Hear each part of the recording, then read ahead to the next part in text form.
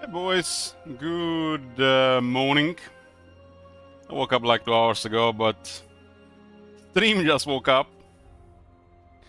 We're gonna finish the vanilla test and then check some other stuff with this. But the plan is to do some more testing. The vanilla stuff seems underwhelming considering the time in between, and they actually done tests, and I'm not sure who was giving feedback. But if even if they get feedback, it's loud. It's loud, and they just read what people are listening, and usually people are always giving some of their own comments at the side, and they still make their own conclusion and do their own thing. Doesn't mean if they're taking feedback, they do anything about it. One thing is sure, the aggressiveness is poop. Hey Gorgos, good morning. Thanks for the good subs.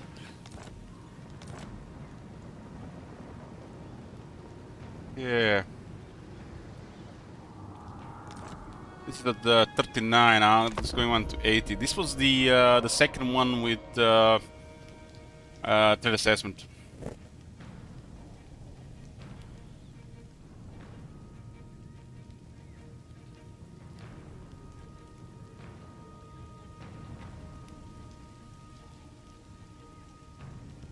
Yeah. We did one regular, then one threat assessment, then one regular, and then we're doing threat assessment again.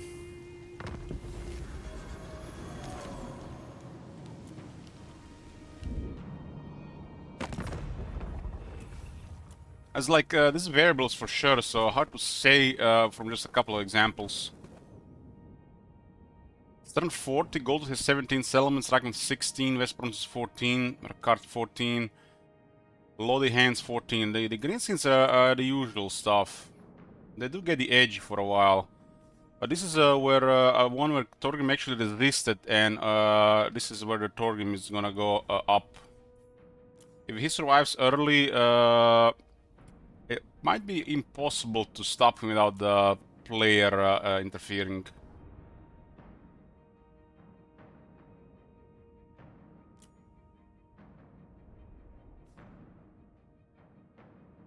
Mouse, Reichland, and Oxiol the bottom with Elspeth.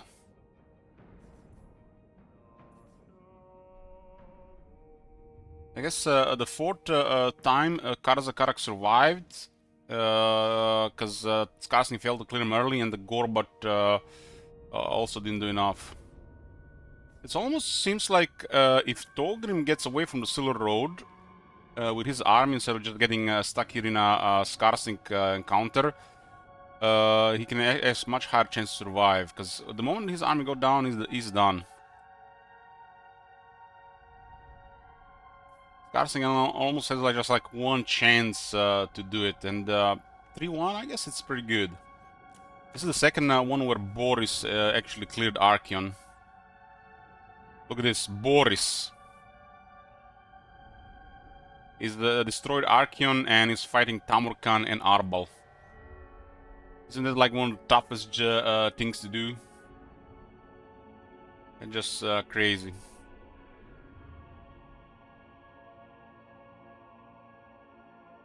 Moratti, for the first time, actually poking Ultuan in all these tests.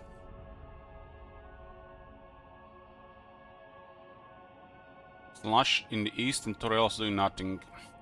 These tests are really pretty good, especially for the setup you're doing, because you do get kind of a little bit like, I don't know, inside knowledge in the workings of the game, which kind of might ruin experience for some, because the level of mystery, and some people don't want to know how this works. They want to just make believe imagination that the stuff is working. But once you get some insights into stuff like this, you know what happens? You can actually via the unusual selection mode, you can make things even better, and you can still make it unpredictable. So having this knowledge is a really good thing. It's like what you do with it, it's up to you. But the moment you start poking with a natural selection, you can add so much more to it. Just potential alone.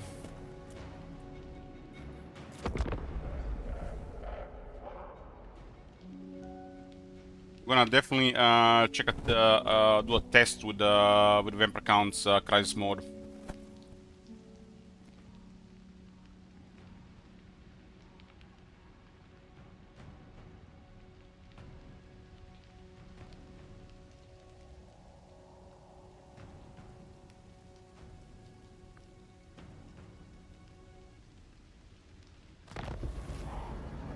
I'm planning to paint this with the Vampire Crisis mode.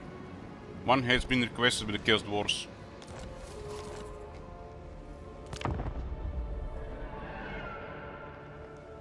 Sleepy Sen has also made his own version of the AI mode with improvements, and it looks very promising. It's possibly might be the best thing to use on the workshop.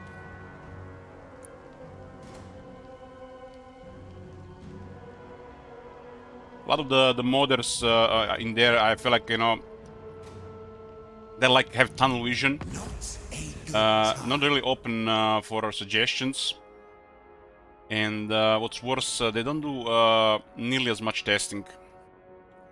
They probably do a little bit more than CA still.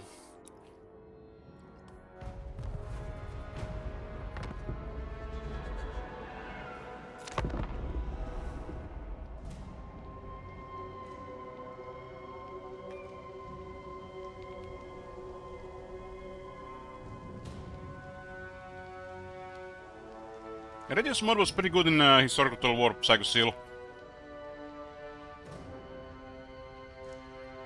It was pretty decent for a while in Rome Total War. But it feels like they just, over time, just started adding too much to it.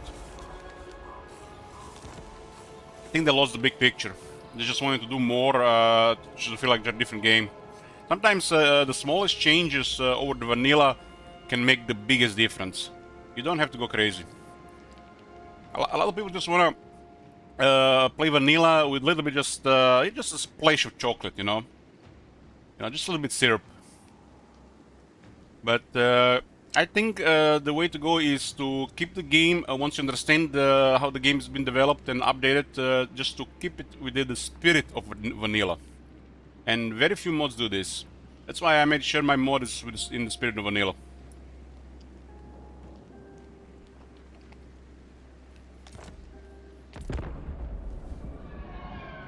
The mod we are making and that we made so far does two things.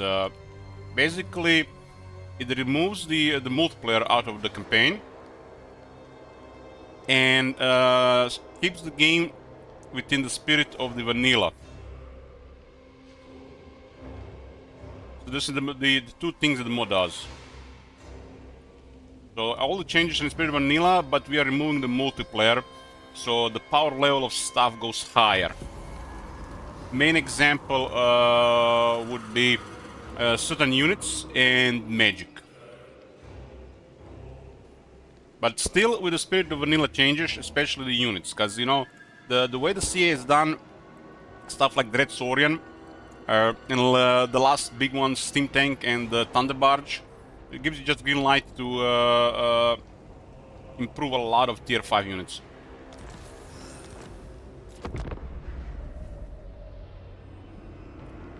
I'm not sure if you guys seen what we did with the Hero Titan, for example. That's just like a prime example.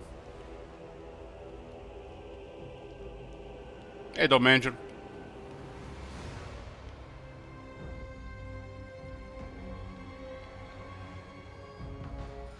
And even if not everything in the game gets such treatment in the Miracle Balance patch mode, the changes that we're doing are still at a much faster pace than the C will ever do, because it's impossible to, you know, do stuff. And as you improve some stuff, some other stuff gets a little bit stale and starts to have room for improvement. CA is supposed to be doing this all the time, but the game is just too big for them. They're literally filling holes, and when these holes are filled, they create bigger holes. And they're just not filling the holes fast enough to keep the game up to date. And these people are getting paid for this, and they're doing a really poor job at it. There's holes all over the place, and by making new stuff, they're making even bigger holes. The game is just too big for them, and they're not taking it seriously. All the big Tier 5 units beside Thunderbarge were basically a big shooting target for Tier. Well, yeah, you could say this. This is the downside of large stuff, and this is why the large stuff has to be over the top, because even the AI will counter it pretty good.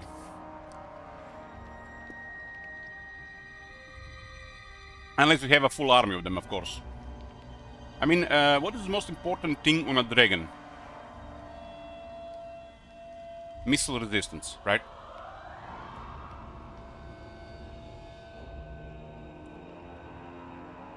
The units have a limited access to it, while the characters have a lot of it.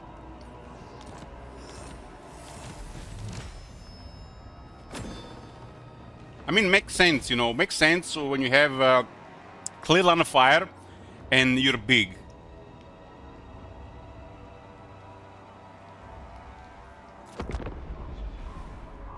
Range weapons always dominate. It's like it's why they're it's why people don't wave swords anymore in the real world.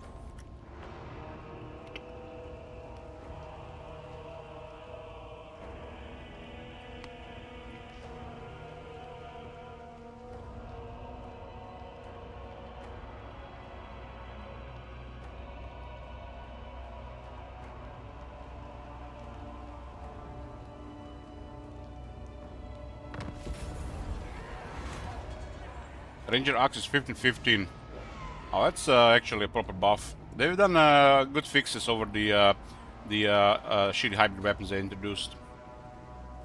Looks like that's been vastly improved.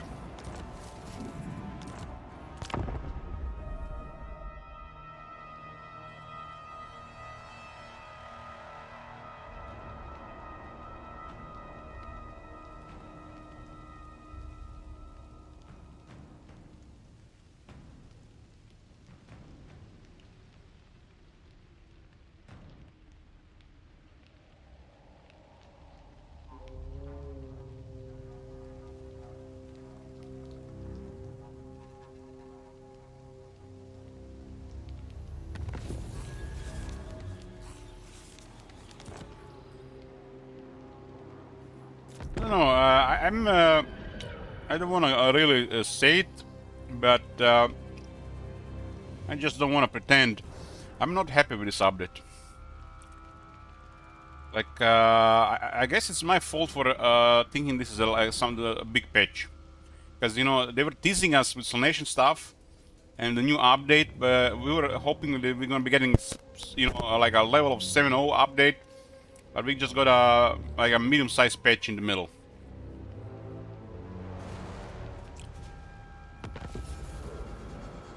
It's like it's clearly they're doing something, but it's like it's not enough.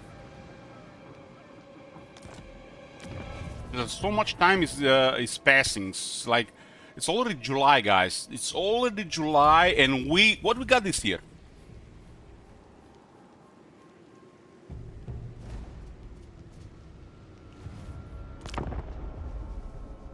It almost tells me they're getting distracted again.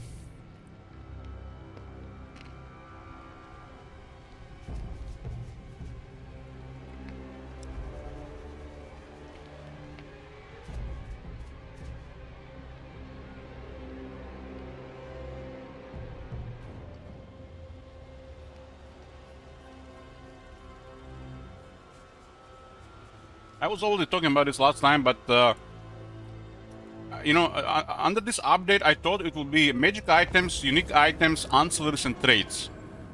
And they've done the easiest part of all of this. This is like probably the far by easiest thing to change.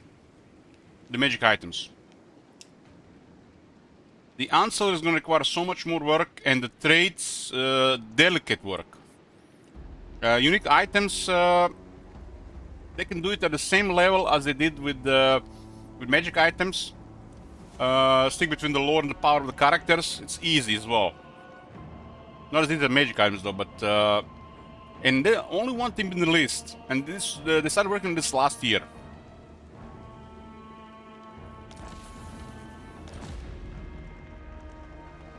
You can't do such a patch in 1 hour, Psycho Deal. Work they did with this would require several people working for at least a week. Which it's still easy for them to do.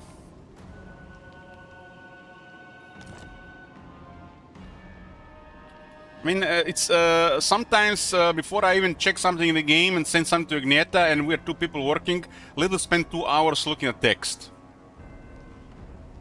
From experience working on the mod. This is extremely time consuming for 1 or 2 people. Extremely time consuming. It's like you could be doing all day and just scratch the surface if you're just a single person. And this is why you have to make compromises when working with other people, because it will not always be your vision, but you can always just get close to your vision.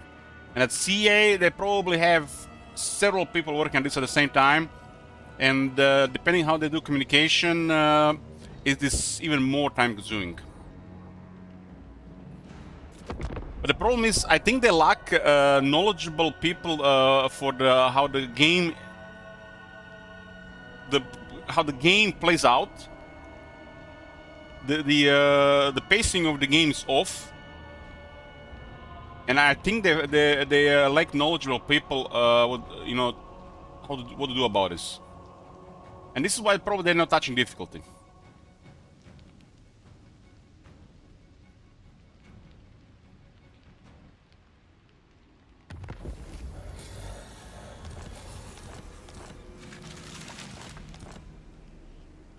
And in the moment the devs are taking feedback, which is a smart thing to do, just to compare notes. You know, see it taking feedback all this time. You know, it might be a good sign, but for somebody like me that has a lot of knowledge about the game, that's also could be a bad sign. I'm, you know, hoping for the best. We'll see with this finale of Warhammer 3 over the course of the next couple of years, and see what they do with next Total War. How they're really doing the feedback.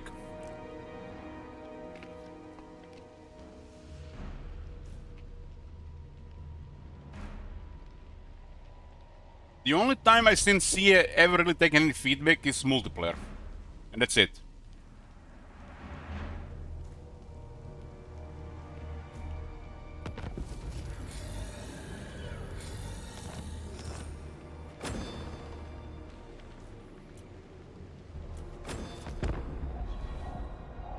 People will tell you, you know, and this multiplayer people will tell you, you know, single player doesn't matter, single player you can do whatever you want, single player balance Kekwi, single player is ruining multiplayer. They're doing pretty much the same thing. But the problem is, balancing multiplayer is definitely more important, but the main issue is there are such a minority they might not even exist. That is the hard truth. Like, this is not StarCraft 2, man.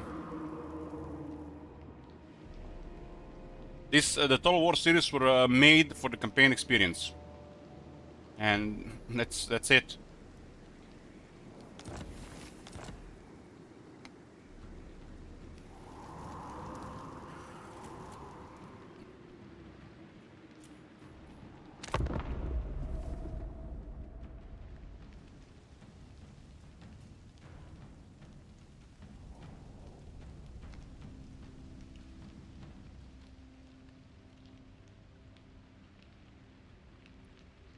CA has created a massive game, and they're not putting the effort to maintain it.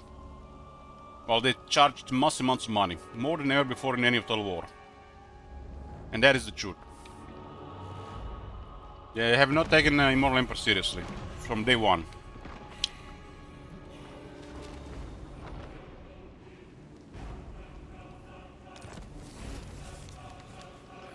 Realm of Chaos was a mistake, and forever tainted Warhammer 3. and it will always drag Immortal Empires behind. Several delays and minimal effort in the first 2 years of development.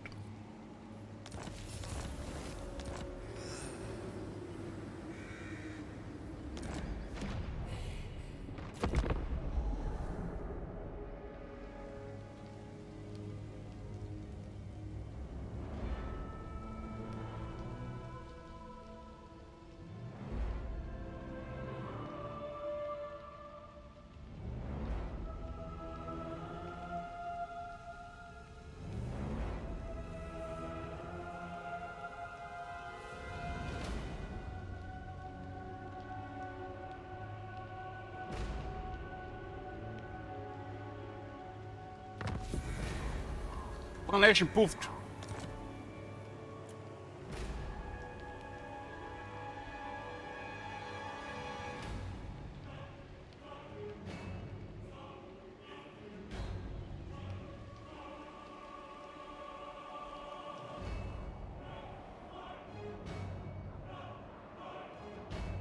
Oh, yes.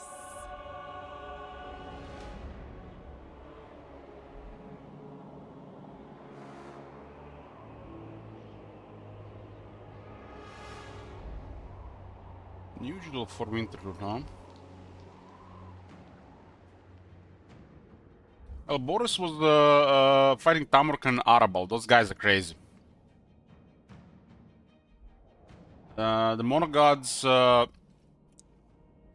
other than Slaanesh, are really strong. Other than Slaanesh and Zinch now. Slaanesh and Zinch are shit. Nurgle and Khorne are really strong.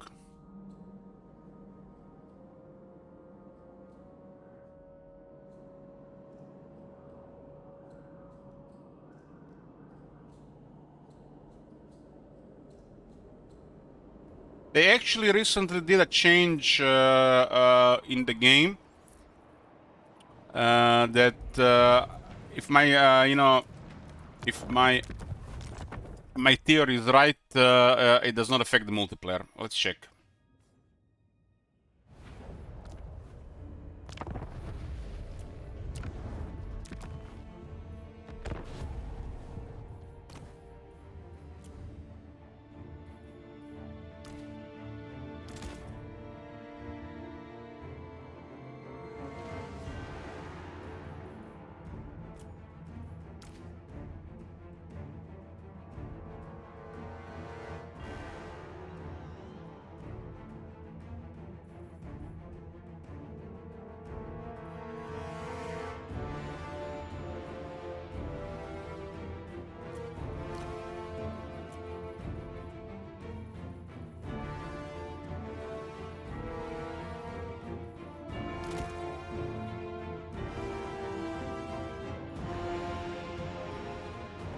So Chaos Sorcerer Lord has access to Tormentor Sword item.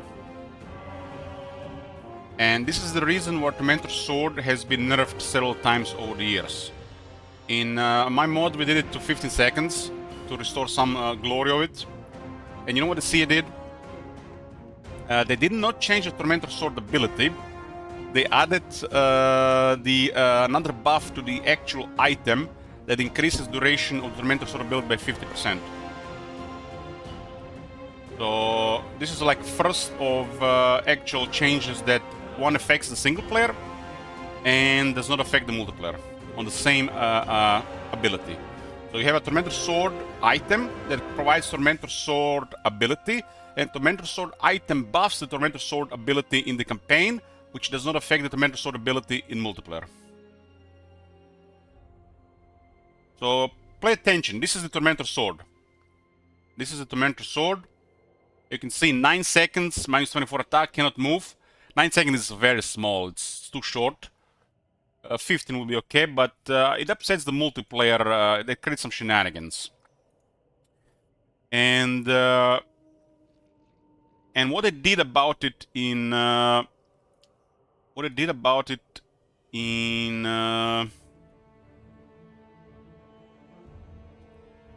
the actual game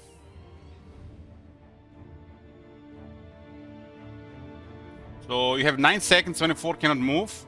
And the actual game, let's see if I have it somewhere here. Maybe here.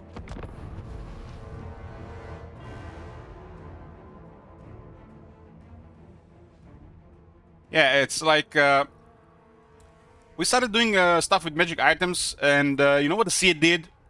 They actually increased the power level of the magic items more than we were doing in the Miracle Balance patch. And I was staying true to the spirit of vanilla, except they increased the power level of everything to literally much higher level than what I was envisioning for the item to be. Which is, you know, not a horrible thing if they decide to do like this since they're a developer. But, you know, it's still, you know, it's a change, so we can just get used to it.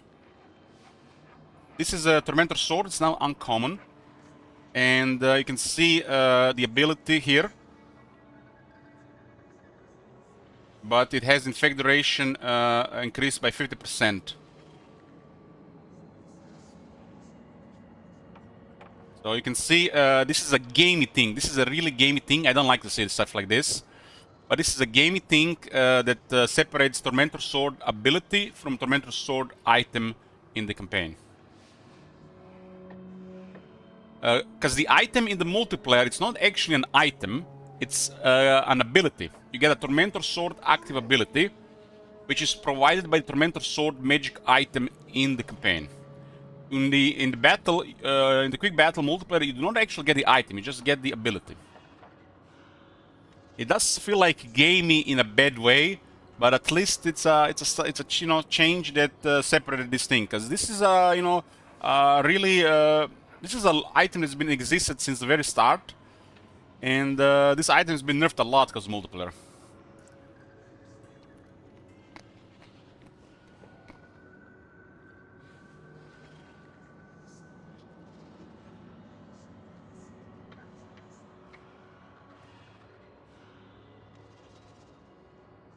It does make no sense, right, Top Manager? It, I think this looks poor, but I guess it's still an improvement.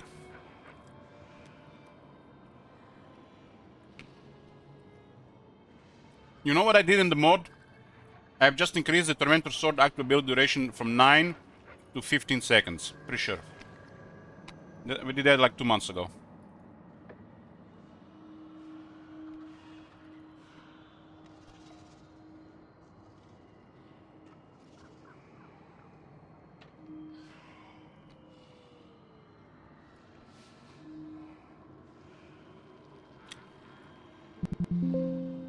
Looks like I didn't update it yet, but hold on.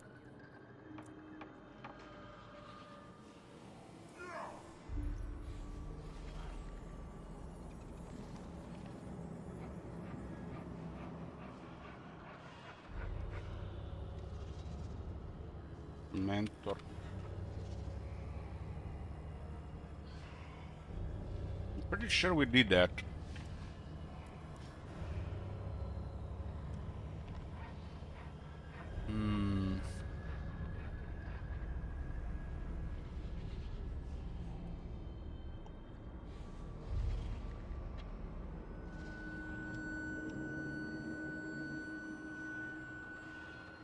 If it's not here, that means it's been updated.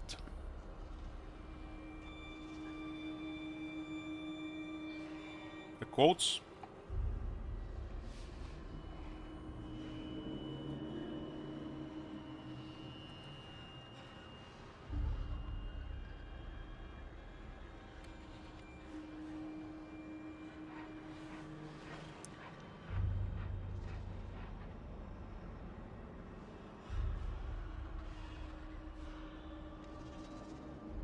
I see the list of items, but it's not listed there. I mean, that's what you when you're sometimes doing a lot, you just miss maybe one change or two.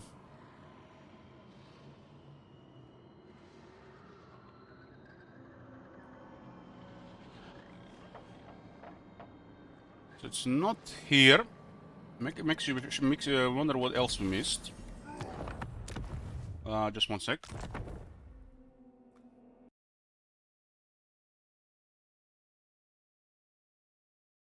Maybe I have another file to open for that. Let's just enable the mod and let's see if that changes in the game.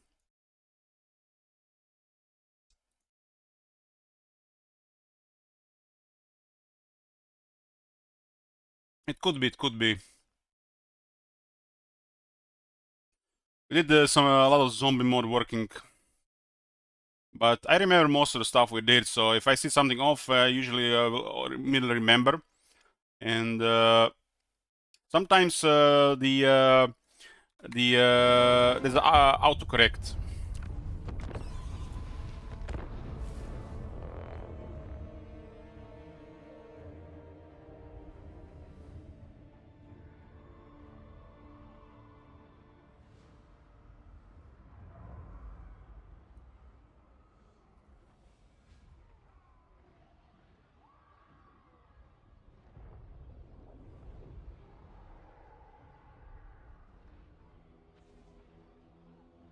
Yeah, it's not on the list. I'm fairly sure I did send that change.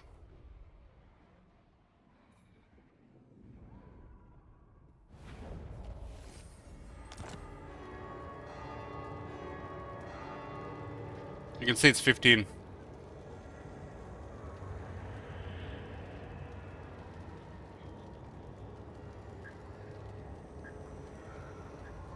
So Tremendous Sword in the new update is even stronger in the mod, and I think that's more than fine because it's more rare now.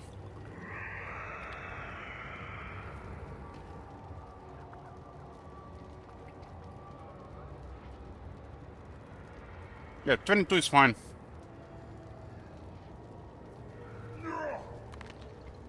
You have to understand the top manager. They made this item more powerful, and it's more rare. It's no longer common.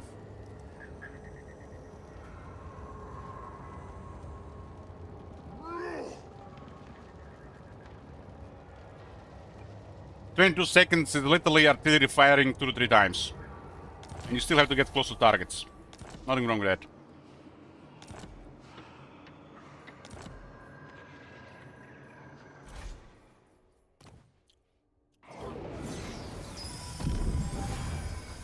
The net is 30 seconds.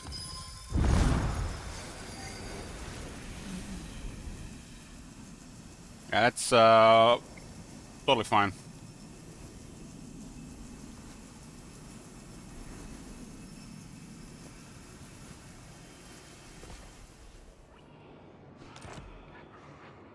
I thirst. The power level of everything has went up.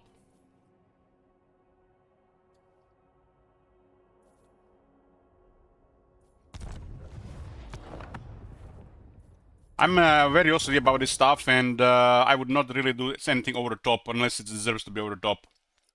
There's definitely a level of bias here, but no bias towards Mentor Sword. That is more than fair. You have to understand how the range works and what kind of strategies have to be executed. And most important, this is Warhammer 3 with issues of with line of fire and range units. This item is above average at best. It just is used by what a specific niche strategies, mainly for disruption, and it doesn't even have to have that much use as a thing to support the range army. It's more for the enemies so they can't move out of the way of massive magic shenanigans and not really range shenanigans. That item will not really be very good for range strategies. It's still better to support melee strategies. And that is the sad truth of Warhammer 3. The melee is reliable, magic is super reliable, and range is unreliable.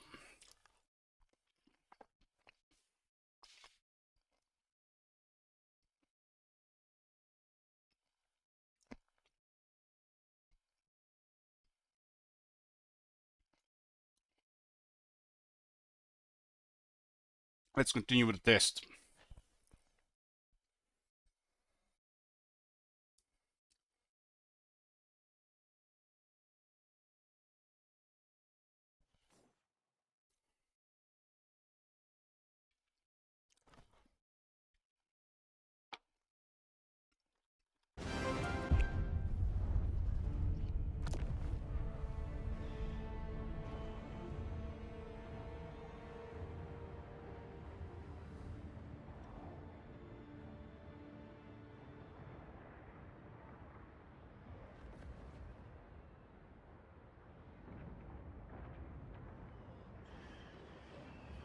Oh, look at this! I'm blind. There was a scroll down. And I thought this was the end. There was a scroll down here. There you go.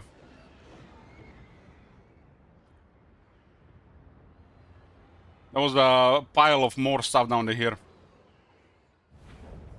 Hey, Saron.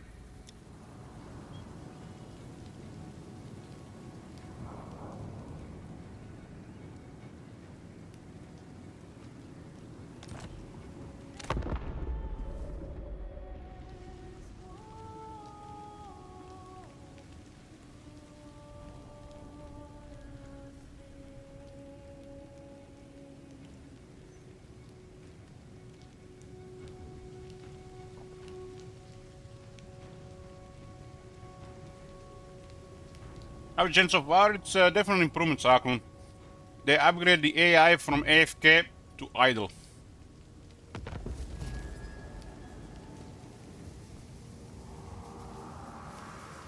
They seem to executing their strategies from an average 5-10 turns to closer now to 5 turns. The aggression is very low. I mean, at least an initial impressions.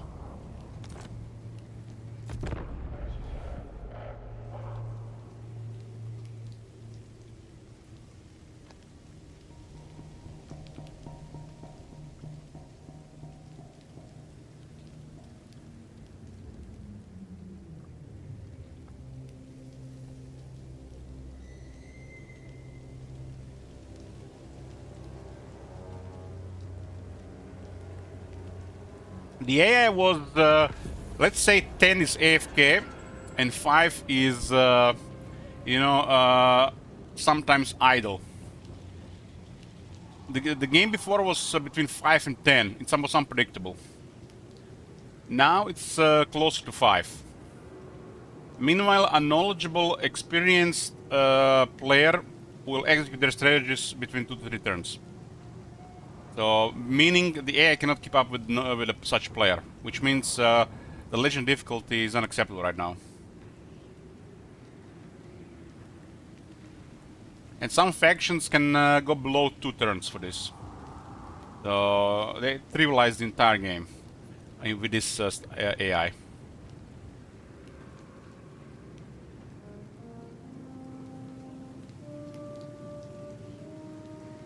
Like, what does it mean executing your strategy? Meaning moving your resources, using your resources, moving your forces from point A to point B to expand or destroy an enemy.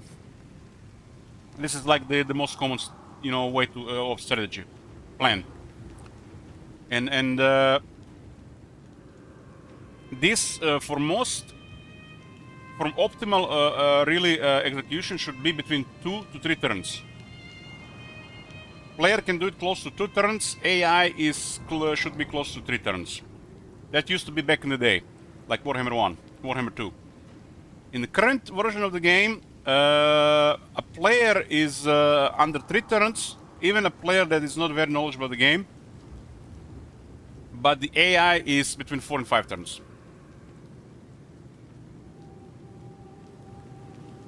And if faction has rampage, if faction doesn't care about Emperor building, if faction has a raised mechanic, if faction has instant recruitment like Nurgle, Regiments Renown, they can execute their strategies under 2 turns.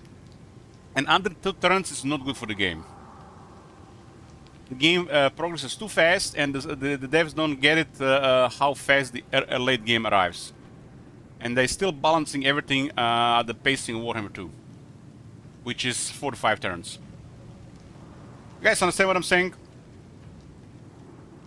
The player strategies are getting executed much faster than the AI strategies, because nothing is happening on high difficulty. And when you add into account idling, it literally cripples the game. Makes the AI look like it's broken. Because when it comes to turn-based, it is expected for the AI to make next to no mistakes or next to no downtime in executing their strategy. But you got idling, needless besieging, back and forth, not attacking with the siege attacker, and sometimes just garrisoning when you could attack with the extra forces. And this all just diminishes the AI time to execute the strategies, which just further makes the player gets tremendous advantage. And a high difficulty turn-based game should be brutal experience where you are min-maxing your resources and your strategies to get ahead. But here it's the other way around. It's like the player is legendary and the AI is on normal.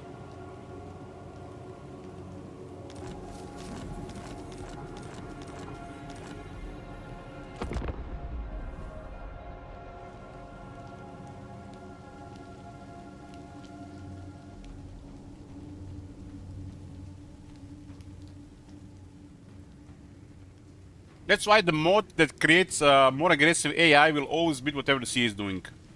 They have to make this a setting in the game and increase ingression further on higher difficulty. It's a no-brain. Guys, just think about this for a second. Think about this for a second. Let's just write it down, because you know people might not really understand the words. Okay. You got easy. You got normal. You got hard. You got very hard, and you got legendary. So, if you're new to strategy games and you're learning to avoid frustration and maximize the time before you fail, you're gonna pick easy, right? You're gonna expect nothing bad happening there. On normal, it's still gonna be like easy, but you'll have less time to do stupid shit and to do nothing. Hard. The word hard has lost meaning in most of the gaming industry. There's only a few games that ever even exist anymore that have hard. And in a turn-based game, hard should be hard. On hard is basically same as normal, but you should have less time to pile up resources and execute slow strategies. While the AI will be actively seeking aggression against the player. On very hard, you should have next to no downtime, and the AI will be seeking maximum aggressiveness towards weaker factions and the player. And legendary, it's literally just hyper aggression for maximum expansion and going against the player. What the CA did in Warhammer 3, these two don't exist. Hard is normal, very hard is hard, and legendary is very hard. There's no legendary. On top of this, AI is idling, and there is no player focus.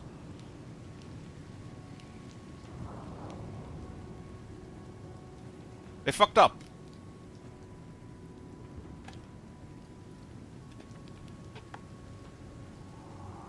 There is no legendary in Warhammer 3. Hyper aggression and player focus has to happen in legendary. If you don't want this, play very hard. It's not rocket science. Why did they fuck this up? It's almost like they did one change and it affected all the AI, and we just get some nonsense modifiers that don't do anything. This mixed with battle buffs favoring the player, it's like the difficulty went from like 7-8 to a 4. This is not me being very knowledgeable of the game, having vast experience with the game. The game is just easy. You can't have easy game on a highest difficulty turn-based game. It becomes boring and tedious to manage if there is no struggle and build up and you know what people want to challenge.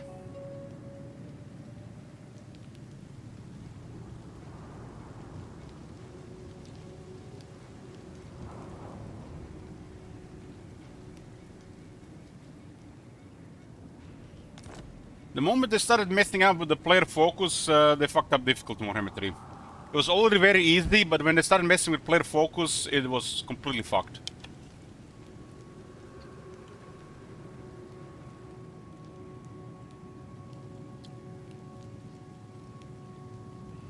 Guys, do you understand the word hard? If something is hard to do,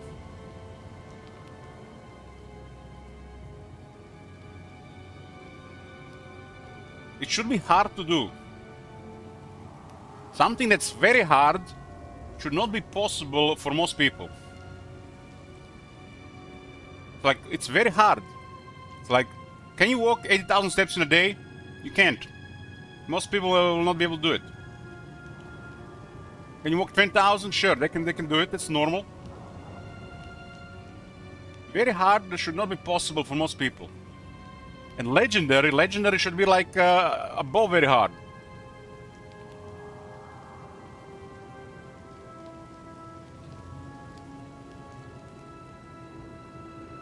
I mean, I had to do it like this, top magic, because I had to delete 2 of them.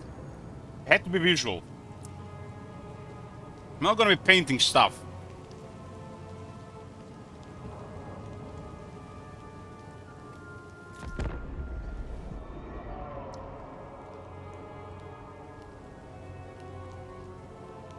It had to be visual because I had to delete 2 things so you guys see it.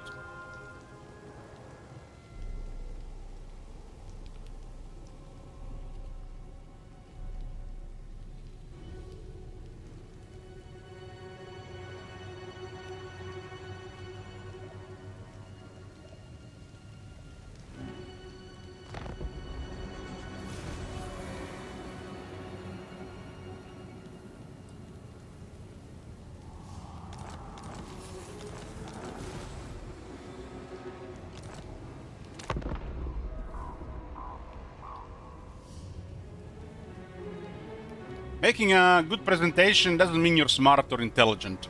It means you put some time and effort to prepare.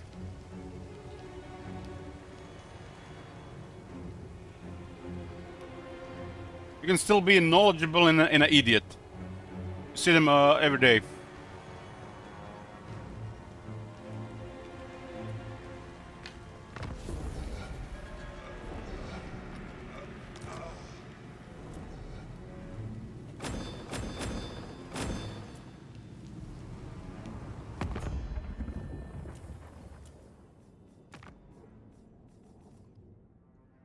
Urza is getting out of control every campaign, really.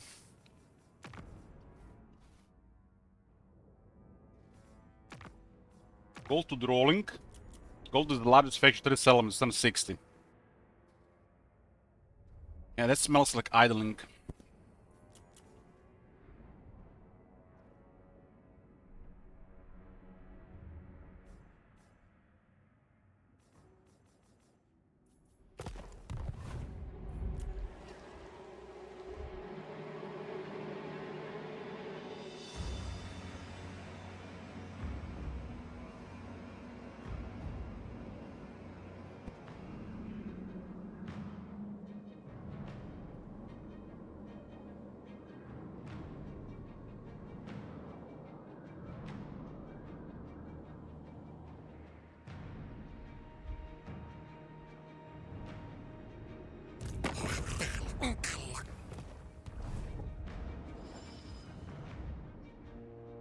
Look at this, there's an army here. Entire army. There's nothing in the area, nothing coming. There's an army there. They're at war here and they're doing nothing. The AI mod would have been focusing all their military here. And if the moment anybody is trying to threaten here, they start moving here, they would have split some of their force to go back. This is why the CA is shit compared to mod.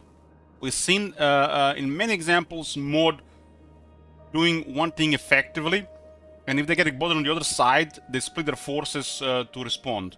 While in the CA mod, in the CA AI, the such strategy doesn't exist. That's why it's so easy to backdoor CA AI. Without any preparation, you just go in, and they can handle it.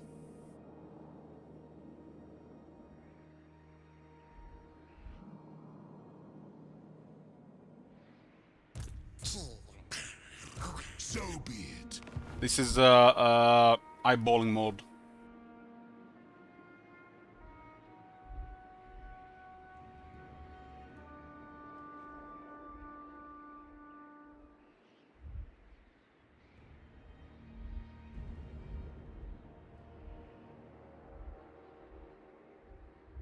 Corelosor has been doing nothing for 4 campaigns. Tomb King is completely broken. Second only to Beastman. Beastman, Tomb Kings, and the Vampire Counts just don't work as the AI in the current version of the game. I think the Vampire Counts ought to be way scarier, and the Tomb Kings closer to that. All the Vampire Counts on the side of evil, or the Tomb Kings open to further diplomacy with other factions.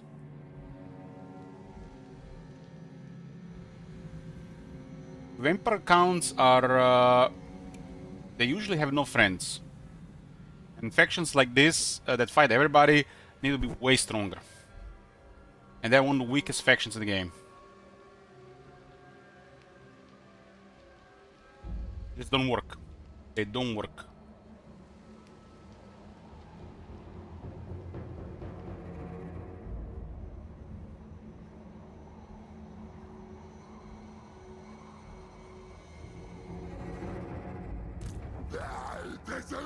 For all. Tamur Khan is in the middle of his empire in a regular stance. What the fuck? What the fuck is this? He's not marching.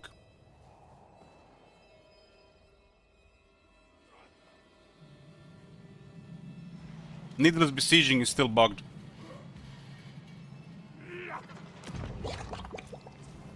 The garrison has been sacked recently and they besiege it and just waiting here for several turns. Combine this with idle slash AFK AI and you got the combo wombo of broken. When are they gonna patch this shit? This is incompetence on the highest level of that company. This here. It's a fucking turn-based game. This is unacceptable. This is a really big issue in Warhammer 3. That still hasn't been addressed.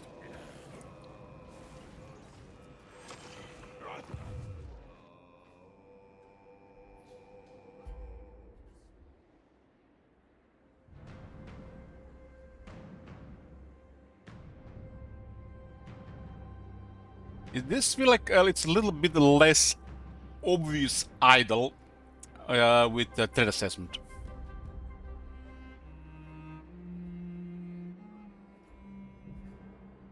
It does feel like there's a little bit less idle with threat assessment.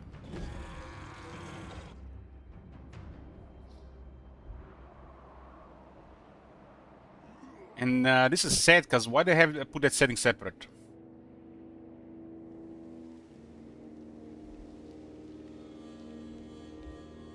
Two no threat assessment, two threat assessment, and the one with the threat assessment has a less obvious idle. Well, the idle is still happening. I think one more vanilla test, one more no threat assessment, one more threat assessment test will clear a full picture.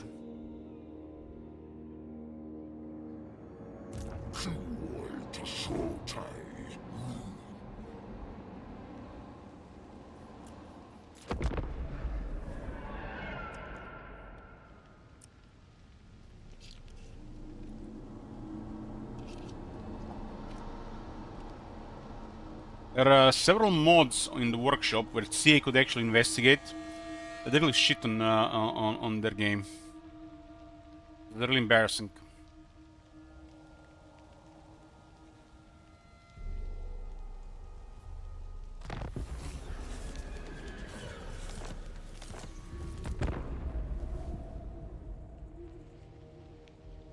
Those modders don't even have the resources or knowledge of people testing that shit. Imagine if they had some more resources to work more on these mods. Literally the AI would go to 11. And they say AI is complicated, it's hard to do. This is just too much pride and stubbornness between people. They can't really work together and get the shit together to create anything great anymore. It's always been a downfall of human nature.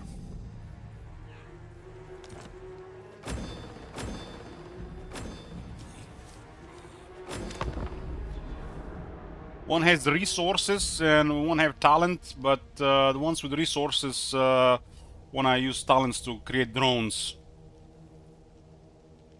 Not really improve things. Because you need the talent to work as a drone at the company.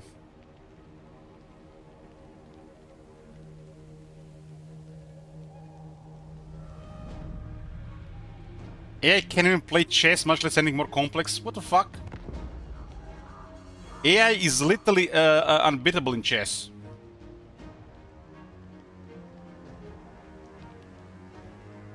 They know every move. But you can't compare chess and Total War. You can make a super efficient campaign AI, but battle AI will be always very complicated and work in progress.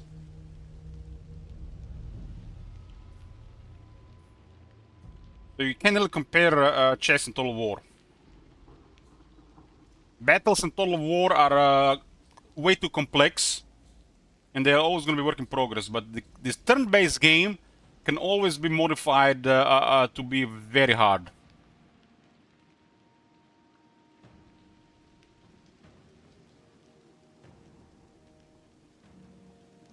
I mean, what is AI? AI is a computer script. We're not talking about artificial intelligence. We're talking about computer here. We call it AI, but it's not really AI. You know what I mean?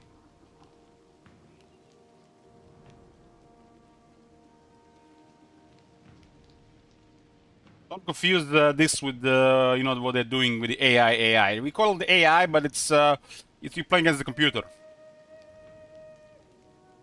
Bunch of codes and scripts.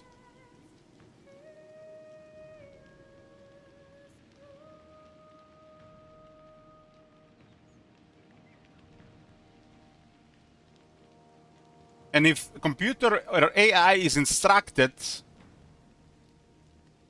on the game and the rules and the moves, the rules of the game, the player will not be able to beat it.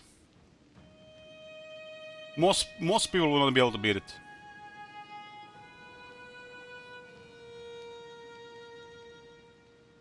And especially when it comes to turn-based games, like in a turn-based game, human cannot beat computer. If they do it, whoever designed it for it to be beatable.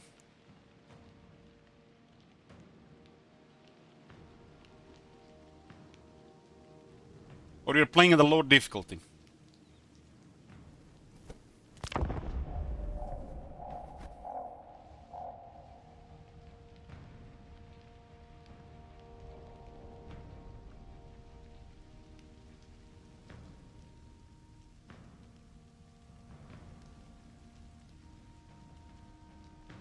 Usually they create a challenge where if you do the right moves, you can win. But when there are modifiers to behavior, how many mistakes you're allowed to do before you lose?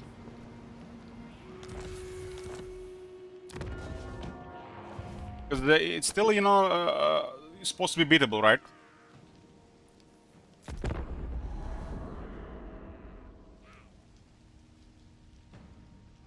Here you don't even have to do mistakes. You just literally do nothing and nothing happens. Do nothing, nothing happens, you keep playing the game. This is Warhammer 3 Legendary. Do nothing, nothing happens, you're still in the game.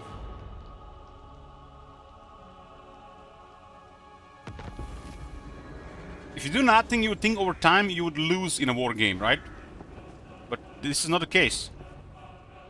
This has been done on purpose by the CA for some reason. They probably do it on a mass scale change, and it doesn't even be a thing on legendary. They literally probably use the code from the lower difficulties, and it's for some reason applied to legendary. In 2 years, they will figure it out. You know, it was an issue with difficulty, and you know the behavior has been applied to the very hard legendary, and now has been fixed. People buy Warhammer 4, only 100 euros. Difficulty has been fixed. You know, same when they give us a bullshit for nerfing range in Warhammer 3 or Warhammer 2 so they can balance the game differently.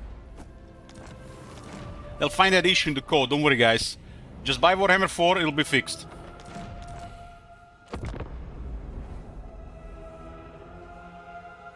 This is a fuck-up of epic proportions. This is not just incompetence, this has been done on purpose. And the people who work at the game, at the time, who did this, they're probably not even working the game anymore.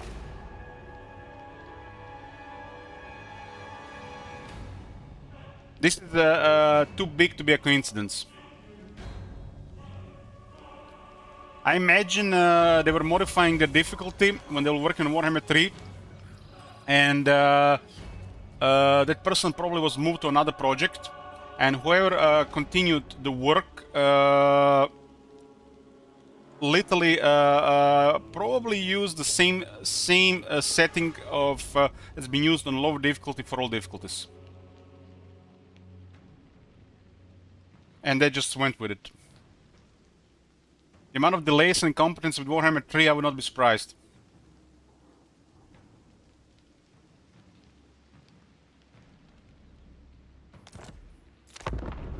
I mean, guys, remember, they used the older version of Warhammer 2 to work on Warhammer 3. And the Warhammer 3 has broken difficulty. Well, it was fine in Warhammer 1, Warhammer 2. What happened? What happened? See, I was so proud of their high difficulty legendary for several games, and all of a sudden Warhammer 3 no legendary anymore. You know, one of their best players in Warhammer 1, what he said about the legendary, he's not a glutton for punishment to play on legendary. And that was a little legendary at the time. And now it's a fucking normal difficulty.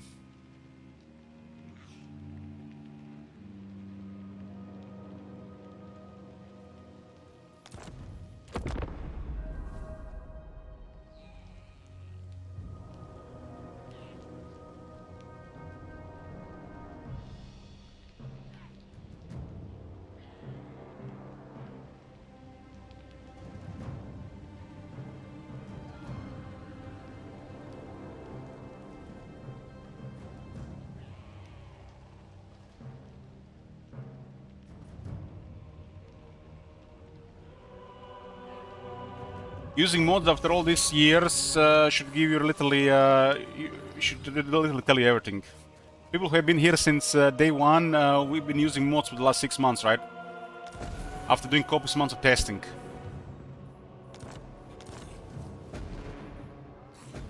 You told me 3 years ago we'd be using mods and modding, I told you were crazy. Tell us about this epic fuck up.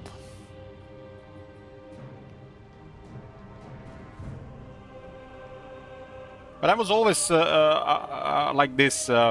If they fuck up too much, it's the mods. That's how it was in Rome 2. It was always the plan. Warhammer 2, they haven't fucked up that much. And difficulty was there.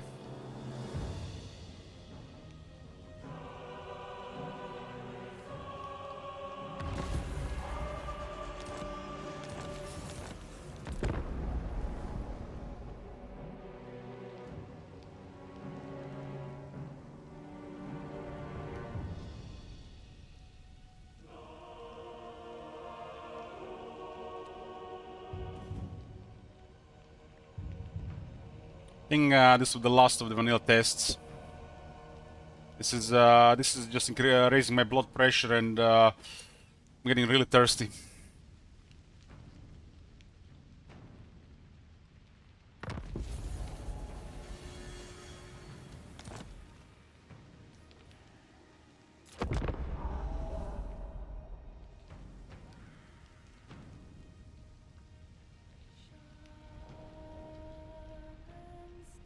Attila was really good because you had no resources. So you struggle to manage resources, and this prolonged the struggle in the campaign. It was actually a very, very, very, very, very long. You first literally just the entire early and mid game is struggle, and the late game there's a lot of things to do to finish. Of course, depends what faction you're playing. And when there's a struggle of resources, management is really rewarding. Sometimes there's a fuck up and you think the 20,000 gold you saved literally just goes poof because, you know, something bad happened, and then again further struggle. There were a couple of times in Attila where you literally starting to get money, starting to get ahead, and then another war happens, and not only you had to spend all those resources, but you didn't even have the resources to continue that war.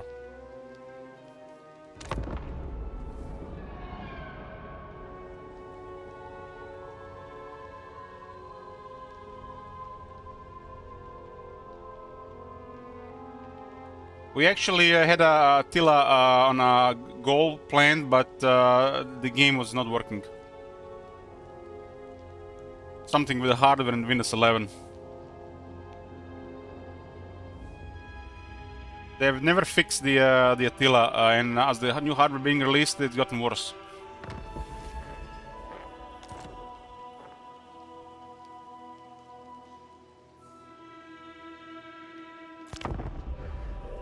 I don't need to know Amir. Dwarves always make crazy money.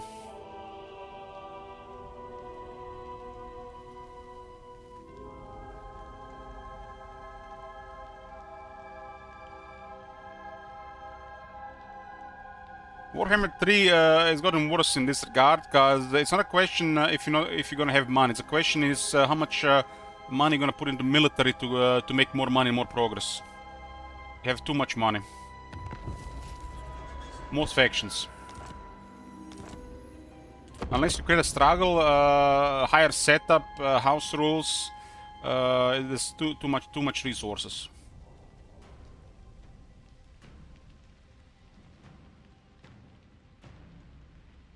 I tried running a till on this computer, it didn't work. And I'm not gonna bother with trying to fix it, man. Just frustrations, and then starts crashing in the middle of the campaign. The Attila is gone, unless they themselves fix it. I think Attila had a patch that actually fucked up Attila. I think that's what happened. Attila had a patch that fucked up Attila.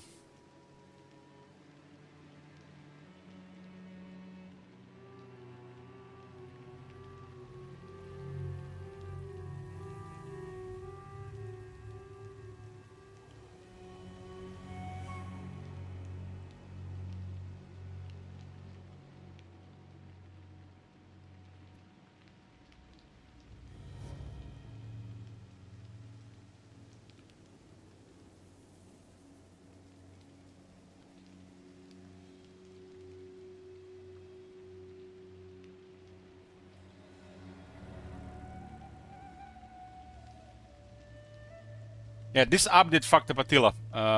This update made Attila not work for me.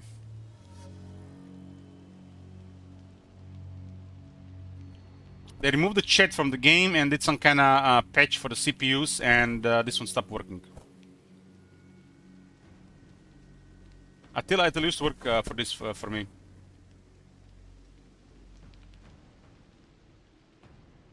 So they needed to remove chat from the game because they didn't want to have moderators for the chat due to laws in UK. And while they did this, they tried to improve the performance on the newer CPUs, and they made things worse.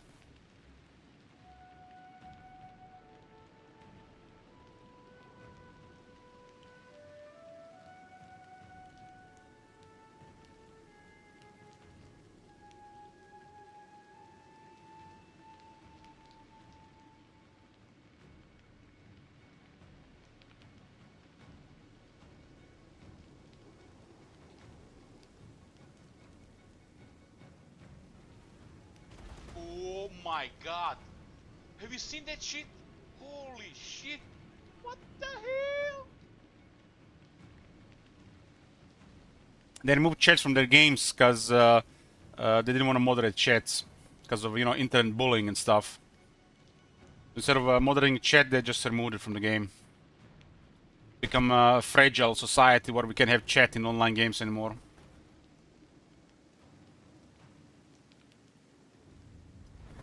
Well, well, well, Heldron.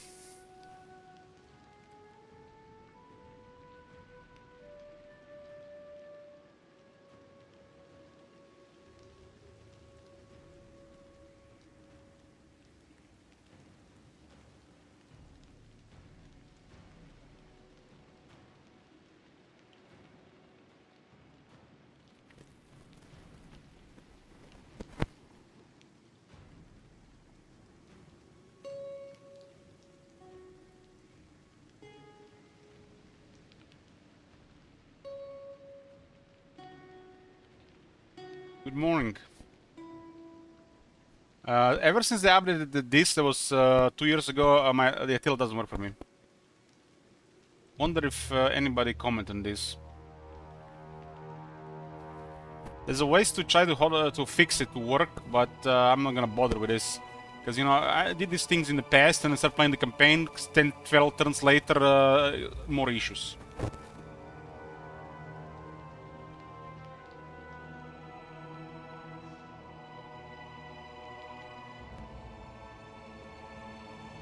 I think the issue with Attila is they put low effort into engine update.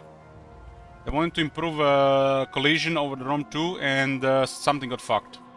And they never fixed it.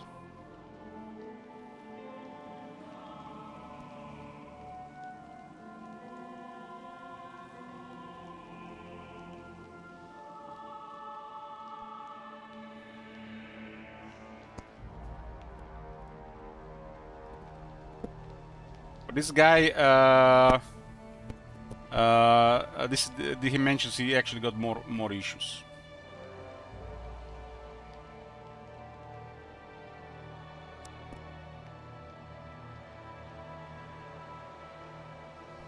What do you mean, Psycho Seal? I have to start ROM 2 to turn on Attila. How does it make any sense?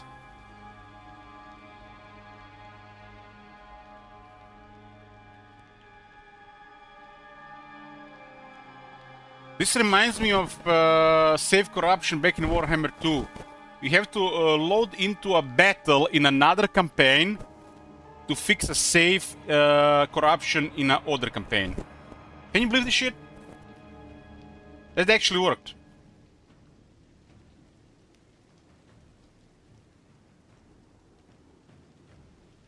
At least at the time.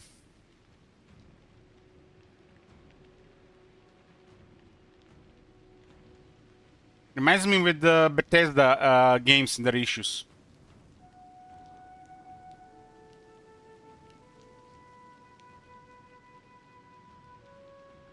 You see this? This is a comment from 2 days ago. This is what I have.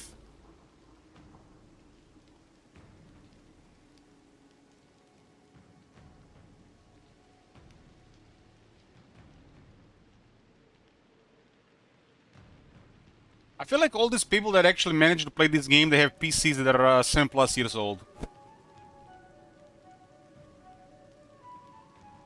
Or they may be running older Windows.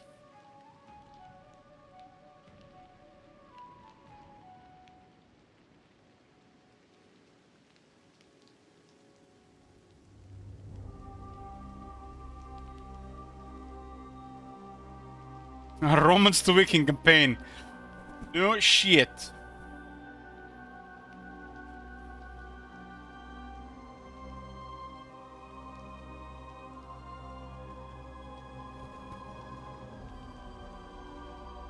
There was no more Romans left in that period. Rome ran out of Romans.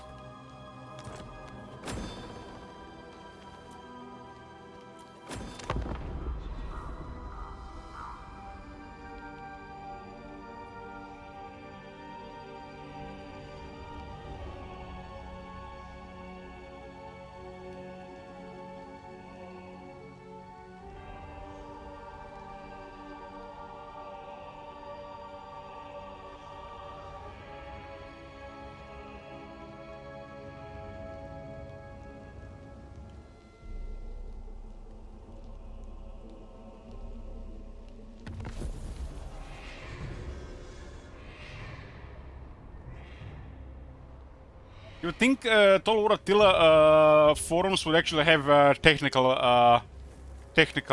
thing there.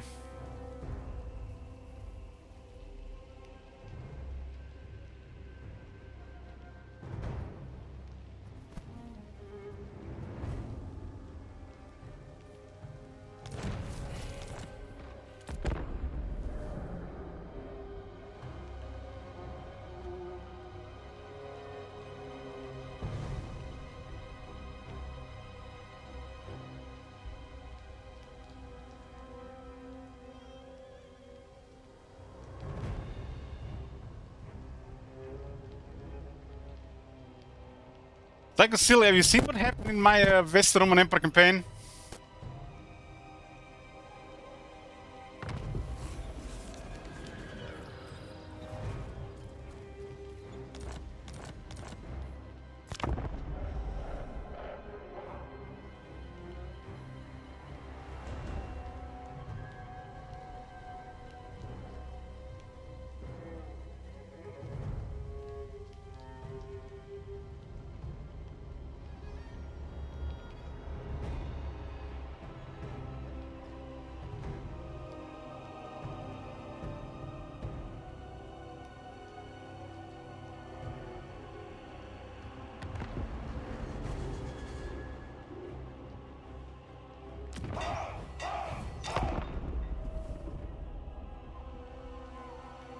So I spent several hours on the turn 1 and the game crashed while being on the campaign map.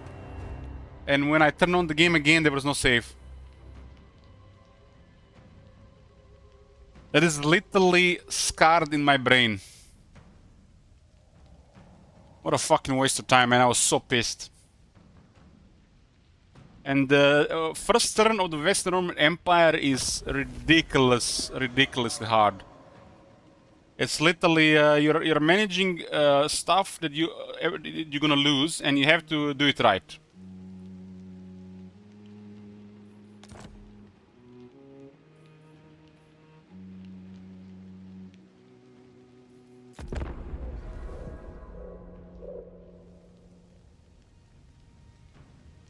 My worst scarring from Rome 2, I was about to get cultural victory with Massalia in Rome 2. It was a super long campaign, required a lot of effort because cultural victory, they never really tested anything other than military victory. Economic and cultural victory were really hard to get because they had serious requirements. And you had to manage the world, not just conquer. And I was about to get cultural victory. I was about to click cultural victory. Battlestar is I engage on the campaign map. It starts auto-saving. And the game freezes, crashes. Next time I was in the game, save corrupted. You know how much work I put into trying to get cultural victory? Most people didn't even thought it was possible to get cultural economic victory.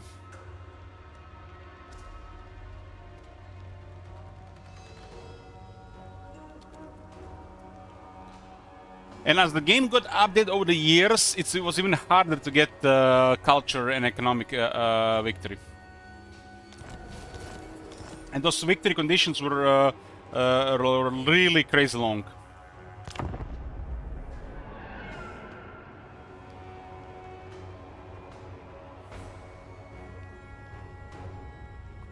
I forgot a lot of things over the years, but in Warhammer 2, we were doing a long dwarf campaign, a long one, and we had to capture Lothern.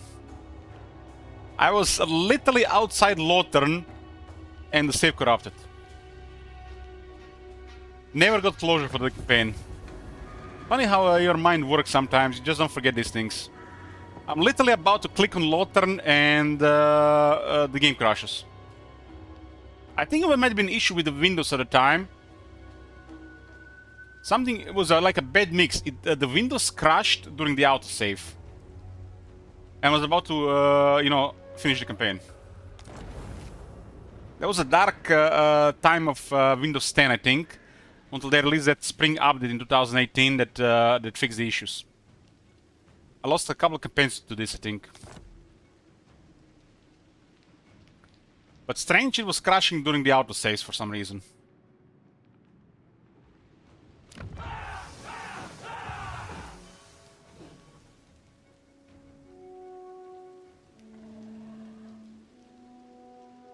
So many issues got fixed. We haven't had save corruption, I think, in Warhammer 3. I don't even remember the last one. I don't even had it. At least they fixed that. Turn 80. We got Bloody Hands rank 1 with 36 elements, warring Kairos and Kroger. Iron Dragon rank 2 with 24 elements, warring Village. There's Moratian rank 3 with 28 elements, warring Luin and Feinchantress.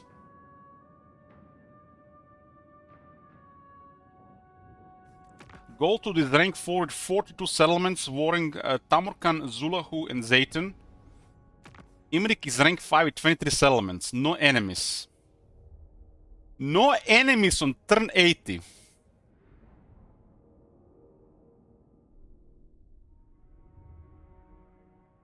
I guess a war with Goldtooth is awkward. There's no reason to war dwarves. They ignore this faction because this faction is broken, doesn't do anything. That's why we remove this faction from most campaigns. So, I guess war with Torek is awkward. And there's a buffer area for the Bloody Hands. But the only thing that makes sense here is for him to clear one Scarbrand. So this might be a recent thing. But this is the most impressive development here for Imrik. No alliances. Gold doesn't have allies either. What?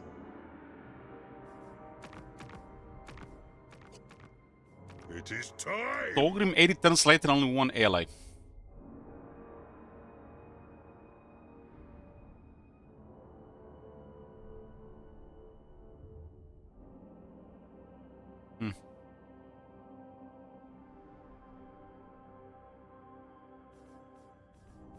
Thorgrim is rank 6 mining settlements are warring with Skrak, Skarsnik, and Azak. You guys see this shit? It's turn 80. Turn 80. Skarsnik! What the fuck? How is Skarsnik alive on turn 80 if Thorgrim is controlling the area?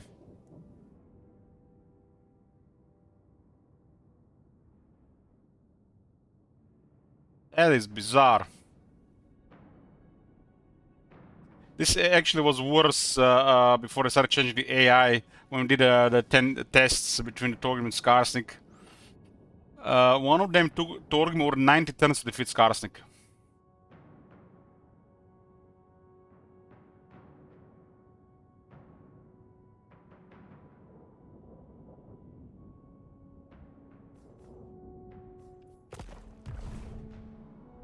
We see this thing happening between Vlad and Elspeth. Vlad actually sometimes sacks Nuln a couple of times, doesn't occupy it. And then 20 turns later, Elspeth rebuilds military and with the help of another faction defeats Vlad.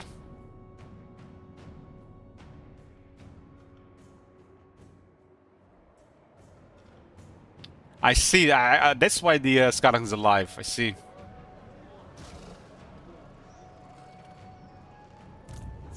Looks like Thorgrim is getting besieged by Furt, Git Vrencha, and Adralk Gork's Chosen. See, guys, why Skarsnik is alive. Because Thorgrim has been AFK with, for copious amount of turns with 3 armies.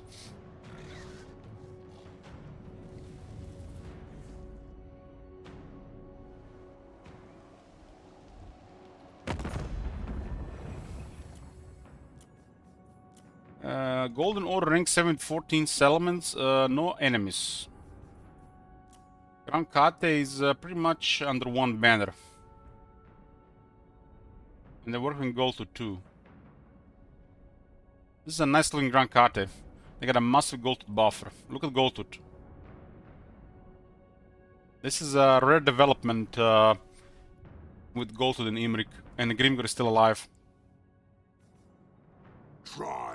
For some reason, Goldtooth is not at war with Grimgor. Which is strange.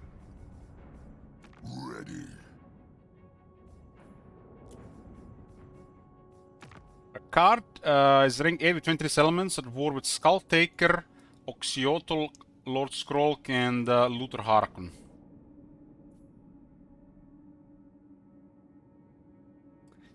Well, well, well. What do I see there?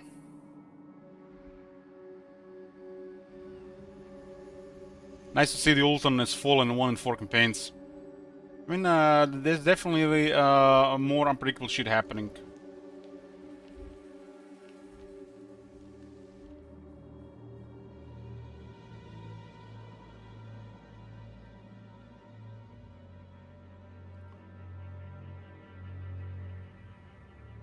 Marathi will listen to you. That's why the Marathis is at war with Bertonia.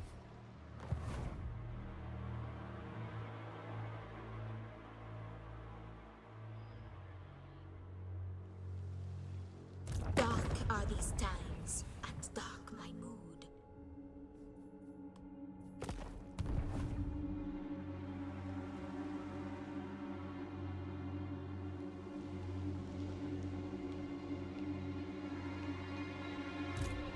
Science, sorcery, death!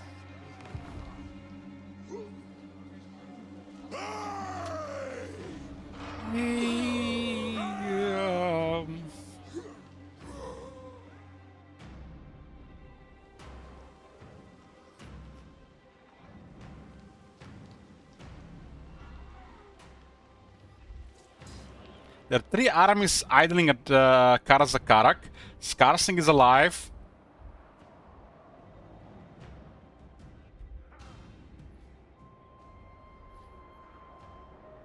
Not for long.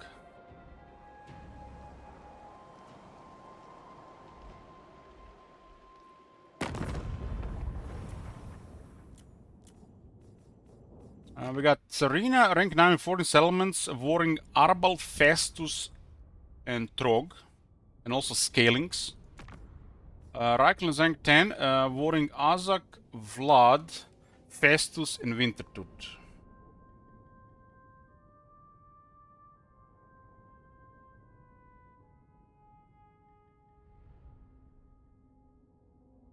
You guys, you won't believe, but what you see here, this is feels like a little bit less idle than with no threat assessment.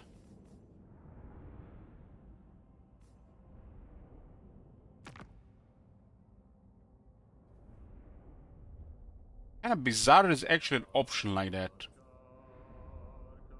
There's a Mummy Ying warring village, 11-11. Exile rank 12 with 90 elements, warring Skrolk and Skulltaker. And Malekith is rank 13 with 6 elements, warring Aletanar and Gromberndal. Gromberndal is alive in turn 80. What the hell?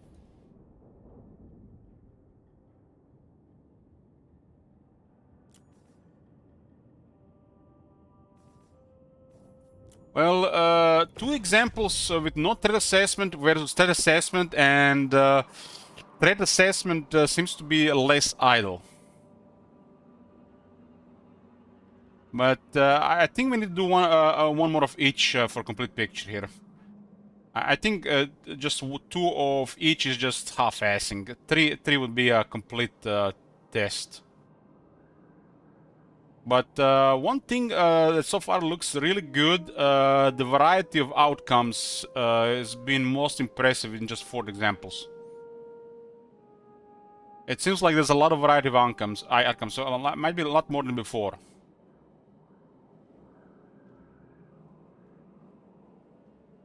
"80 turns is more than enough for this test. There's a massive problem in the Southlands, and it's called Wurzak. And that's because Vampire Counts and Tomb Kings are a pure pile of shit that never stops steaming and stinging in the room. Broken ass factions.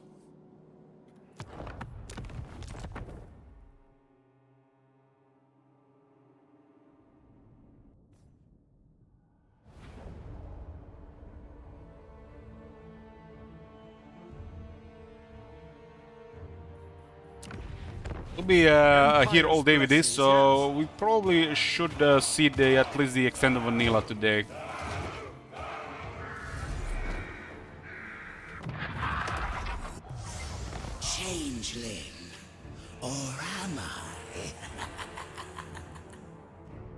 The AI strength trend assessment from current examples seems to be better than no AI strength trend assessment. It seems to be definitely a thing to use. But this third of each test should confirm this 100%. We've done 2 without and 2 with so far. We're gonna do 1 more with each.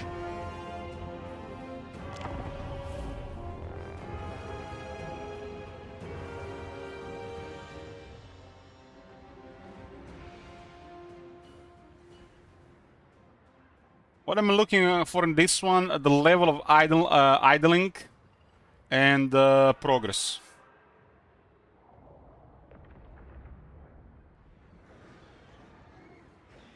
You have to start paying attention and idling after turn 20. It looks like a lot of strategies stop working after turn 20, or scripts, or whatever you want to call it. It's almost like they just don't have a decisive plan past that stage. It was I who let. So that's why they said a little bit more decisive with threat assessment, which means less idle.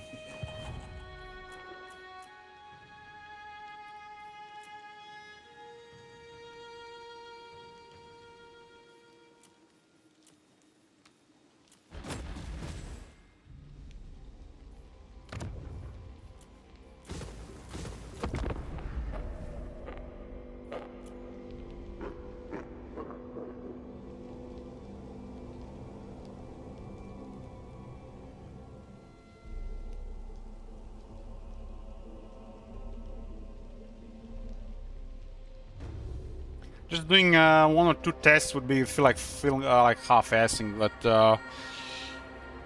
you know, you guys, would you believe that that if I told you that I really expected for this to happen like this? Them increasing just a little bit more aggression after seeing the Proving Grounds tests, and not really do anything significant.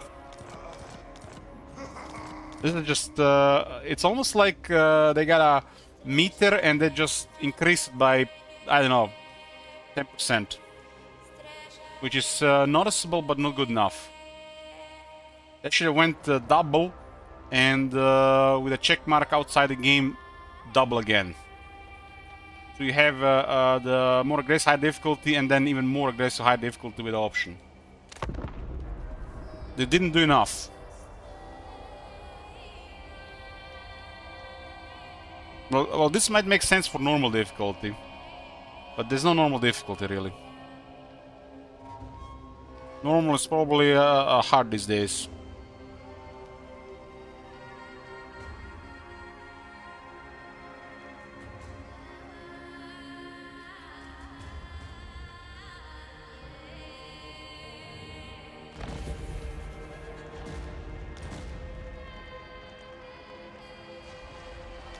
Yeah, Mr. C, as the game progresses, the idleness increases.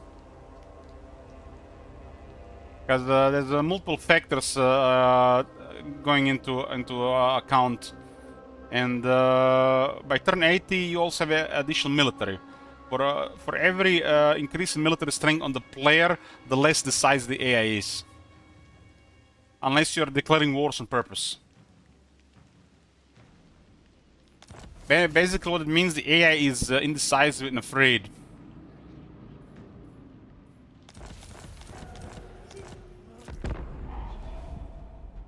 You're progressing way too fast than the AI for the AI to be the one being the aggressor. So most of the time you see just stupid declarations of war that make no sense. Even if they even happen.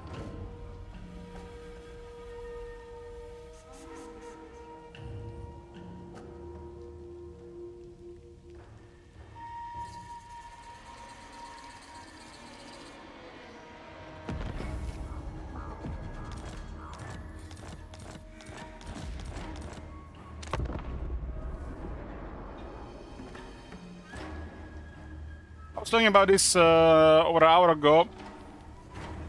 but too long don't read. The lowest difficulty of the game have disappeared, and the highest difficulty of the game have become lower difficulty of the game. Somewhere during the Warhammer 3 early stages, this got fucked up, and when they did lower the player focus, they broke it.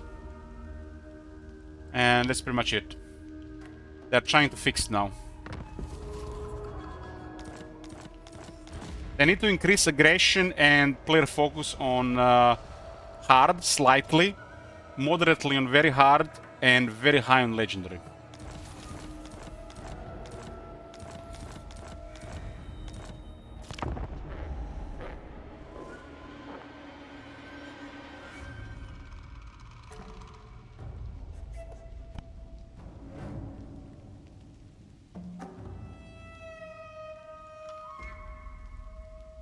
As of right now, there is no legendary in the game. There is just legendary in name, but the legend difficulty doesn't exist. The player is executing their strategies way faster than the AI can follow. Which means if you have any knowledge about the game or experience in strategy games, you're just gonna snowball way faster than the AI can respond. And that happens even faster with stronger factions. So if you have any idea what you're doing, the AI just can't follow. There's several things that also mess with the game further, and not just them being too idle. And even if they declare war, they're very indecisive in how they're gonna fight it. So basically, you're at war with a faction, but there's nothing happening. And this is, by a minute, this basically, once the initial setup of the campaign happens, you get your starting province, your hostile neighbors are away. The moment there's like a little bit distance, you don't exist. They might declare war, but nothing will be happening.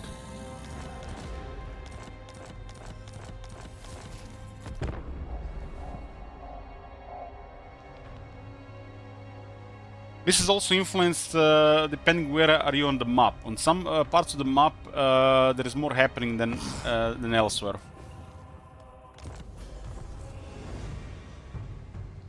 Just because of density.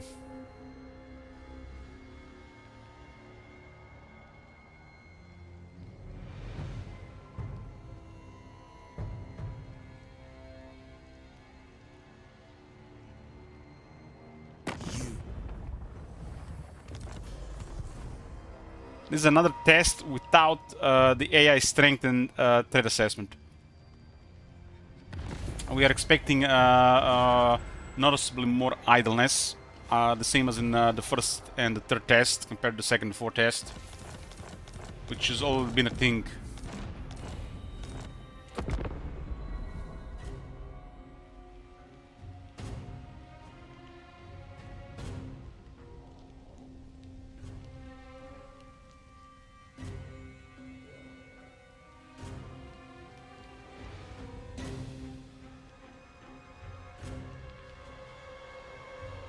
And if somebody mentions that the defensive, protective factions ought to be idle, yeah, that's, you know, that's a thing for sure. But you know, some idle makes sense for the Empire building factions. But defensive destroyer, aggressive destroyer factions, like for example Greenskins, idling with 3 armies at the capital, you can't just nitpick, you know, cherry-pick examples. It seems like it's affecting all factions the same. Since when the Greenskins are playing defensively and protective? Greenskins with 3 armies on their capital for 7+ turns. That's broken.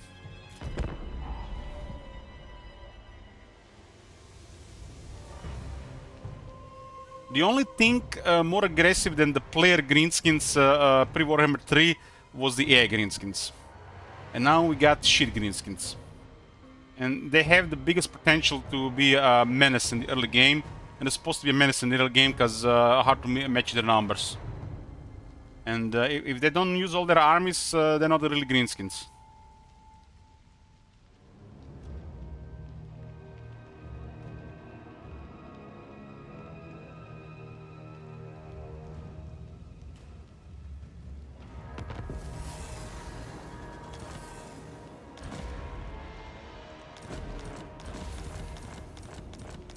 There are factions in this game that can only create an advantage in the first 4 turns. If they don't create enough advantage for 4 turns, they just don't work. And some of them might even create a massive advantage in the first 60 to 80 turns, and then after that it's just going downhill. Because they cannot really match the late game of a lot of factions. And that is fine for faction to work like this. But it's not fine when factions like this that's supposed to progress faster, destroy more of these threats faster to get a large empire before late game, for them to idle.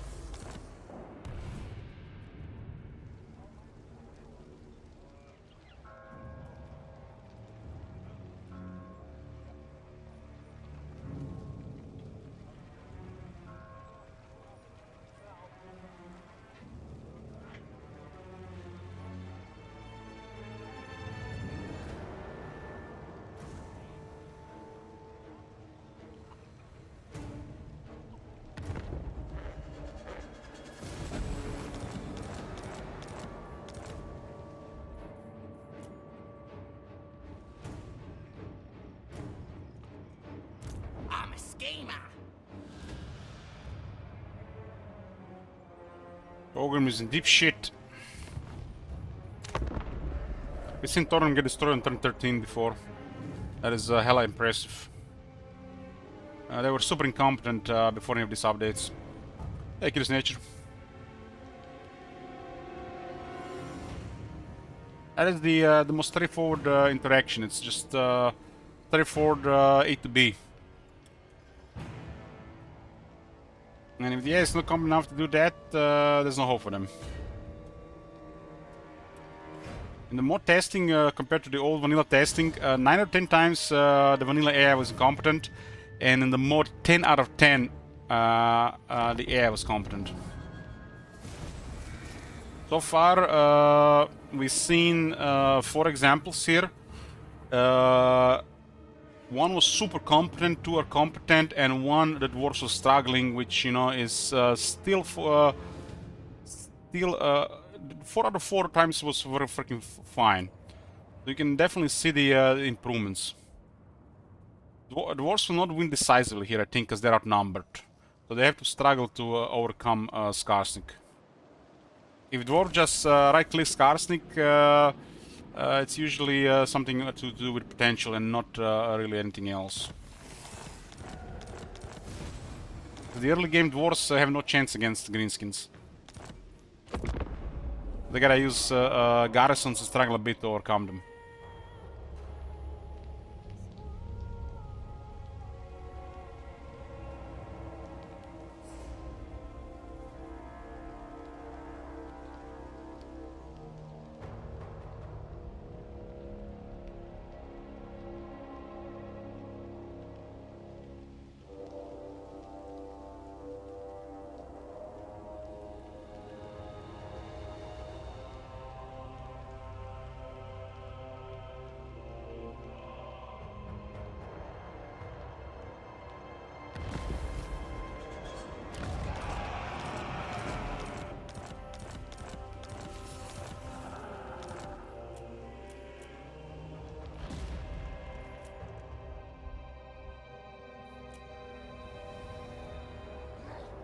Suffer is being quite targeted lately by the High Elves.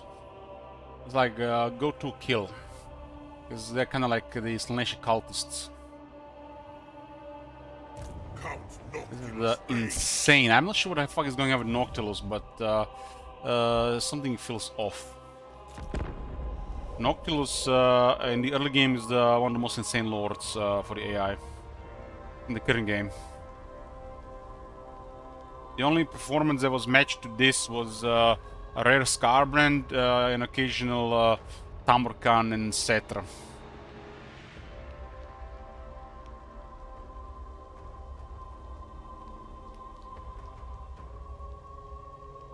Which is bizarre, because, for example, Nakari has that additional experience, but you don't really see it. It's really trash ability. And he's supposed to have such performance, but it's the other way around. The only way to explain why Noctilus is overperforming is because of Necrofex Colossus. some reason he is exception to the rule of starting tier 5 unit. And Necrophix Colossus has a powerful range capabilities which affects balance power like crazy.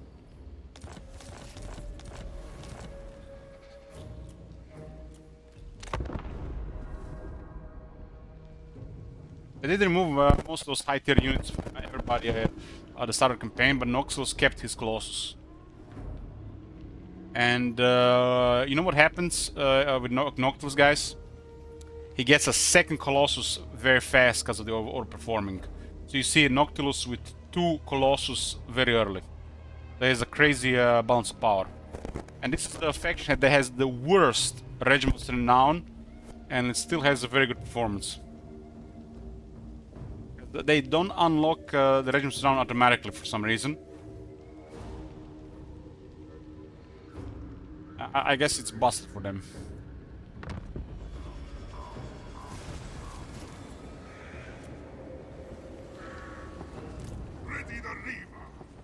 I mean, look at this. Necrophix Colossus on the Lord, that's insane. And there's another Necrophix Colossus in the army. So it looks like with the changes to the potential, Noctilus is just crazy over the top. He's really overtuned because of his mount and the starting unit. It's basically like having an organ gun in the starting army. Or 2 organ guns.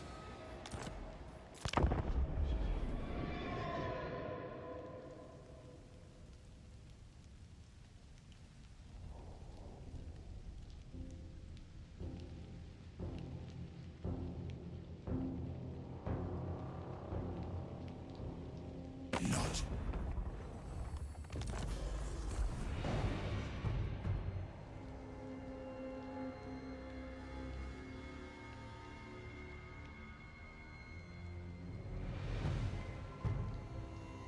I'm gonna see what's going on turn 20, but I'm gonna get a coffee first.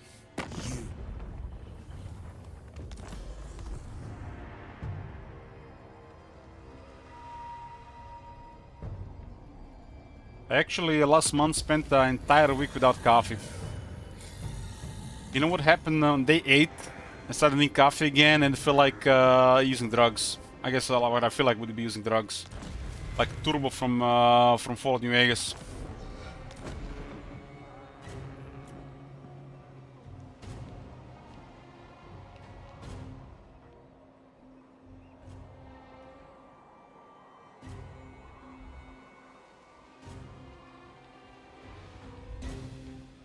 It's very interesting stuff going on.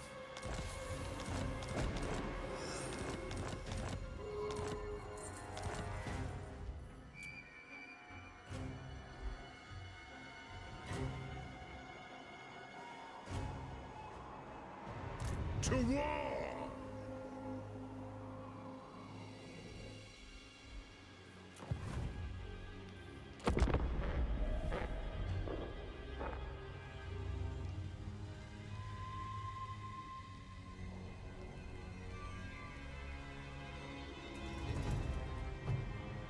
Yoo-hoo! Agneta.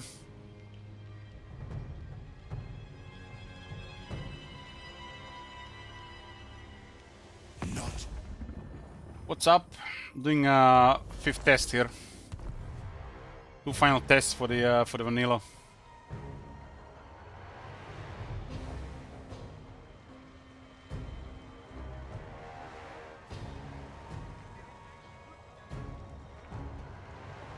Was my evening yesterday. I had a lot of fun with Magic.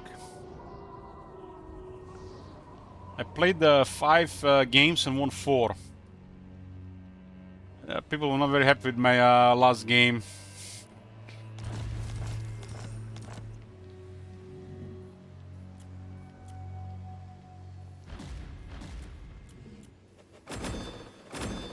It's like when you're playing Commander with you know, other people, it's like a 4-man game, and when you're winning all the time, it feels like you start feeling bad, and you start you know, sensing frustrations in the air.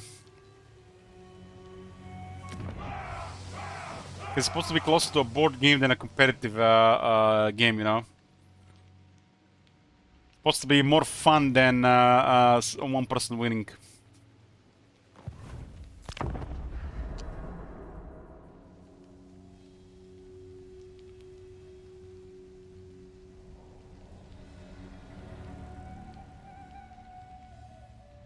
The table was just in my favor. The other decks weren't really made to play games like that. But there's still like 3 versus 1 situation sometime, which should have plenty of answers to stop somebody. In the last match, if you guys are familiar with Magic the Gathering, I had 10 extra turns. So I just kept playing by myself.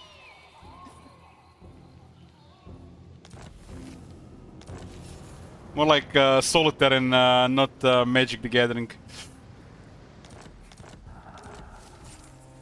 Had a Swarm Intelligence on the table, which was copying all the instants and sorceries. And then I used a time stretch to play 2 extra turns, and I ended up playing 4 extra turns. Then I played 2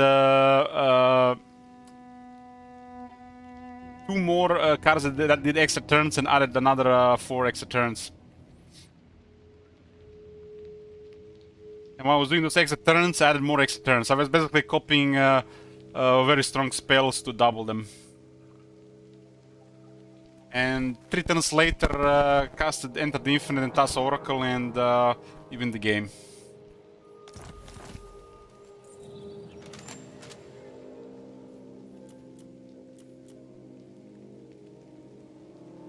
I haven't been buying any packs in a long time to manage. I buy singles mostly these days.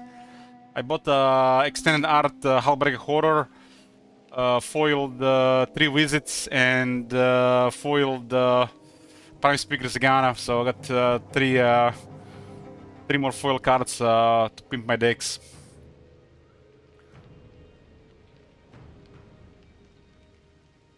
I got 3 commander decks, most of the cards in them are foiled. Don't really bother buying boosters.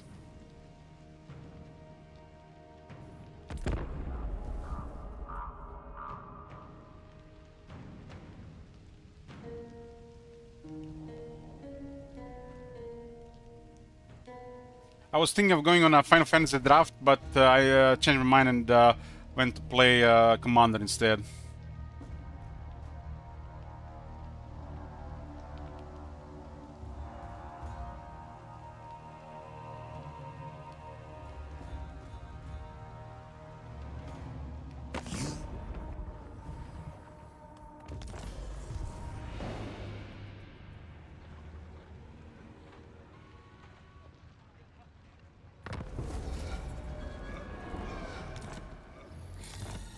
Best is down. That was a smooth execution. Very impressive.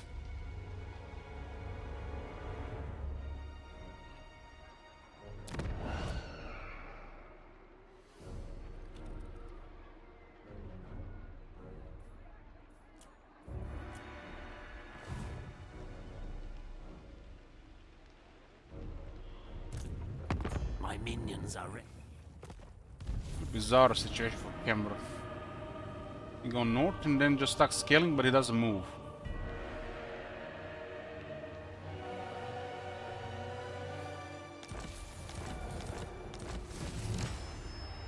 Now, I could play some limited top manager, but I don't feel like playing limited really.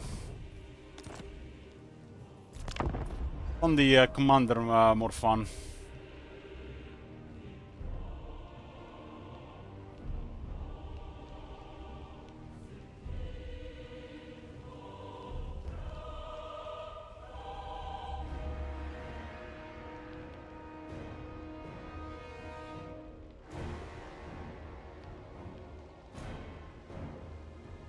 I've realized that one of my cards in the deck is actually has a Nagash artwork.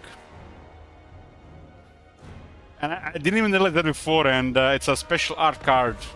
I'm like looking at the card and like, fucking hell, that's Nagash. I had that card over a year, and I didn't even notice.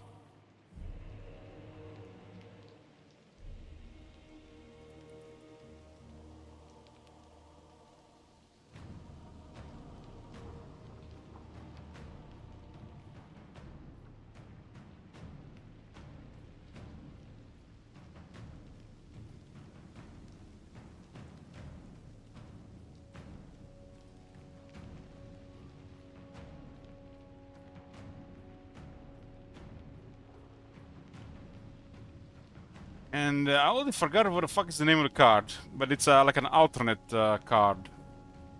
I think it's from like a secret lair. I think it's the Legend of Sigmar secret lair.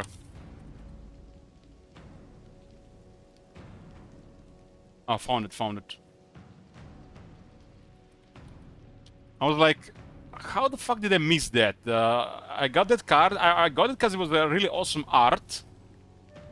But it was actually Nagash on the card. Look at this. I'm like, I'm looking at this card. Holy fuck, this Nagash. And I got this card because the art. And I didn't even realize until yesterday it's Nagash on the card. Blight Obedience is a popular card in Commander. It's used to slow down the game. And it was a secret lair card they made with Nagash art. Yeah, I'm looking at the card yesterday. I'm looking at the picture. This guy looks like Nagash, and I'm like reading the test. It's fucking Nagash, man.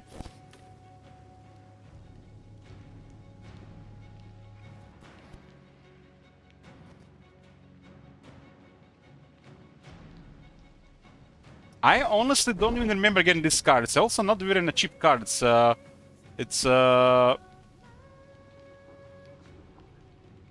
even a cheap card. It's about over 15 euros. I must have gotten it during my drunk periods. But this is, what's fun for me in Magic the Gathering. Getting cool arts. Preferably foiled for my Commander decks. Rather buy this than I buy a seal product.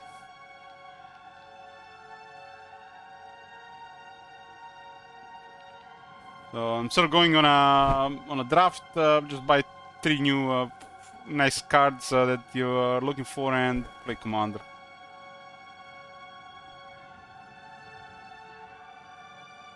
It even shows GW down here. How's Tactics going by? I'm still waiting for a response. I'm hoping for the best, expecting the worst.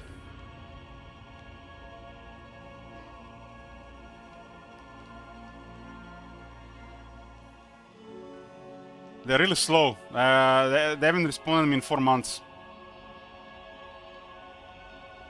Everything is done by letters regarding taxes, so it's slow.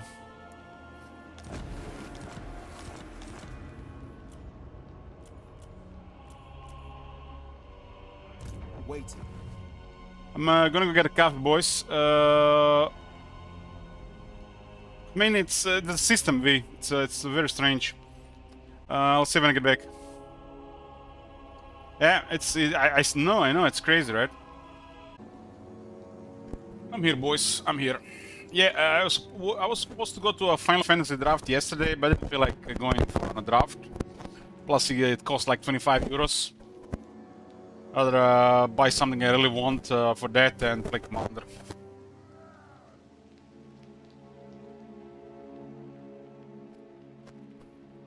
Okay, let's see what's going on.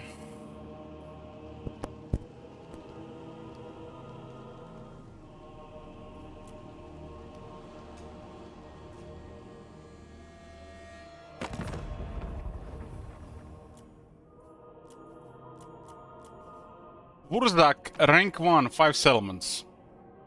Still hasn't destroyed Tlaka, which is strange. Might be needless besieging.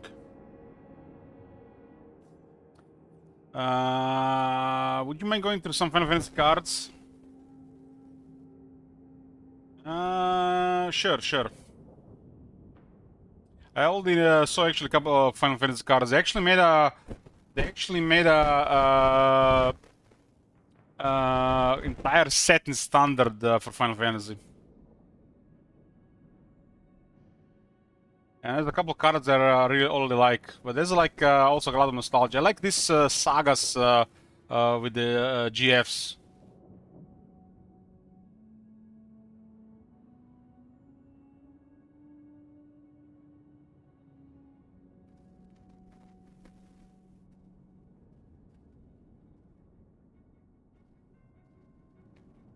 but no Cloud.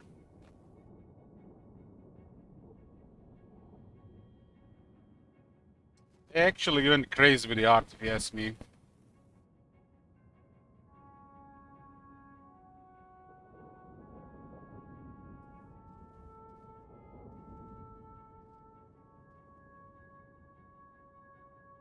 The one I really like and I want to get among the first is the Darkness Crystal. I wanna get this one foiled. I don't bother getting normal loss anymore. If I can get it, I can get it. If I don't bother with it. And I wanna get also this one. This one is actually really good. One sec. But this one here. Summon Primal Odin. Wanna get this one foiled. Why Darkness Crystal? Because my main deck is mono black.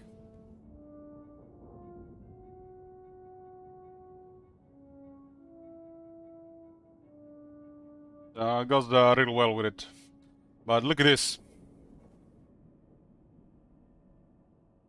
This is the Saga creature, summon Primal Odin.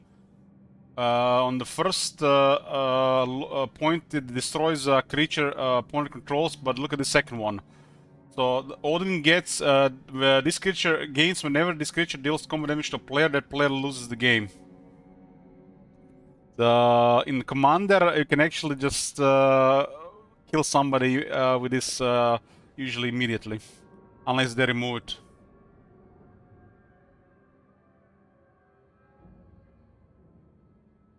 This is a really scary card. And the funny thing is they gave it 3 toughness, so they can still get killed by a lightning bolt. Of all the cards that I've seen, this one is the nicest for me.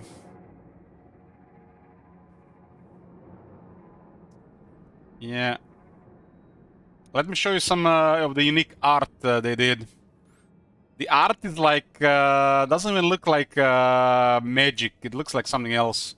There's a lot of good cards. There's literally a lot. This is a massive set that just changes the game quite a bit. But some of the extra arts they did, I think they actually named them differently. I guess they're kind of like alternate arts for the cards, just a different card.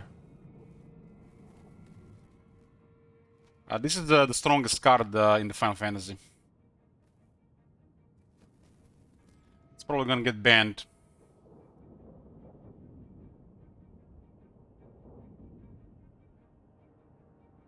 It's also crazy expensive.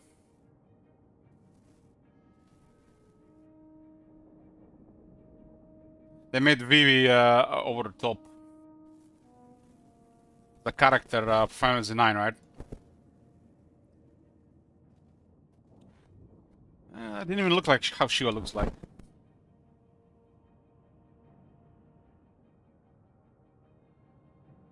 That's Shiva? I think I've seen her in a certain, video.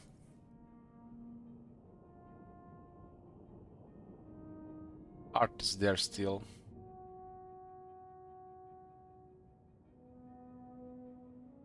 Yeah, that looks familiar.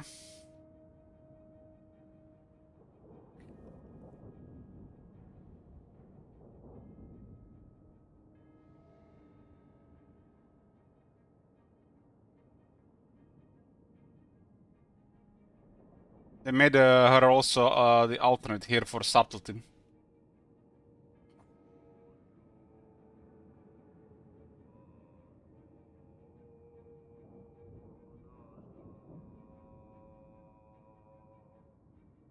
What is with that Vito? I love Vito. Look at this arts. This is the new crazy arts. Look at the art of the card. You have a lot of cards like this. This doesn't look like Magic anymore. I use this one in my deck, foiled. It's the promo. I almost got this one. It's also very cheap. Look at the art.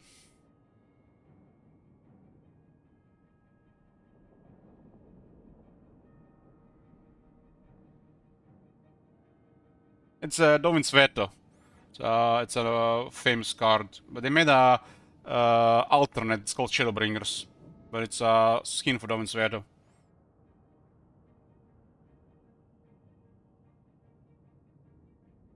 There was definitely a lot of stuff they did.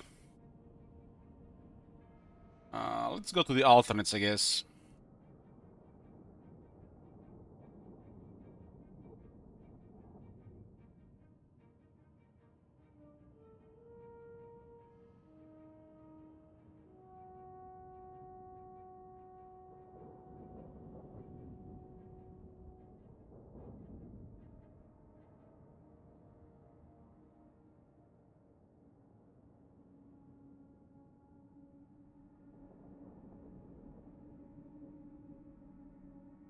This is literally the next era of Magic, guys.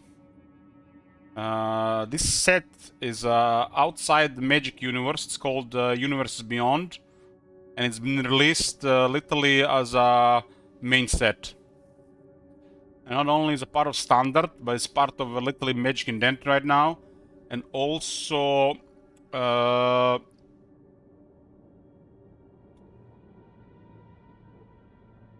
it's a drastic change for Magic.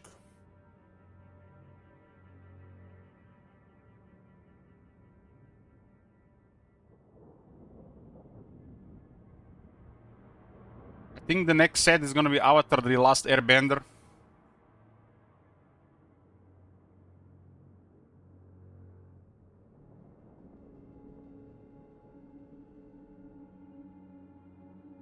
Balam Garden is the land.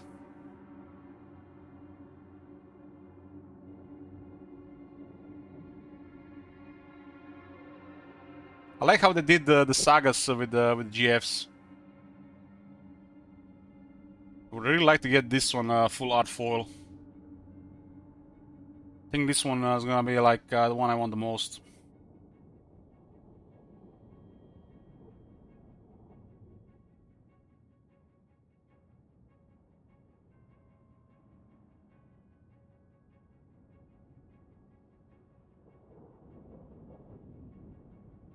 And it's also really popular, really popular. Some people are, you know, complaining because, you know, it's the Magic is losing another part of their identity. But it raised the power level of Standard. It literally made set in Standard, and it's outside Magic. So some people are complaining, but this is actually, I think, amazing for Magic. I think the best thing that happened with Magic was Universes Beyond. I got back to Magic 3 years ago, just when they released Warhammer 40,000. And I'll tell you, the Warhammer 40,000 set for Magic, the Commander set for Magic, was one of the best stuff I've seen for Magic. And so I want to partially the reason why I got back into Magic.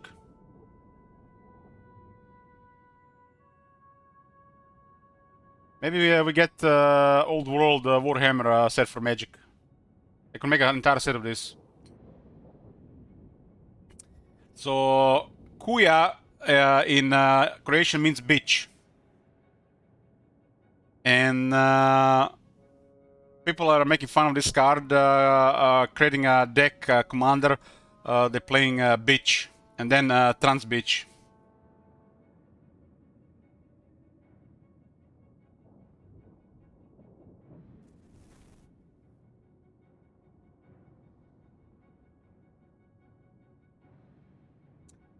Traveling Chocobo is one of the new best cards in Magic as well.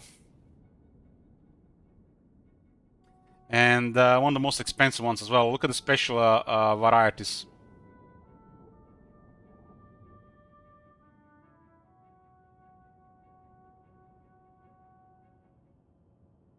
This is also a very powerful card.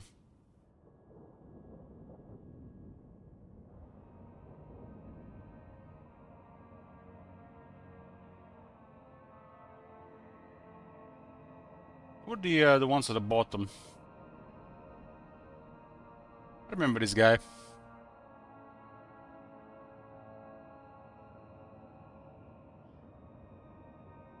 So many new legendary creatures. It definitely this was a crazy set for Magic. This is a crazy set for Magic. Adds so much to the game. I quit Gwent like 5 years ago, Captain, over 3 years ago, and I started playing Magic again instead. This is why I'm back in Magic, because I quit Gwent.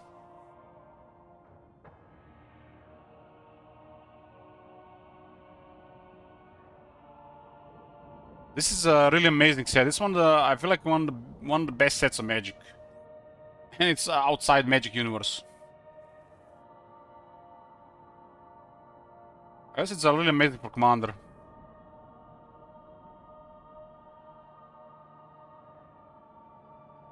This is an incredible stuff to expand Commander game.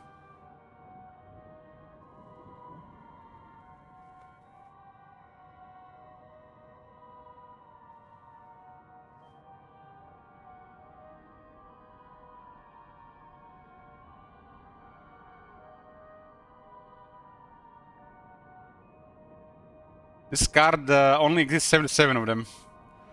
It's like, I think it's a gold card actually. There's one offer here for 60,000 euros. My bad, 59,541 euros. Tells you how crazy Final Fantasy set is.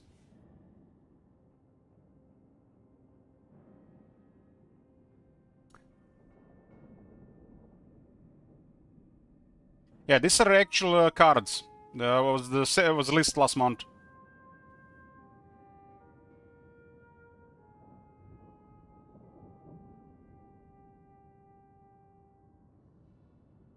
I'm definitely interested in getting several of these cards, but I'm not gonna be buying any seal product. I'm just gonna look for them. Worst case scenario, I'm just gonna go here. Just gonna go here and do this.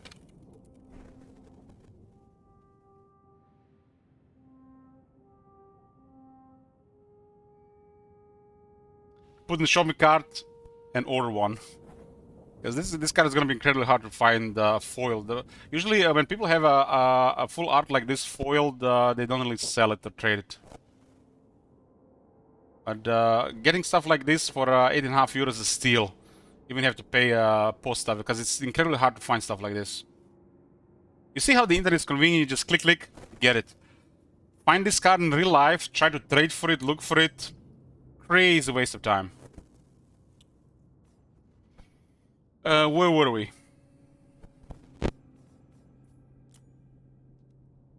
Back in the day, we had to trade for everything. It was not like internet. Click. Week later, you get it.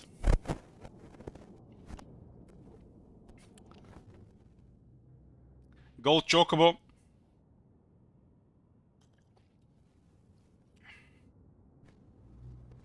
I have a special set of lands. 24 of each.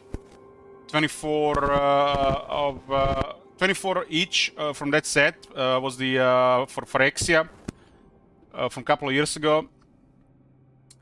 At the time, they were just a couple of euros each. Now that binder with those lands of each color, oil treatment, full art, and Phyrexian art, those lands alone is now worth over 1,000 euros. Just those lands. I didn't even spend a third on it. But a lot of stuff went down in price. If you usually buy singles and specific stuff, stuff that's full art, foiled, collectible, over time it just gains value. Because I'll give you a prime example. I'll give you a prime example what I think about it. I collect and play Magic, and I collect Pokemon. And sometimes I get a couple of cards, but I'm not specifically looking for stuff unless it's Magic for my decks. But look at this. Like I mean, like a collectible. I'll just give you an example.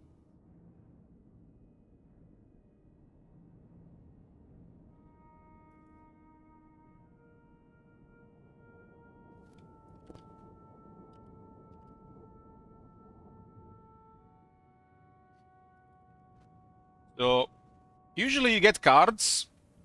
You get cards and you think they're gonna be available over time. It's not gonna be the case. But if you get the really available ones, they're gonna be crazy expensive over time. So this is like an example. Like this is the new Team Rocket's Mewtwo. And if you get a card like this, and you have it 10 years later, that's an investment.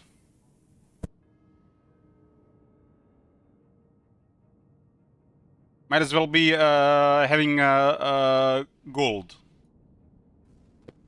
Like this one, 10 years later, it's gonna be worth a little bit more. For sure. But stuff like this is a collectible. Collectible that's gonna be worth money. If you guys don't know, Pokemon have exploded in popularity. Apparently, this year they reached an all-time high popularity in when it comes to collecting. And the more people collecting, the more expensive the shit is. I've traded some of my Star Wars collection that I played last year for some Pokemon. It was worth over €1,000. And all those Pokemon cards went up in price over 70% in the course of like six months. That tells you how crazy this is. Kids, well, the kids that grew up on the Pokemon are no longer kids. They are my age and older. Kids cannot afford stuff like this. This is for collectors, really.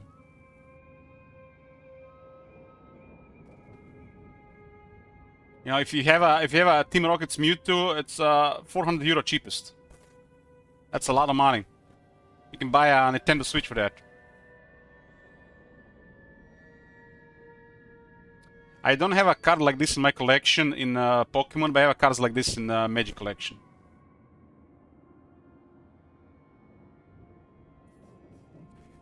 And you know what's the craziest thing? I've been playing Magic for the last 3 years. When you know, I'm using a lot of my dumb budget on it. You know, stuff I would like spend on whatever. And after some calculation, I was talking with my brother last year. For example, the amount of money he spent on smoking, tobacco and weed, still surpassed the amount of money I spent on Magic and Pokemon. He has cancer cells and damaged lungs. I get a collection, you know, I'm happy about, and I can sell for at least 70% at any point. So if you have a disposable budget, you can buy dumb shit. Some people spend it on cancer and lung damage. Some people spend it on Pokemon and Magic the Gathering.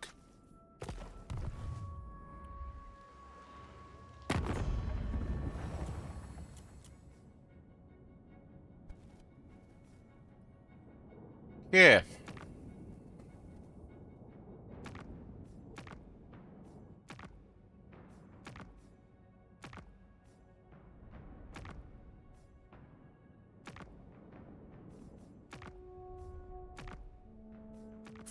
Last year, I didn't drink for 6 months, and I was putting the alcohol budget into Magic and Pokemon, and the amount of money it piles up over 6 months that went on the alcohol. It was kind of like a reward system. Instead of buying booze, buy cards. 6 months later, I was really happy.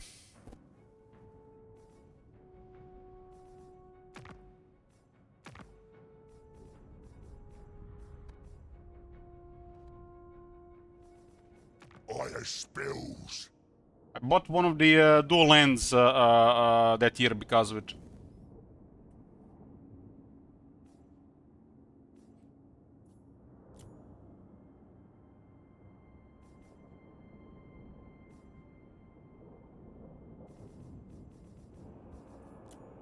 Sylvania and Reichland with 11 settlement, Icecore and Gold with 10. One day we're gonna see top 5 all greenskins, but the greenskins just got a big power swing here.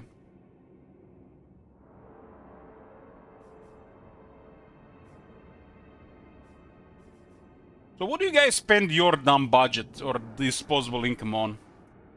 Everybody has a disposable income. What do you guys spend yours? Other than like tobacco and alcohol? I mean, most grown-ups that have disposable income, usually it's tobacco and alcohol. Or they don't count this as disposable income, they count this like everyday necessity. Agnieszka spends on e-girls. I believe that, Agnieszka, I believe that. Okay, Agnieszka, I'm gonna say a number, and you say lower or higher per month. 200.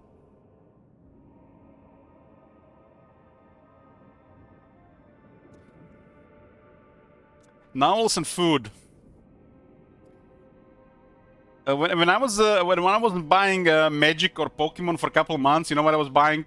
Ribeyes and steaks. Elteron says gifting subs to Elich. Nice, nice. That's the best way to spend disposable income, Kappa. I'm not gonna read your shit on Manager. I don't have any fun art.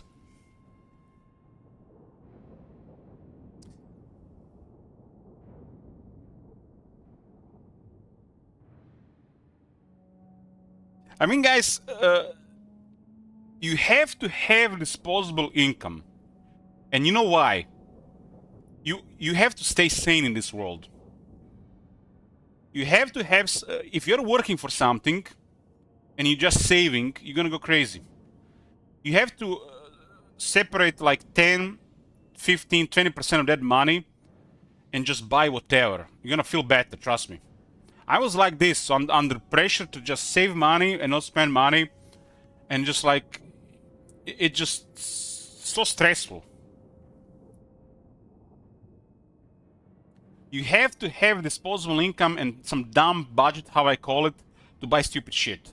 Like, put some money at the side every month, and you don't have to spend it that month, but spend it soon, and spending on something you want, and don't think about it if it's stupid. Try to have some fun with that money. It's very important for your mental health. Very important. Imagine you're just working and you don't take time on yourself. Spend some stuff on some pointless stuff. This is really healthy. Some people, for example, spend money on others and they feel good about it.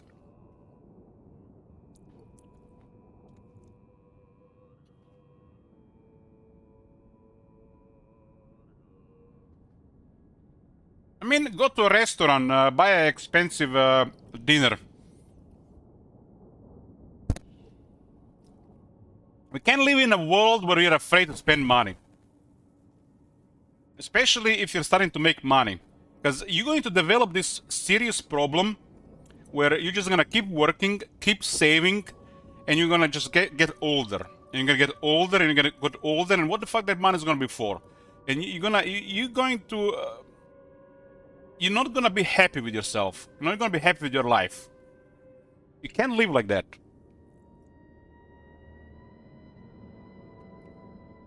Spending money on stuff like this, if you have, it's very important. If it makes you happy to save, but usually people who just save and don't spend any money, that's problem people with issues. And if you develop fear of spending money, that's worse.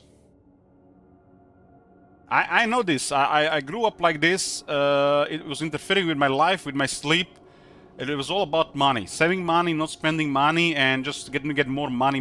Because you know I grew up with some money problems. Enough is enough. You know, sometimes just you can't live like that.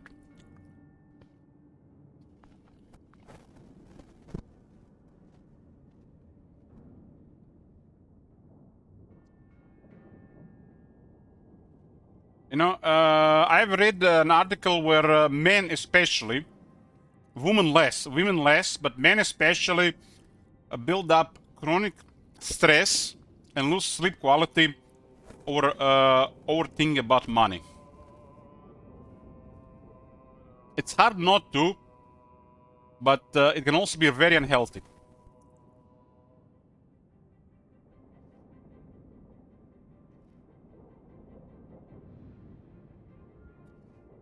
Great Demon of Corn, for example, from Forge World.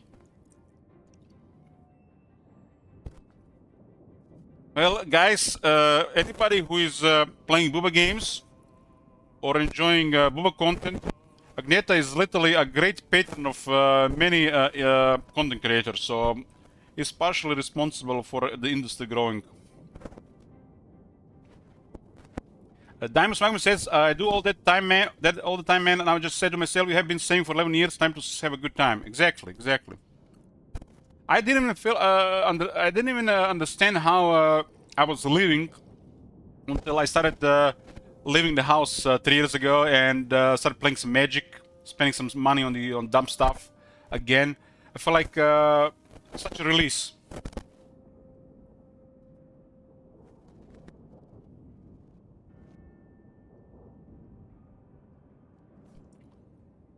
And you know what? When you feel like you're getting something for your money, some enjoyment, I don't know, it could be your family, it could be your hobbies, it could be just some fun times, traveling. You're going to feel better when you work for it.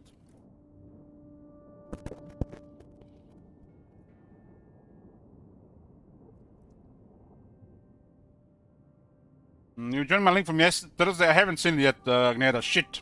I forgot.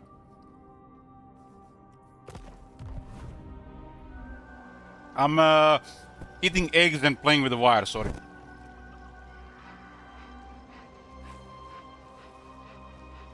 I promise I will watch it tonight. I promise I'll watch it tonight.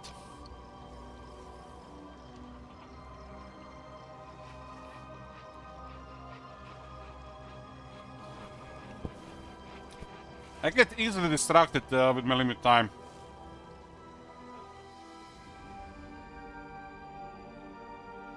You know, to be honest, I don't even remember what I was doing last night. Okay, I'm going to my phone. I'm going under clock, alarm. Gonna put it, what time is it? Gonna put it like 22:30. 22:30. Alarm. It says watch Agneta Booba video. Alarm set for 7 hours 30 minutes from now.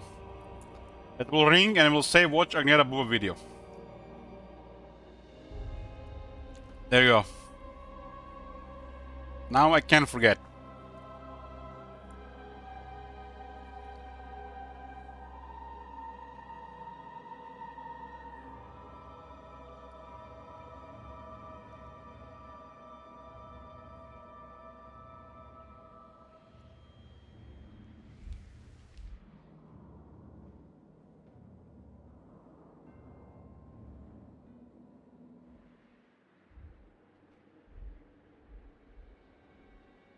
Where the hell is Kairos?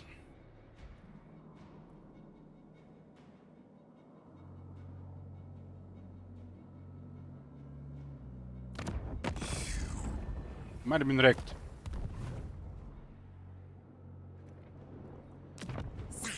The Otl is rank 17.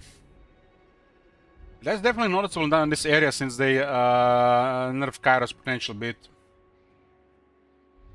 This was Wurzak worst performance yet.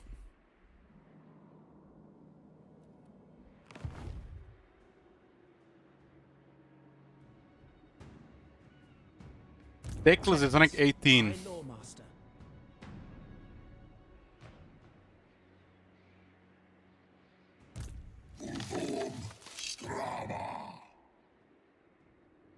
Pokemon More likes it. Wurzag is rank 12.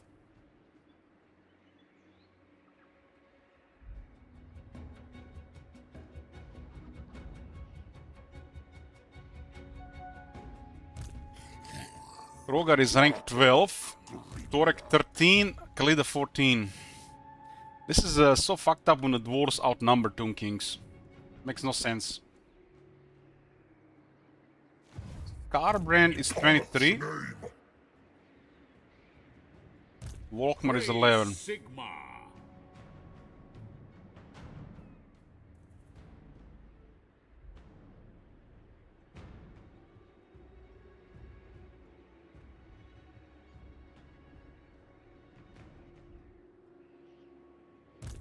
Malagor 15. Nothing strange here.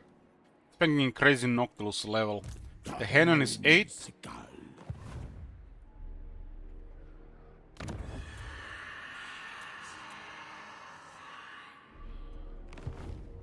We actually got a spicy mod to check soon.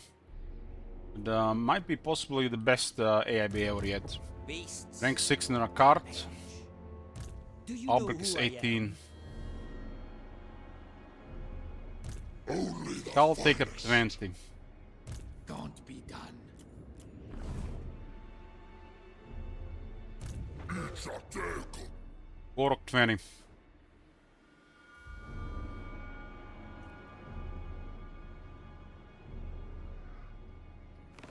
Gram Pepe is 20.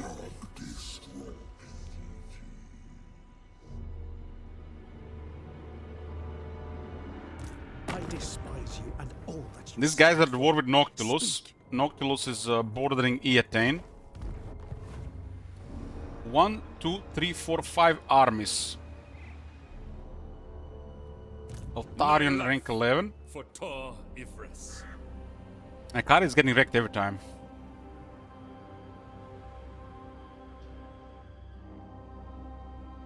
I think we did in the past healer, but as we get back into you know the campaigns, I guess you can say the start of the campaign. I'll talk about it.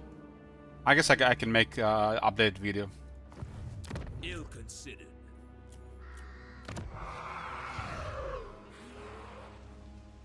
But we talk about these things most of the time, so it's easy to figure out which ones we're using. There's also a list of the mods. The Sisters of Twilight. Sisters are 16, I Marat walk is from 17. the shadows. Arok's alive this time, rank 4. The Lostra 19. Gromler 7. Malek 15. Valkia 16. Oh, testing right now the new AI changes in the vanilla. Doing 2 last tests before we switch to mod. Blood Kron Queen 13. Arganeth. Seavold 18. Malus is 12.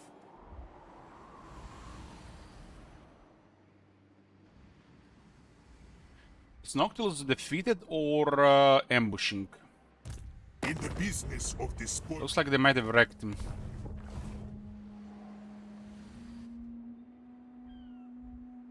He's usually a really high rank.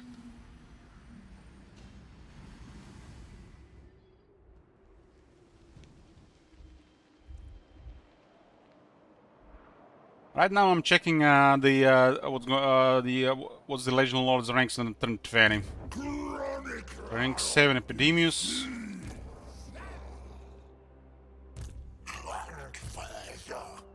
Demon Prince rank 14. Archon is 14.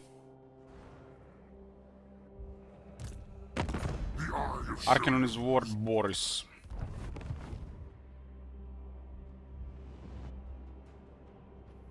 Boris might be ambushing. Zulahu rank 9. Malakai rank 13. Tamurkan rank 22. Must have defeated Kolek. Will butcher any who interfere.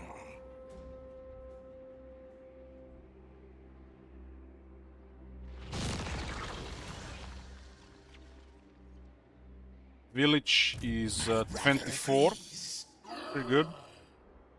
I don't see Zayton.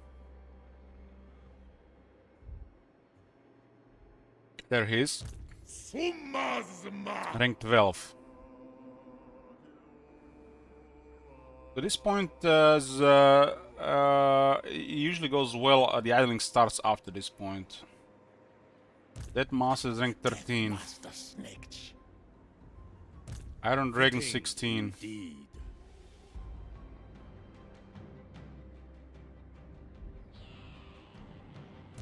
Not in a million years.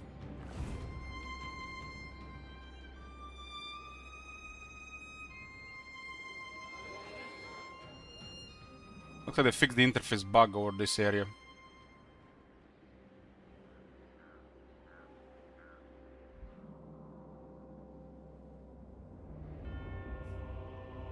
Nakai is 24. Very nice. 2 arms. How does Nakai work but not the Beastman?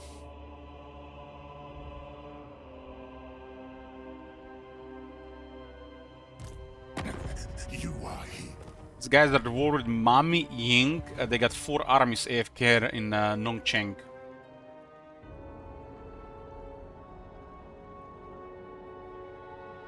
Mami Ying is here.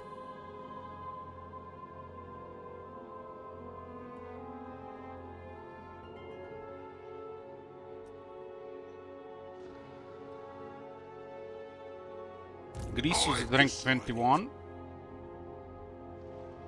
Draža the Ashen rank 10.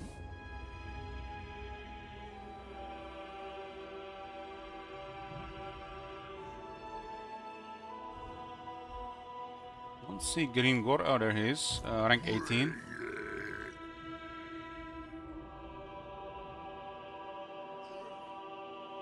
Stretch is 17. Imrink 13. Anything under rank 20 is not something special.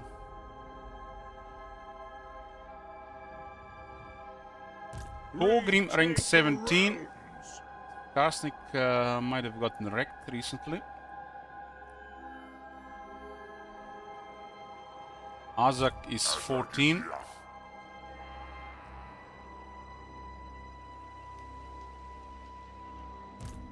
Vlad 19. Elspeth is 13.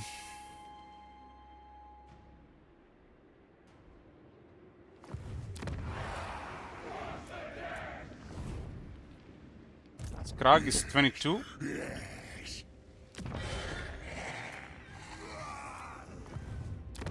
Will not, cannot. Ikit Claw 18. Sorcery, death. You're going hard on Kingsglade. Pelgar AFK Hammer rank 12.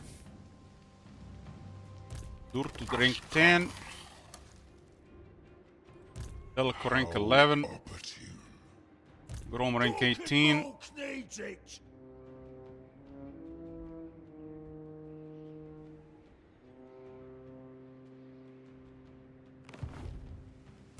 Kelmor is 17.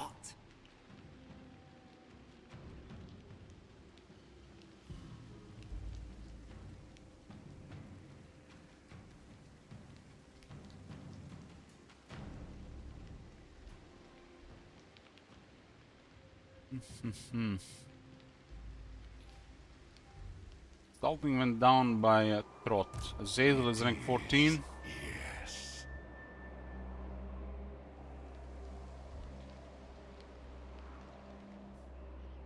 Rogue 9.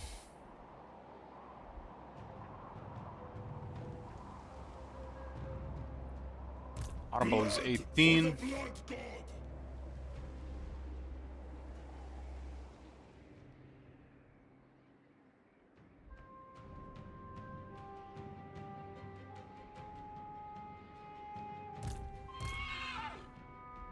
There's 2 armies here, means Cedric got wrecked. It's kinda crazy that some Feshka have 7+ armies right now, while Tomb Kings are limited to 2. And they have some of the worst troops in the early game. The Weapons rank 16. No Noctilus inside, but I think he's rank over 30 as usual. It's in a few turns. Yeah, this is like the very initial part of the campaign. The idleness increases past this point.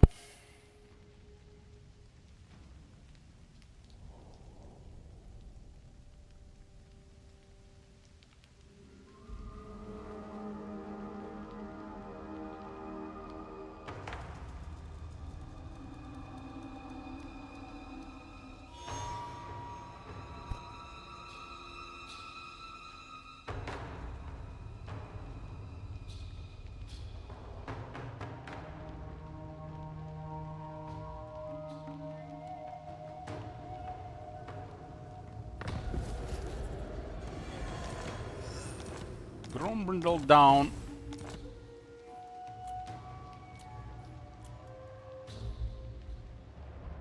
I wonder how it works for Noctilus when he has to change army, because he's regular lords and the Noctilus is not a regular lord when it comes to Vampire Coast mechanics. That's probably why the Vampire Coast has issues with keeping their armies up. These guys have not moved. They just stayed here entire turn. Enemy, enemy, no military in the area. It was exactly like this last turn, right? So they've been idling for at least 2+ turns now. That's a complete entire turn wasted here.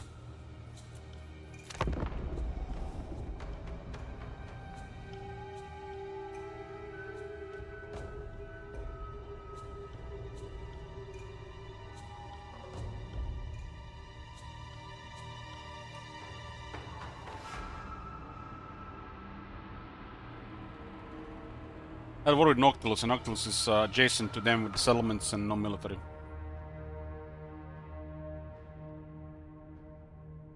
Needless besieging and damaged garrisons might be causing a huge issue on top of idling. It's just really bad.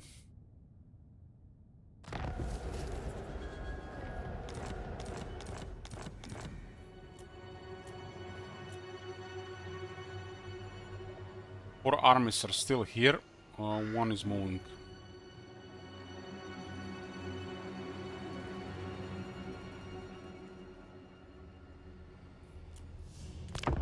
That's definitely idle. About 3 turns now.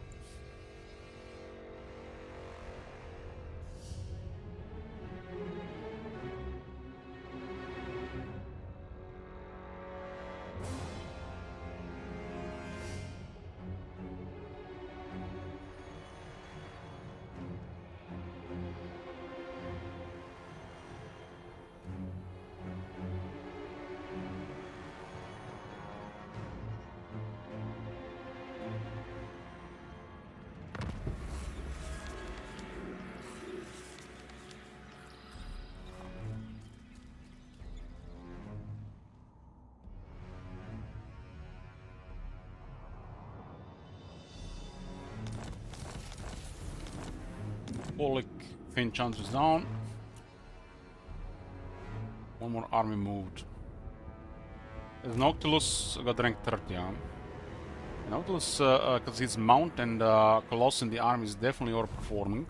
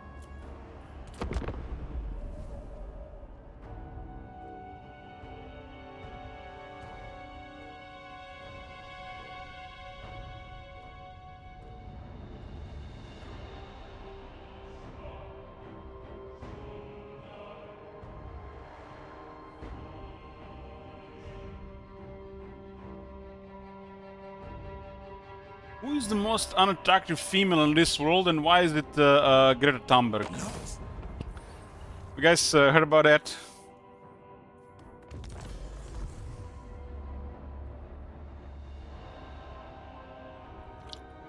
I don't know why the fuck am I getting hair on my feet.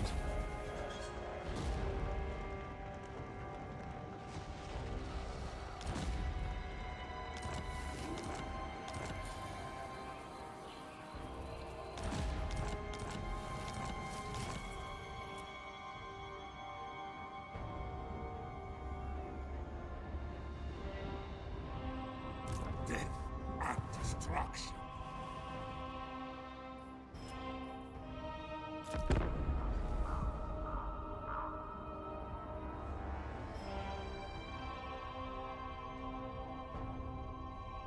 Who? You don't know who I'm talking about, Tom Major? Or you are not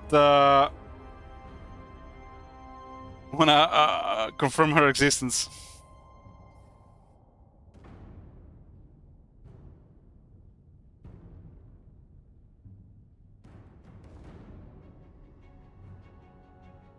Her.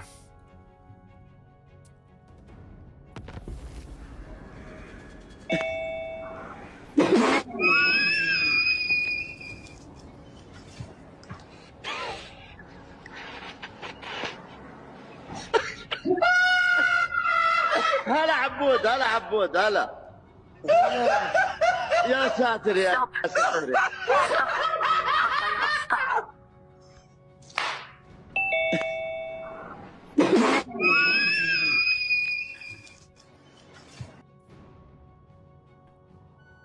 How do people get to laugh like that?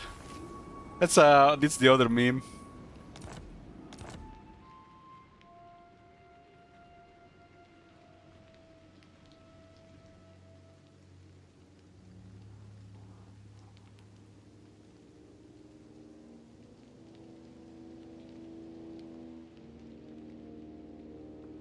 That Swedish girl that always has a face like she's taking a dump.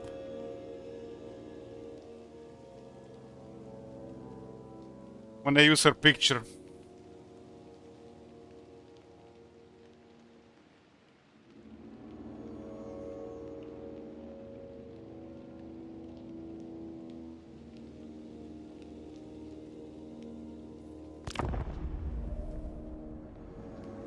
Like the others, like a lot of power. When you think about it, yes, they're almost identical. But she's at least a little bit more attractive. Calling her a little bit more attractive while she's playing Galadriel. Fucking hell, man. So, Juka has definitely been an improvement in vanilla. They upgrade the AI from idle to AFK to sometimes idle.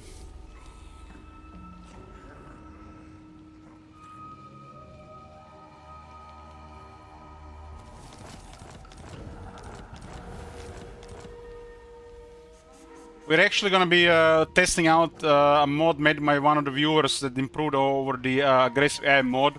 I have high hopes to be the best experience right now. So stay tuned.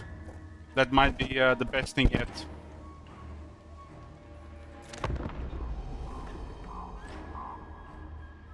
I just don't get it. They have such incredible budget, and they can't find attractive slash models, pseudo super models to play to play elves. It's insane. Makes you wonder where the money go. The elves of the Middle Earth don't have much emotions, especially on screen. They don't require a lot of effort to play. Some of them have to have a stern voice and composure, but most of them just have to look pretty, and that's it.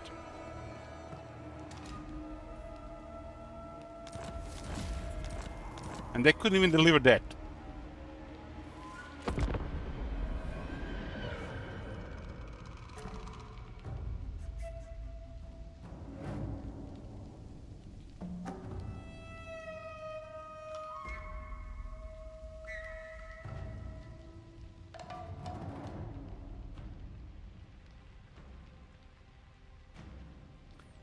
think Kate Blanchett is definitely she's like really talented and really beautiful.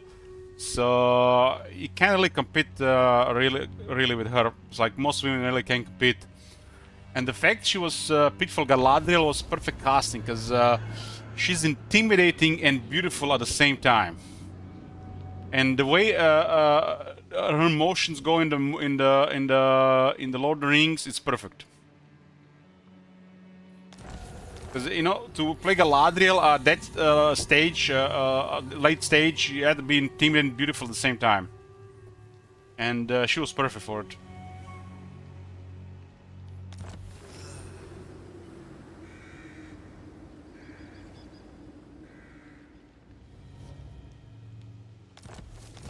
Ungrim Poof.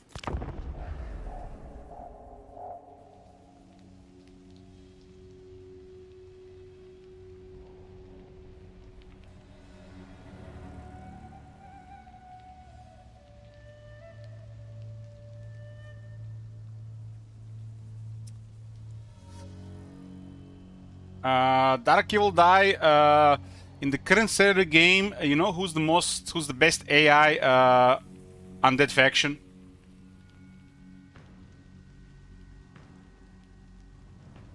Yeah, I'm among the 3 groups.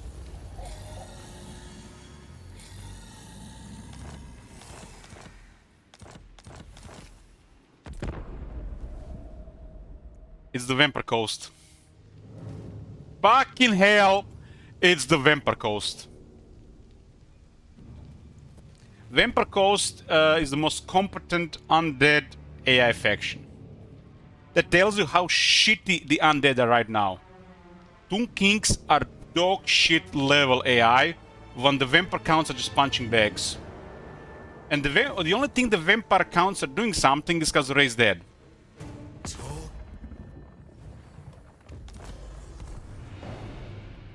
And you wanna hear the best thing? Tomb Kings have no military, and the Vampire Coast has no regiments renown. They just don't work. And Vampire Counts rely on RNG of the race dead. And this is a faction that can't stop. They just have to keep recruiting armies. And the moment they stop, they lose. None of them work. And the fact the Vampire Coast is the most competent, it has nothing to do with them being undead. It has all to do with range.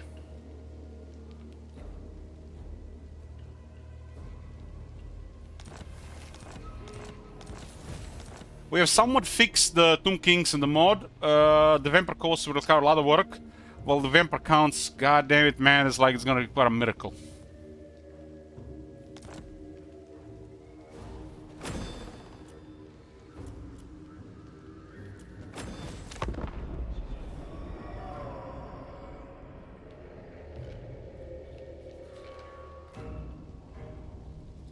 The problem with the Vampire Counts, everybody around them is way more powerful.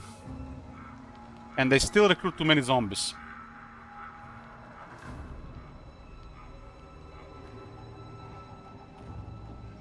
There's supposed to be this evil faction that just outnumbers the opposition. And restores their military faster than anybody else. But it just doesn't work. Tomb Kings are currently 2 armies behind everybody else. And Tomb Kings are supposed to outnumber nearly everybody else.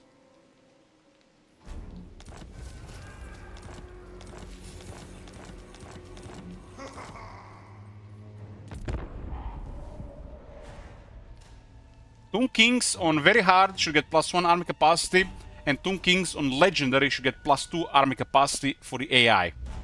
That is fixed. In the mod we gave the Tomb Kings +1 army capacity. Fixes it for the player and someone fixes it for the AI.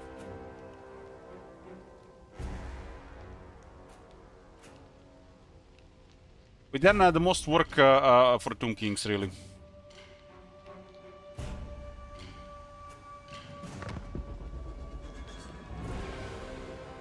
Tomb Kings and the Vampire Coast are in a really terrible spot due to multiplayer. These were a very effective faction multiplayer for a long time. And due to the balance of them being undead, one having range and one having the Realm of Souls, the entire faction is balanced around this. And it makes no sense how they play in single player. And when I talk about all this, I'm strictly meaning how this faction play as the AI. They need a lot more work as the AI.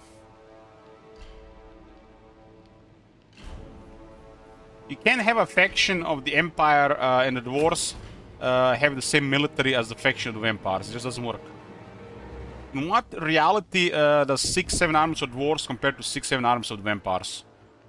If the Dwarves have 6 to 7 armies, you know how many armies should the Vampires or Tomb Kings have? Close to 15.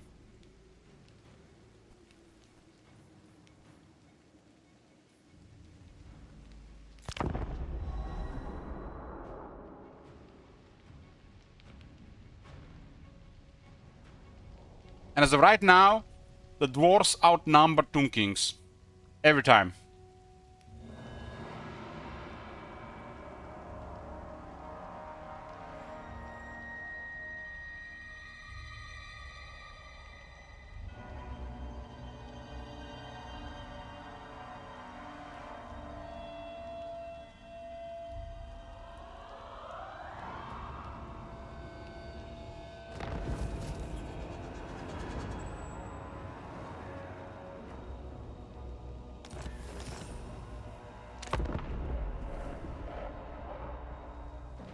The problem is that Tomb Kings cannot get to the stage of the game where they utilize quality because they have nothing to help them reach that stage.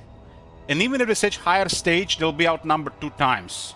What the fuck can the constructs do against the tier 4 of the Warhammer 3?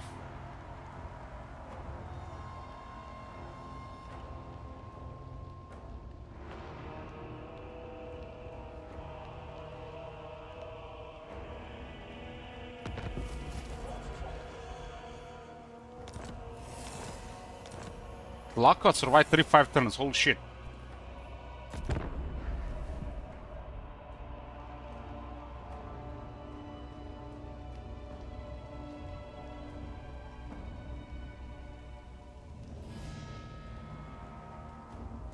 I really think, and I stand behind this, all the undead should be swarm factions. It should be their main thing. The moment they start playing the undead, they should just get crazy numbers. They're fucking undead. They're killing people, they're getting more undead.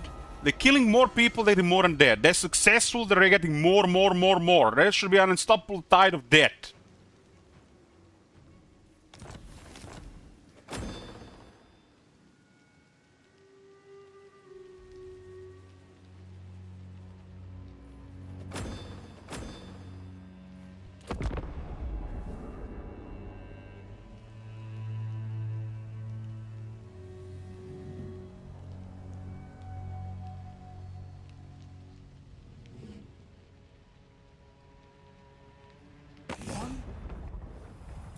It's the costs have nothing to do with this, Agneta, cause I'll show what happens. The CA has limited the armies to be balanced across the board, and they did it at the same time without completely ignoring the Tomb Kings, which is bizarre. There used to be no restriction to economy and military in the early Warhammer 2. And people didn't like Dark Elves going around with 30 armies, so they toned it down.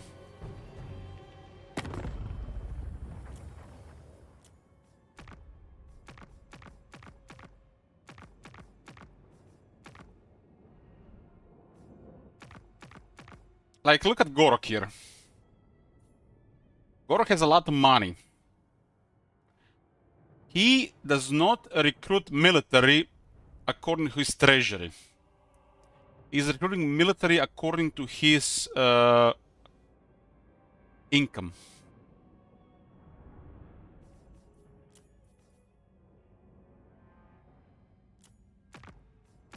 The greenskins should be running the negative, but they're doing the same. Dark Elves have access to crazy money, especially if they're successful, but they never really recruit that military anymore.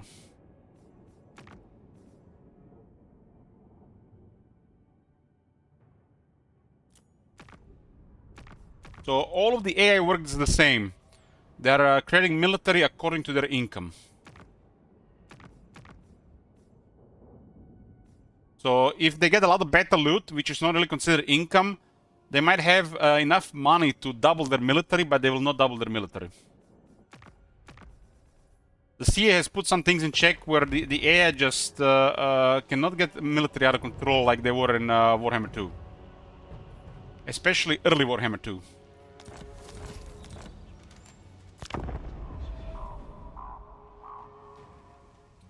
I guess the income boost could do something, but that has to be tested.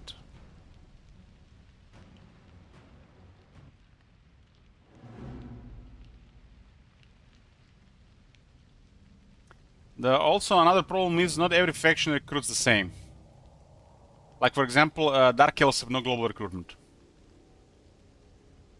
And global recruitment is critical for aggression.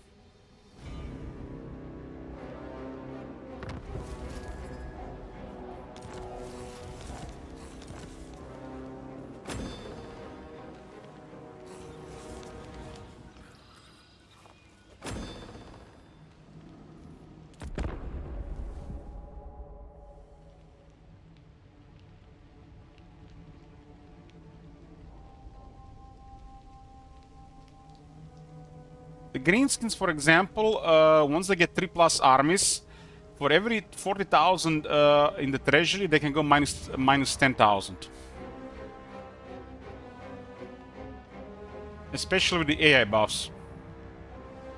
Player doesn't have such freedom, the player could go 6,000 in the negative.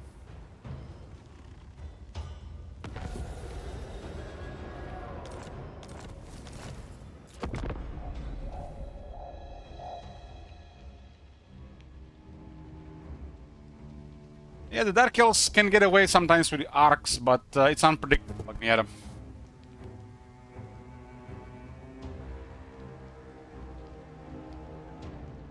You have to understand that Warhammer 3 is slow and the arc cooldown is long. So arcs are not as good as they used to be for the AI.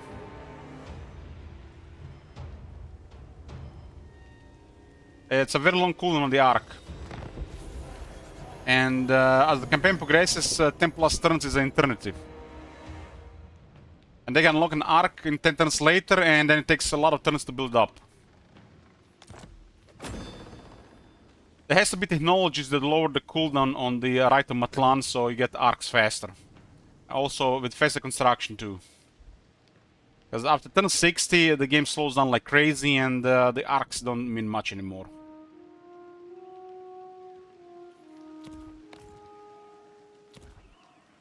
The CA doesn't understand how the game progresses. That's the problem. Yeah, but you have to understand, Agneta, it's the same for a player too. But the AI relies on having more to do better decisions. The moment the AI cannot match the player resources, they are playing more carefully. And if the AI is playing more carefully, the player gets the advantage. That's the problem.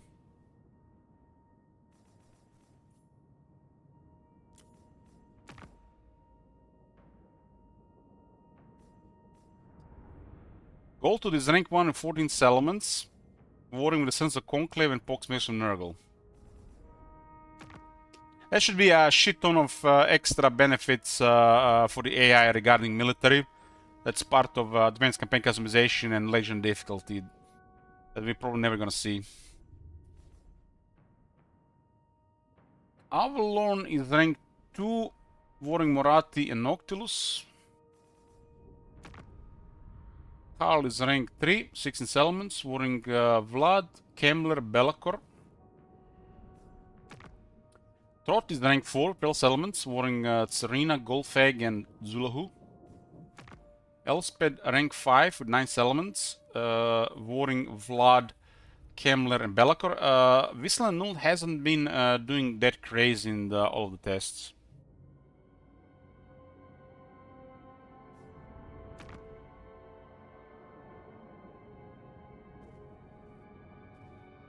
I think a really important thing for the arcs, for the AI and the player. For the AI, for example, they need to understand how to use the arcs regarding Colossus elements. For both AI and the player, the range of the arcs and the movement of the arcs should be increased on technologies. With faster growth and cheaper construction.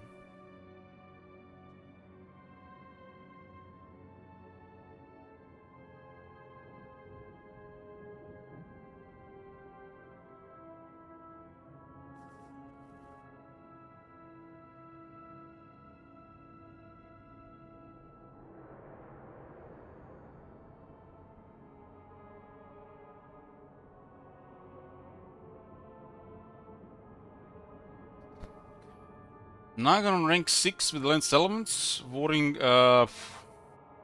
Legion of Chaos and Valkia.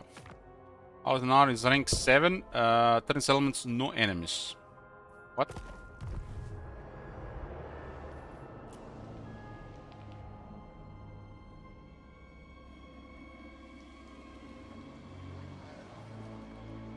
I'm having a deja vu here, guys. This is the post-patch, several months of testing and proving grounds. I have a screenshot from the last year.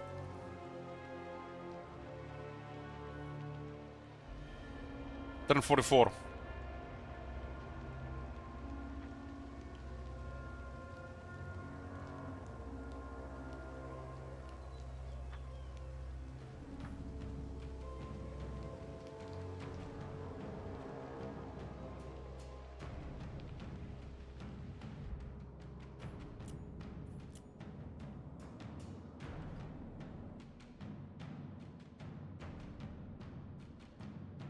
I despise weakness, and yet you are surrounded by it. He's in the neighborhood with the Dark Elves, and they don't have any threats around them.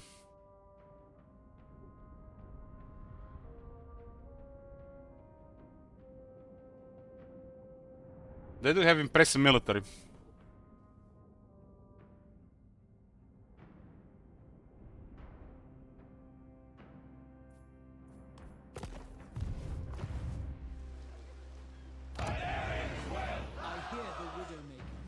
There is only vengeance. 2 tier 4 cities. Infused by Hoet's wisdom.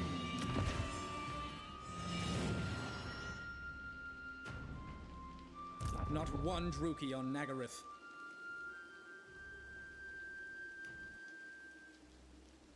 No, it doesn't matter, Dark You'll die. It only affects the early game. This is another continent.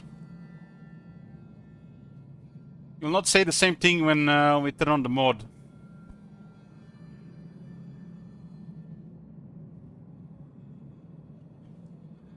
Other people think it works like this, but if you pay attention after a while, it's the same shit.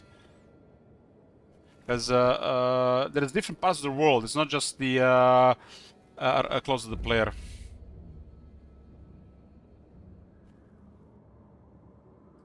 In vanilla, actually, Psycho Seal, the AI tends to declare war on the player quite a bit, and most of the time they don't know anything about it, unless they're adjacent.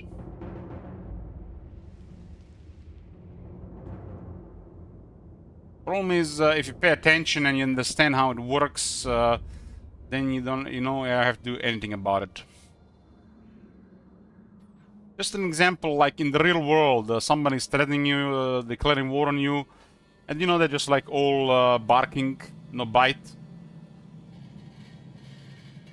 If you know they're gonna bite, you're gonna behave differently, right?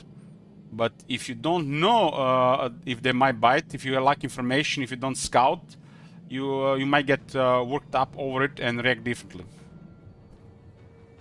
The moment you know It's like, that's not gonna be happening, it's not gonna be happening. They're just barking, nobody's biting.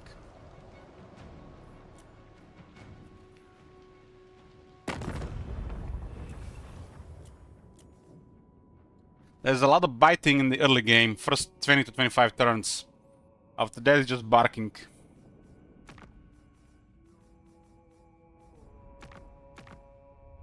Scarbrand rank 8, 15 settlements at war with Glida. Tyrion rank 9, 12 settlements at war with Noctilus and Marathi. Repans rank 10 with 10 settlements at war with Aranesa. Itza rank 11 with 13 settlements at war with Dakart and Skrolk. Togrim rank 12 at war with Quick, Tretch and Gorbat.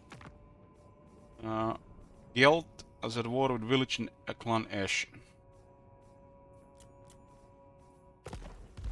There's definitely more idling with no strength and threat assessment.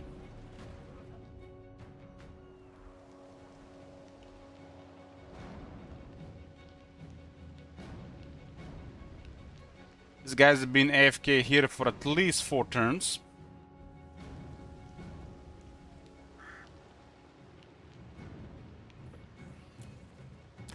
The war doesn't mean anything. How they respond is mainly due to military strength.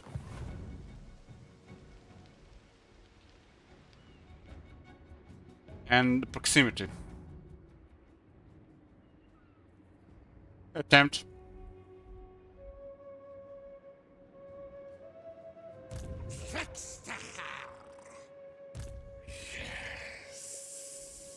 Kairos doing well here.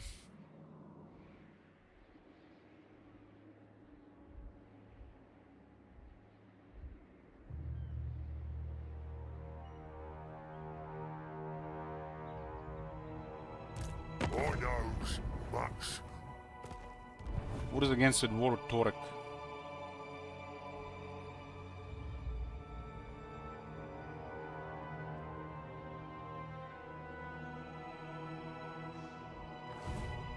You guys wanna hear something very terrifying? That was a screenshot. If you look really hard, you could find it from Warhammer 2. Player was playing Wulfric,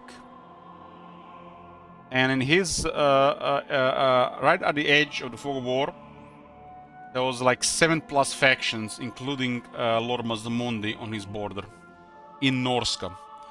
High Elves, Lizardmen, Empire, Bretonnians, all of them came to attack him. That's hyper-aggression and player focus that we used to complain about, and now that they have fucked it up, you know, we know that it was important. They were literally all here while the player was here with an army.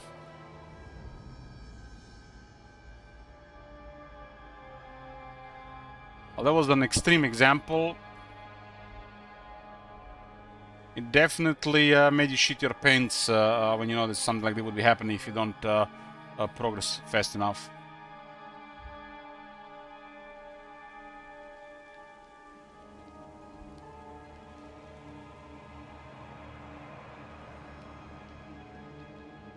Oh, there was Lizardmen, High Elves, Empire, and Bretonnia. I don't think there was any chaos there.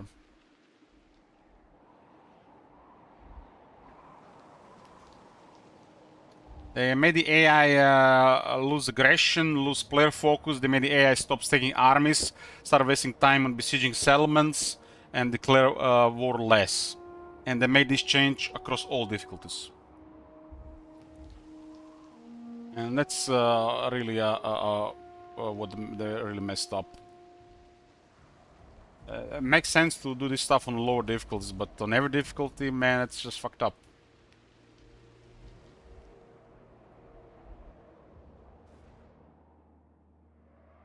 I am the chosen of the gods. The Eye of Sirion has already told me your offer. Archaon has spent about 20 turns AFK at the Riding Fortress. This happens quite a lot.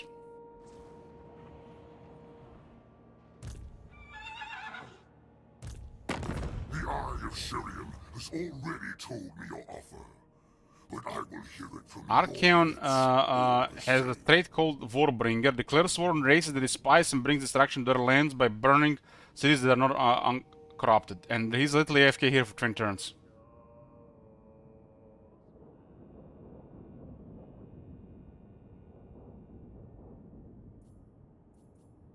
This happened twice now. I guess this is the worst example.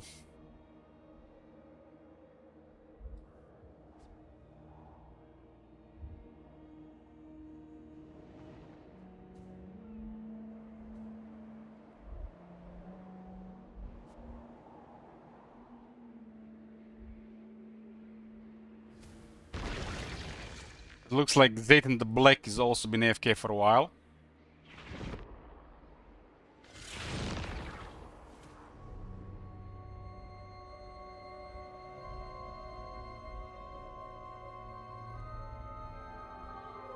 But I think this says everything, guys. I think this says everything. Like, we don't even have to check anymore. We don't even have to fucking check anymore. This says everything.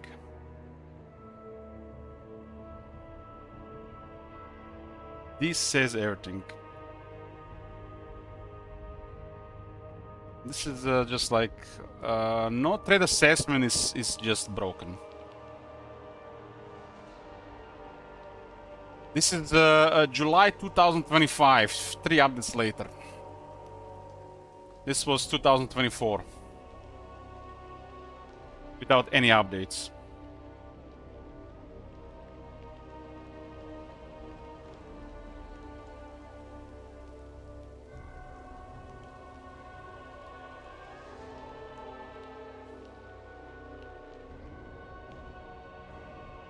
The corporate wants you to tell me the detail difference between these two pictures.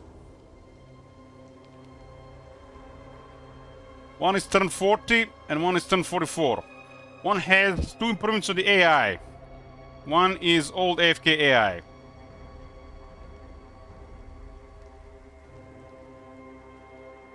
The fact this shit still happens is just broken.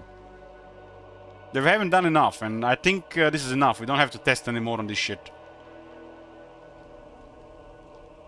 This happens much rarer, to point is almost not happening with the strength and threat assessment.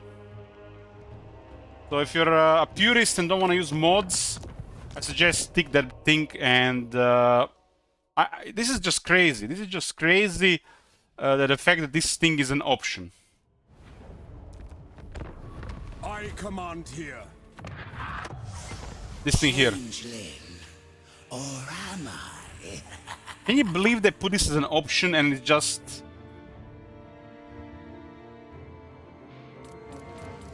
With this, it seems like they're more decisive with less AFK. But they're still idle.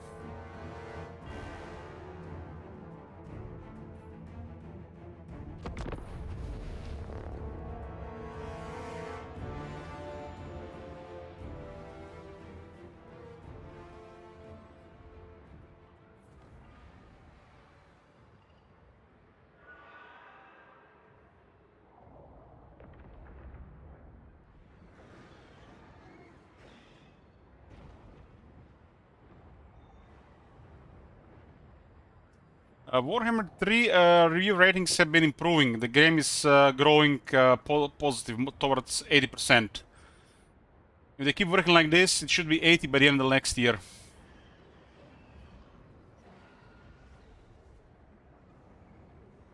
No, this is just vanilla lives. We have to start testing with the mods after.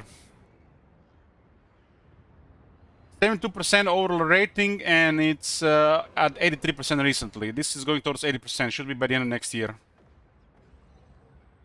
If they don't fuck something royally.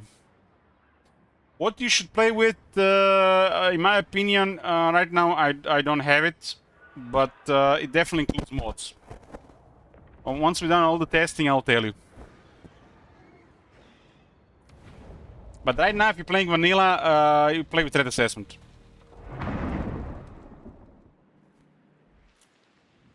Okay, final vanilla test. The changeling. We have confirmed the old AFK is in the game without threat assessment. This will be the third test, and we haven't seen AFK with threat assessment. Who to set at war next? The mutant in, perhaps.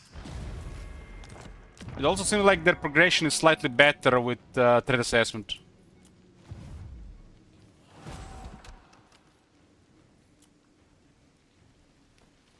This is the last vanilla test for the current version of the game. After this, we're gonna start testing with mods. We also have a new mod to try, which looks very promising for a challenging experience. Or at least more different experience until we get used to it.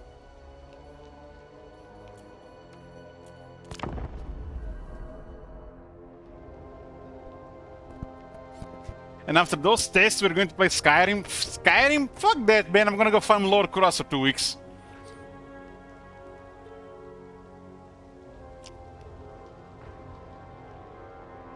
I do owe this 3+ days of Skyrim. No one's gonna add any more, so it's gonna be 3 days of fishing.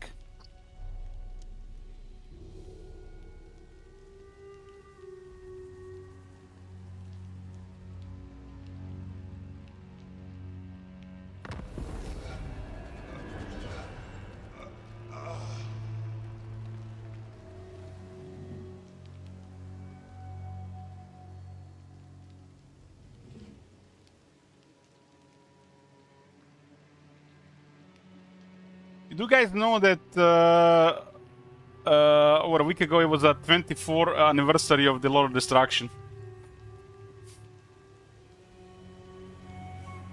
Shut up, Stracklon.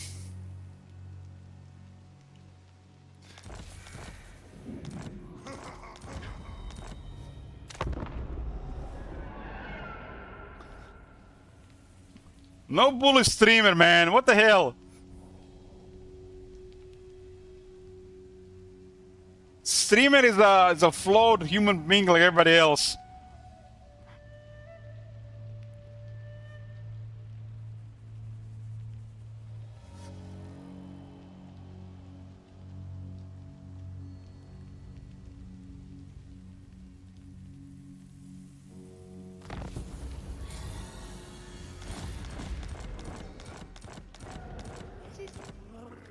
Not me, I'm a perfect specimen. Let's test this. What's your favorite color, Top Manager?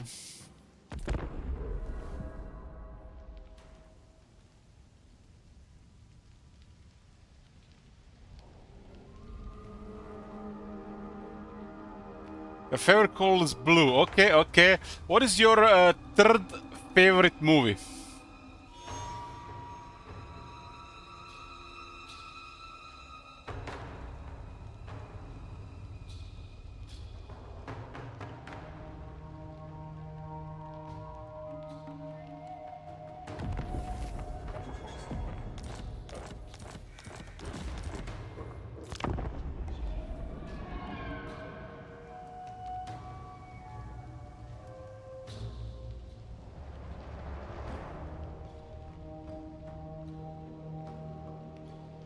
Blake Snake Moan. What the hell?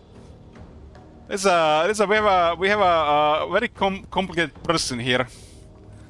Okay, okay. I see it, man. That's I don't know, man. I really doubt it's his fairy call is blue.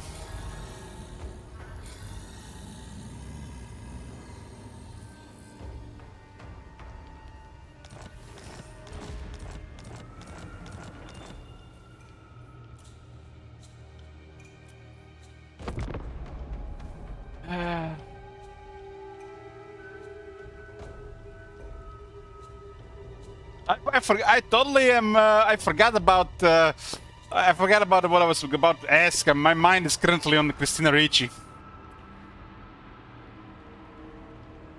I need 5 minutes alone with my thoughts.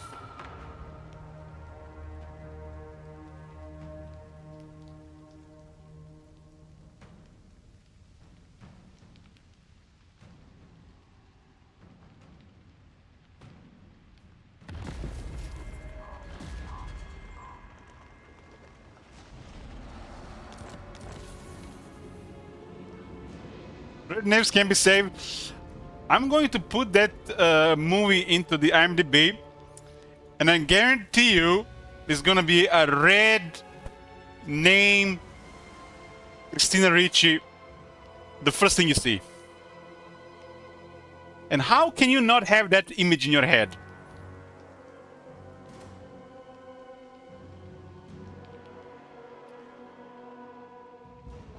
Do I need to say more? Do I need to say more?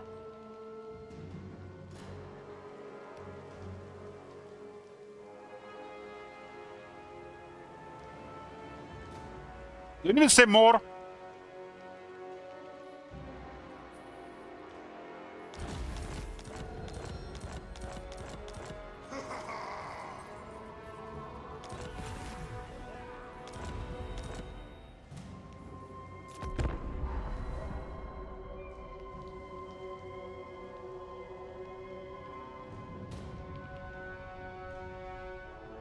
I mean, the name of the movie is called it's Blake Snake Moan.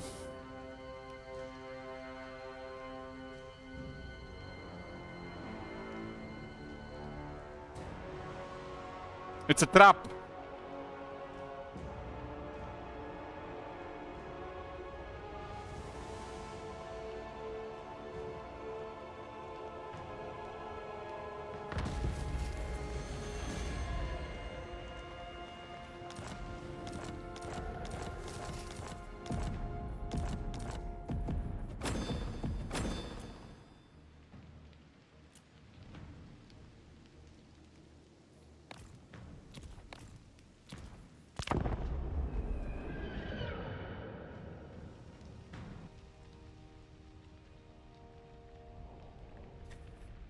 Who's your favorite lord in Warhammer series, Top Manager?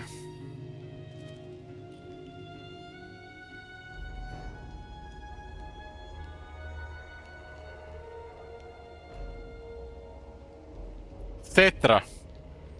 Okay, okay. This is by far the most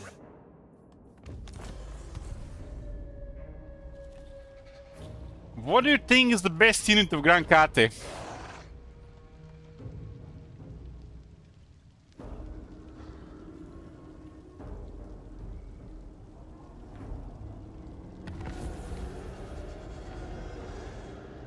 That's a hard one.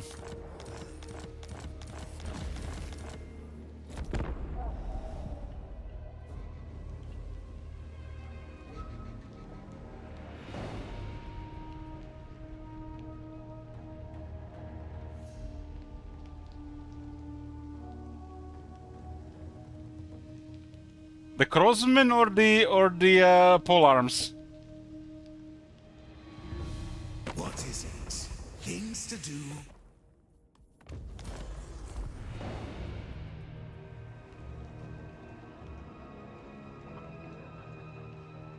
Mm-hmm. What?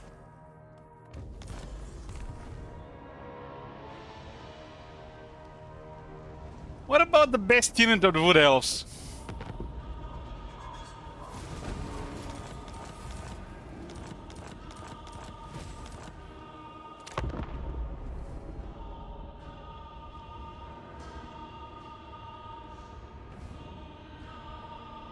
I've seen the Sleep Hall, of course. That's awesome atmosphere movie. Awesome atmosphere.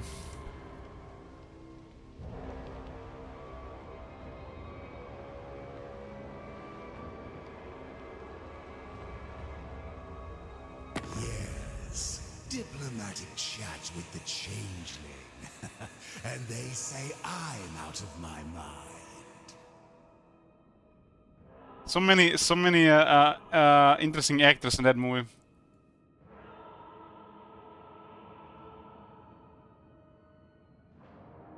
Dryka's Dryads.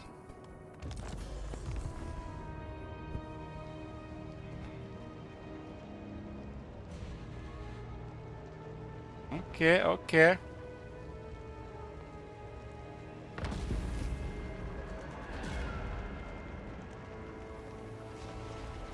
And what do you think is the best Lord of Magic?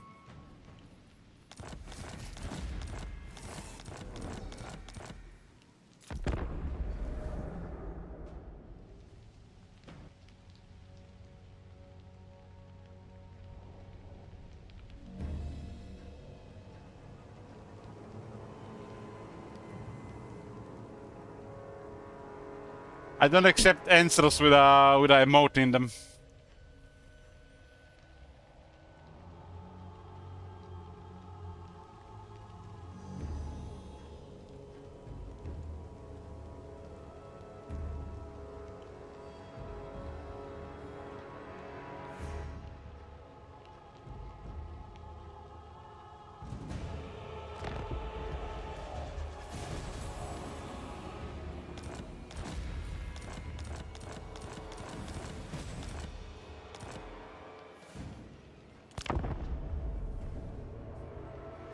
Top Manager thinks the best lore is the lore of metal.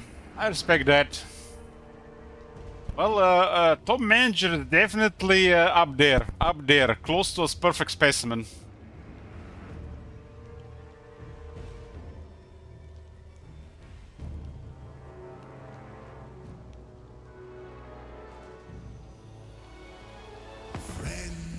And he has good diet and eats good food as well. I mean, he's from Portugal. Portuguese people have some of the healthiest lifestyle in Europe.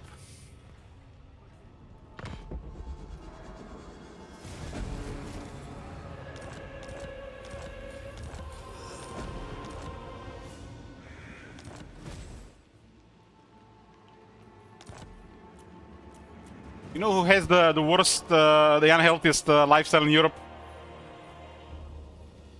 UK. I guess they're on the American agenda.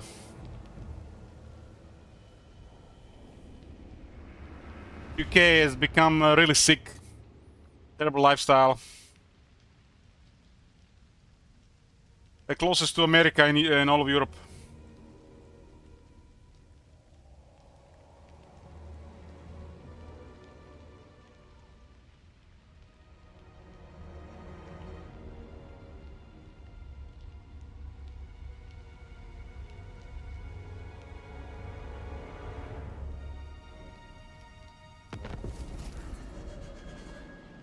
I heard this bizarre thing that a couple of years ago they had to order special ambulance cars from the US. They can fit people over 500 pounds. Can you imagine? Can you imagine this? There's actually such vehicles even exist. People with over 500 pounds should just put straight in hospital.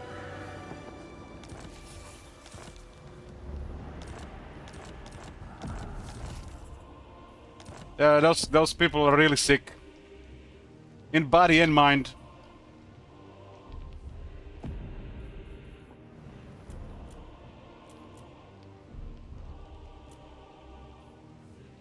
UK these days lives.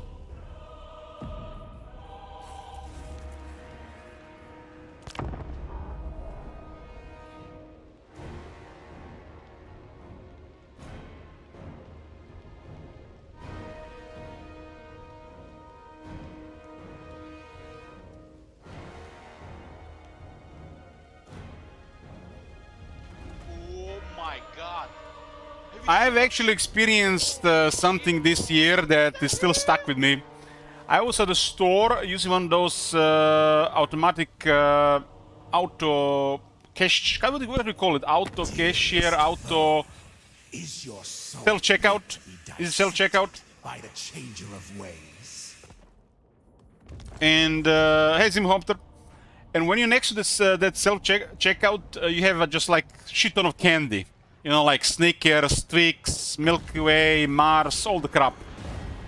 And there was a guy next to me just grabbing all the chocolate and putting it in his cart, his bag. And one of the chocolate fell on the floor. And he couldn't pick it up. He asked me to pick it up for him. It was probably close to 200 kilos. Which is about 400 pounds. He had literally a full cart of chocolate bars. Did you pick it up for him? I did pick up the chocolate, I didn't even see the person. I only saw him when after I passed it along. He clearly has a bunch of health issues. He's using that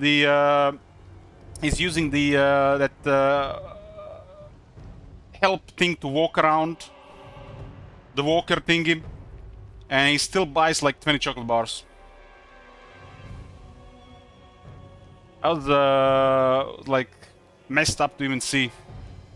And people like this are pretty common in UK and especially in America. And for the first time, I actually seen a person like this in real life here. People here above 150 kilos, they're really rare.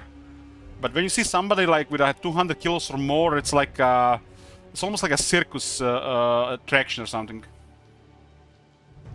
It's like so rare.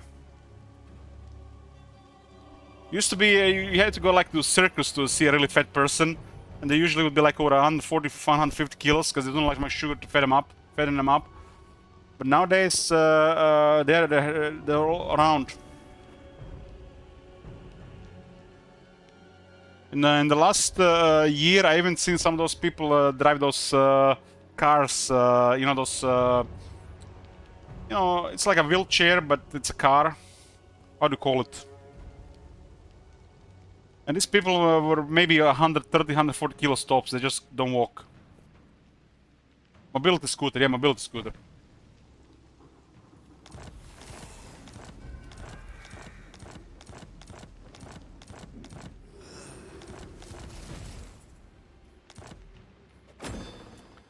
This is why I came to the conclusion that these things are not food. They're drugs.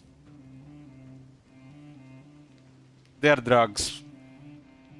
And they are just on drugs and they're just keep drugging themselves every day.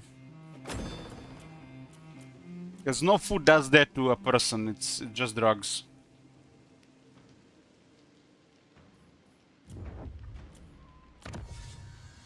This is what drugs do, right? They destroy the body. They make the mind addicted and dependent. No food makes you dependent and addicted. Anything that creates addiction and dependency is a drug. Constantly sugar and chemical concoctions to be hyperpalatable, it's drugs. It's not food. These companies are ruining people's health, and it's like they know what they design, and they say that people have no self-control, but once people start eating this, they can't stop. Especially people that have a problem with mental health, high stress, bad quality life. It's easy to think this. Body craves survival.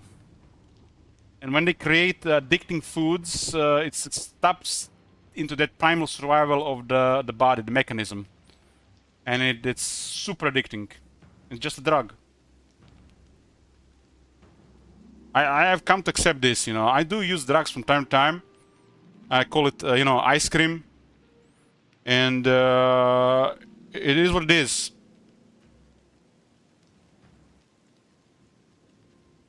And some people just use drugs. They don't even eat food anymore. Just fried food and ice cream and chocolate and candy and donuts and cookies and nothing else.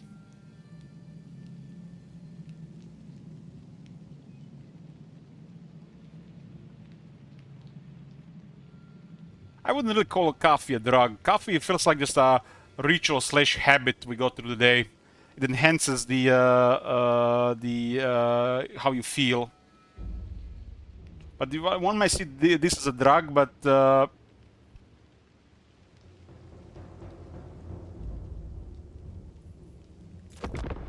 I don't see it as a drug.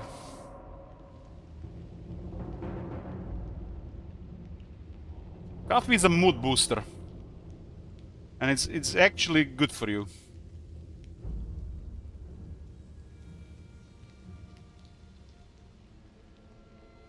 Real drugs, they all have side effects, and they're bad for you.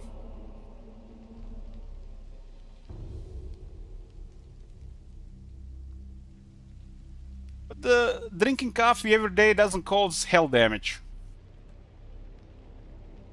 As long as you drink regular coffee with no sugar, milk, cream, and stuff like this, it's barely even considered food. Well, I guess you could put it under the like a drug effect.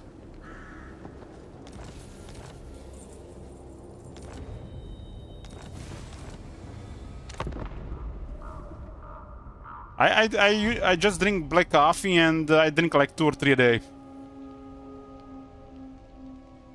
The downside is if you drink in the second half of the day, it will interfere with your sleep quality. While chocolate and ice cream that people eat every day, if they eat it every day, will literally drop quality of life significantly over time.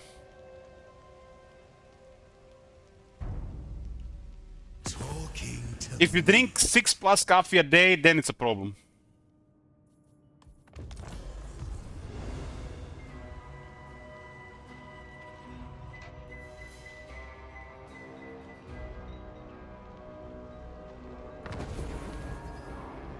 I think it's much easier to eat a tub of ice cream and 3 Snickers bars than overdo the coffee.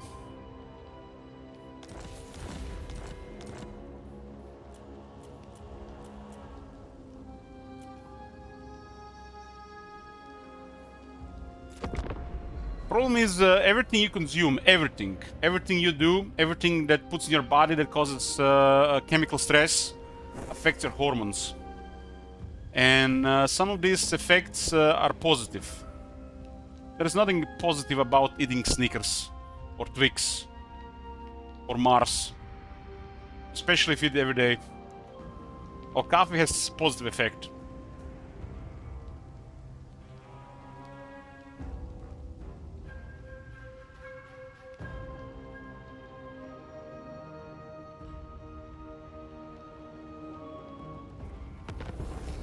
I guess I can see it if people are sensitive to coffee, it can be really negative. Some people are sensitive to coffee and it will create anxiety. If the coffee gives you anxiety, it's a bad thing. That's the only time I see the coffee being bad, if it gives you anxiety.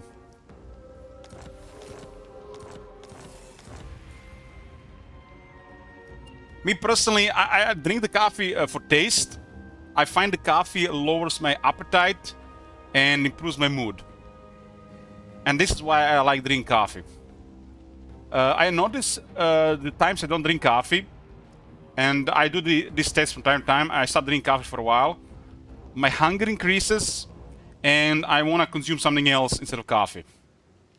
And rarely you'll find a mood booster that has healthy 0 calories. Almost 0 calories.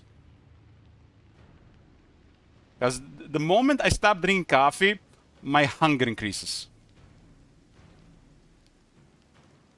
And coffee is, for me, more convenient because I need to replace coffee with 2 or 3 cups of tea. And that takes more time. The alternative would be to start smoking. If the smoking wasn't bad for you and it wasn't frowned upon on you, most personal coaches and trainers would recommend you to start smoking. That's why the smoking coffee is the combo wombo.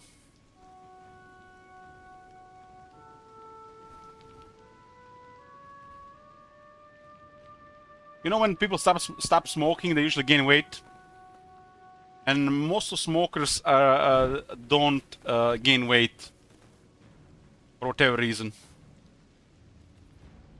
The substance that's elevated with smoking increases energy expenditure for some reason and lowers hunger as well. Some people like that high from the cigarettes, I guess.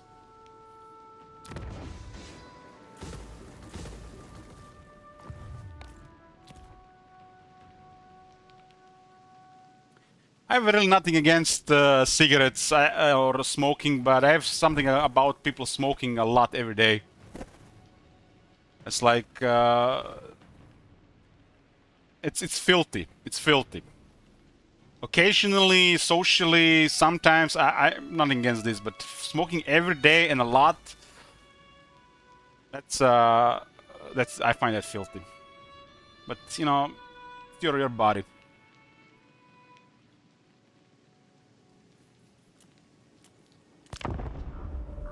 Juka says 24 years of coffee and cigarettes for breakfast, still fit. Good job.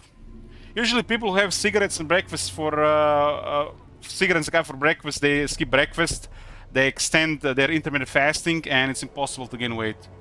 They keep insulin low for longer. It's basically a natural process. So you basically extend your fasting period by skipping breakfast because you're consuming coffee and cigarettes instead.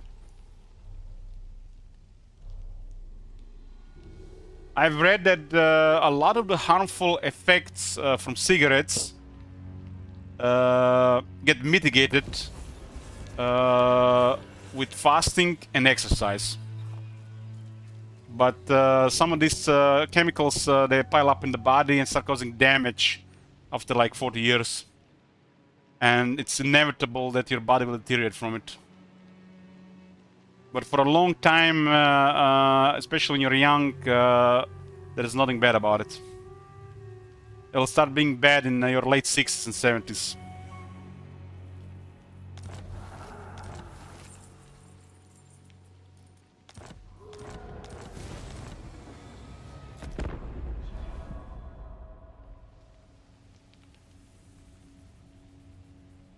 The when you're having foods or environment or cigarettes or drugs or alcohol, there's a stress on the body that produces cancerogens. The stuff that promotes cancer in the body. But with good diet and exercise, you produce stuff in the body that counters it. You cannot counter it completely, but you can mitigate most of it. That's why if you're not exercising, you eat bad food, you drink and you smoke, that is a combo wombo for disease. Fat, alcohol, smoking. That will kill you the fastest. No exercise, excess weight, metabolic disease, combined with alcohol and cigarette consumption every day. That will kill you the fastest. Because then your heart goes bad really fast.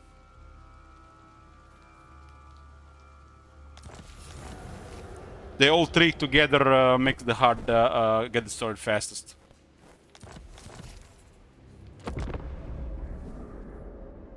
The main antioxidant in the body mitigates a lot of the bad stuff in the environment. When people are saying this causes cancer, bad air in the city causes cancer, cigarettes cause cancer, alcohol causing cancer.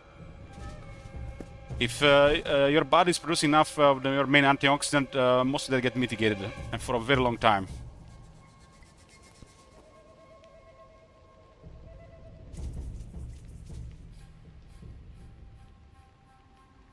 So stuff that causes cancer doesn't mean you're gonna get cancer. Your body has defenses to fight this.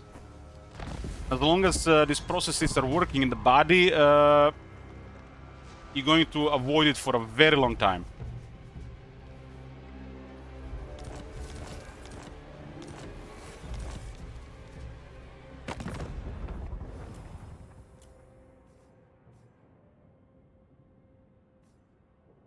Turn 20. This time Gringum rank 1 with 6 elements, Karazakar rank 2 with 9 elements. Most of the people that smoke and drink and they don't exercise, they get a fast drop in quality of life in the late 50s and the 60s. It's like all of a sudden they age really fast. Much faster than people would usually. And they get a bunch of health issues. Because it like feels like there's a decade in human health where it just goes bad fast.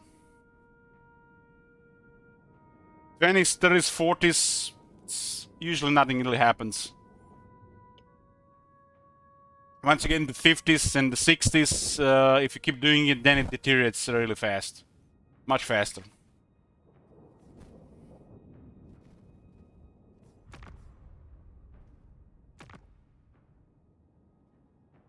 Lokir is rank 3 with 8 settlements. Grimgor, the destroyer, aggressive destroyer, has no enemies. Karazakar is at war with Clan Morse and Clan Rictus.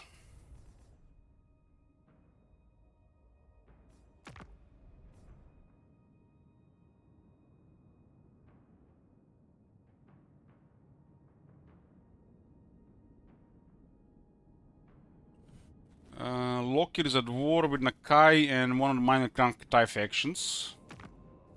Arbal has 9 settlements, rank 4. Exal rank 5 with 7 settlements. Forest and Cities supposedly Magic Line made worse by putting live. Yeah, sure.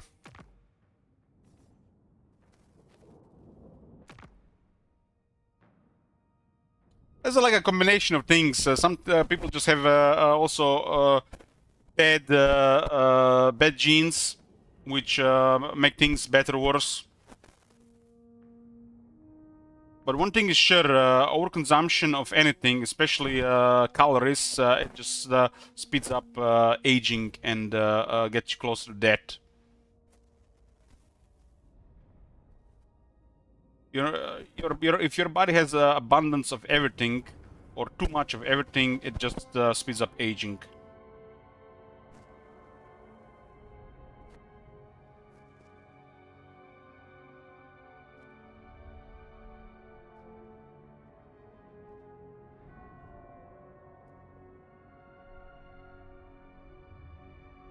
I mean, it's obvious if you drink less and smoke less and move more, you're gonna live longer. But a lot of people don't realize that if you eat less, you're gonna live longer too.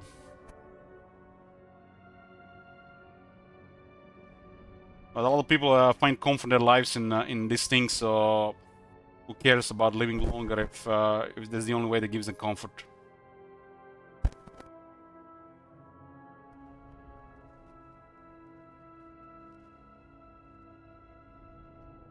Blood at war with Elspeth and Zuber.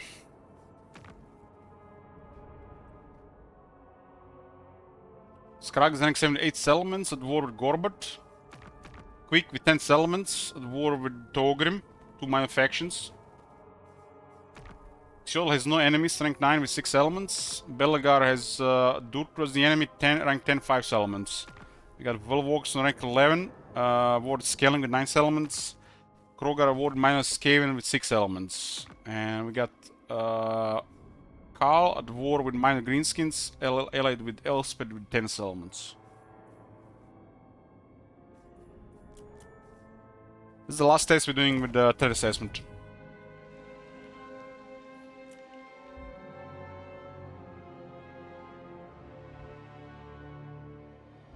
Master of the Teclis Rig 18.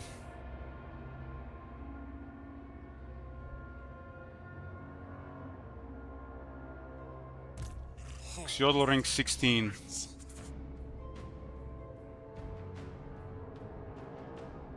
I find it always most impressive when I see Oxiodal with so much military with the set few territories. Maybe because it's a DLC faction, it gets excess funds. Like, you know, initially the Belagar was getting back in Warhammer 1. Special rules for being a DLC faction. Don't see Kairos, but it does look like he's getting wrecked. Wurzak is rank 14. Tic-Tac-Toe is rank 16. Might actually have a chance this time. There's no war going on. These guys are at the home.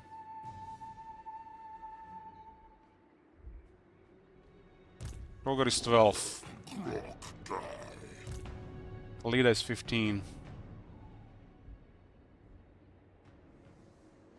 Scarburn 17. Cetra just kept getting wrecked. Cetra is rank 16. This is embarrassing, man. CA, what the fuck, man? Just do Cetra some justice. What the fuck is this shit?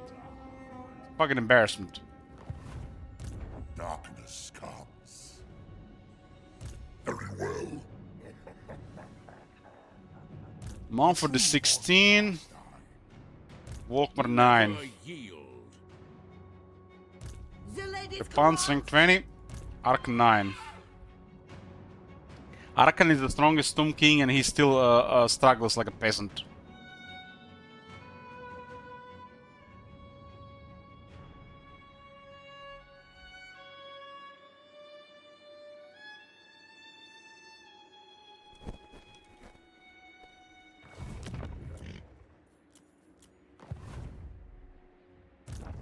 Lord Skog rank 20. No. Yuan Bo rank 15. Through me.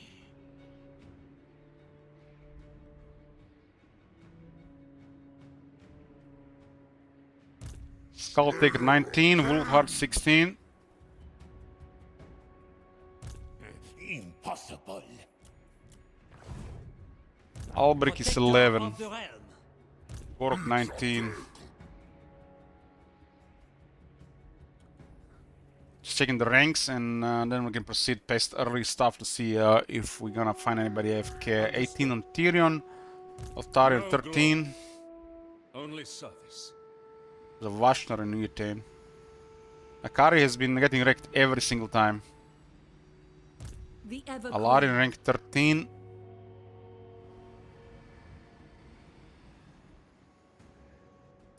Don't see Noctilus. I got recently wrecked, could be ambushing.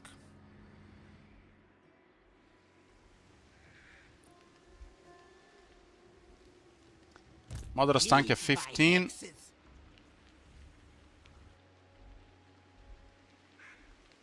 No Marat in sight. Cockroach looks like got wrecked as well.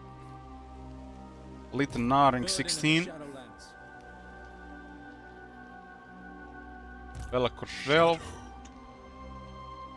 Taurox 14. Celostra 14. the songs of death. Gromdel 18. Gromdel is also really struggling in this area. 16 on Valkia. They have a chance to sometimes get on top. Cronus 15. Pain's instrument. Sigval 17. Malus 12. Epidemius 5. Oh, yes. Demon Prince 10.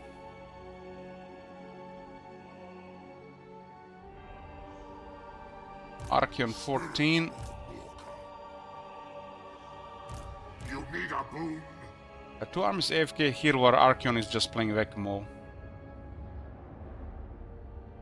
Zula who is 9. Malakaison 13, Trog 4. Trog 4, wow. Zazel 14. Saltin 7. Ulfag Maniter 5. Arbalist 20. Festus 17.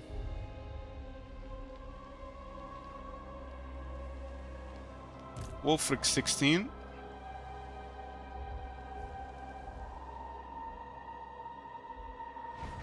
Tamurkhan 8. Oleg 12.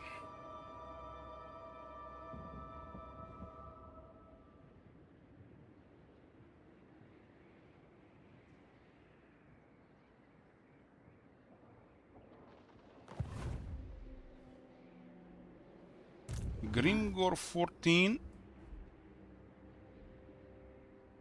Other than Noctilus, everything is usually around the same. 14 on Zed and the Black. Noctilus, the only one that really goes crazy with ranking on first main turns. Probably because of double Necrofax Colossus.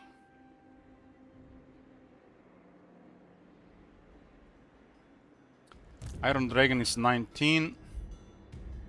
Mami Ying 17.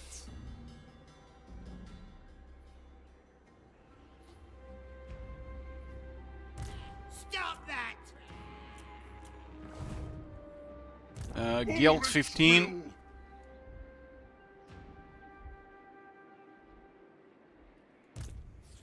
Grand Bloater. You got rank 10. Helman Gorge, strength 13. Razo at rank 12.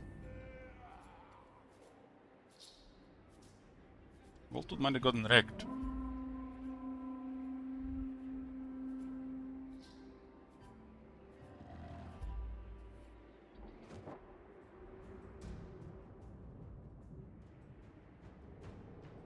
It's definitely gonna be a dwarf campaign. Thorgrim rank 20. What do you want? Azog is 15. Thorgrim has a little bit trouble. Vlad 14. Emperor 14. Look at the Emperor in Grange on turn 20. Elspeth For 15. Verena and Nuln. Looks like the Elspeth definitely been a little bit toned down. For sure. Rank 13 on Durtu, Belaga rank 12. Aranesa 11. Most infamous. Malagor 10. Krag is 19. Quick 22.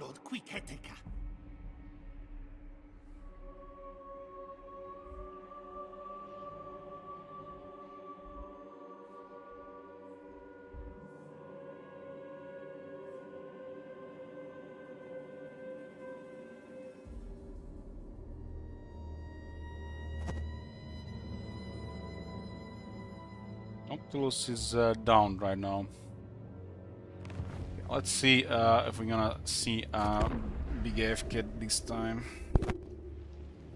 The AFK is happening without AI strength and threat assessment.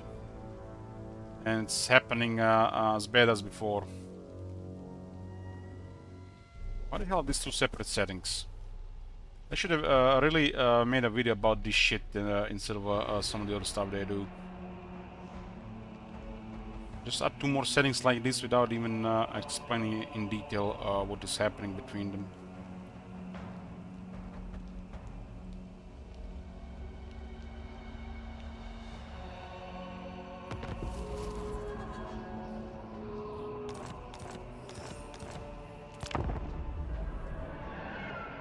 One of the mods will be testing soon. The AI can actually clear village.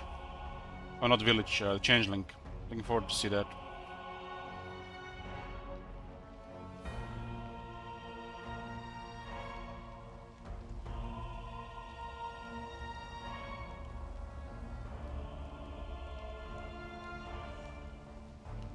So ought to be the aggressive mode combined with more aggression. Some other fixes on top.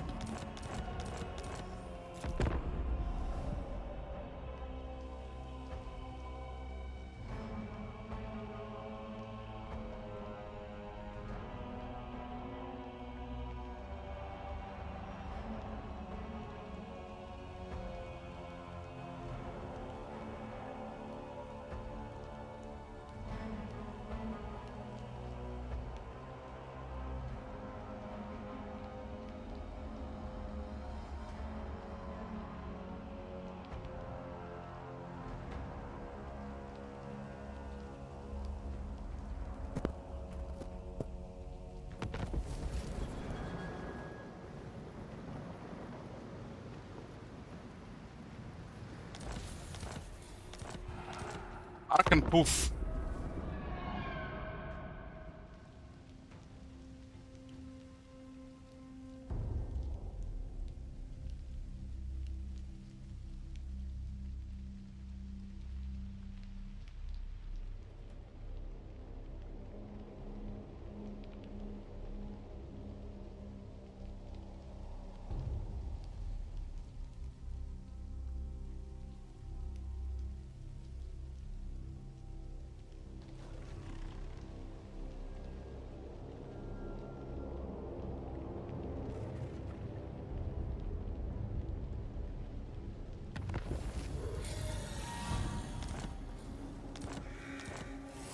And Iron Dragon went hard on Clonation.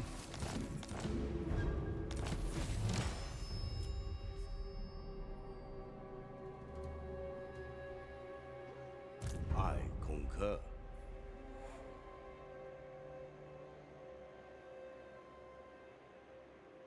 What the fuck is this shit? You guys see this? Cloak of Po Mei? Cloak of Po shit!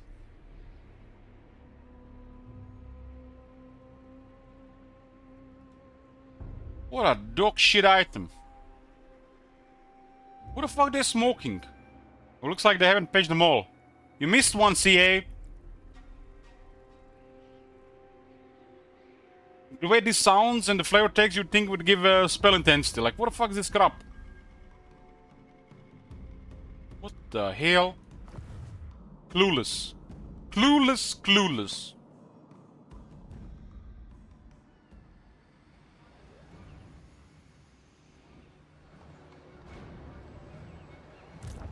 Noctilus rank 31.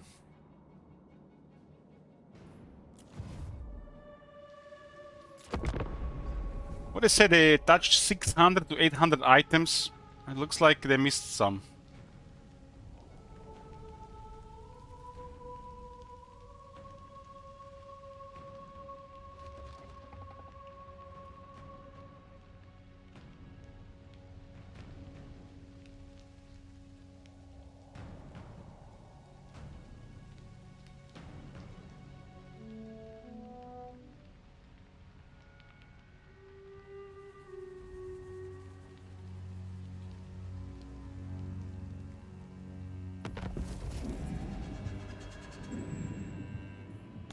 Enchantress poofed.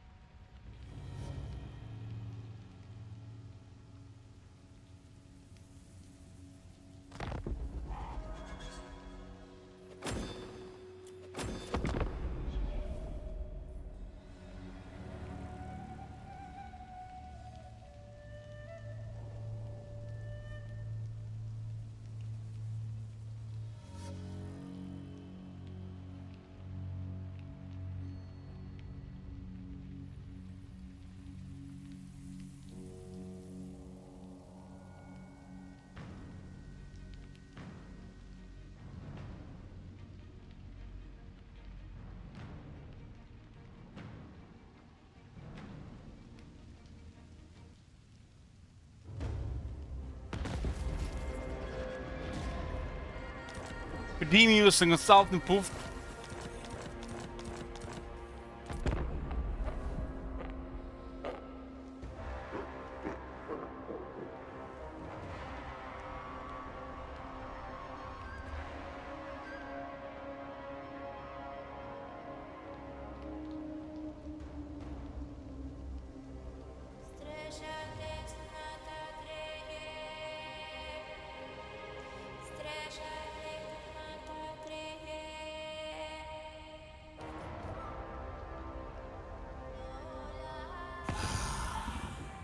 What do you want?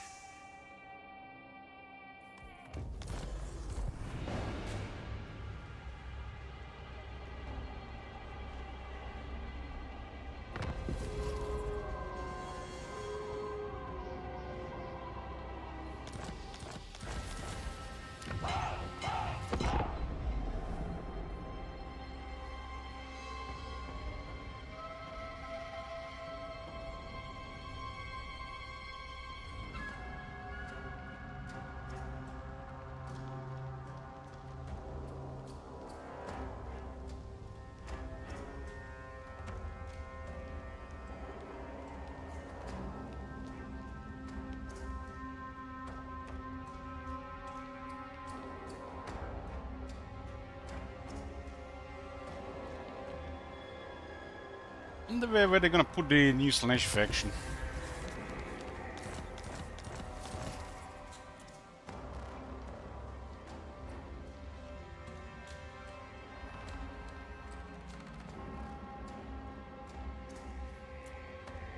The more decides who we fight.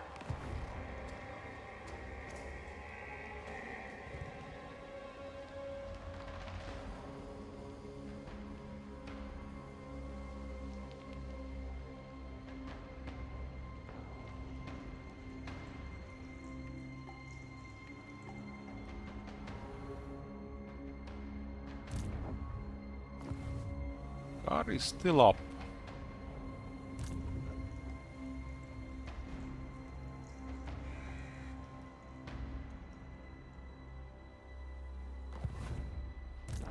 Dark Lord of It's a couple of armies of Vashtar and Ultan. It's a lot of money for the High Elves.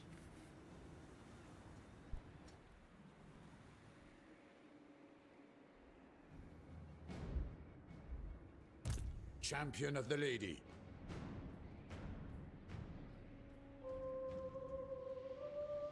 The Elves destroyed the...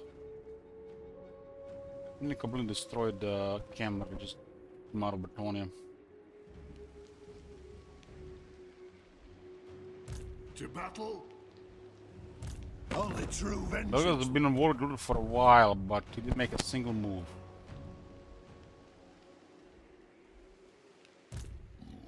Chaos fails.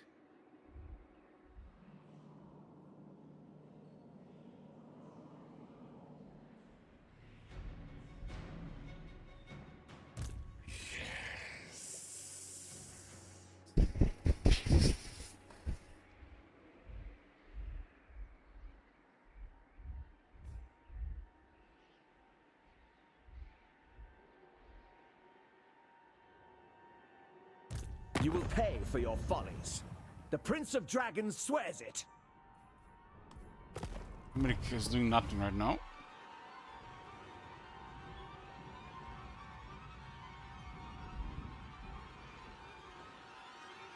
And Grim are going hard on Zulahu.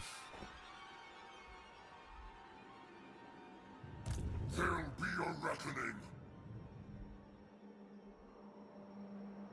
Is it me or these guys haven't moved here since the very start? Literally been in this spot for a while now.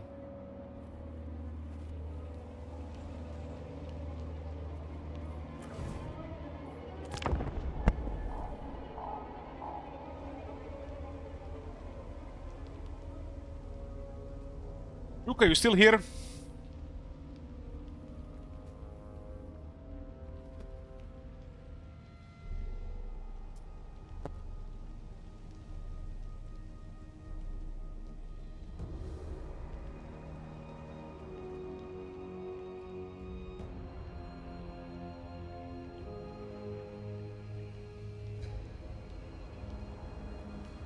I want to wear your skin so badly.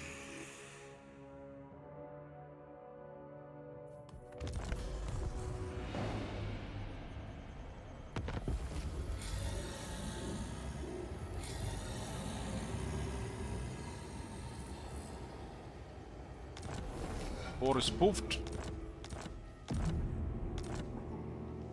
Krach is confederate somebody. Don't see this very often.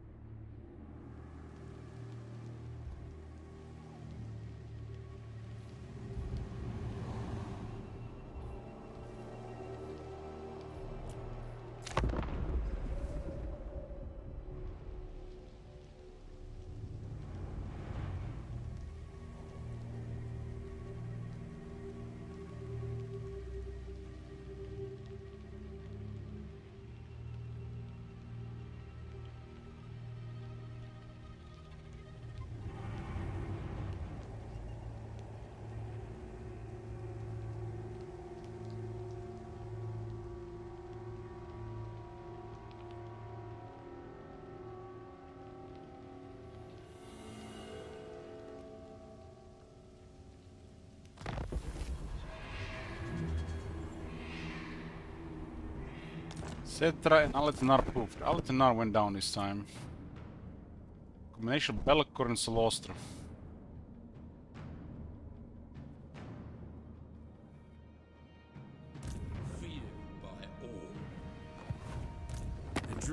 Vashnar has been on Ulton for a bit but hasn't attacked anybody. It's the big military though.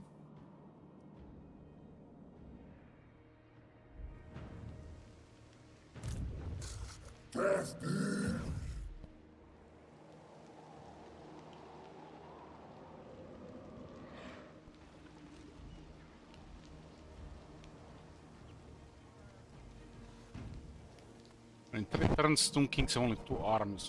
Shit.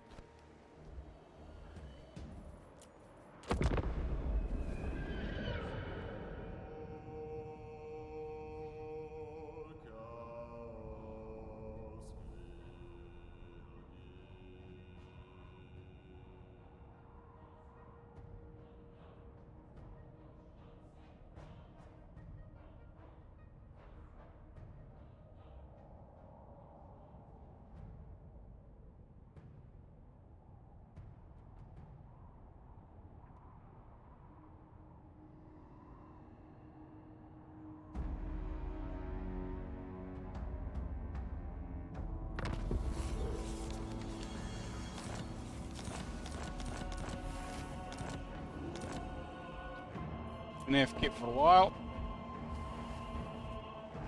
Sisters seems to just be going Taurox every time.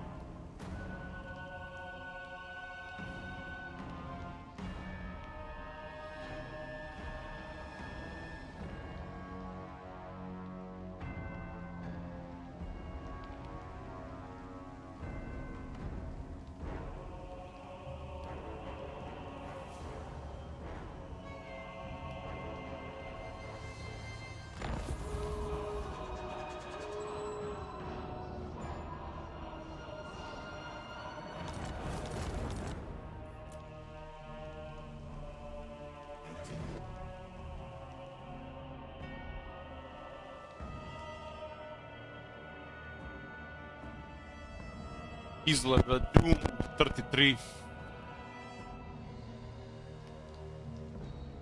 The world will drown in blood. I think Vampire Count 7 another unit for Raise Dead would actually give them a little bit an edge.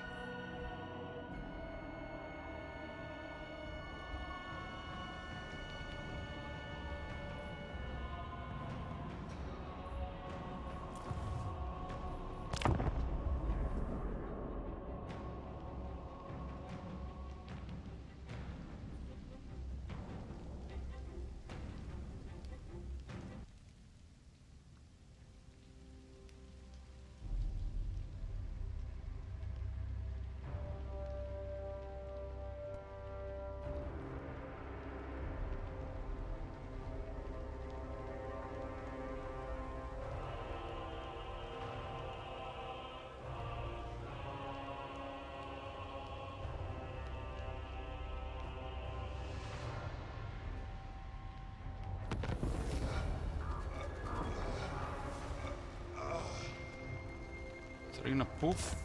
Gorbert poof. And Washington just poofed over the course a couple of turns. I guess Heil said enough of their trespassing.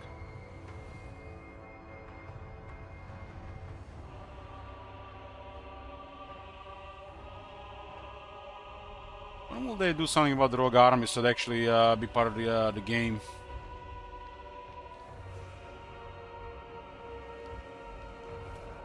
They can't even occupy settlements right now. They lost that feature from Warhammer 2. I'll have this world. The Eye of Shim.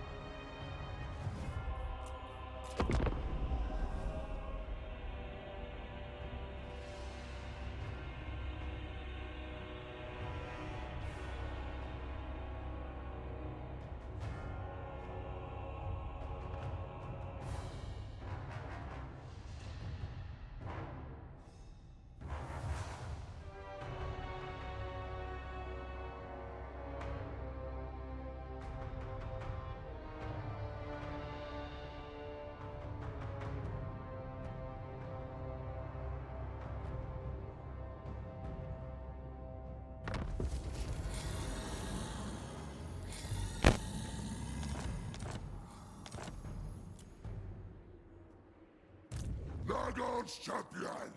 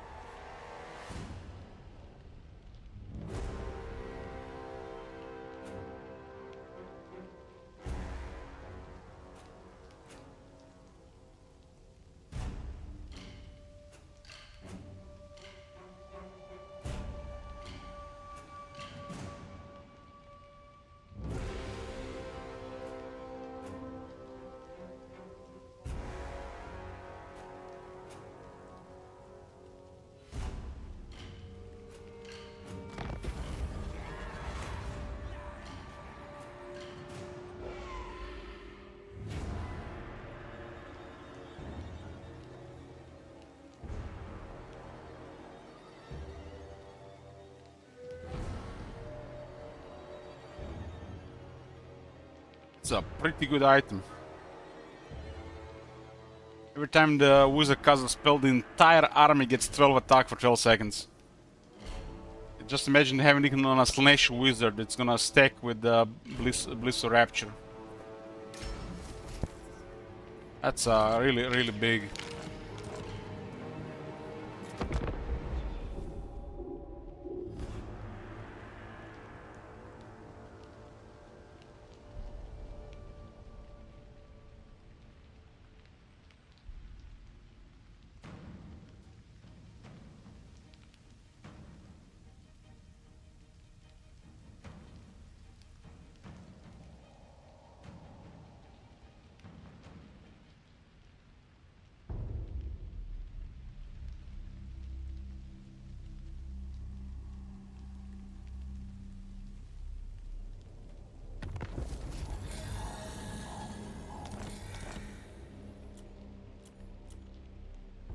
Amethyst Mage.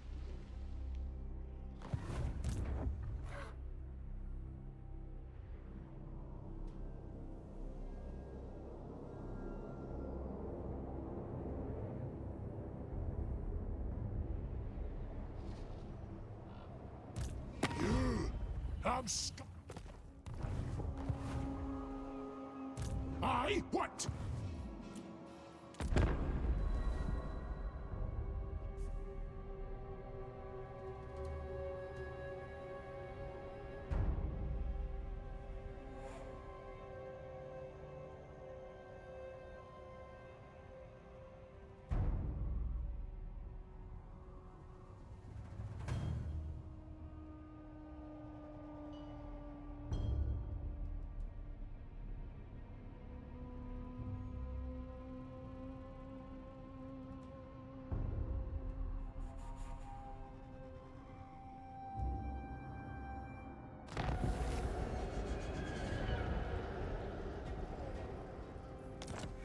Golden Scroll's gone. What? What the fuck is good happening here? There's nae pleasing some folk. There's actually quite a bit of income, but it's not recording anything.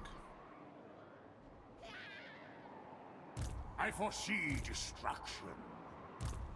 Heartland will rise. Legion of Asgore cleared Goldtooth.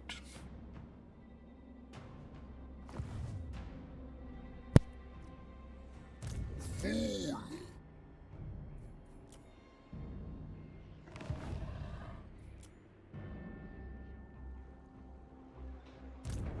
What? Who dares disturb my great works?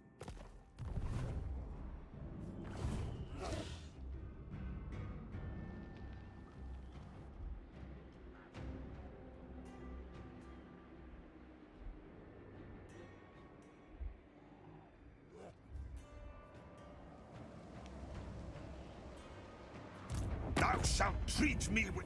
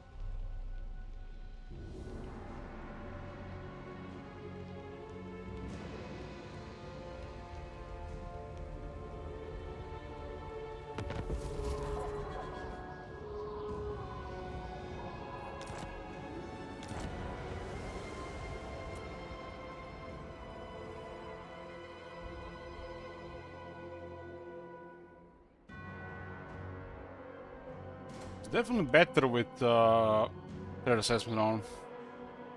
Makes me wonder why they haven't put that on by default.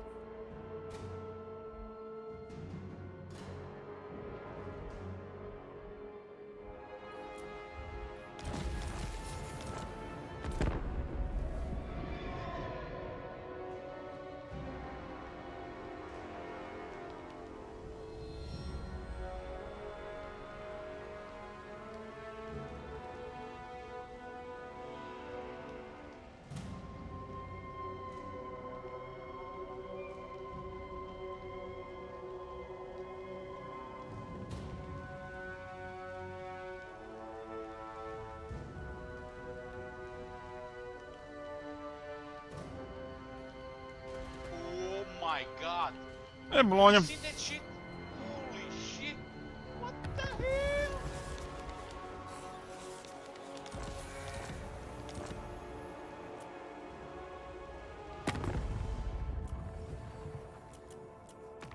Disciples of the Maw, rank 1, 14 settlement warrior Vlad and Malagor. Karazakara, rank 2, 16 settlements warring Quick, Tretch, and Moonhowlers. Dripping Fangs. This is Dusty. Tyrion, rank 3 with 10 settlements, Dwarf Nakari, Noctilus, and Scourge of Cain. Grimgor is rank 4 with 14 settlements, warring Zulahu and Gran Kate. Wolf is rank 5 with 15 settlements, War of the Empire. Krogar is rank 6 with 12 settlements, warring Khalida. It's rank 7 with 14 settlements, no enemies. Mama Ing rank 8 with 10 settlements, warring Grimgor Village. Avalon rank 9 with 8 settlements at war Dakari, Noctilus, and Scourge of Cain. Elspeth rank 10 with 7 settlements at war Vlad and Festus. Golden rank 11 with 11 settlements at war Loken and Grimgor. Western Province rank 12 with 16 settlements war in Grimgor, Lokir, and Mountain Eaters. Legion Master rank 13 with 11 settlements at war Imrik. Hey there, bro. Good morning. The largest factions with 16 settlements on turn 40.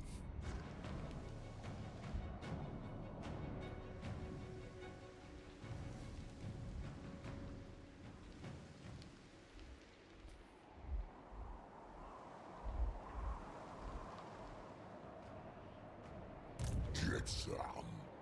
It's a very far place for Grimgor to be. Talk. He's hunting something from Zulahu, I guess. Going for Winterpire. It's kinda, when you consider it, that's an interesting move. Archeon has been a little bit moving from this area to this area in 20 turns. It's the third time now.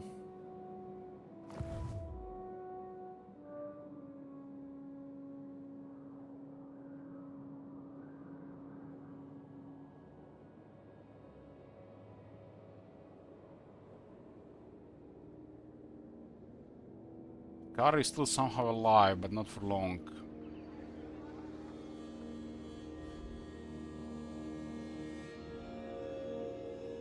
Ready the lever.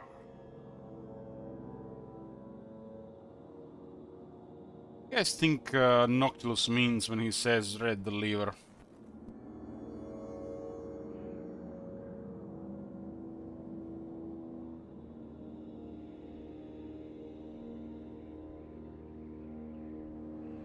Reminds me of that part of the Flying Dutchman that they have that thing that they used to summon the Kraken.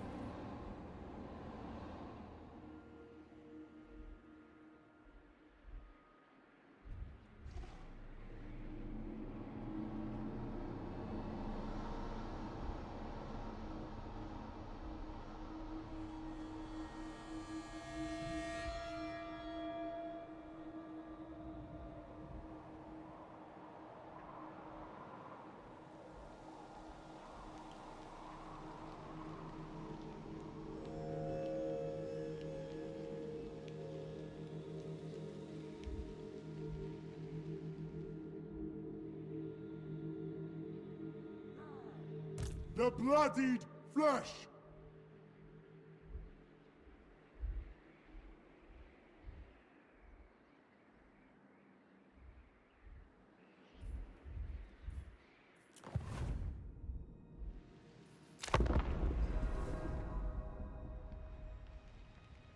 So, Diego, bro, you haven't been here earlier, but we have a screenshot from last year where we made a picture of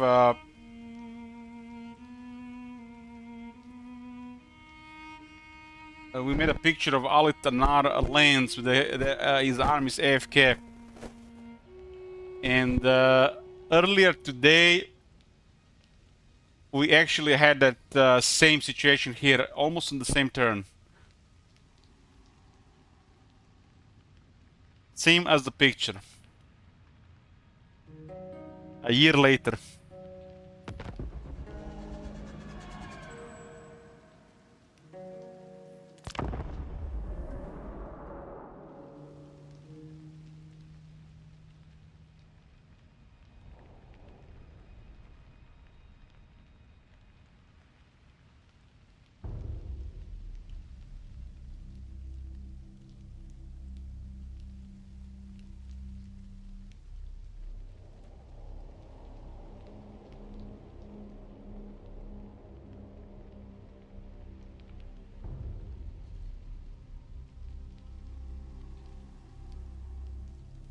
Not a good time. Souls to devour and so forth.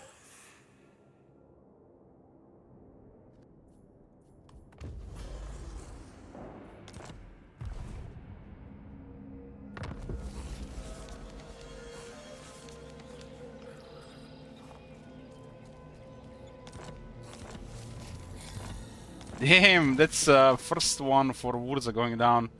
Usually, what the hell? I did say this time that Tlago had a chance, right? So 1 in 5, 1 in 5, 1 in 6 times Tlaco actually survived. So it can happen. It's good, good to know. Having a really tough time with Wurza down there, but it's possible.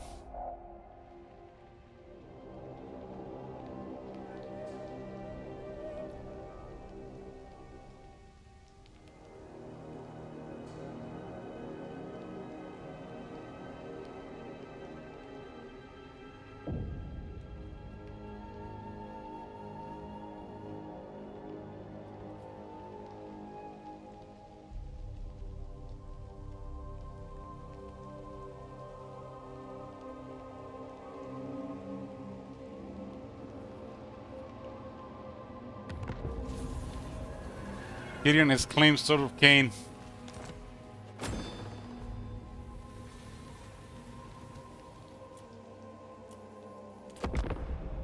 Honestly, Tyrion ought to get something special if he claims Sword of Cain.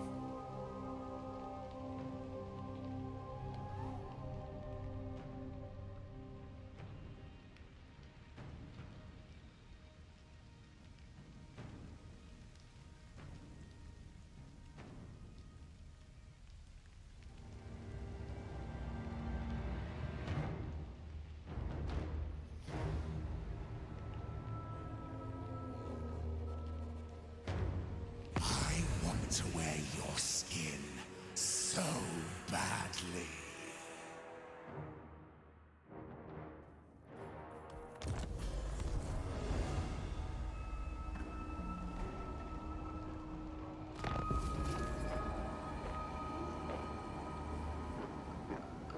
Malagor down. Zula, who is down. Grimgor was the man with the plan. He actually... Grimgor went all the way to Norska to finish off Zulahu. Wow. Wow. Wow.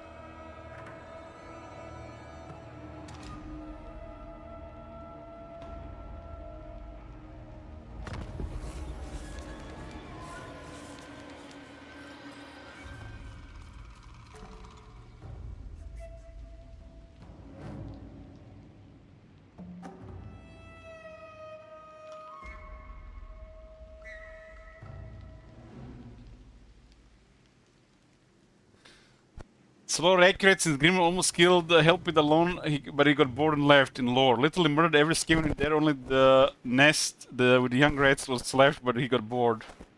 Let's see.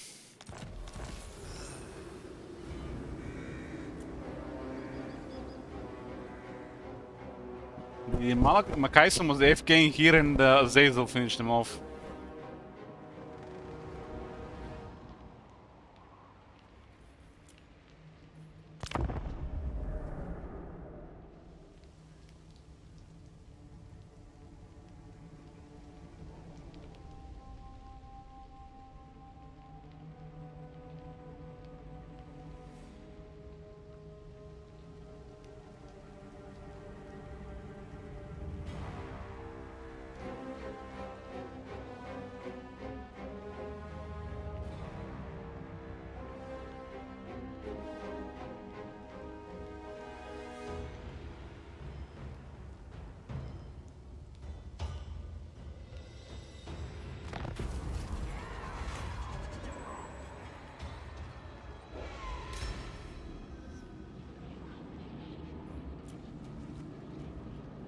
Skrag has defeated Vlad this time.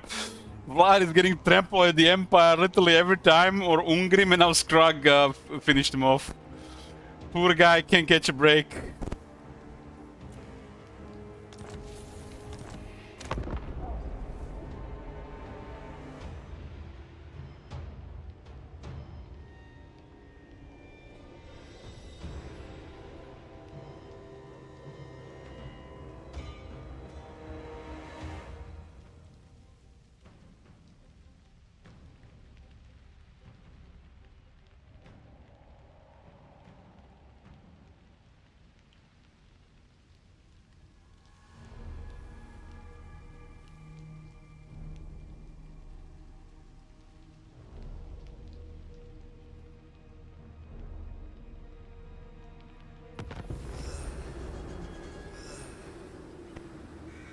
Ungrim is down as well. Azdak did it. It took some time though.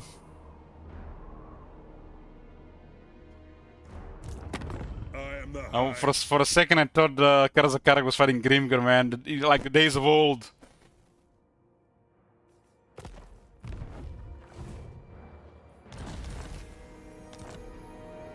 Archeon is destroyed Tamarkan. Archeon is like left, right, left, right, left, right, left, right, left, right, 27 turns.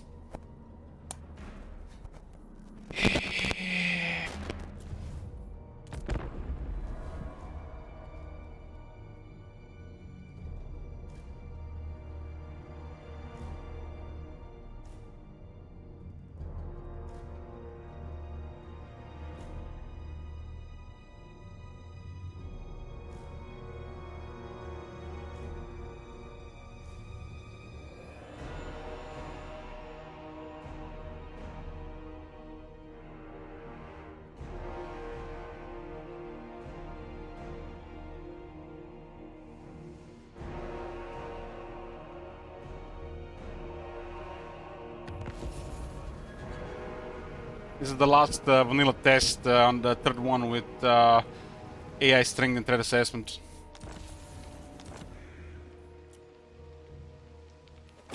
Skrag is targeting the Empire, nice. It's a cool turn of events. Hey Ghost.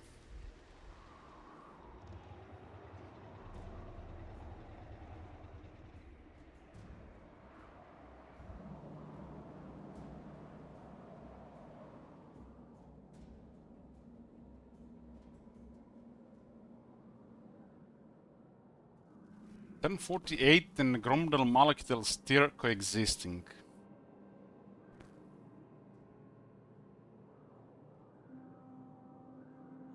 What is strange, Valkej is going south, ignoring the situation, while Harganet is around as well. Bandying words with you will... Harganet is boarding Belakor. That's quite a bizarre situation here. This is actually good that stuff like this can happen. Pledge loyalty to Karnath or die.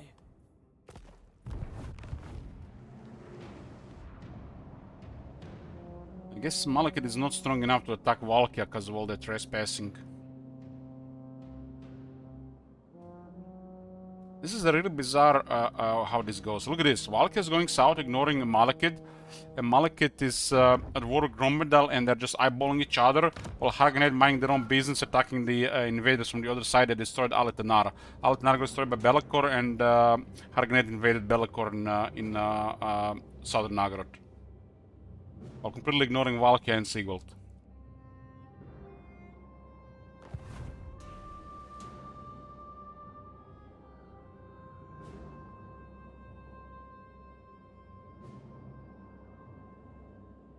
This doesn't really look good for Nagaroth because of what's going on in Ult 1. Well, Ult 1 is probably going to invade Nagaroth before they even get their shit together.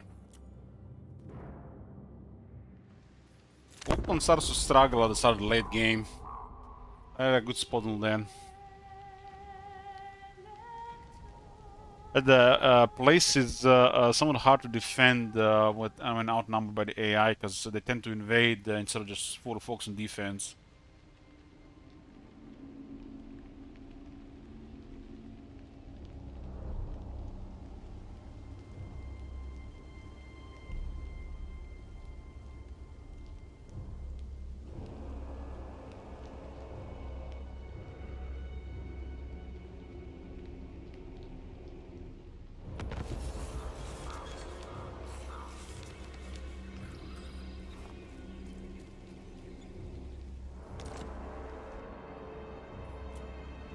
I got Lioness and it's being ignored.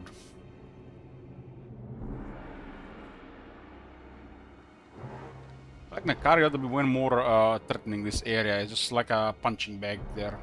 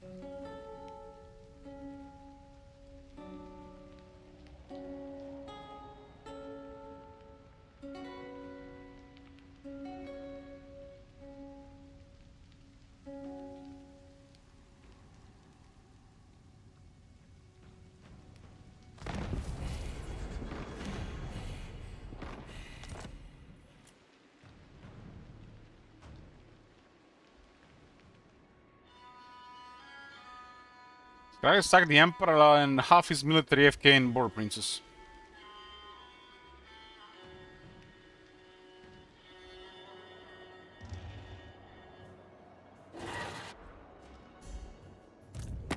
We're gonna shake hands then, like humies.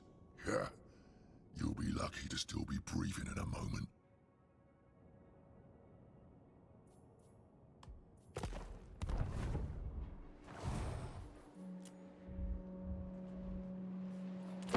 How long before they rename Greenskins to Goblins and Orcs?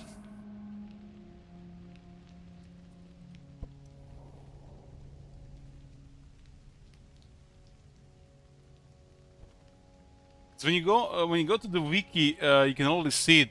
Greenskins, also known as the Orc and Goblin tribes.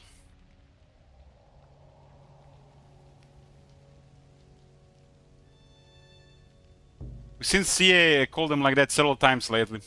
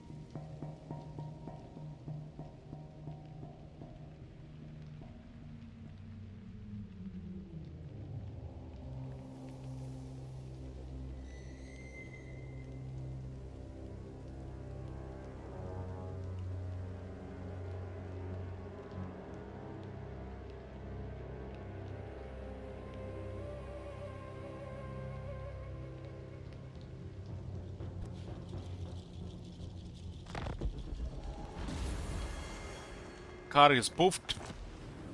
Pollock poofed. Two Empire Confederation on the same turn and Karazakar Clairvoyant Disciples. Krug.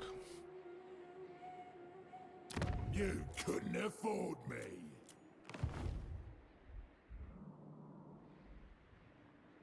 Grimgor invasion of Grand Kade has begun. Astragoth, an Wolthrang Fama Guldreng, Baun Is Mus Gronit Aus.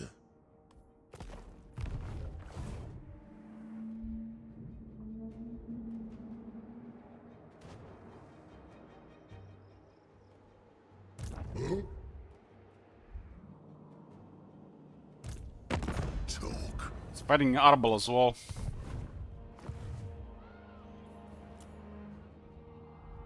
Who enjoys fighting more between corn and greenskins if they have to fight each other? What do you guys think?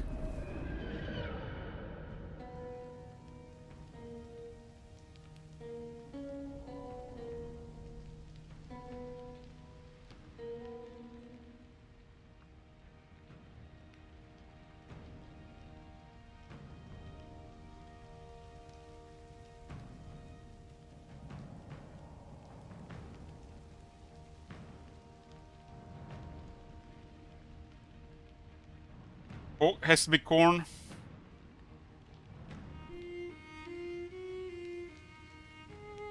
But does the corn enjoy anything, or they just do it because they must? And this they're supposed to be angry, or they also experience enjoyment in fighting and excitement like the greenskins.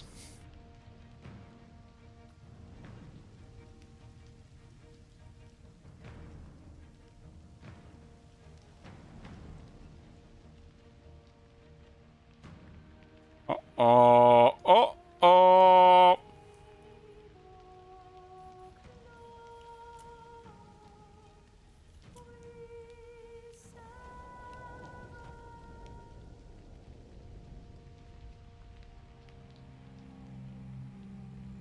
Greenskins in 4K Corn is a lot of specific greenskin warband so much it keeps them on a planet in the warp so you can just watch them fight.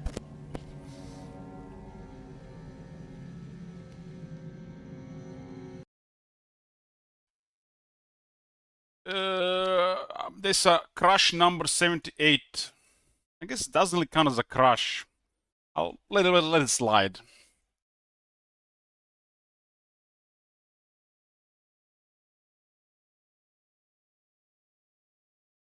Let this one slide.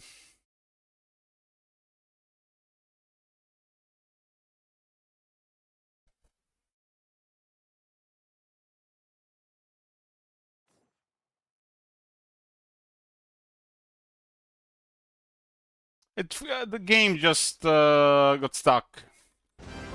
It didn't crash. Well, it's kind of similar to a crash. It's not really a crash.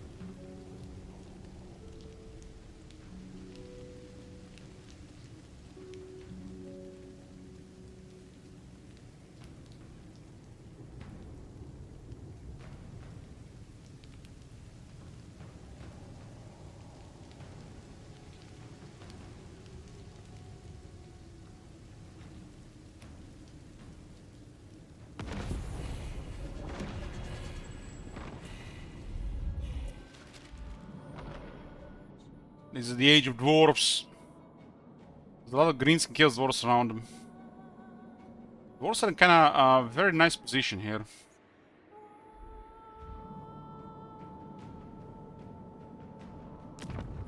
I am the High King. I will hear you beg now. That's like an ideal Karak situation. It's only 1054 as well.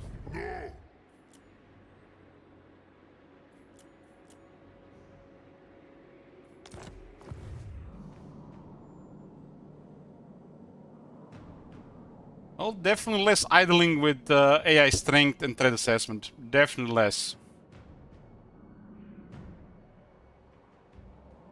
It's far from ideal though. Kind of considering that option is optional, they either have to be more aggression, that option, or another option to add more aggression.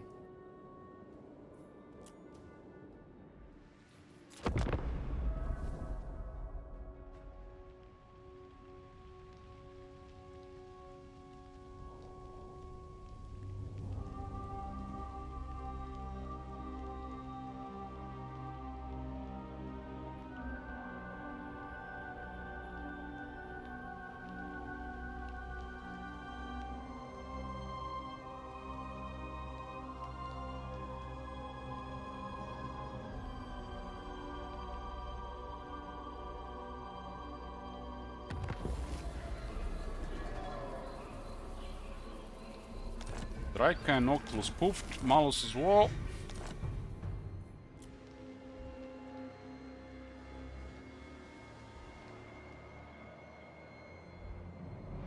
Looks like Grimgor is messing up Arbol.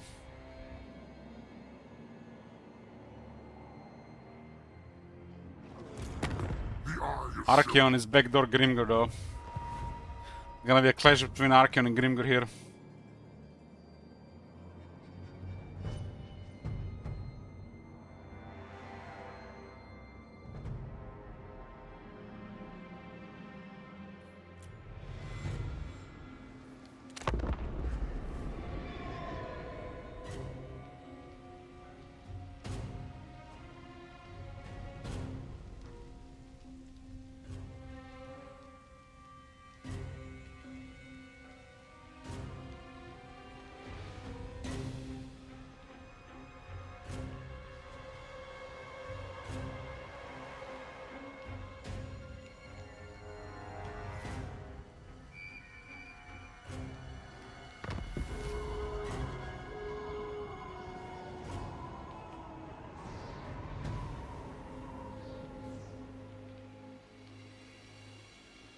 Rogue is poofed. Gol, Fag is poofed.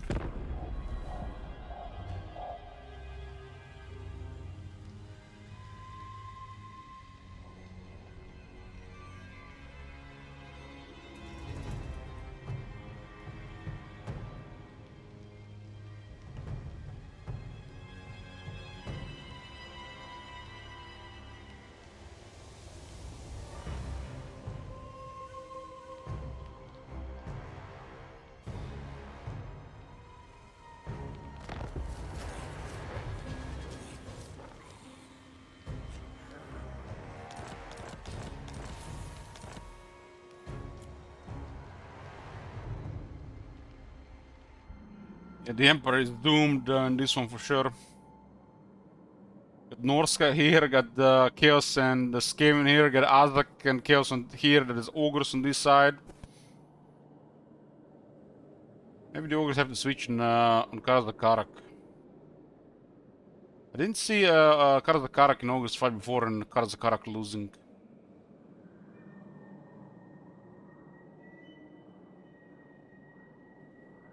And we're calling back. Did you miss me? Honestly, I forgot you existed until you wrote this message in chat.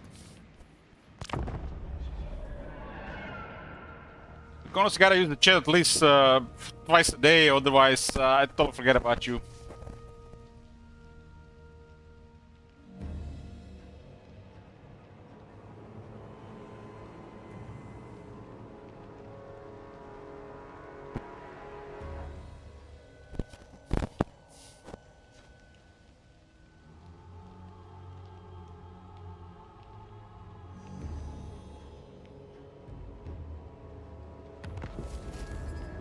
Loki is spoofed.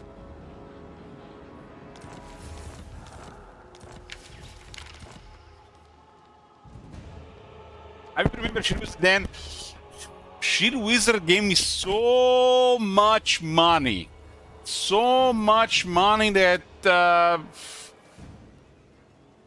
literally I didn't have to worry about money for 3 years back when he went hard with it.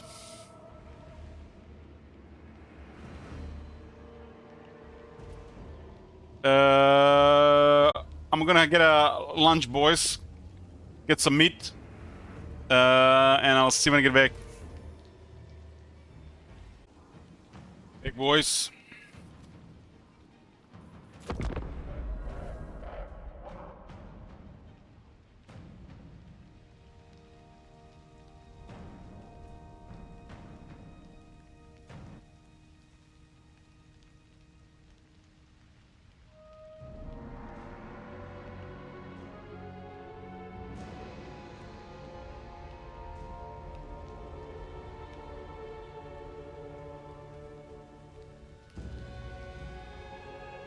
We're on the last vanilla test here. Moving on to check how the mods get affected.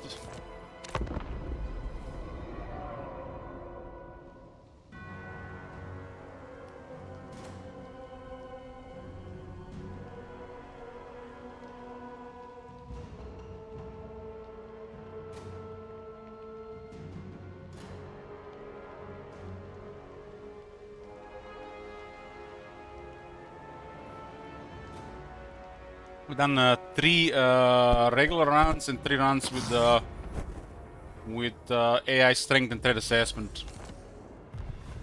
The one with threat assessment seemed better. Less idling.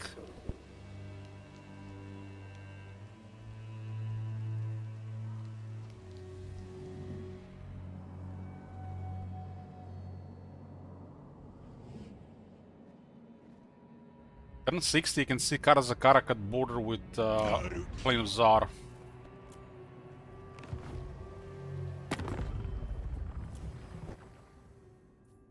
Rank 1 is Karazakarak with 29 settlements. They're allied with Elspeth, at war with Skaven and Ogres. Team is rank 2 with 16 settlements, war with Marathi. It's rank 3 with 20 settlements, at war with Yuan Bo and Hans Marshall. Grimgo rank 4 with 15 settlements, at war with Arbal, Gran Kate, and Archeon. Don't look like the Grimgo can survive that. Avalon is at war with Celostra with 11 settlements. Reichland is next in the 6th spot with 14 settlements. At war with Skrag, Trot, Igit Claw, Kemler, Festus, Wulfric. Lots of enemies for Reichland. I feel like they definitely toned down Elspeth. For some reason the Elspeth is no longer performing like crazy. Volkmar is rank 7 16 settlements at war with Nessa. Iron Dragon is rank 8 with 16 settlements at war with Grimgor. Trot is rank 9 with 12 settlements at warring the Empire and Koron. Jetcore rank 10 with 12 settlements warring Gorok. Harganet has 11 settlements, rank 11 16 settlement at war with Havana Heimling, so it means the Bellicor is gone. Elspeth is rank 12 with 11 settlements, warring Skrag, Trot, and Festus. And Mumming is rank 13 with 10 settlements, warring Grimgor and Village. This one is the first time Vurzak actually got destroyed in clockwise alive. The Empire is in a really bad shape here, getting attacked from multiple sides. Arganet has actually destroyed Bellicor and taken over Albion. Wow. This is a really bizarre Naggaroth, how they're moving around, and both Gromdal and Malekith are alive while Valkia ignores both Dark Elves and Gromdal.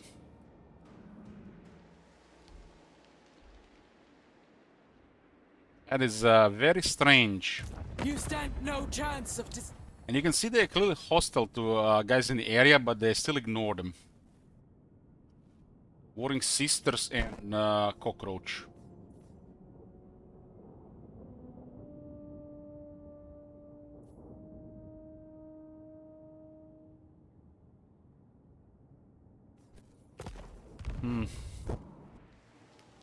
Considering in turn 60, not many enemies around for everybody.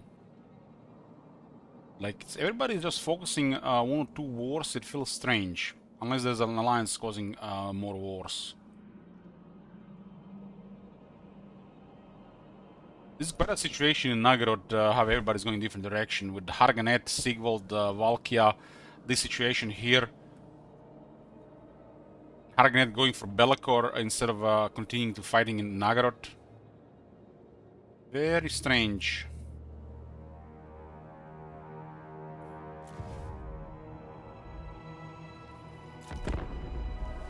There have definitely been a variety of outcomes in these 6 runs. I have to say, very impressive, the variety of outcomes.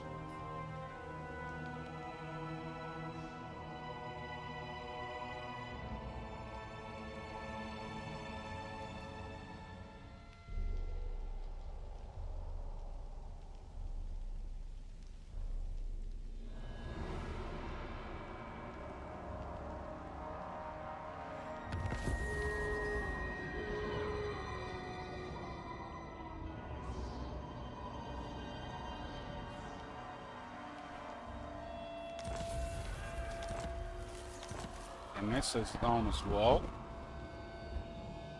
Look at the Southlands. Lakwa fought off Vurzak, and now the Volkmar have gotten the upper hand. So definitely different outcomes possible here, not just Vurzak domination.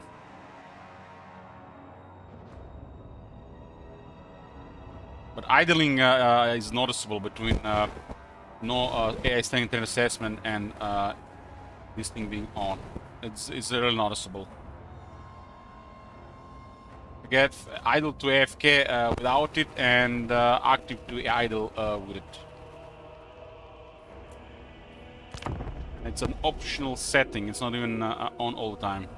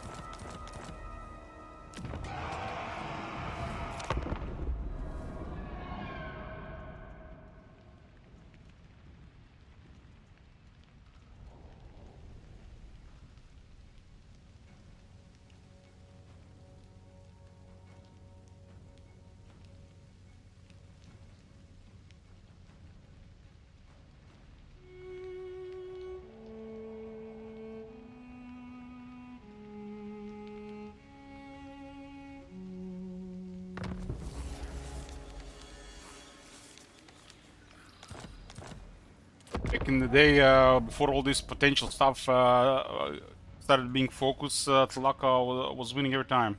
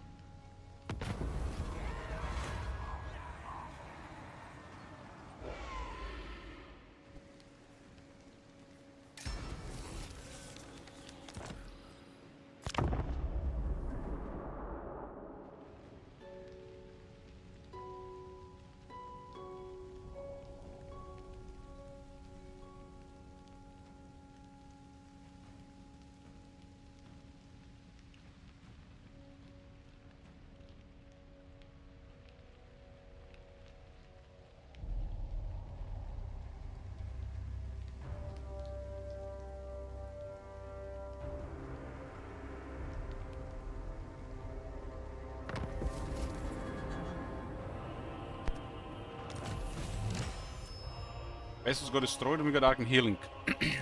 Done nothing. Only this faction gets rewarded for doing nothing.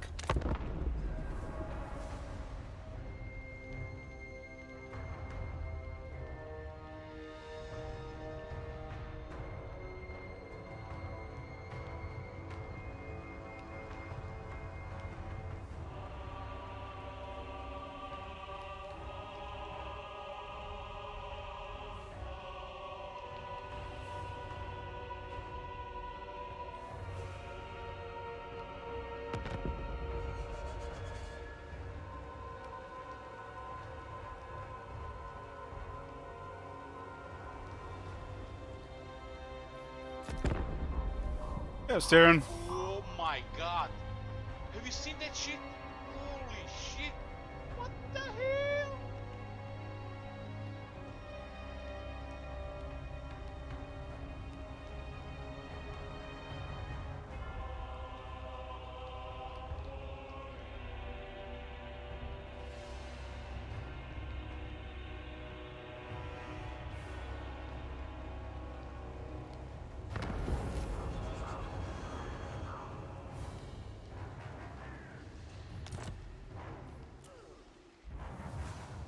Why the hell is Gore still alive? Master of the dead.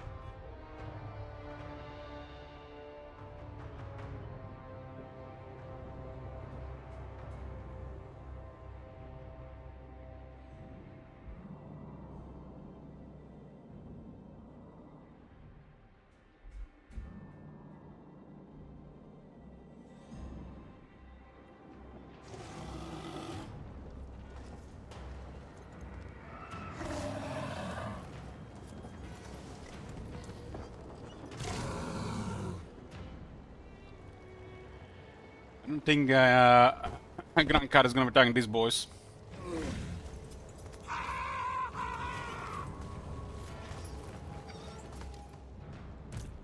What? They're at war with the Wood Elves, but they're not attacking them. Guess they don't want to trespass.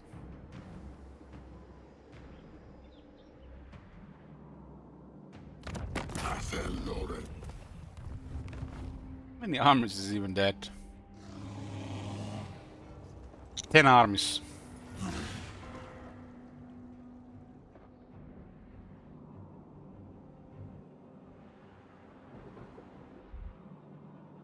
All of these guys are still up on turn 6-7.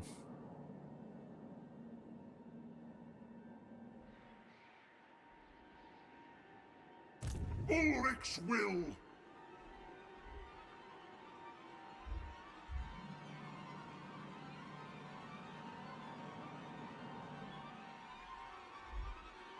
I haven't tried the minor factions doing stuff. Seems like rather redundant because there's a natural selection.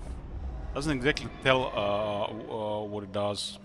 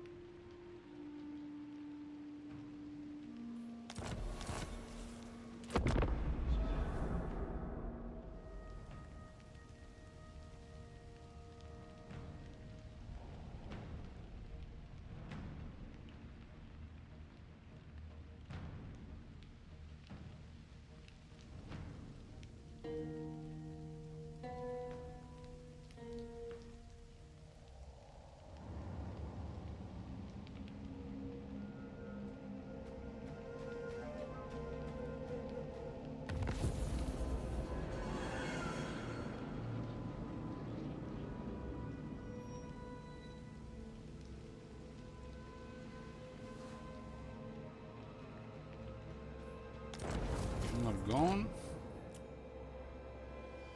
Looks like Orion hunted him down. I thirst for the hunt.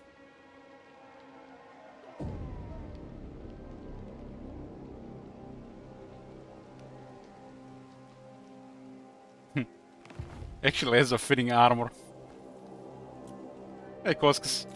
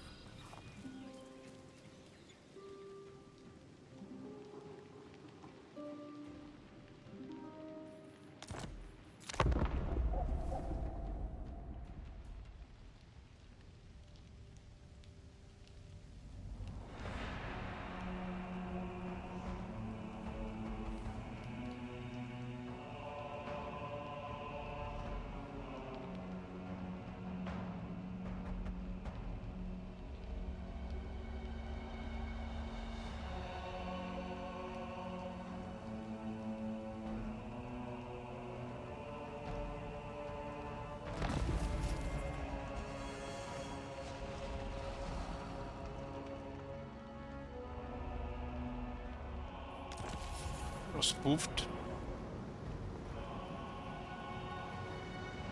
The Latlan went for the Slaanesh down here. The threat assessment definitely is better. 6 runs, 3 with, 3 without. Definitely less idle, more interesting stuff happening.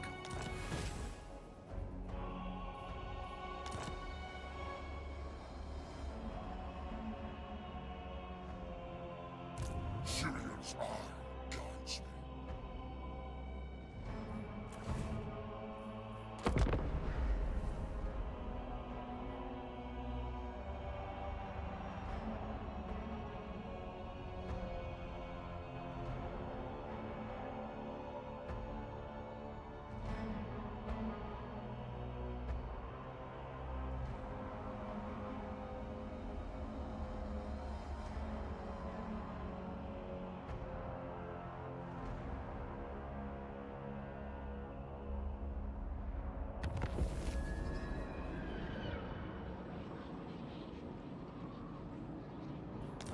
Artis went away.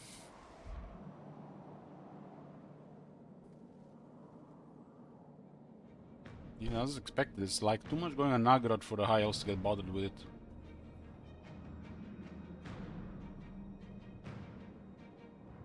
This is a version where Gromdal actually does something.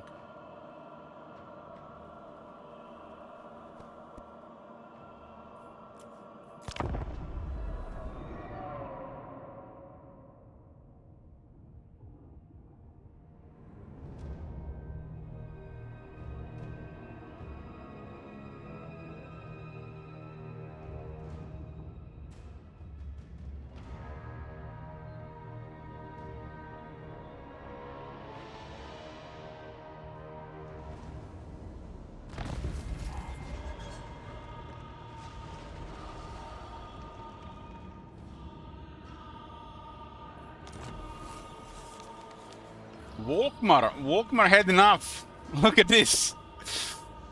When do you see this? Volkmar. They had enough of their shit in Southlands.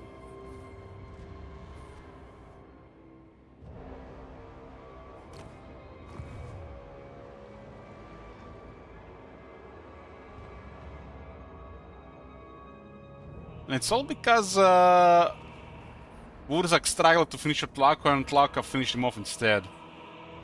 Huh. If I had my way, you would be dealt flame and hammer. Volkmar the Green, his main threat is the Karazakarak. For some reason, Cult of Sigmar there is no trade agreement or non-aggression pact with the dwarves. Playing with fire there, old man.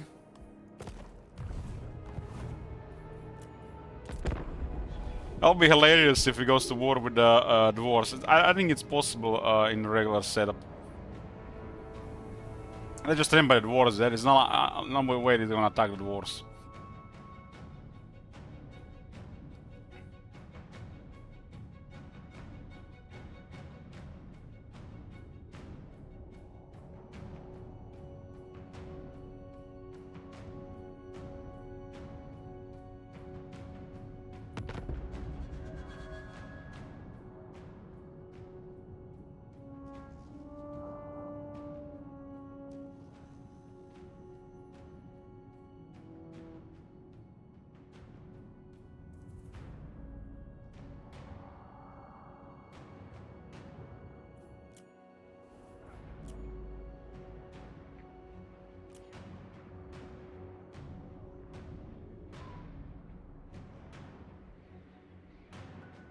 Nice seeing Southlands like this. Look at this.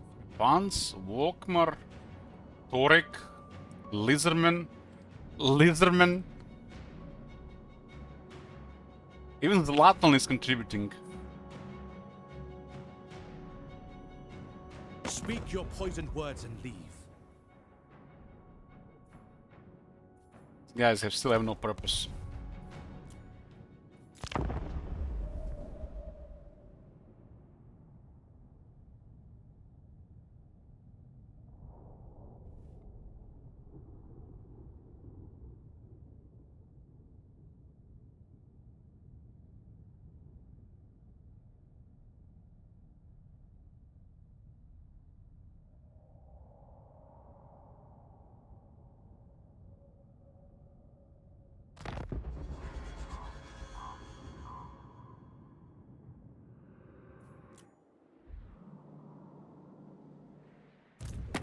The Empire. Attack the Clan Scryer.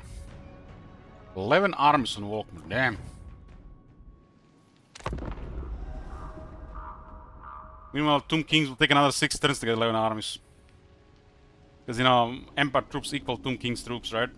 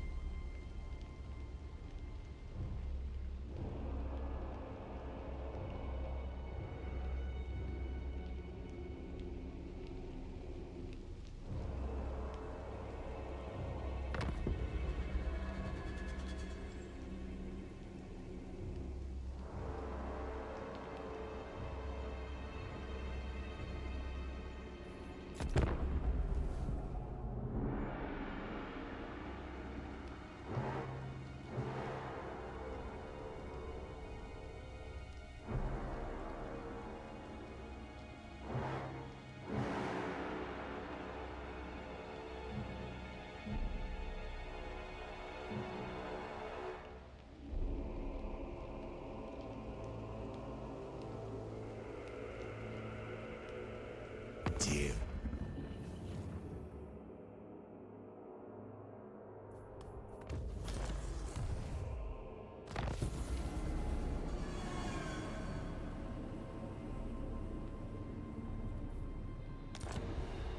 Valkia poofed. Arganeta. Belkor and Celostra messed up Altanar. Then Harganet messed up Belkor. And Harganet returned to fight Valkia. Valkia didn't go this time on Harganet, which they usually go for.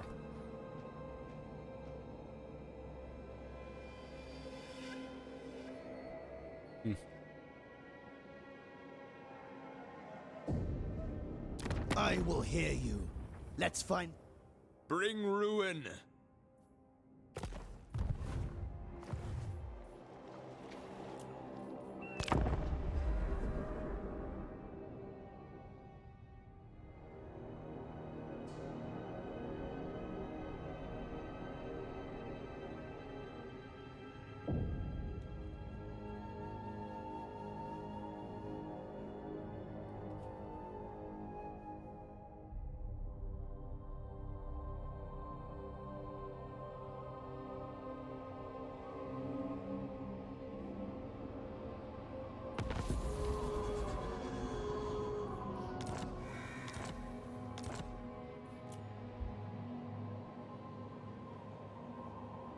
Ogrim domination. So guys, dying race, by the way. Do you know how many armies can Tomb Kings have at this point as the AI?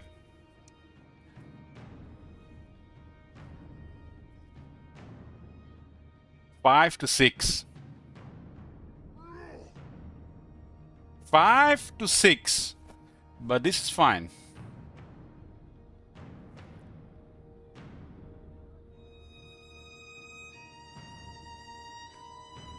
One, 2, 3, 4, 5, 6, 7, 8, 9, 10, 11, 12, 13 armies. 14, 15, 16, 17, 18, 18 armies of dwarves. 18. But Tomb Kings can have no more than 6 at this point.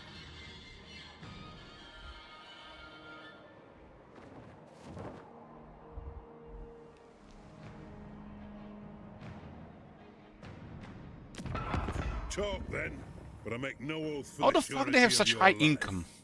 I don't think I've ever seen there's such a high income with that many settlements.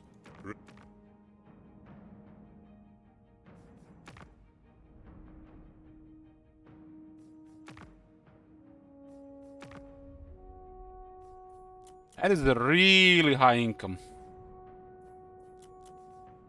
I don't think I've seen this much income before.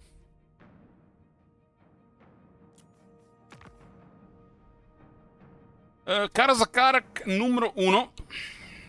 this is the first time they get it out of control in the 6 runs. They actually got murdered in 3 of them. Rank 1 with 32 settlements with some really crazy income. Which means they're probably going to be recruiting another 3 armies. At least. They have possibly up to 23 armies with 32 settlements. 23! 18 rank 2 with 23 settlements and war with Salostra.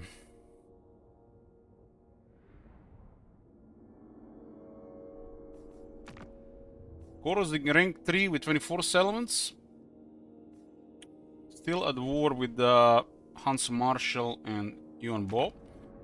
Volkmar has attacked Igitkola. This is actually nice to see Volkmar like this. Not trade with Karazakarak though. And guys, look at this. The wars only have 3 trade partners. It's crazy. Could have had trade with Kaldus Sigmar for another probably 3k income. Not to mention Grand Kate. Exoatl is rank 5, Warrior Hans Marsh and Albrecht. We got Western Provinces, the Lastria is 1. I guess they went after the vampires after all. Lastria, Grand Kate. Definitely an improvement of progress. Araganet, rank 727 with no enemies, they've just finished Valkia. It looks like they will attack Malekith or Gromberdal. Reichland is warring Skrag, Igitklot, Rot, and Wulfric. They got 17 settlements. Doesn't look good for the Empire though, too much pressure. Some of those factions haven't even attacked Reichland yet. Did they have an alliance? Probably ignoring them.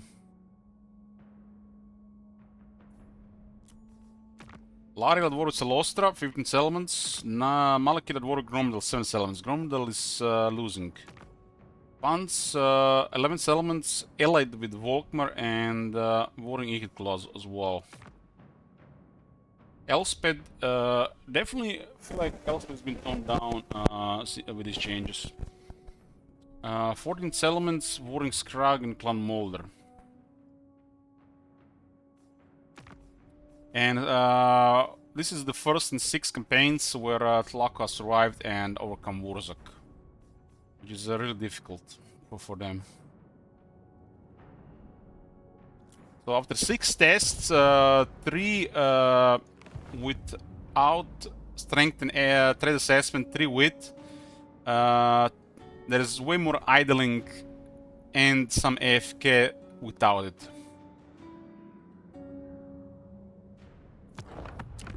So if you're sticking to vanilla and don't want to use mods for whatever reason, use the trade assessment. Bring me to my men. And for some reason, they put this as a separate setting here. Of the Destiny Scroll. So AI strength and trade assessment. This 6 tests. It was better every time with this compared to not. This setting does something. We notice less idleness and more decisiveness. Less idle, more decisive. Makes you wonder what this does exactly. Minor faction potential.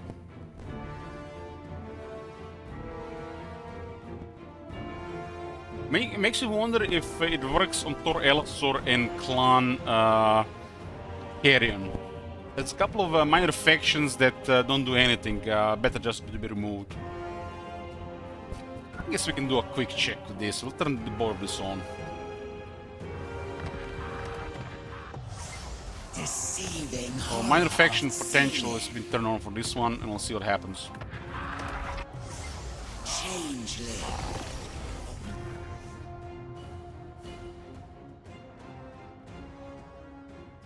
Overall, an improvement this year regarding this, but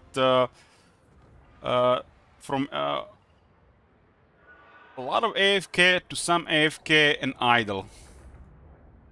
There's idleness still happening, and the lack of they stop momentum. It's only acceptable for legendary.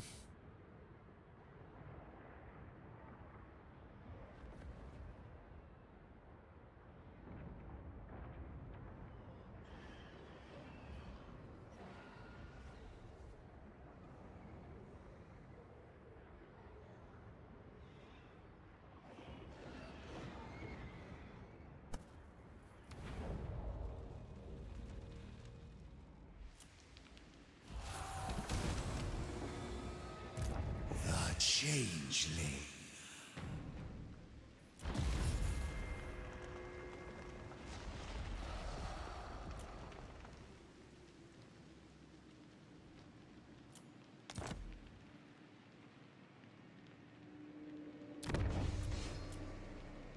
Okay, so the AF factions ought to be better now. Let's see what happens.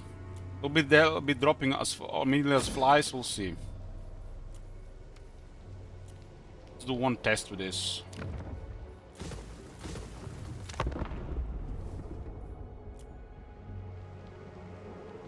I'm guessing they just have a higher potential, and that's it.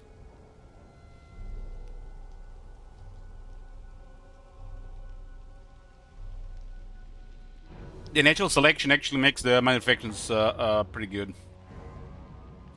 And we're gonna check one more vanilla, but this time with their minor faction setting. We'll probably do mods after this.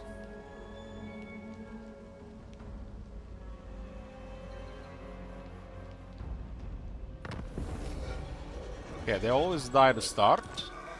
Same. 3 factions went down. Confederated. I guess this is a samey.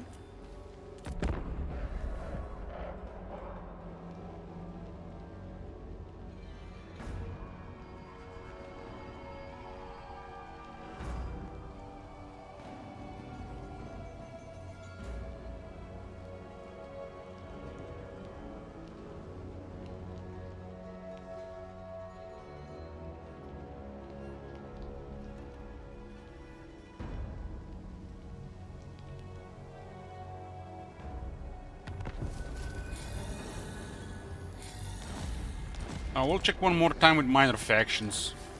This might not need to go to the 80 turns.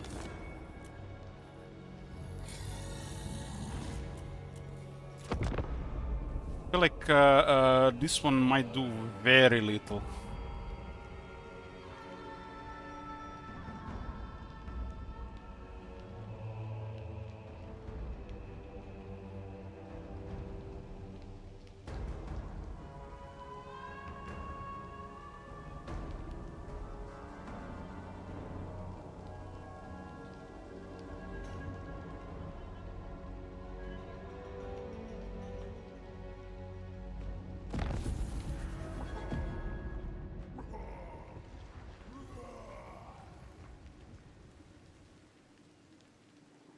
Firefox.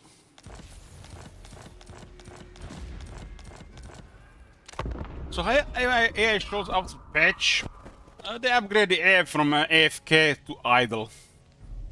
If you turn on the AI strength and threat assessment, it's less idle.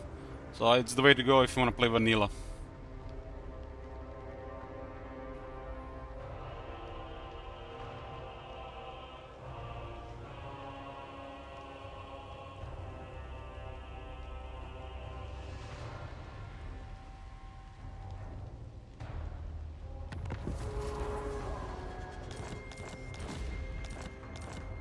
My faction is still dropping like flies, but these are just the initial 5 turns. Let's see after 10.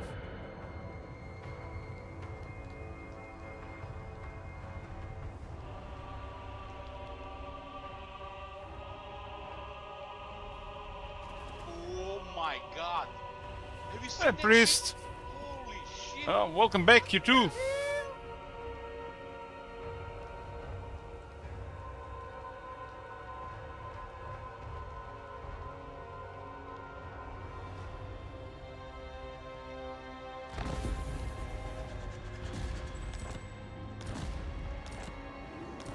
Razor Pub on turn 6.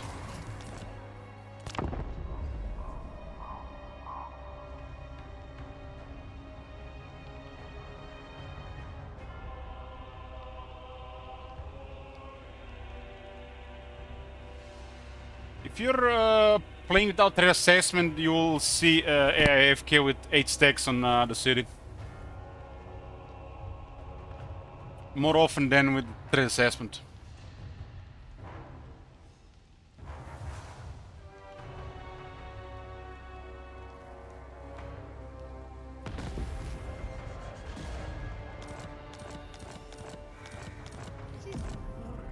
The way I want to explain this, which we started comparing this time around, it's basically just imagine if you need to do an optimal move in your strategy and plan that this will take 2 to 3 turns. Either to move from point A to B, expand, destroy a faction, or occupy settlements.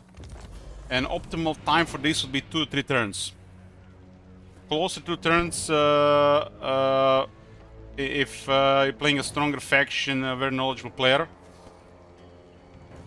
But for the AI, currently, this looks like between 4 to 5 turns. Which means they fall behind the player. And you put in the mix idling, needless besieging, not using siege attacker, it makes things worse.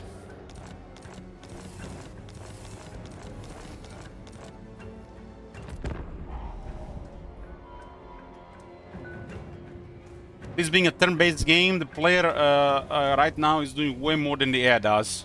The AI can't keep up due to low aggressiveness and lacking decisive course of action. Which used to be a thing back in Warhammer 1 and Warhammer 2. They could actually keep up with the player and overwhelm the player if the player was doing very little. Here, player can literally get away with doing nothing, and nothing bad will happen most of the time. It'll take a very long time, a lot of turns for bad things start happening. Which basically is a sign that tells you that the CA have no idea how to pace the game. They still think it's normal to play 150 turns.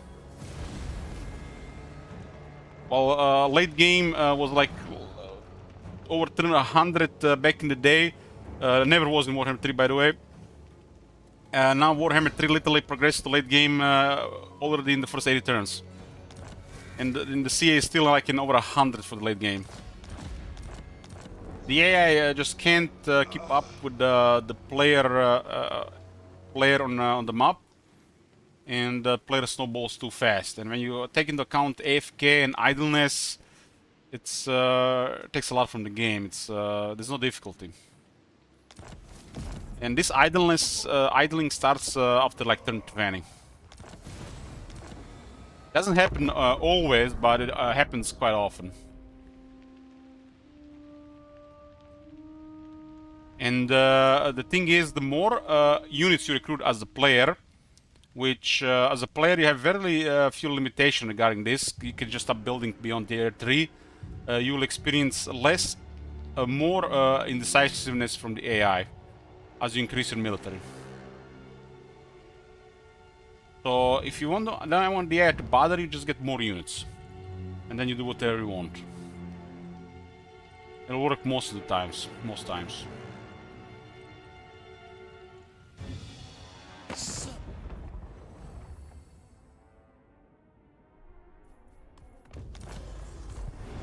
It would have been real bad if AI strength threat assessment didn't do anything, but in 6 examples, it is noticeable difference.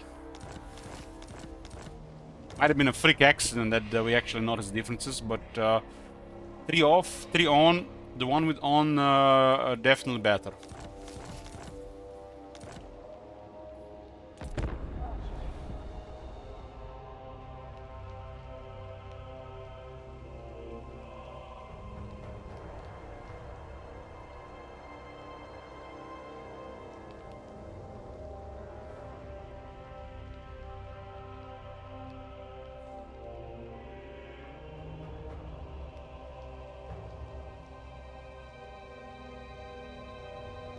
When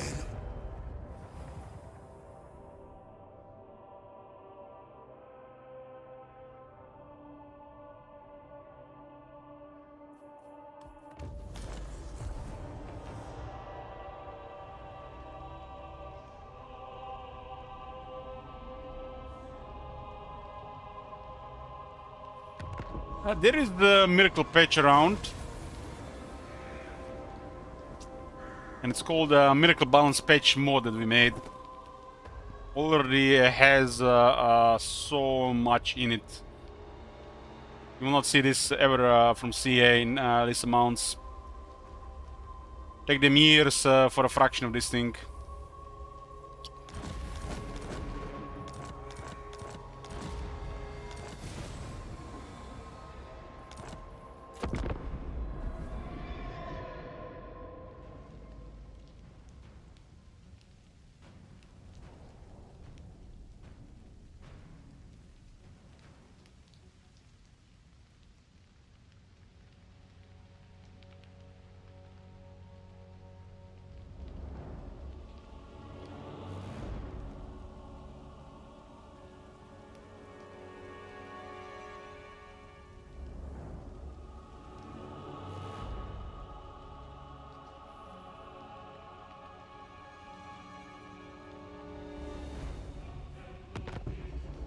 Jungle Bear, you always have you're a beacon of hope in this channel.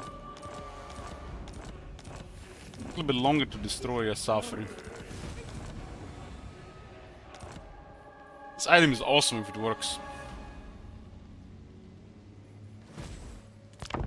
Talisman with ward save and magic find on top.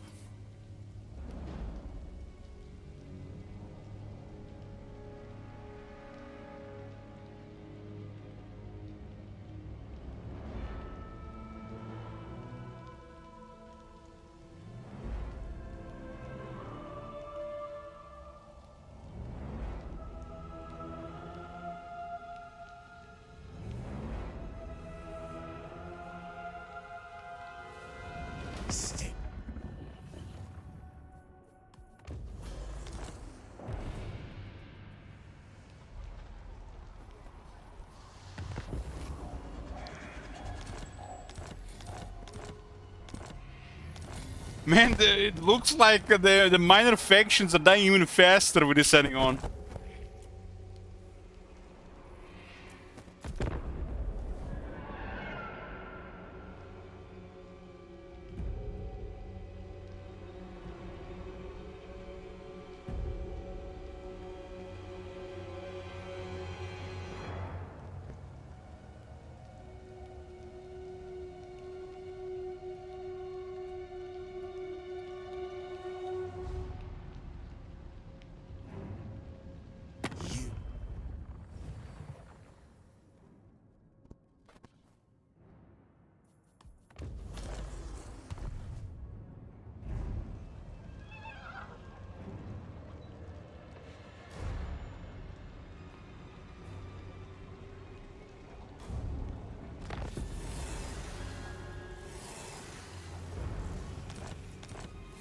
Waka went down turn 14. Grom is down turn 14.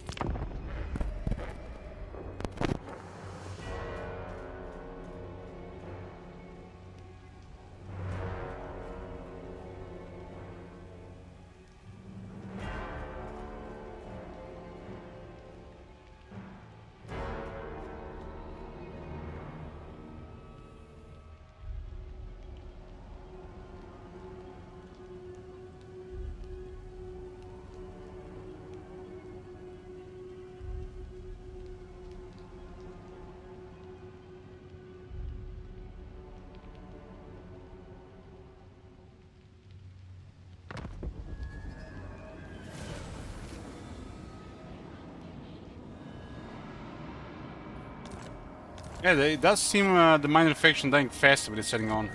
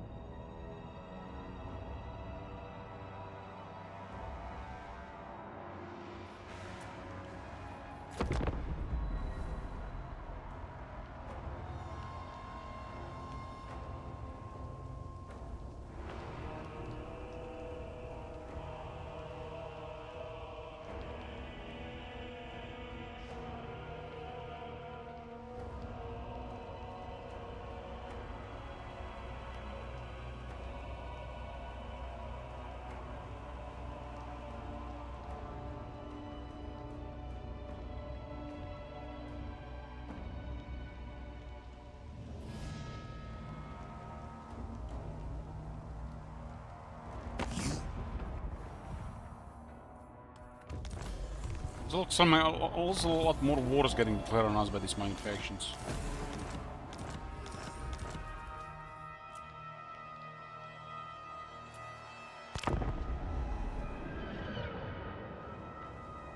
I'm guessing Noctilus will be rank 31.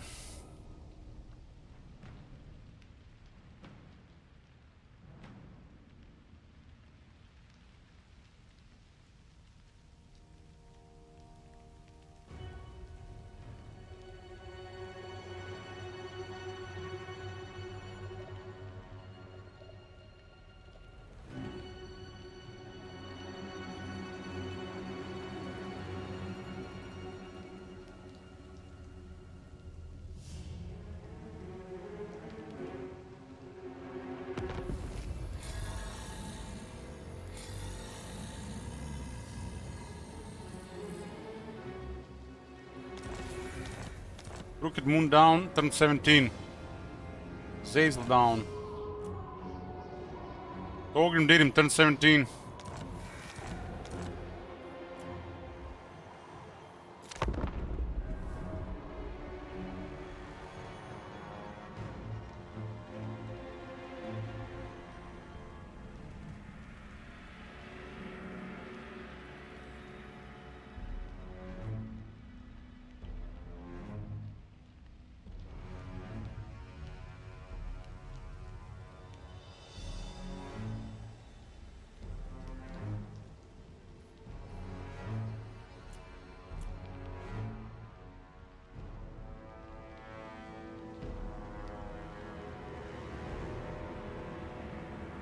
It says that the minor factions will make smarter decisions. The only thing that's been so far different, more of them declare war on us, and more of them died in this short time.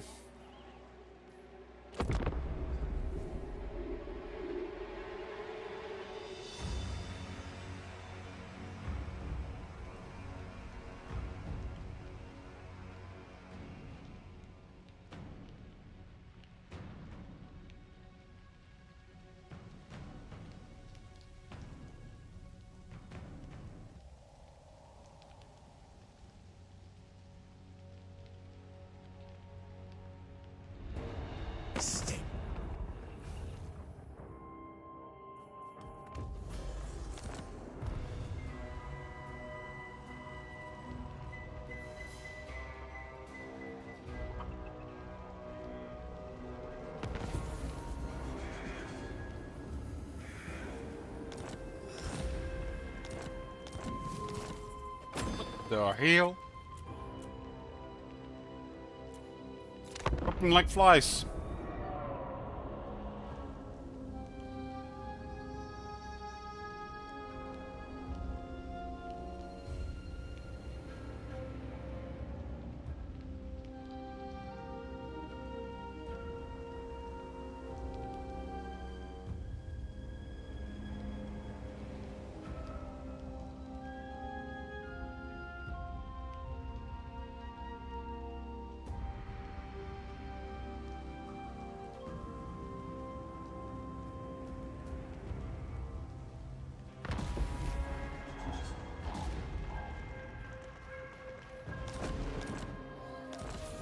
Turn 20. Let's see what the fuck has been going on.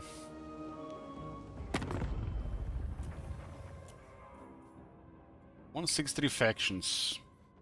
Oh, look at this! Wurzag and Grimgor, first two spots, followed by Oxyotl, Iron Dragon, Queek, Lord, Mazdamundi, Lokir, Gorbat, Eltarion, Karzakarak, Zaytan the Blake, Alariel, and Rakart.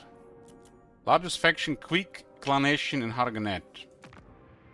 Harganet attack Seagull this time.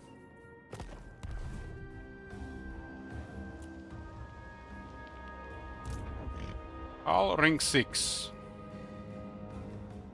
Tyros rank 12. Something like never goes east. I guess this garrison might be too big to consider. Total is rank 18. Casual 5 armies. Casual 5 armies. Wurzak went south this time. Tekla is ranked 13. Eyes ready. Wurzak ranked 18. There's a shit ton of armies here and they're besieging this. About 30 units and they got 80. Rogar is 12. Don't see Manfred.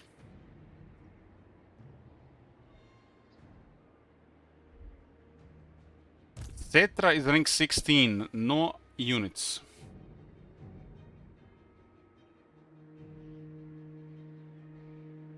It's the same in vanilla Jungle Bear, look at this. Pretty consistent. Same behavior. It's not just the mod that does it, Jungle Bear, it's the beastmen are just don't do anything as the AI. Most of the time they don't do anything. Beastmen are the most broken as the AI. And then followed due to really weak reasons and can keep up are the Tomb Kings and the Vampire Counts.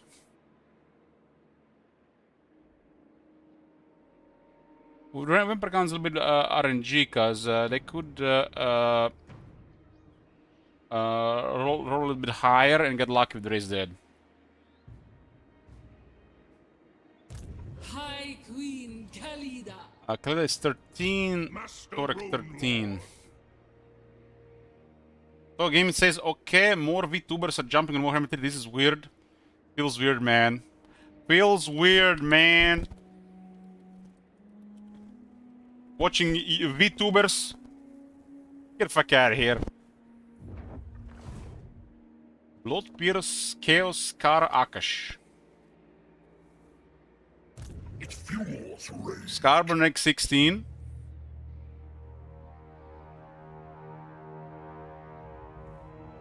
Sigmar be praised. Volkmar 11. Ranessa 12.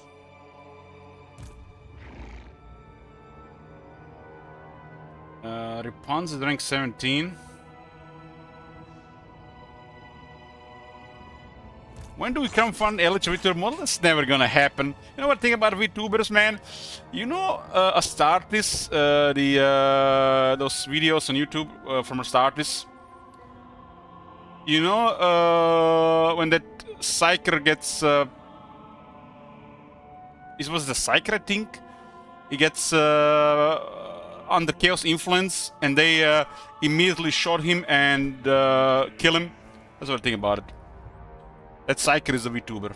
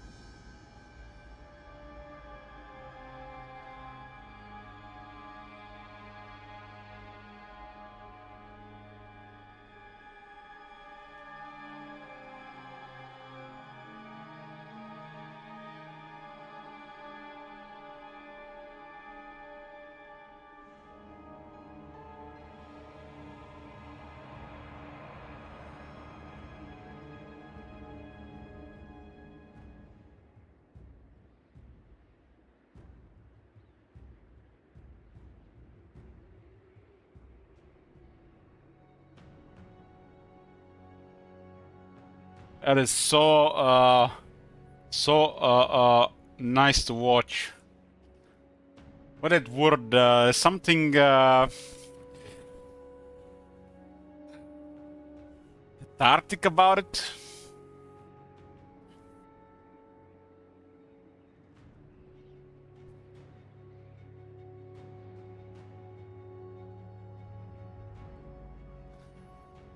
Cathartic, yeah, that's the word.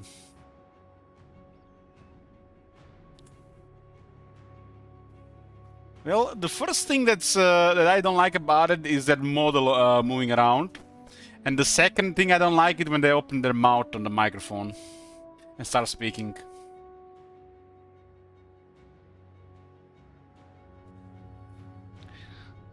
I'm with Bloomkels on this one. Arkan is rank 10.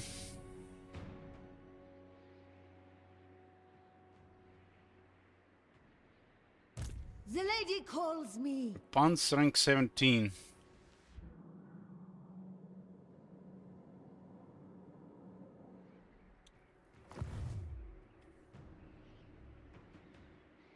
Rakath is supreme. It is. Rakar is Supreme, rank 24. So you don't like things that move around and speak. Explains a lot of people. Is that what you get from that? What the hell? God damn.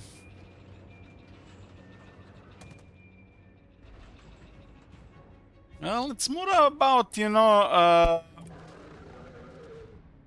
everybody has tolerance to, you know, to a certain level of things, and some things being cringe no matter what, and some things being more cringe to other people. Who are you?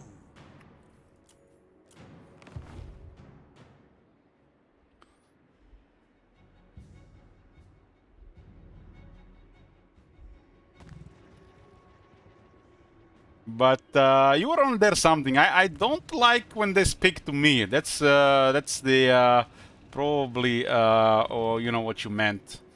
But the way they speak is what I said, not that the fact they speak, making that weird voice,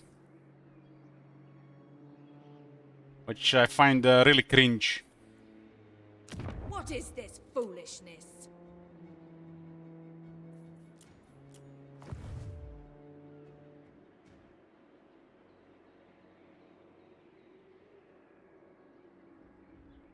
You know what I mean, Toa Gaming.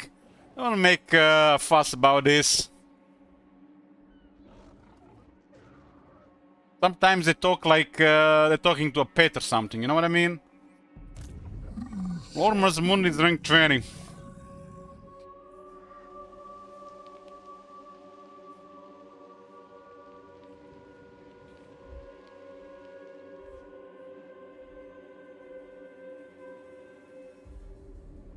Keeper of Wushing. Yumbo rank 18.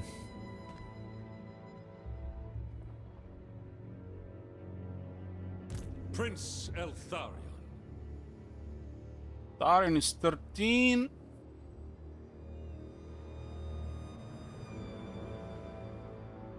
Let's see Noctilus.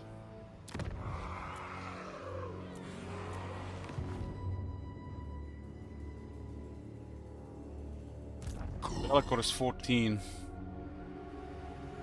Chosen Alariel 18. I guess Noctilus is hiding or got wrecked.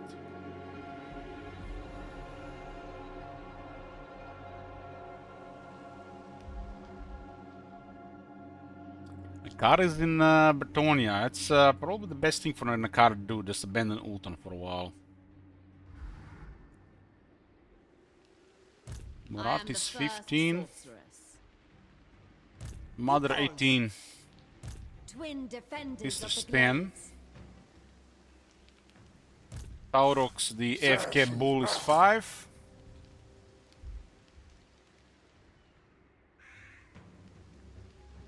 There is only Altanar vengeance. 18. Cockroach 16. Man, this setting doesn't seem like do shit.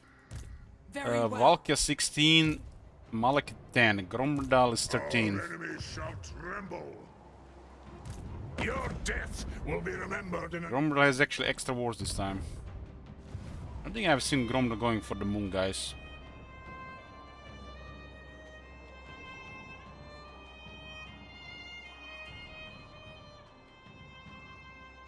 Do you use over-ear or pods for listening while out and about? I use earbuds, Bluetooth earbuds.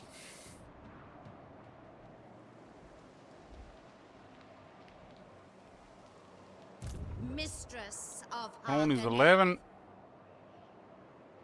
Don't they fall, just fall out? No. No. I can actually run with them and they don't fall out.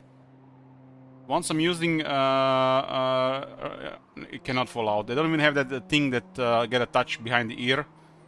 These ones don't fall out. You just have to get change that rubber on it to fit your ear.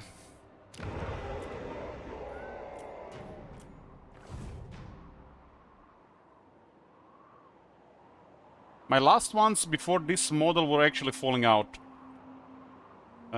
Definitely when running, and even sometimes when just moving my head.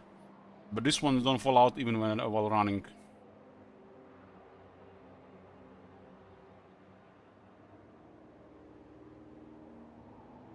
By the Lord of Malus rank 12. Seagull is 22. I think the highest Seagull we've seen so far. Very well. Demon Prince 15. He's actually active this time.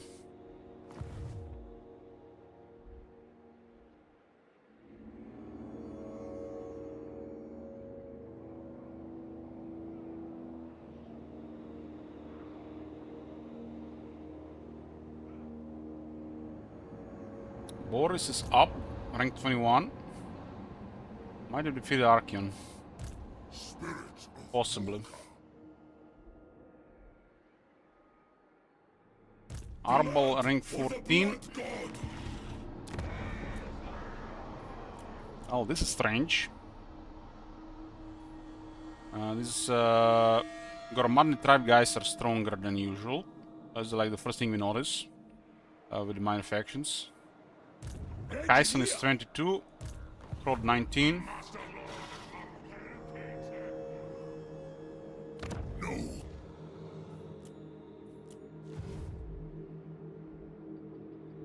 Zulahu, rank 10.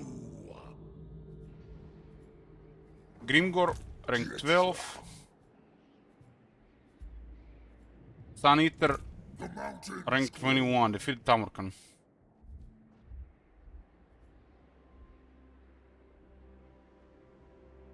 Zaytan, rank 11. Village is 21. This time. Iron Dragon 15. Yo. Death Master way to the south, rank 20. Geld 14. But it's strange, this faction emblem is orange with that white thingy and their banner is blue. These guys are alive for some reason. It looks like it might be part of the faction thingy. For minor factions, rank 15 on Nakai. Also, Loki might have been defeated recently or hiding.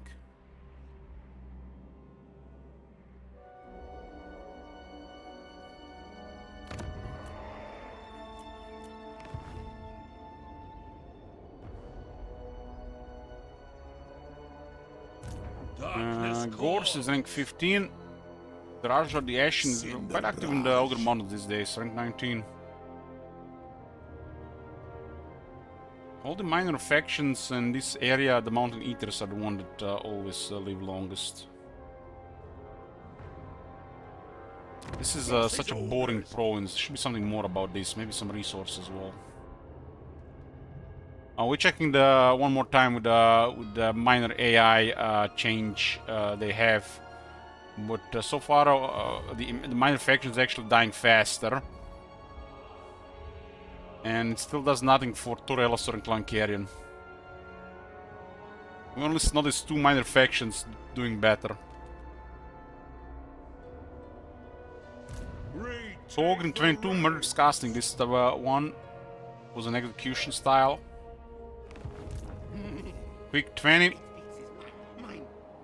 Ungrim is 16. To die in battle.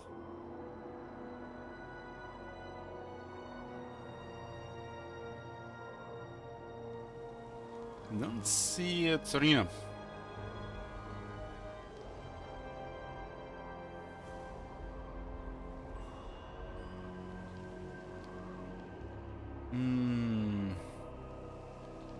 Stalton is 14. Wolfric 15. This will be the last vanilla test. Carl was 6. Doing pretty much nothing this time. Daika 16. Blood 21. Elspeth 19. Lewin I is am the 19. blood of Gilles. Akari is in last in Bertonia this time with rank 20. Rome has been destroyed by Carcassonne.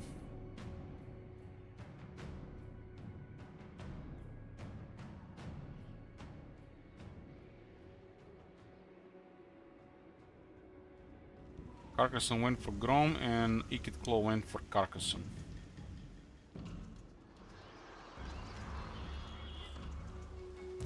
Durk is rank 10.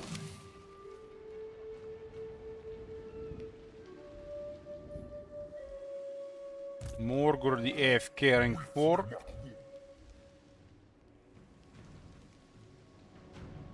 It's a Belegar and he does have 4 armies active.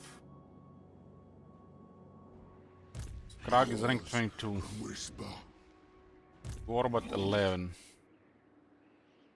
Can I assist?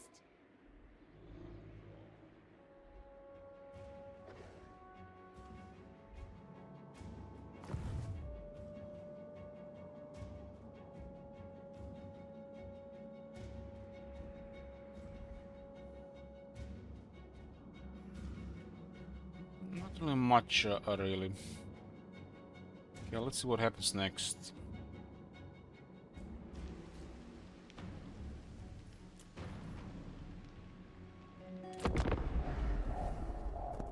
Stand a bit. Lately I'm getting uncomfortable if I sit 7 hours straight. Oh.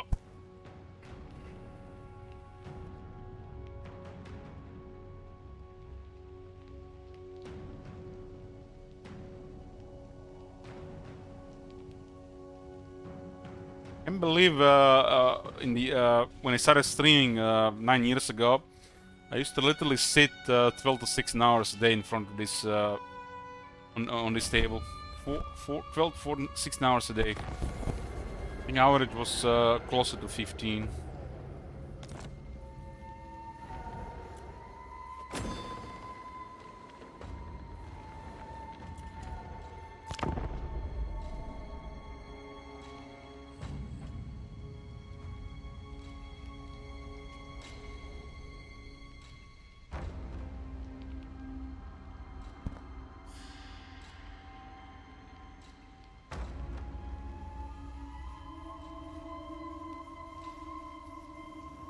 This will be the last vanilla test for the current version of the game.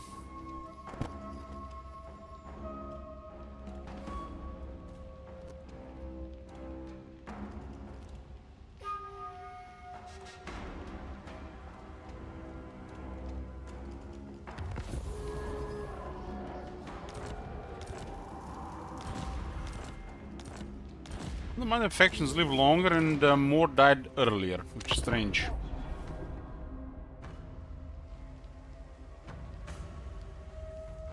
Maybe it's just like you know, this time.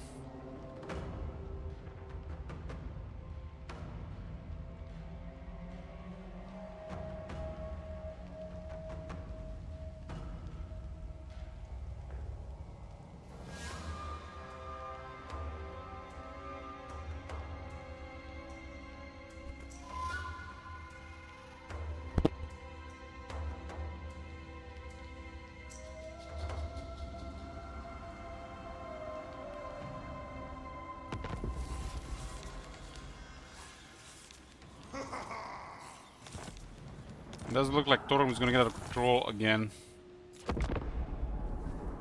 Makes you wonder if anybody can even stop Torgrim other than the player if he survives that initial part of the campaign.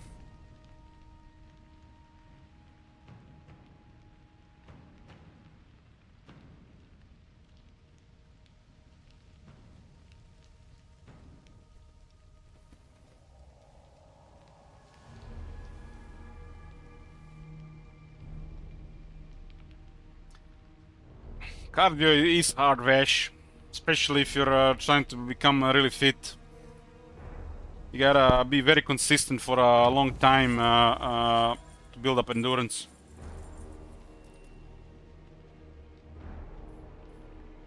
Some people just Don't like the feeling of being uneasy, and even if they can you know, be uneasy like that for like 30+ minutes, like running for 30+ minutes.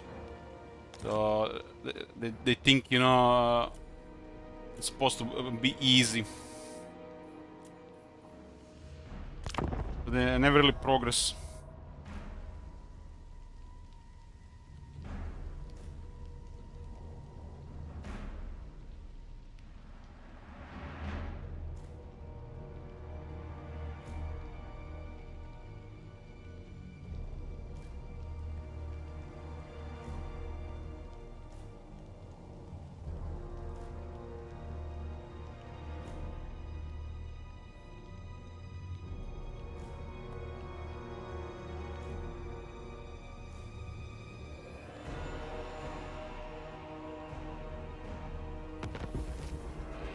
Emery dead turn 25.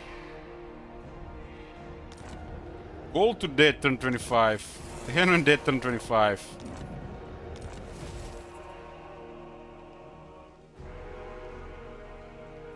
Somebody defeated Grimgram.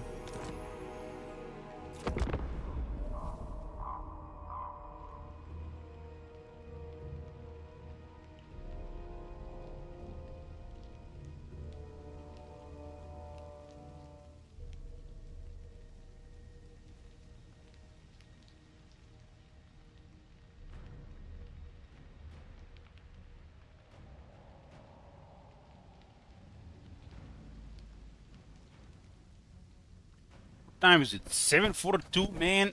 I want to get another coffee. Had 2 coffees today.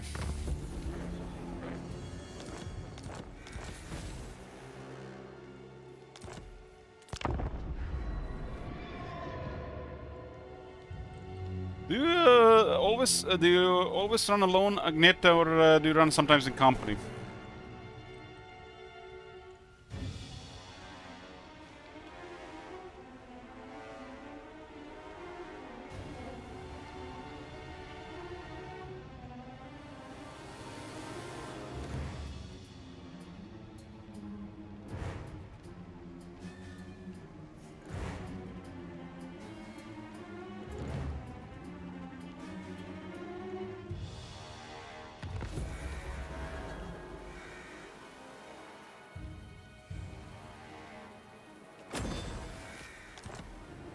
All those 6 scheme at the same time. Pest is down, Enchanter is down. What the shit? I guess they didn't occupy, they restored the Hochland. How would they give the brass skip to Hochland and kept Kronwald?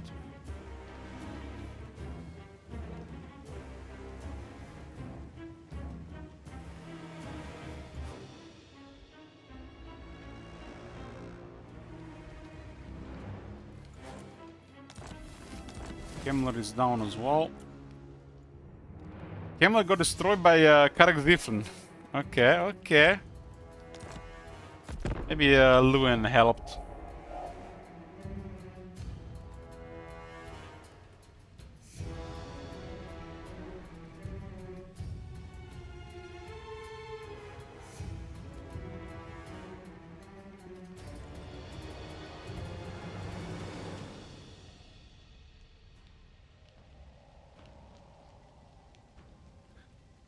So guys, what is this thing I'm hearing about Harry Potter TV show? Is it gonna be a real thing?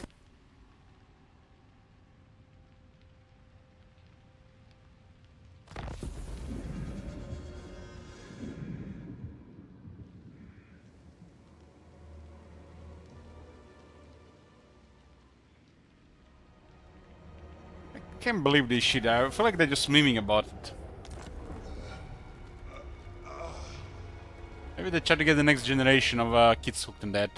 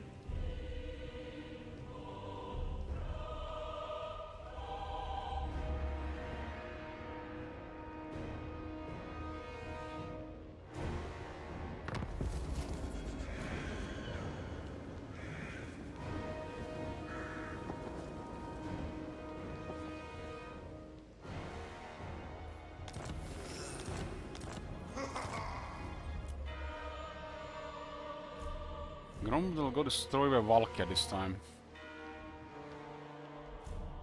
Valka again going on the other side.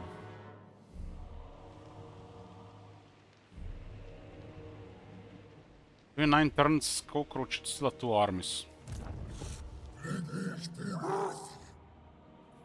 We actually seen Taurox do something with the mod, but in Vanilla he's not doing anything. What are your thoughts on the new AI change so far? They upgrade AI from AFK to idle.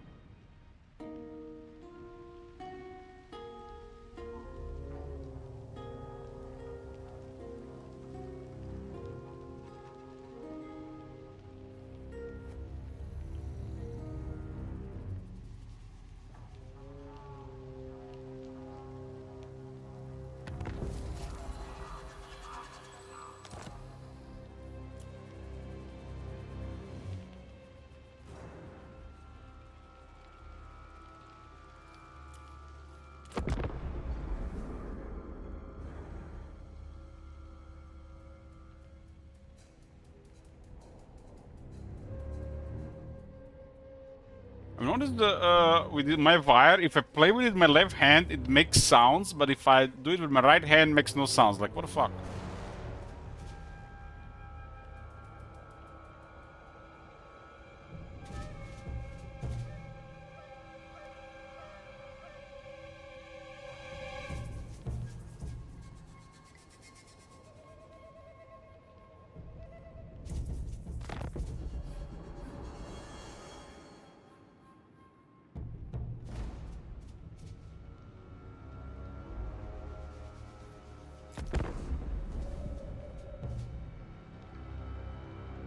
Left hand is the magic touch.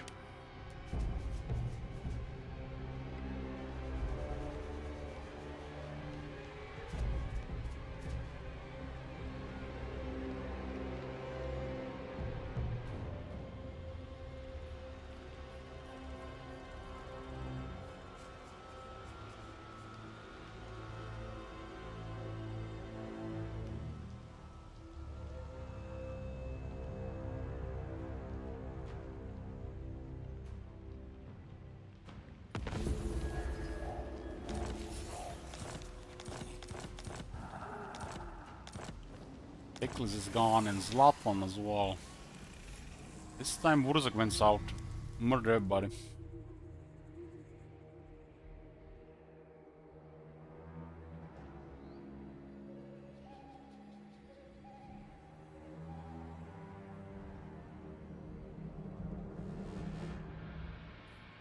Does seem a little bit noticeable on the minor factions.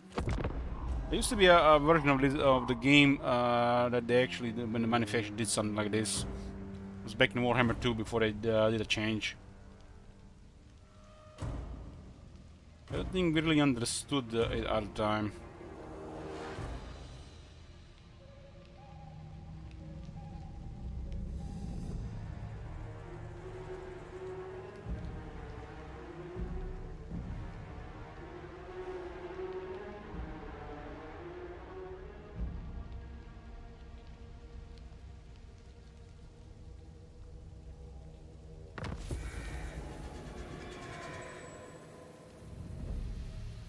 Well, Molder dead, who did it? Sarina.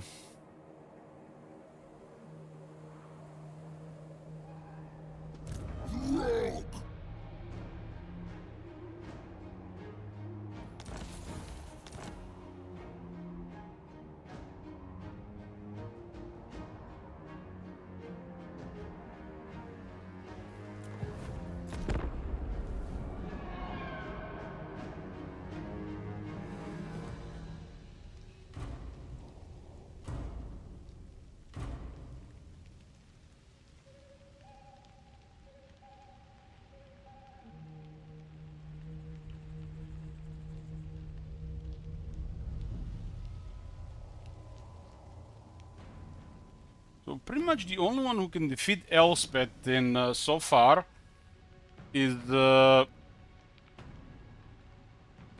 I mean, nobody really can defeat her. Just Vlad can cripple her, and it happens rare. Don't look like anybody or anyone going for the kill here.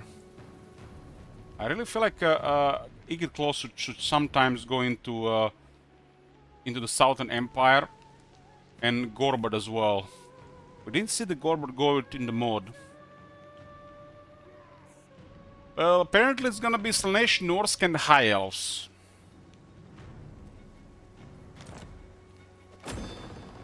Better not get another bird.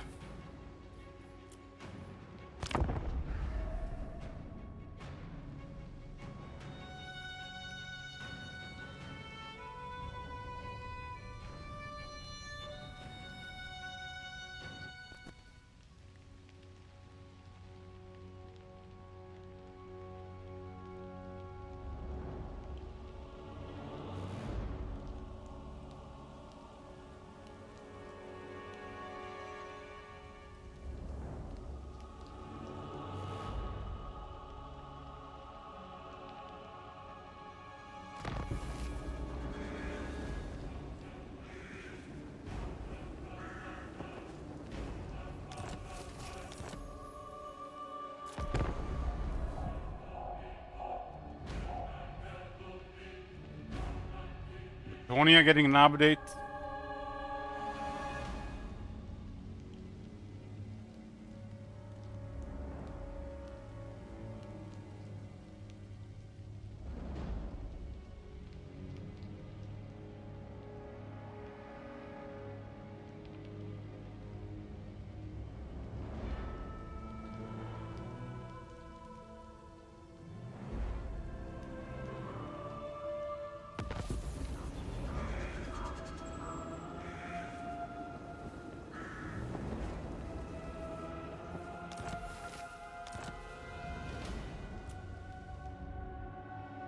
I don't like when they tell you the Grimgor why succeeded, but doesn't. When you click this, it doesn't tell you where the target was. What the fuck did they send him to the capital?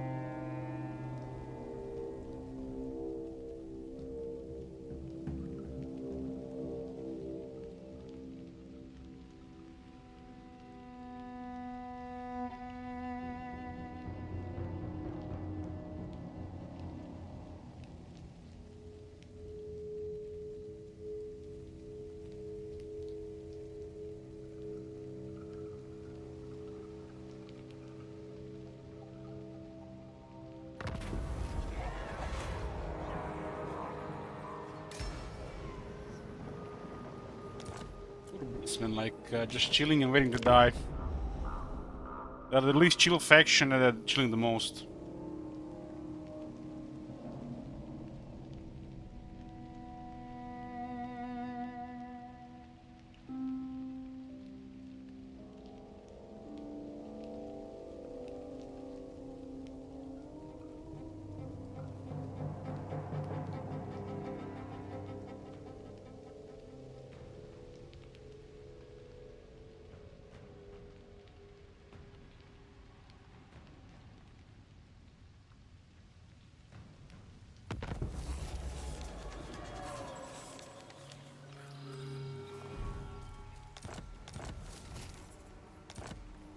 Cockroach went down. 139.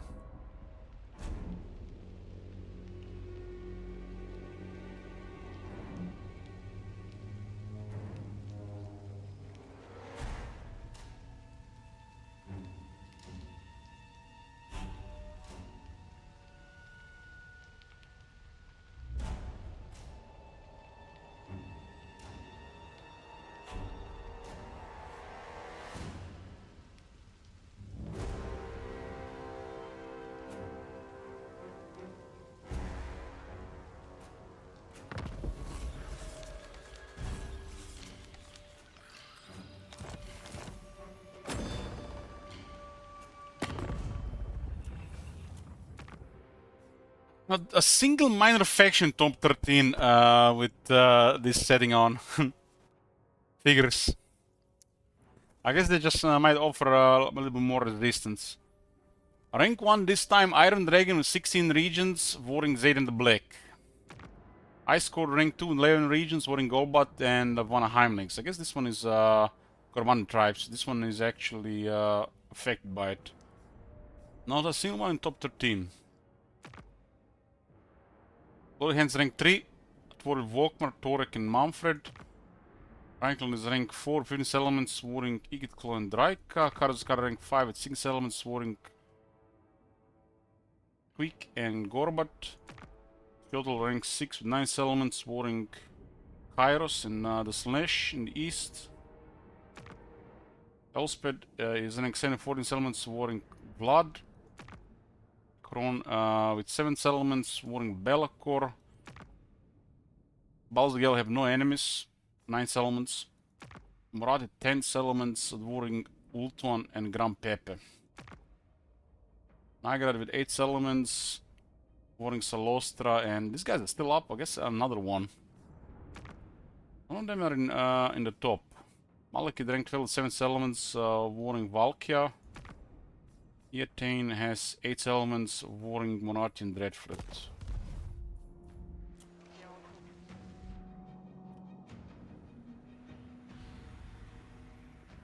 Salostra is on Ultuan.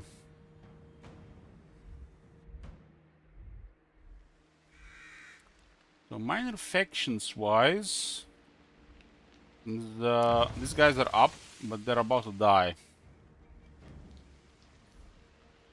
Looks like they just live a little bit longer, but don't do much about it.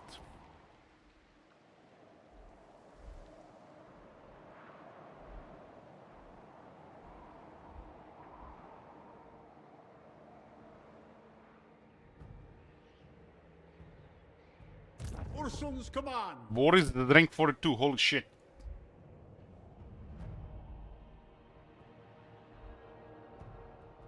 And Kolek has the Archaean's Fortress.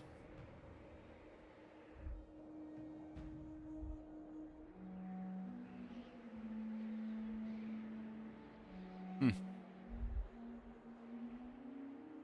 am an army. Arbol the AFK, huh? We've seen Boris a couple of times actually destroy Archaeon and take those territories.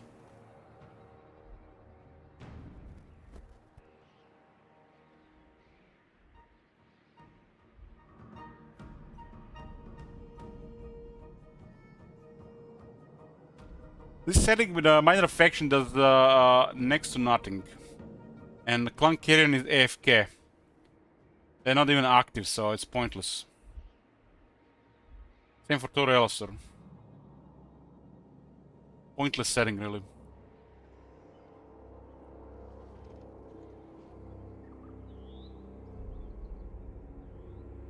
Pointless setting, unless I can turn into major power with a high potential, like in the mod, this doesn't really do anything. They're just gonna be dying longer.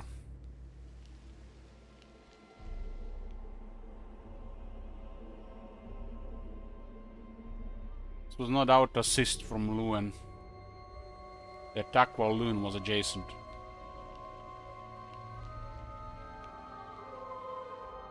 Vlad just gets bullied all the time.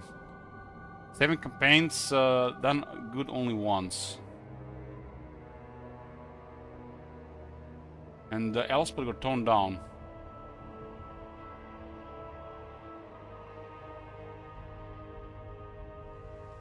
Okay. I've seen enough of this vanilla. Seen enough. Let's turn on some mods.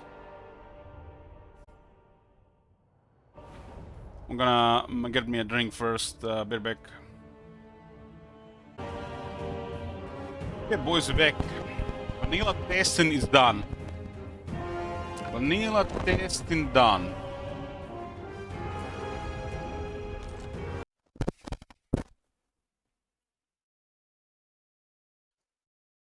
Hey, Styles.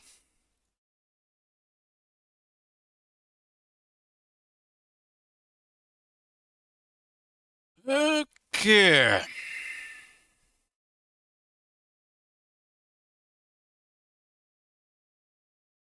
Hmm.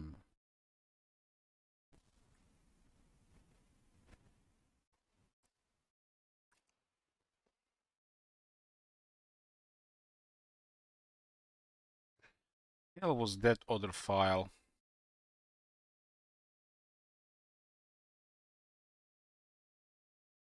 Let's get automatically downloaded. It is.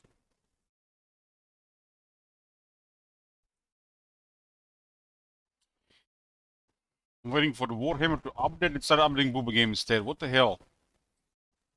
My Steam knows, you know, my priorities.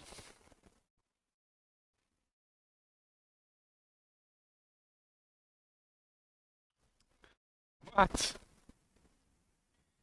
Okay.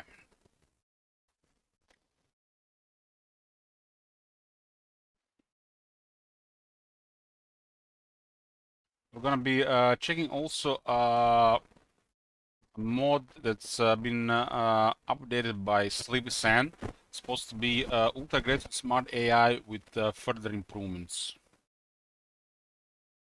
But now I wanna go to more familiar experience first.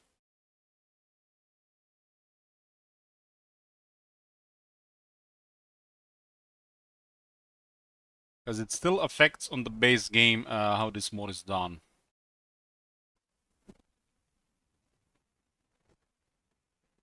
This is the mod that restores the older AI.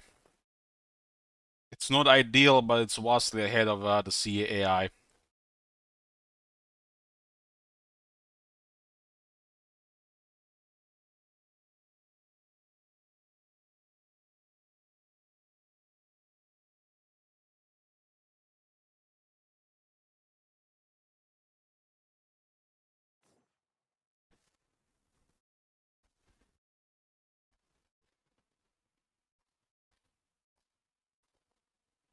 What? What is the mic that much bothering you guys?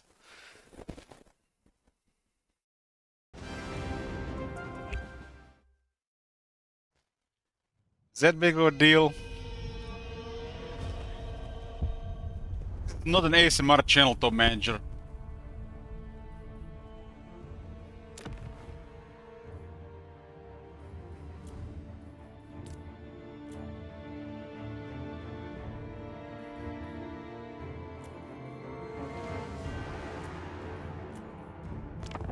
Empire's blessing.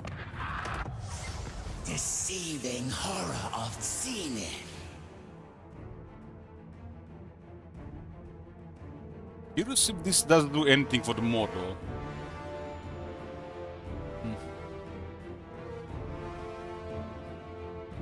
I think it's just gonna override their behavior.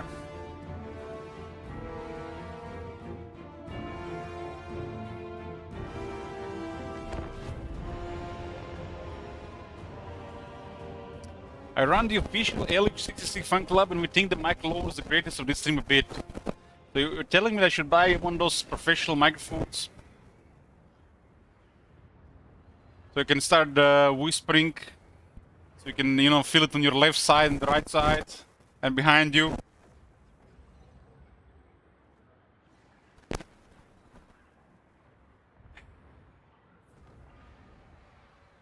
You know, don't mention feeding me shit about my microphone. I swear I'm gonna turn on my camera microphone for one stream, and you're gonna hear me like I'm talking from a bottom of a barrel.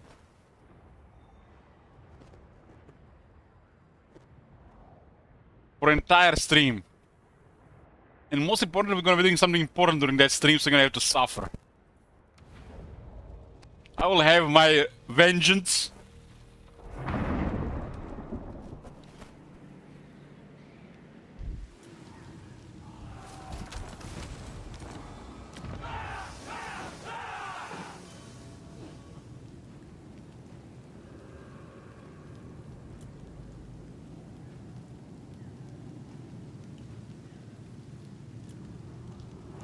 Don't worry, Tom Mage, don't worry, I can find something. I know you long enough.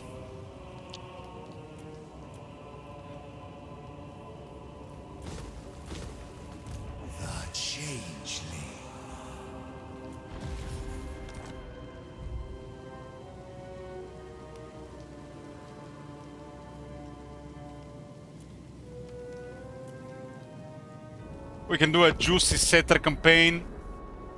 Or we can, you know, maybe do some more Baldur's Gate 3. There's definitely options.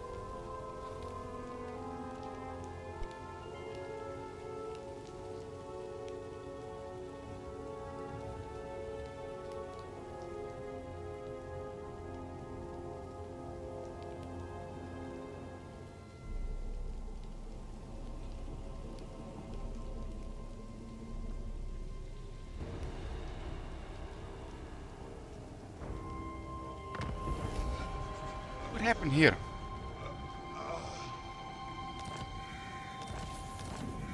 One Creepus got destroyed.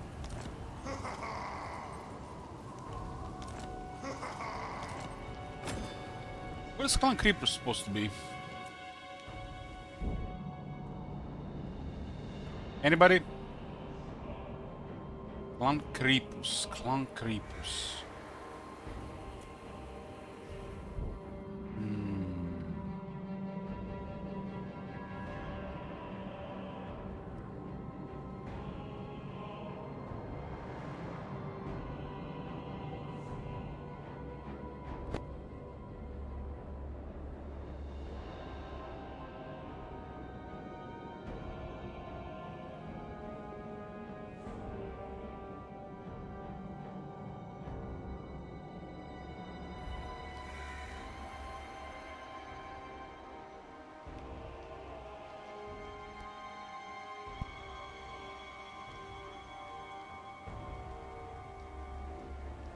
This is a clan in Mordheim. In Mordheim.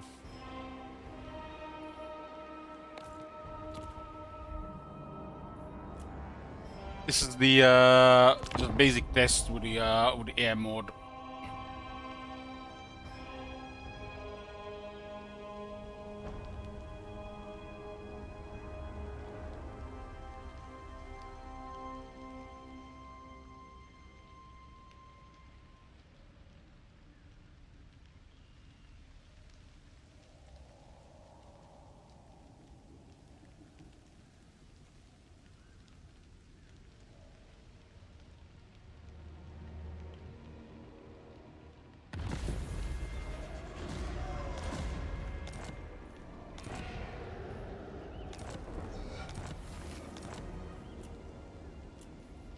See how long Khazark survives.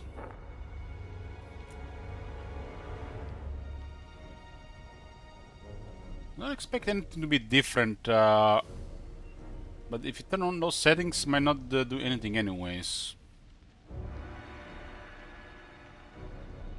This is still overriding behavior on the mod.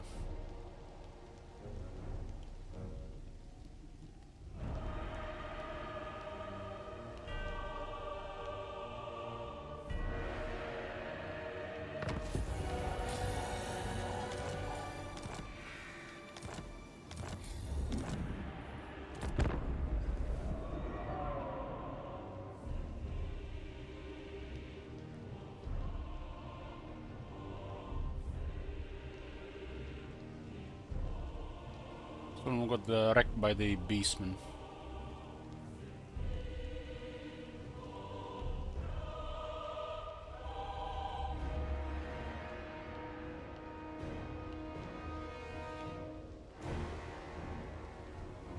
I was trying to get it, but still got it before.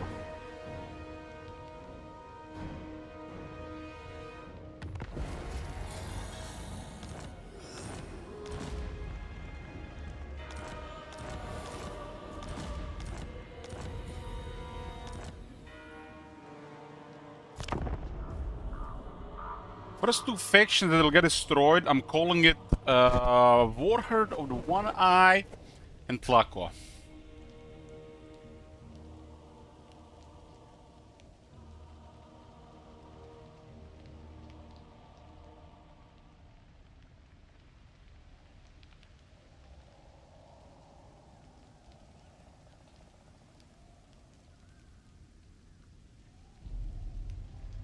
Hey, Rancy.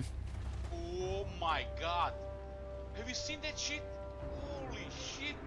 What the hell? The audio that plays when somebody subs is getting so far in time that I'm not even recognize that person who said that.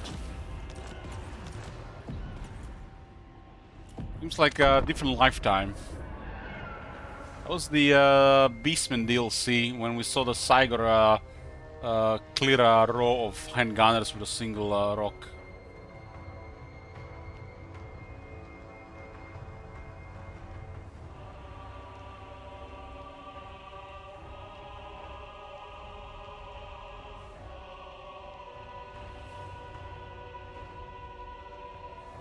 Time for a new sub sound. The guy saying it is insane.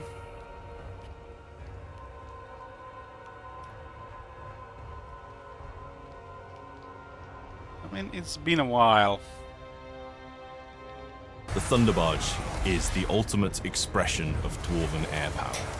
It's got 2 cannons, it's got loads of gunners on it, it's got 4 bomb bays, and it's also got a giant harpoon that it can fire from the main balloon part.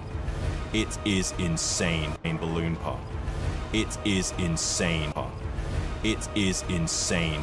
And it's really going to change the face of the dwarf playstyle. Really going to change the face of the dwarf playstyle. And it's really going to change the face of the dwarf playstyle. Barge is the ultimate expression of Dwarven air power. It's got 2 cannons. Yes, you did a clip. Thunderbarge is the ultimate expression of Dwarven air power. It's got 2 cannons, it's got loads of gunners on it, it's got 4 bomb bays, and it's also got a giant harpoon that it can fire from the main balloon part. It is insane, and it's really going to change the face of the dwarf playstyle.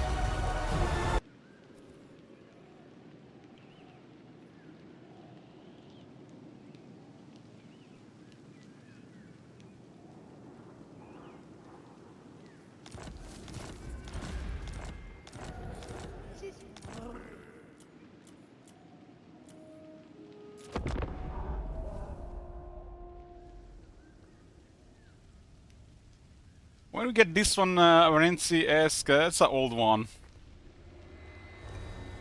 I don't even remember. Probably like one of the earliest ones.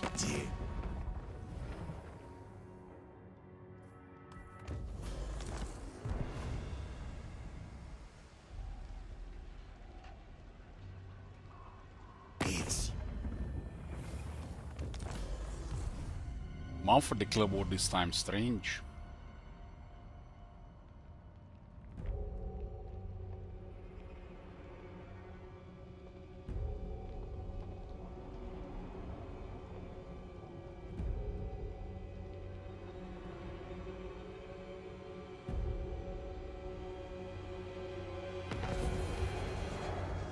The cat in the Viking Spearwall charge.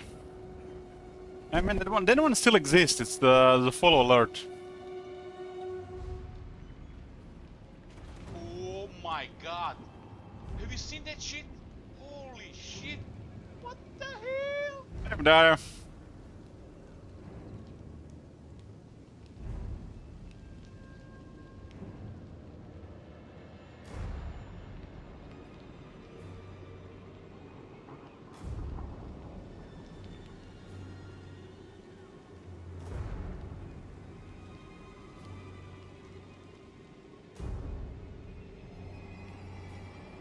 Oh no, it's actually gone.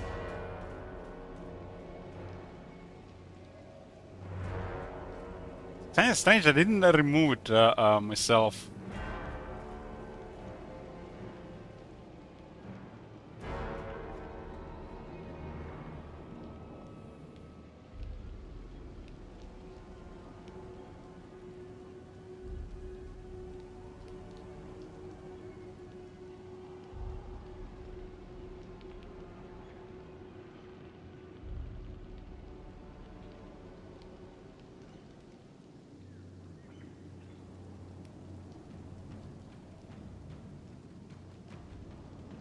I guess it's been so old they removed it on their own.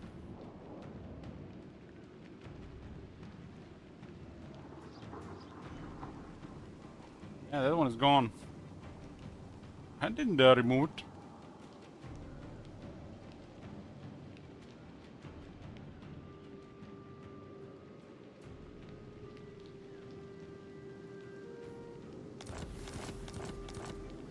I want more, give me more.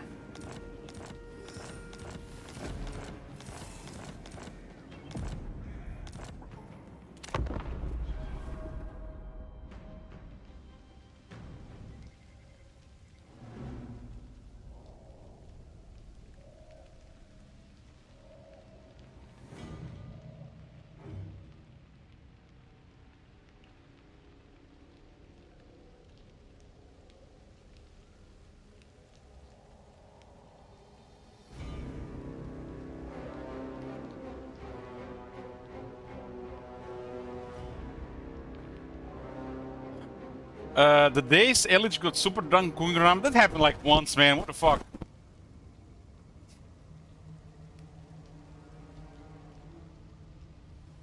Modaria says, haven't seen you roam the streets lately. Modaria, last month I walked over 700 kilometers. You walked the wrong streets. I was everywhere.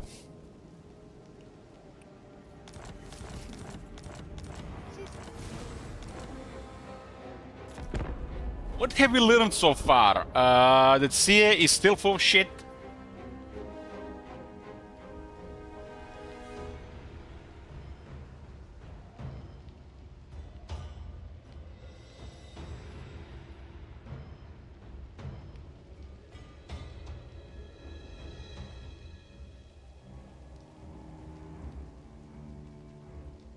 We know that already.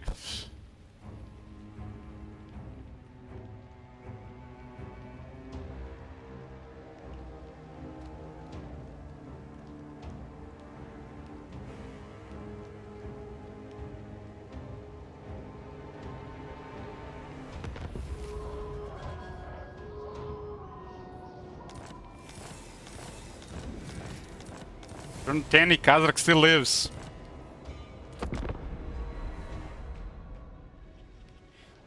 When are we getting the in real life walking stream? Somebody suggested to me I should walk to another continent and record everything. Broadcast it.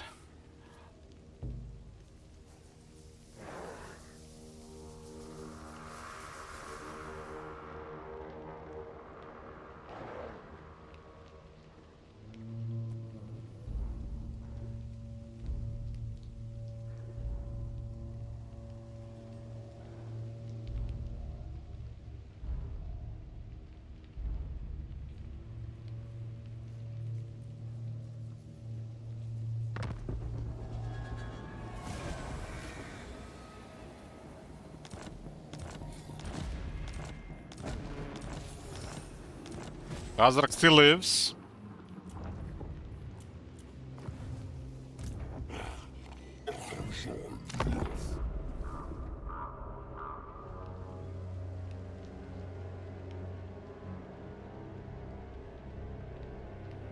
Raid Constantinople and stream it.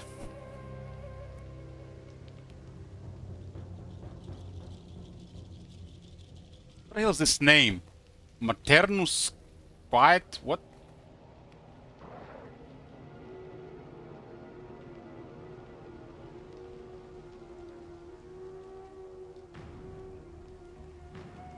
Maternus Quit. Maternus Quit.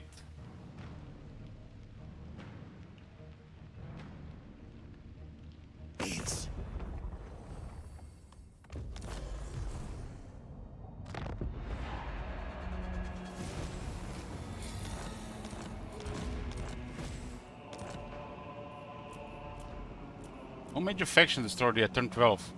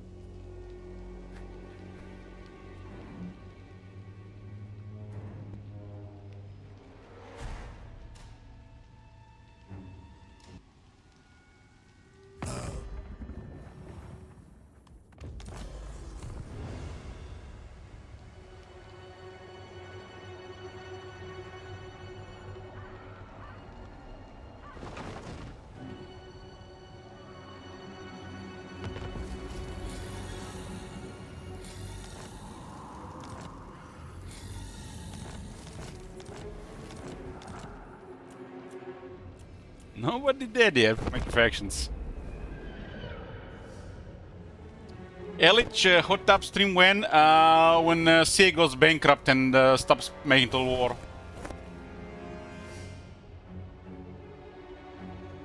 Can you even show be shirtless as a man on stream? I'm gonna have to go rent a room in a hotel with a jacuzzi for that. Record it from there. I have 3 commander decks rants. I got one ran with Sheoldred Apocalypse. Just nothing really special with mono black, just the cards I like. All 3 decks are pretty strong. I got Simic Grid Cascade, Solitaire type deck with Emoti, the Cascade commander. And I have, this was my 3rd deck. The second one was Elminster, the Planeswalker, which is a solitaire type Azorius Denial and instant win.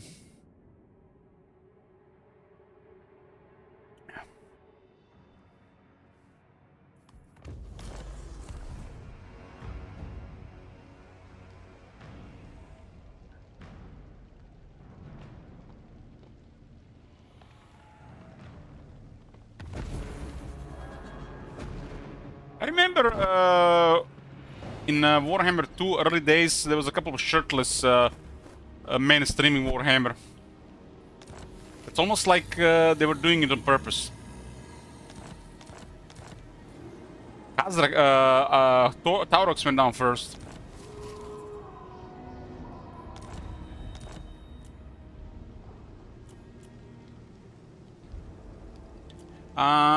Hop offer decks, I would say they're very strong. They can fight in a CDH environment. They're not really CDH, but they can fight in a CDH environment, especially Sheoldred and Emoti. I'm not running too many cheap counter spells in the Azorius deck on the other one. I think they can all fight in CDH environment. Sheoldred deck kind of relies on the table, while Emoti and Elminster are very strong on their own.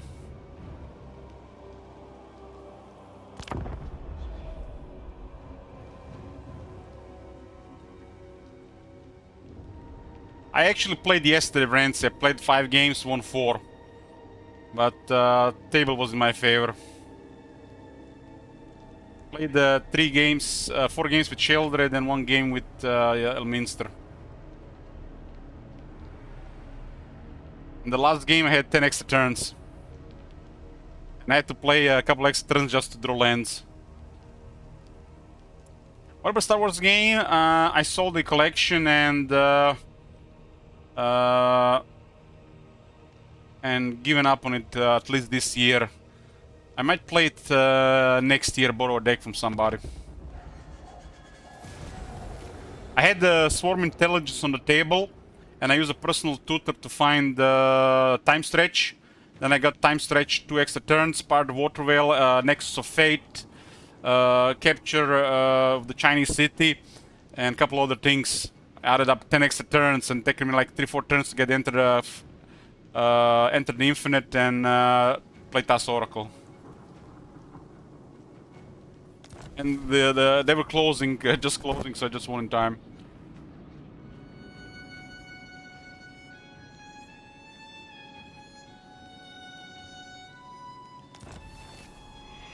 But the game was really drawn out. I had a Sunfall, Farewell, and Supreme Verdict in the starting hand. After Farewell, I had plenty of time to carry setup.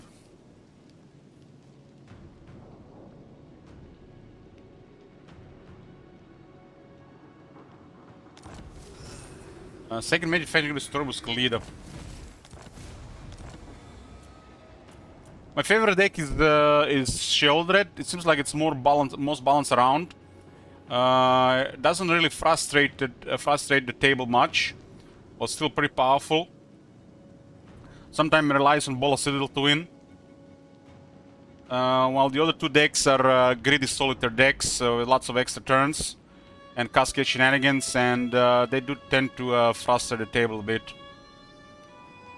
But most people are playing decks close to that when I play. Feels more satisfying winning with Sheoldred than when I Immortal or Elminster.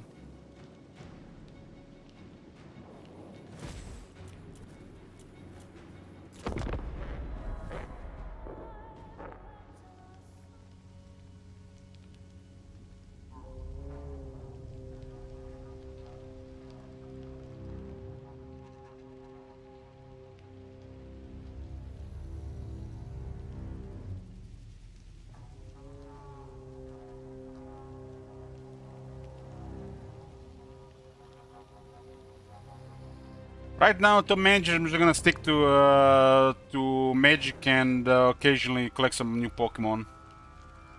It's fun getting a couple of them in the collection every few months. But I'm gonna stick to these 3 decks, and don't have any plans to building another deck. I build a mono red deck after Sword of Tux stuff.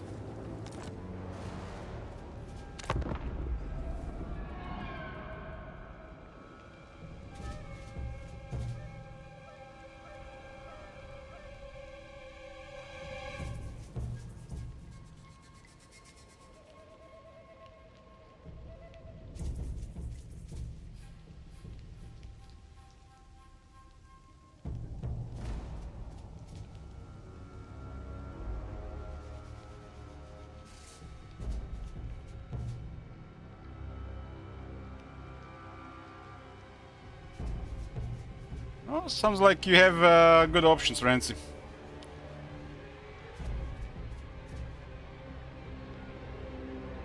Three color decks are pretty fun in Commander. You get a lot of options.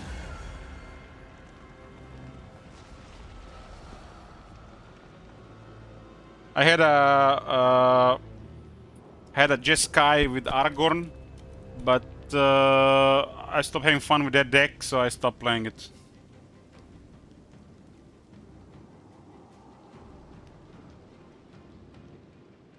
The thing is, I felt like I didn't have much time to play the other decks, so I got rid of that deck to play the first 3 decks I made more.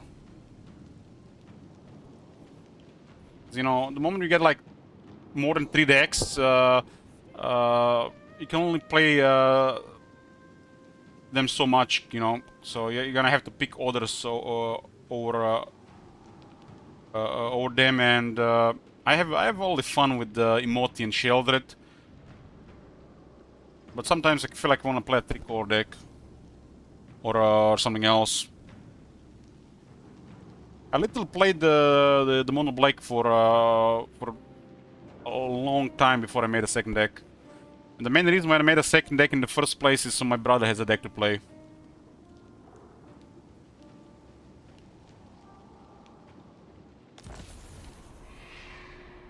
Cetra is down, turn 17, damn.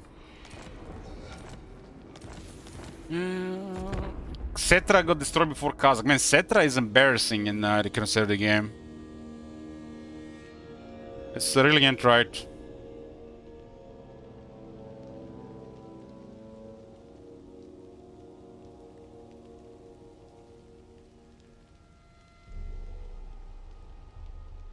The devs don't seem to care to fix the Air Tomb Kings.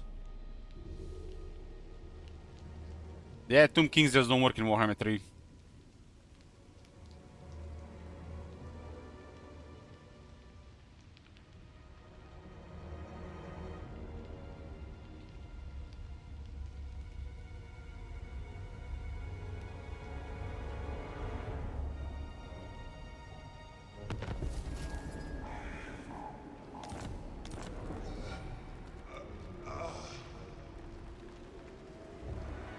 Sultan is down turn 18.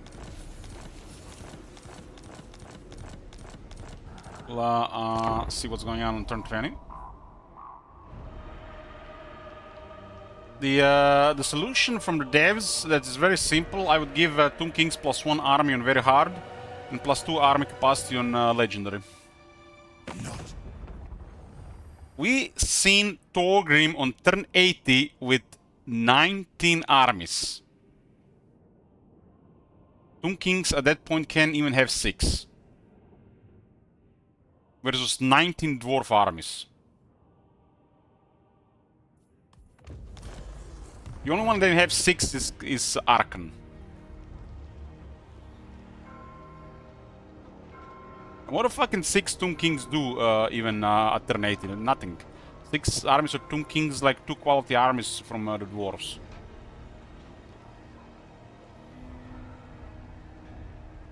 The Miracle Balance patch did vastly improve Tomb Kings, but we haven't run much testing.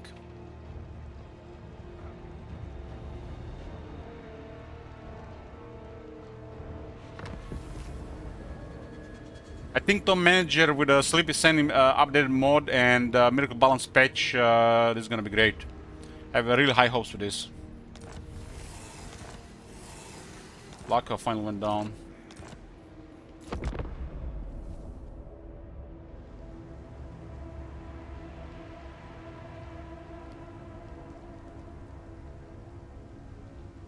Rancy, we actually put Iron Dex 2-turn recruitment in Miracle Balance patch. See, we'll get the shit together and fix it at some point, no doubt. That unit is broken at 1-turn recruitment.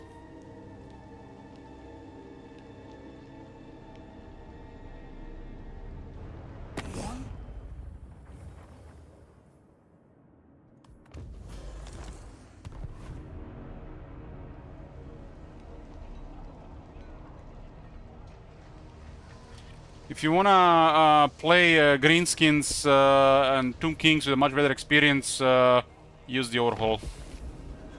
It's basically made in the spirit of vanilla. That mod does 2 things. Updates the game in the spirit of vanilla, what we want in a Miracle patch, and removes multiplayer from the game. It's work in progress, but there's already a crazy amount of work put into it.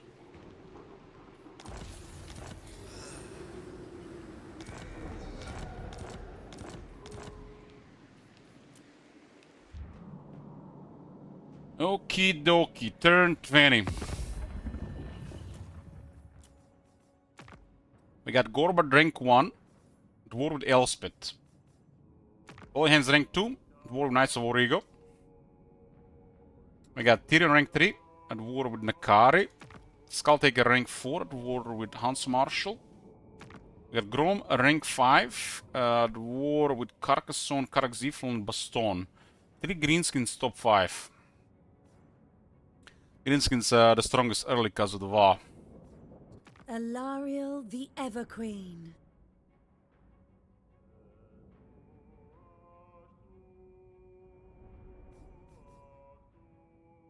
Avalon is rank 6 with 9 settlements at War Nakari. Nagan rank 7 with 7 settlements at War Gromdel Sub. I guess Subtle Torture attack these guys. Lokir has 2 minor factions at war. Oxidal is next with 5 settlements. Remove next with 6. Clan Morse with 9. Clanation with 6. And Karkardin with 6. Ironbark Expedition has 11 settlements. I'm not sure I've seen Torek first on turn 20 before. It's 2 tough enemies though.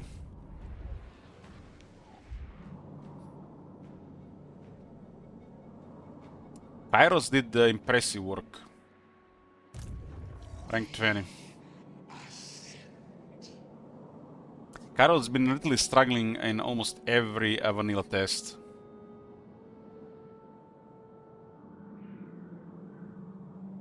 Clan Karen and Torelos still have no purpose in most campaigns.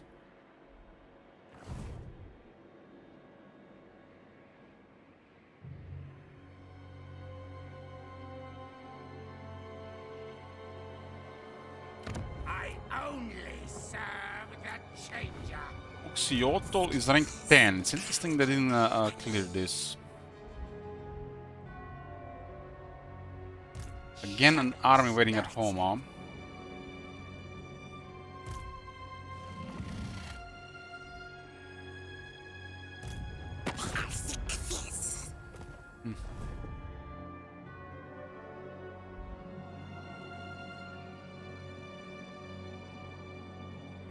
What's going on in Southlands? Teklis rank 9. Wurzag is rank 15. There's a VA going.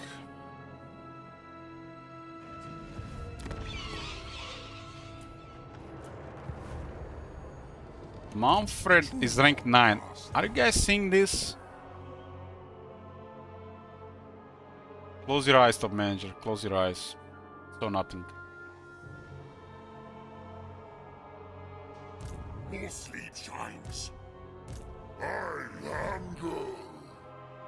We have playing testing without the miracle balance patch here. Scarburn is rank 21. The sea had the audacity to say that Khemri was overperforming. Did I dream this guy? No, I must imagine this shit.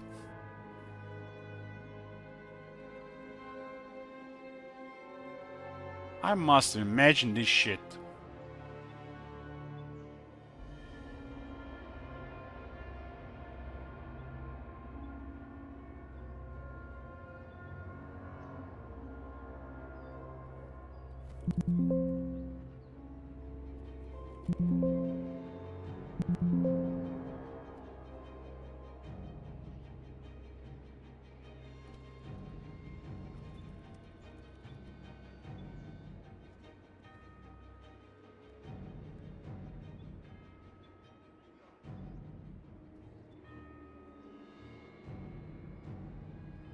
Must really imagine this. That was 6.1.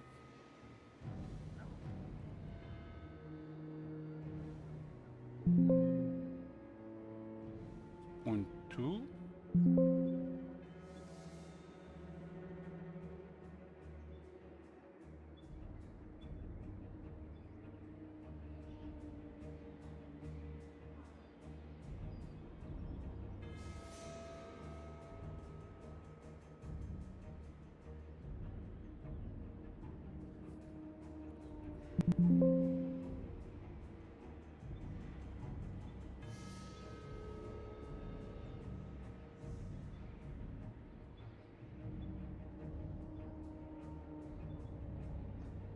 Was it a patch where they toned down the hammer stuff?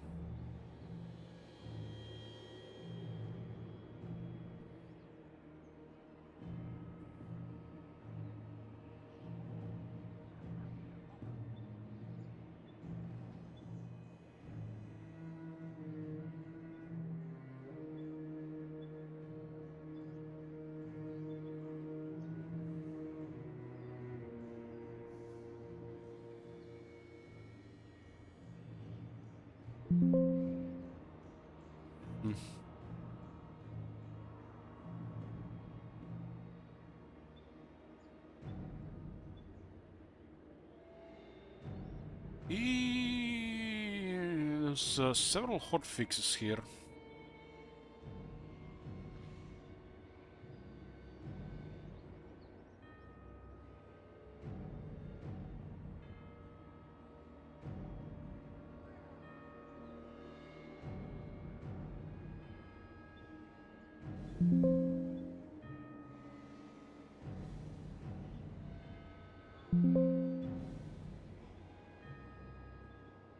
Must have been in the Proving Grounds notes.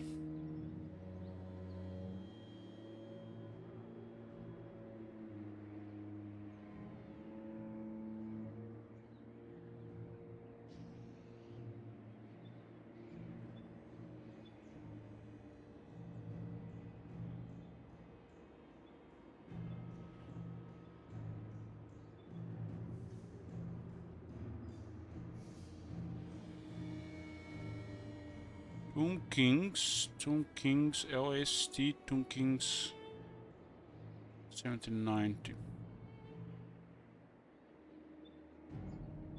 Kings.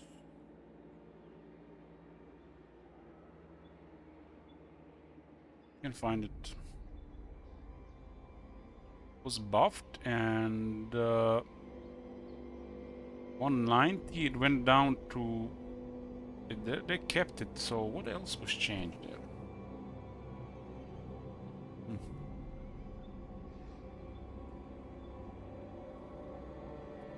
Well, now especially they can equip more than one banner of swiftness. They're most likely going to do something about it. They're gonna see that everybody's just using that. But yeah, that's the best item in the game.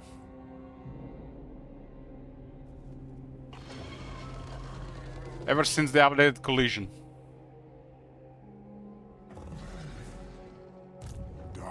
Mumford rank 9. Volkmar is rank 12.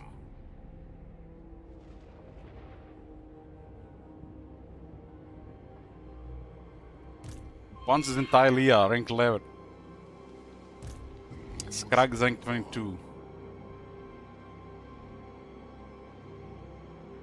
There is no way they're gonna buff Banner of Swiftness. I'm almost certain they're gonna nerf it. Just because they're gonna see everybody's using it equipped literally as the only item. Ideally, hopefully, if they nerf it, they just lower the drop chance.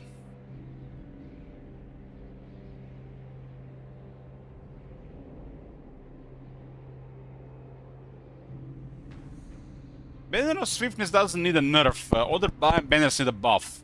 Half the banners are shit anyways. Some banners need like literally rework and triple the buff. Iron Will! Torek is rank 21.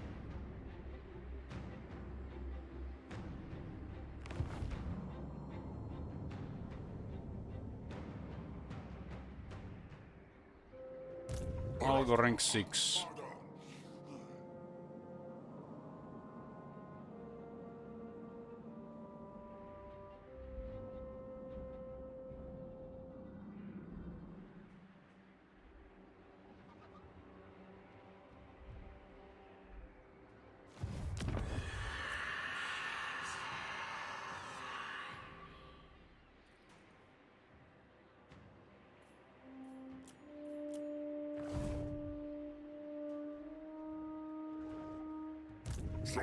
Orok rank 17.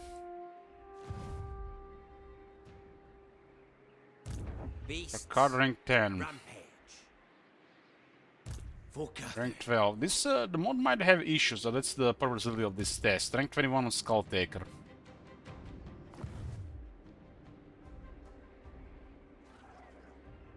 Ormazamund rank 13.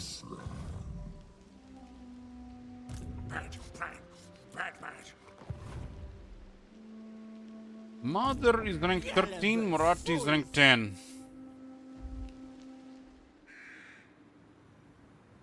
Noctilus 29. That's crazy. 29 is crazy. Alariel 22. Tyrion 14.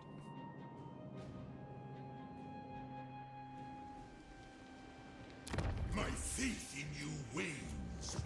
Cockroach is 11. Aletanar 18. Silostra is 18.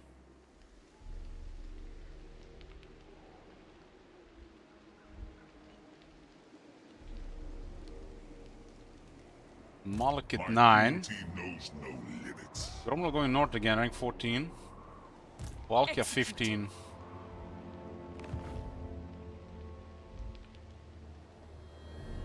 Throne 17. Seagull 12. Malus 9. Pedemius 9. Yes!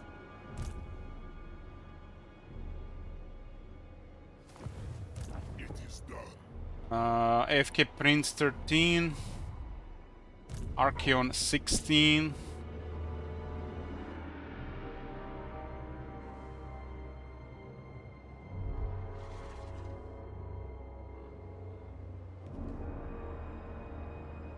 Slaughter the sheep.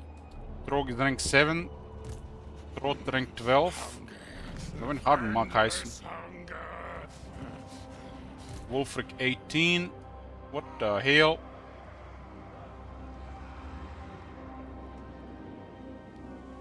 Azazel rank 9. Denied.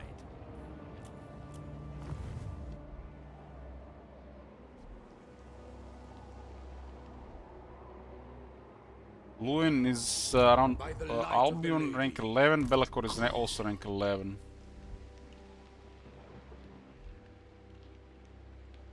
Erengrad is under control by Tsarina.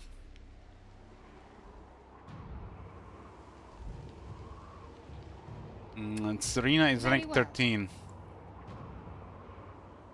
Don't see Arbol. Maybe just blind. Don't see Zulahu either. Azak rank 10, Ungrim rank 14.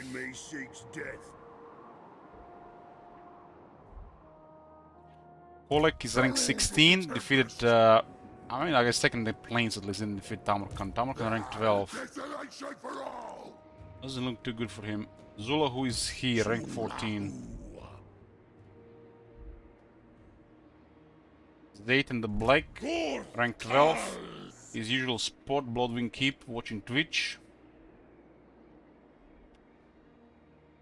Village is also at home this time, rank 7. That's strange. You rarely see Village here at this point. And also such a low rank.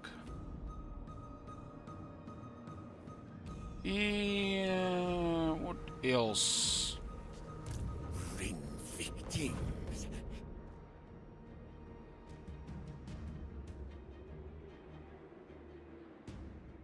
Don't see Death Master. There's a lot of Skaven here though. It is worthy. Rank 12 Mami Inc. Rank 11 Deriming.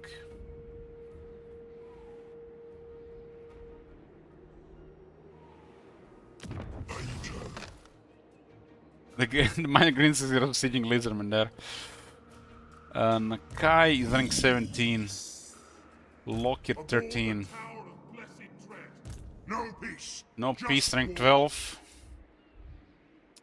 Dragon Isles in the south here.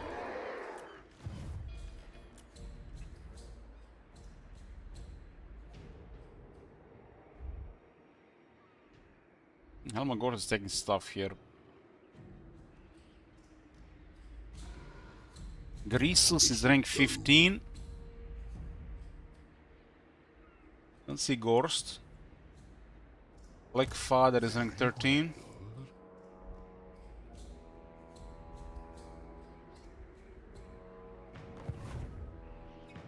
Drazoat 12. Cinderdraj. Grimgor 16.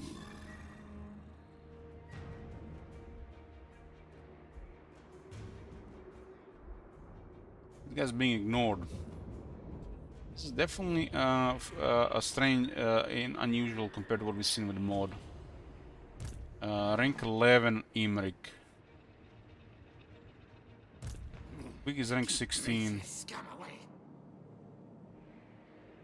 Malagar 6. Gorbat 15.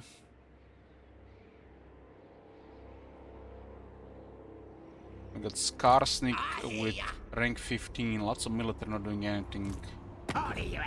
Warwick Karakazul. Board Princes. Scenery Pons. Morgur is rank 4. Wicked Claw rank 10. Grom rank 20. Ryan is rank 4. Durtu at 9.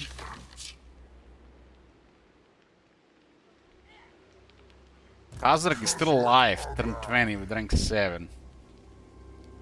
It's different. Rank 18 Vlad. Draika is rank 18 as well.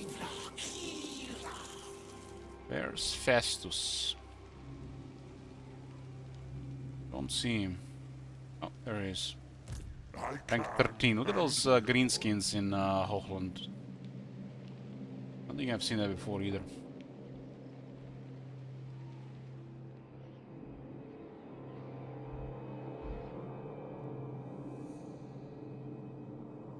Definitely unusual to what we usually see with the mod. Let's see how it progresses. Most of these mods that do change behavior, they do tend to keep working even after the game gets patched for a while. But if too many game patches happen and they haven't been updated for a while, something might go off over time.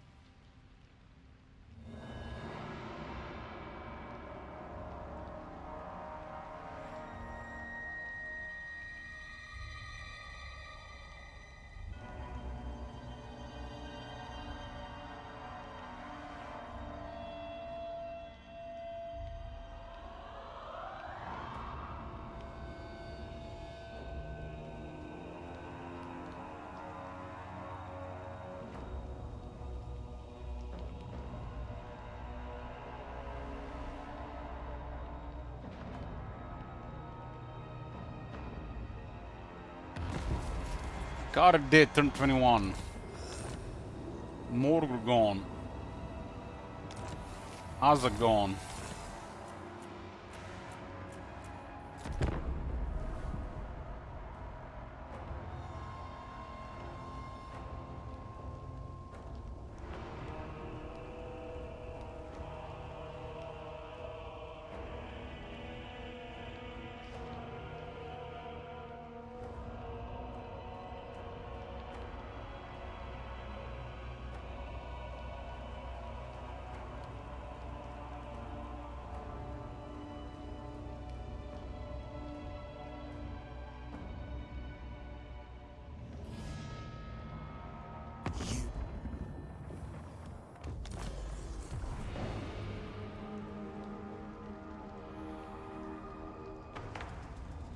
Tetra died really early this time.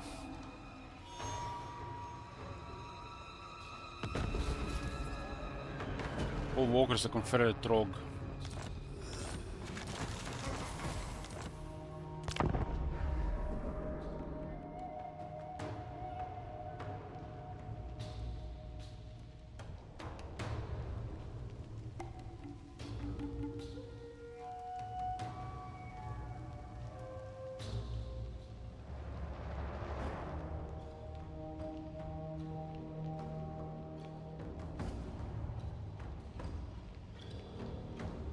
I have a feeling they're gonna be under 70 factions by turn 80.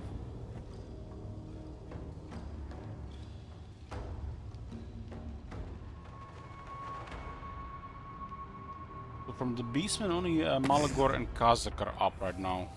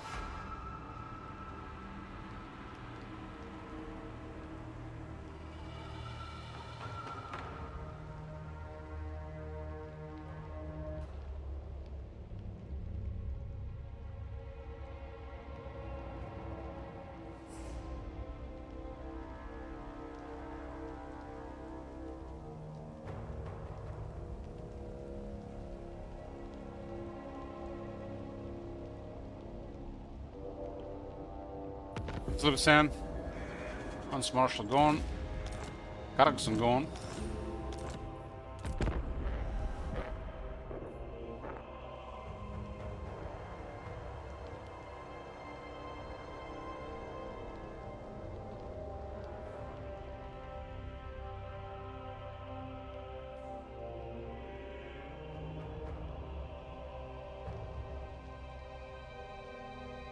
We're done with the vanilla testing. This is the first time with just the aggressive mode.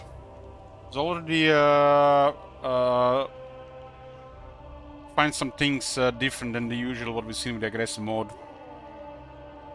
The mode might be way too old since the last update on the new version of the game. Now there's a little bit more idleness than usual.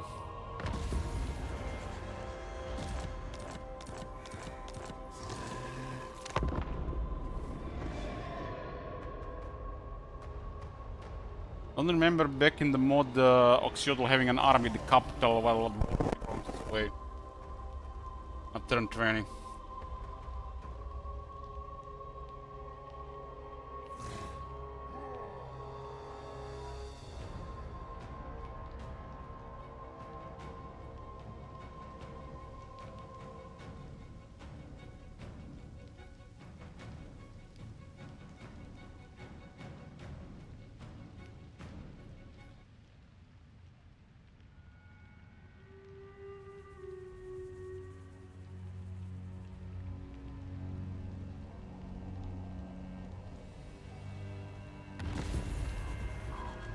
Coming down.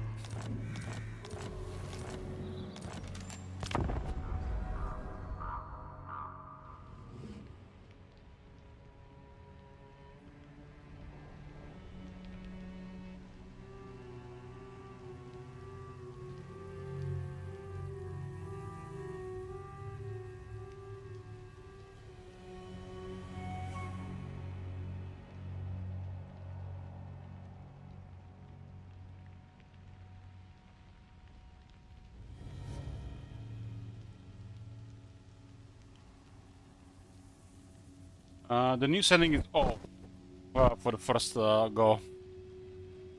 Conclusion after the vanilla test is that AI strength and the what's called the threat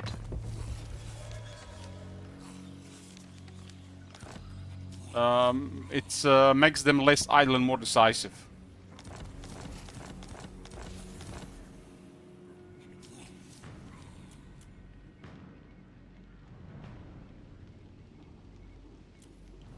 So it's better with the setting on. I think this setting will influence the mod as well, so Sam.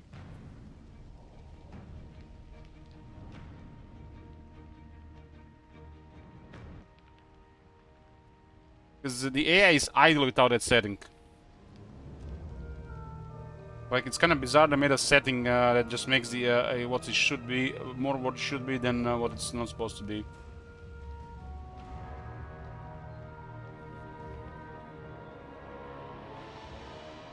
The minor AI thing setting is pointless. From one test, some factions just take longer to die. It's not like what unnatural selection can do, which is better. And the other one did work. It was definitely an improvement.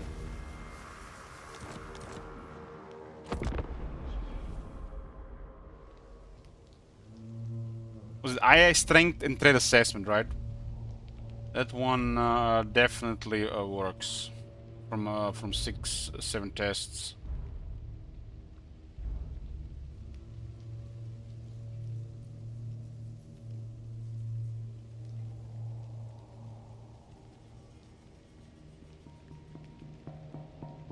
Can't believe they update the AI and they still leave it so idle. On a high difficulty as well. The idleness in Warhammer 3 just don't work.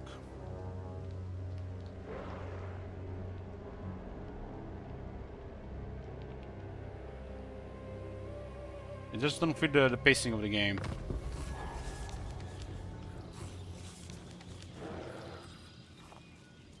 I saw a couple of factions surviving longer, that's it.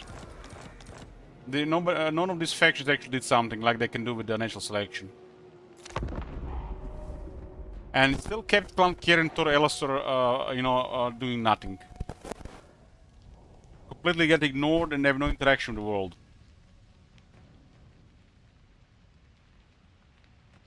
Look at this, Kazakh is still up. What the fuck?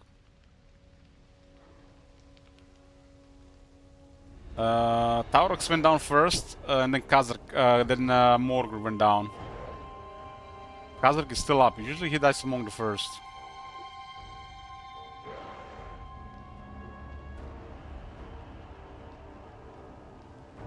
No Hearthstone now.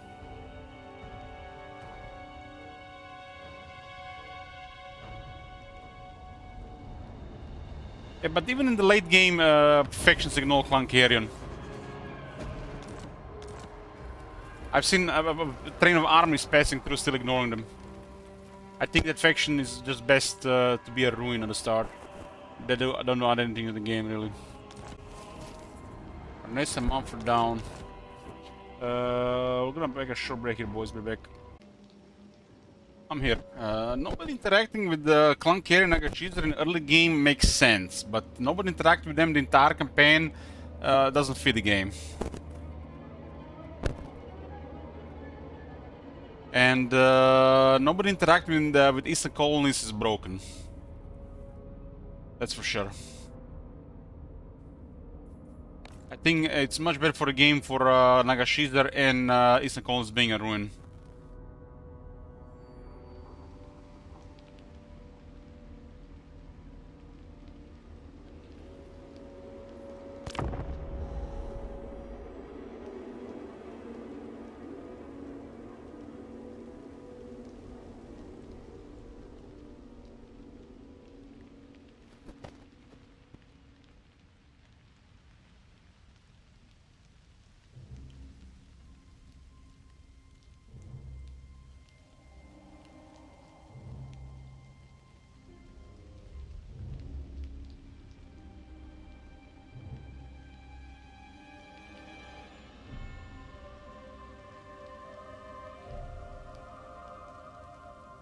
Curious to see what's gonna happen with Kazakh here.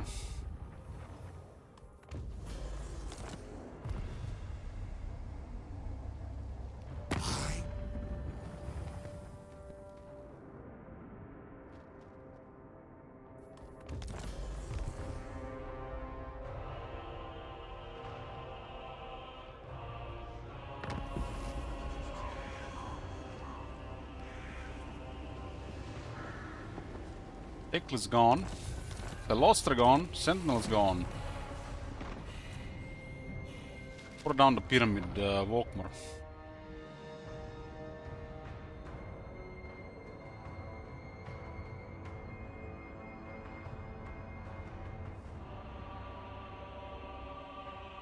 Malagor of Karun.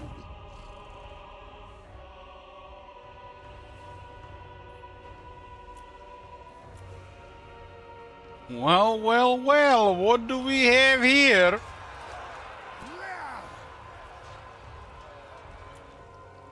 Vampires knocking down on Null. Maybe they actually occupied instead of Sekit.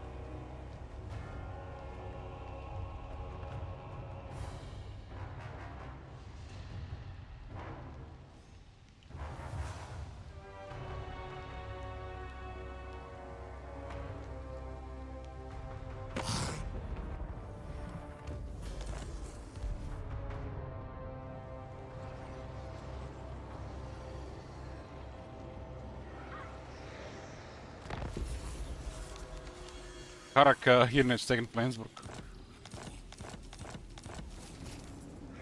What? Not a single vanilla test had this. Look at this. We're doing the first modded run, and look at this. Whistle and Null have been destroyed by Vlad. First modded run. 7 vanilla tests Vlad was up in one, but didn't destroy them. Was indecisive.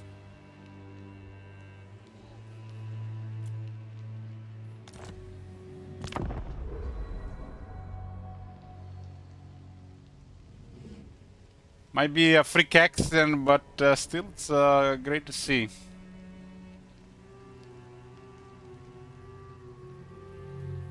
And I said we have to, you know, think that the Nuln going down by the vampires is a freak accident, nothing else.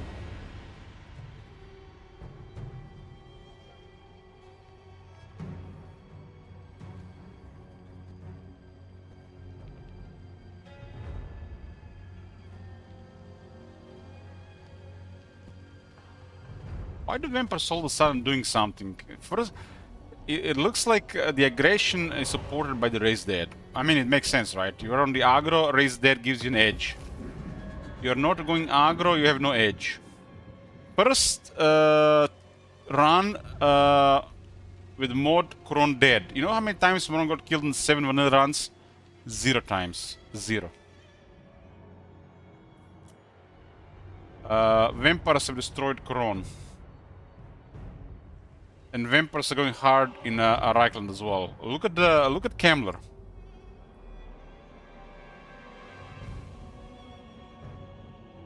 Kemmler and Vlad going crazy. I've never seen this really.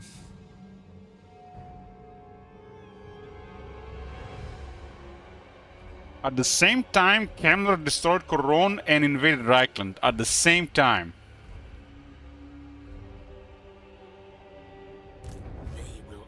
Maybe there's a Vampire Crisis mod on by the accident. Nope, it's vanilla vampires.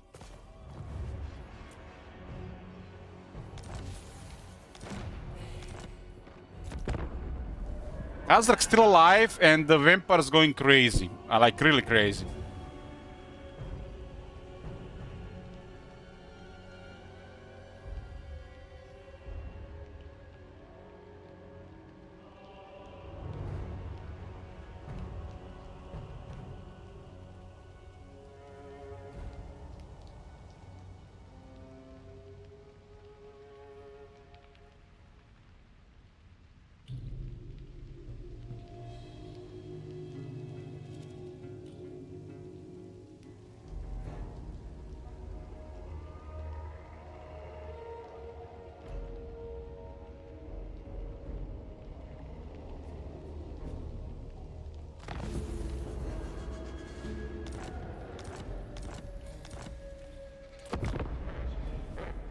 We're going to turn 80 as usual.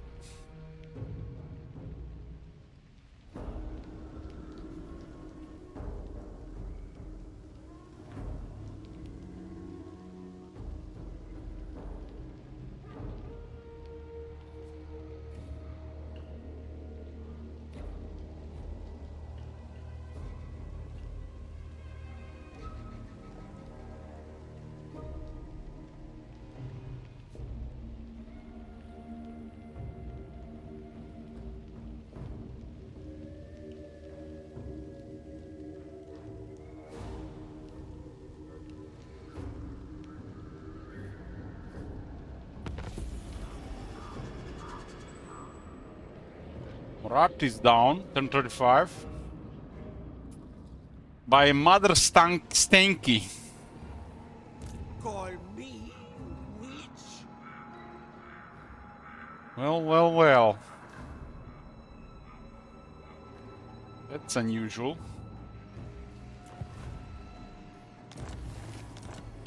Belegar is down and Grombendel is down. This is also the first time Belegar got destroyed, right?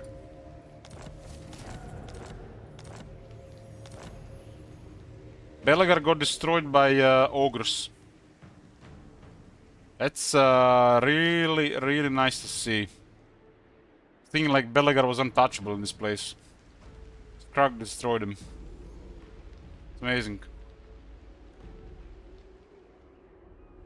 In fact, Skrark in turn on the dwarves is amazing. So Togrim is down, Belegar is down, Grombendel is down. Torek and Ungrim are up, but Torek is struggling. I mean, I guess he went north.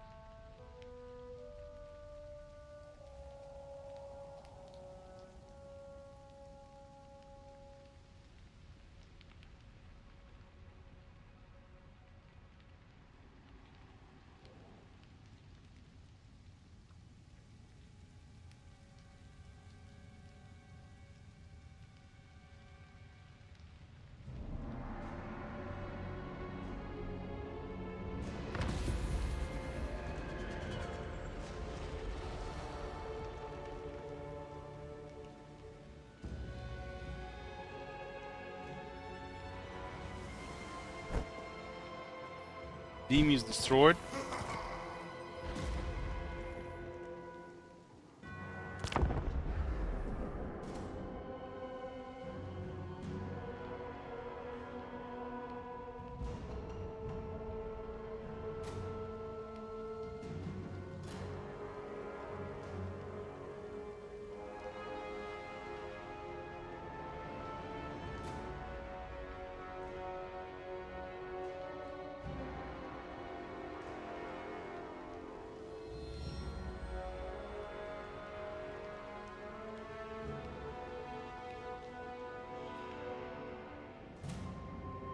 There is something beautiful about seeing vampires in Reichland. Don't you guys agree? I'm a fan of the Eternal Empire.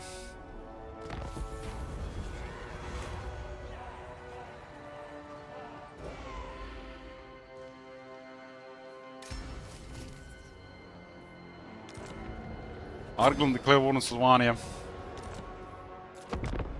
Luther loves fighting vampires.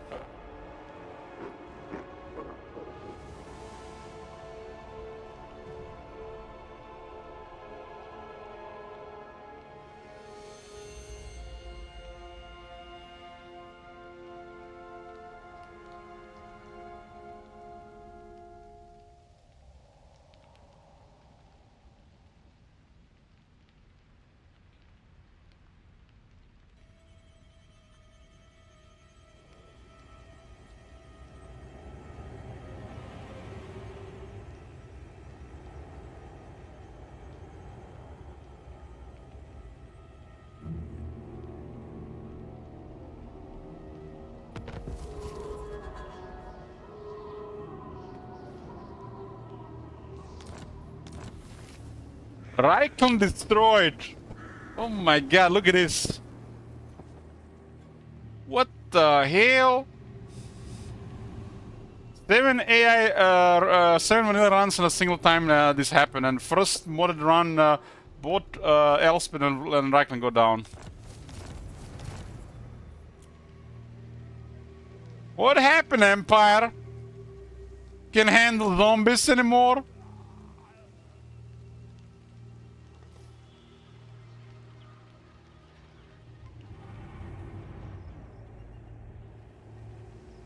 Beautiful.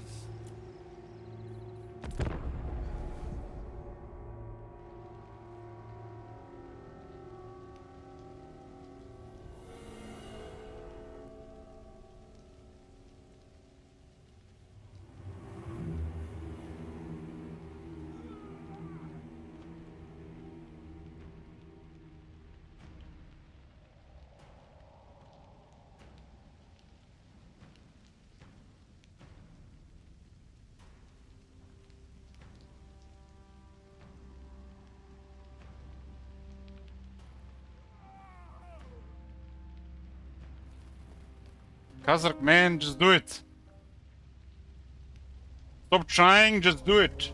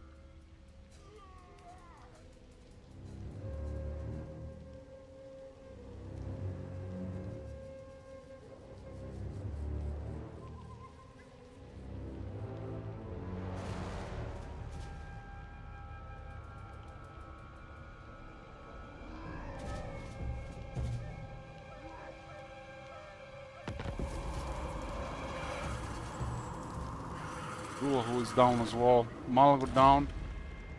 Demon Prince is gone. God damn.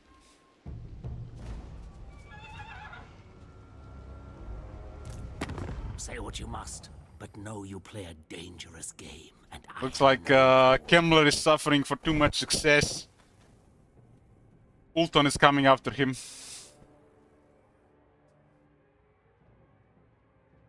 You know that you steer the hornet's nest when Ulton is coming at you in the first 4 turns of the game.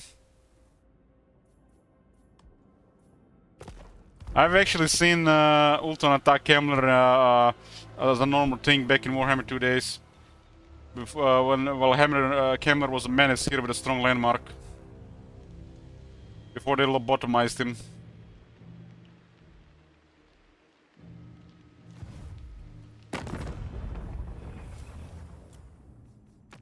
Rank 1 is Gorbat, no enemies.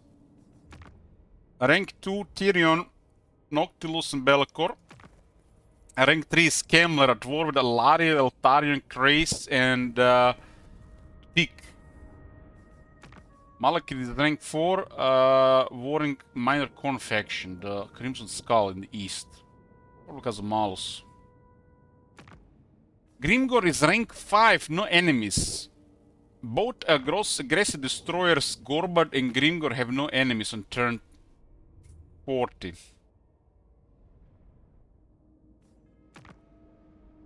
Vlad is at war with Skrag and Durtu. Iron Dragon warring Deadmaster, Snitch. Kairos at war with Oxyotl. Alethenar has no enemies. Wulfric at war with Makaison and Serena. Urzak is warring Krogar, Volkmar and Knights of Origo.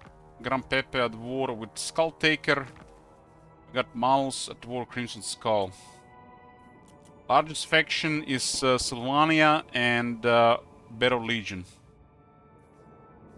Reichland and Wisla and Nuln are destroyed.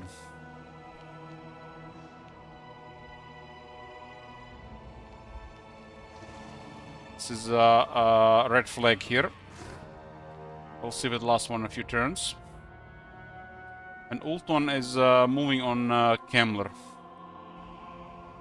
Which is then interesting, but Murat is gone, so Ulton will not suffer from the other side.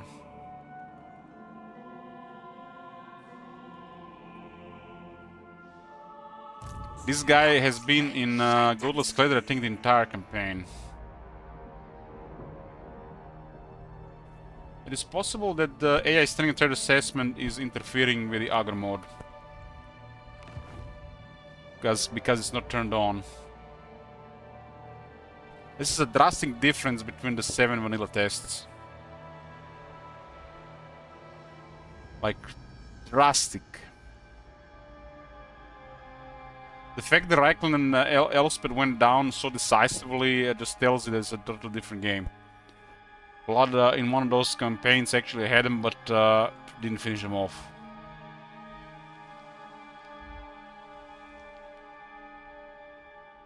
Okay, this is the start of the mid game. Let's see what's gonna happen in turn 60.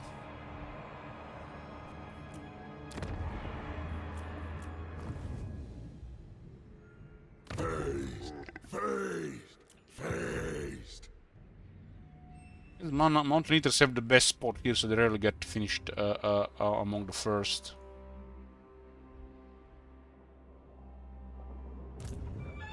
Archeon rank 28 got hairy.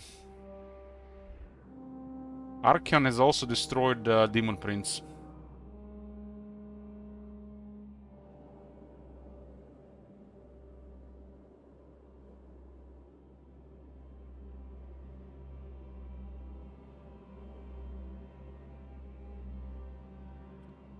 The Empire definitely the biggest price here. The Empire is really gone. It's turn 40, the Empire is destroyed. Have you ever seen that before?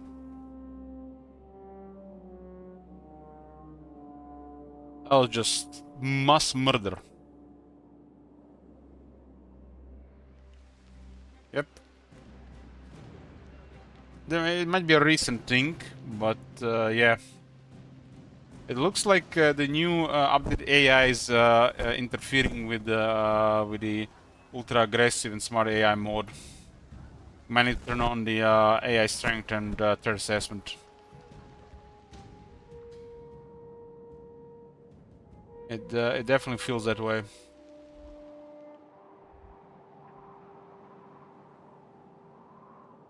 Because this was not happening before in the mode.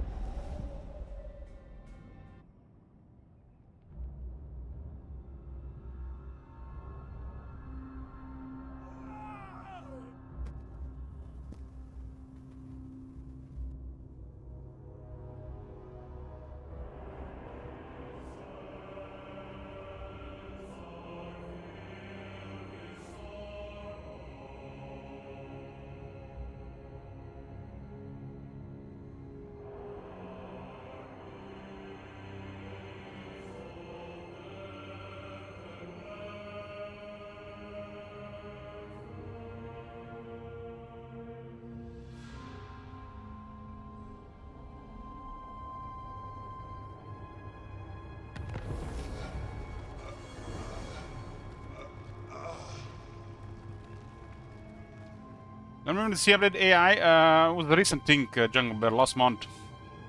Patch 6.2, right? Went over the patch notes the other day. Oh my god. Have you seen that shit? Holy shit. What the hell?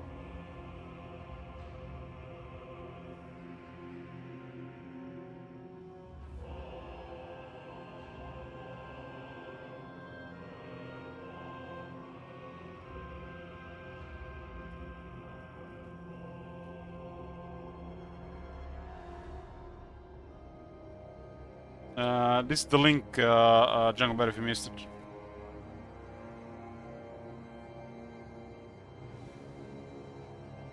Hey, Fireball, that's been just a regular patch so far. We're still waiting for the big DLC one.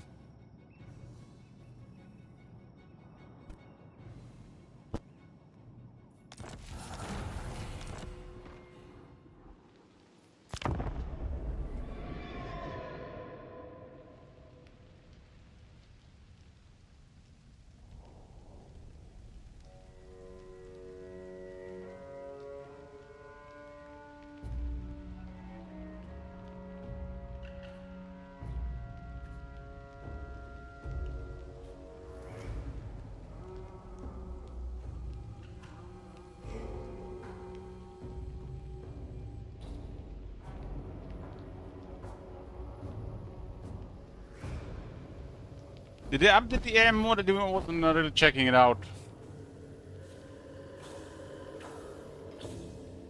I think it should. It affects with their... I mean, it's already noticeable here that they're idling more.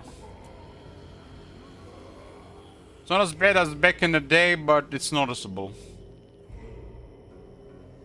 Approach me if you must. Well, some idling does make sense, but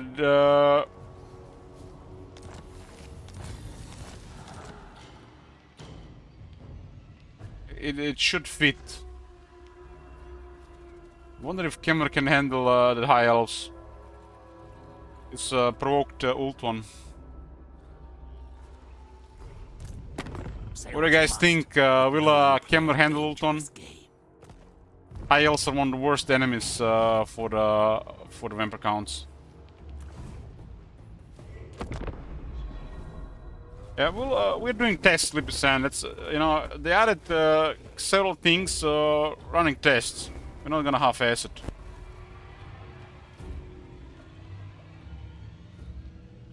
But we already made a conclusion on the vanilla test that it should be on. The game is worse without it.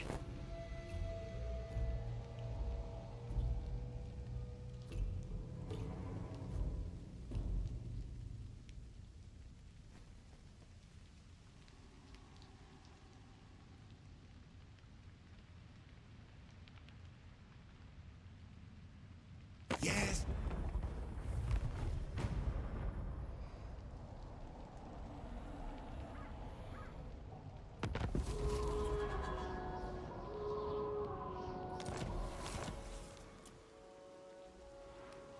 Well, the Kelner is responding to the invasion. He literally started moving the moment they moved towards him. They repelled them at Artois and they backed off. But they landed in Lioness.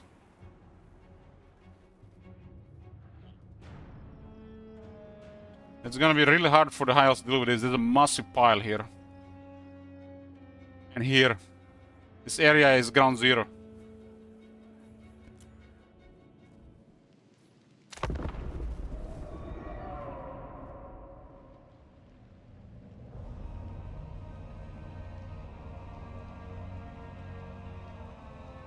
Basically, the High Elves can attack, and if the Vampires leave, they can literally get entire armies at the same turn. And just fight them off on the same turn. Especially the High Elves act before Kemler, because it's gonna be the same turn. Because if the Vampires have a follow-up after being attacked, the Raised Dead always wins.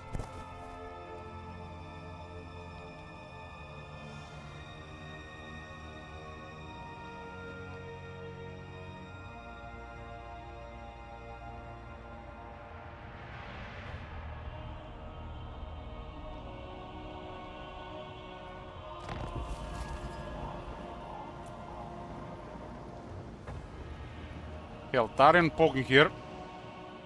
3 armies of Everes against currently 5 armies of Kemler in that area. He still has another 8 around.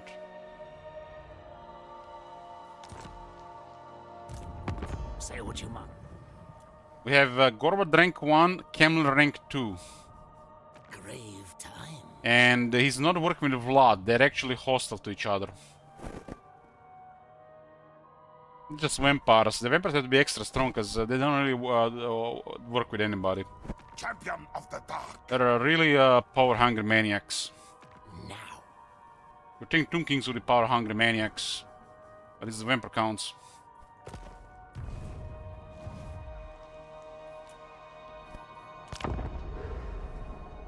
Whatever they need, they can raise dead, right? They need an army, raise dead. They need the entertainment, raise dead. They need a hot enemy girl, raise dead. They don't need no friends.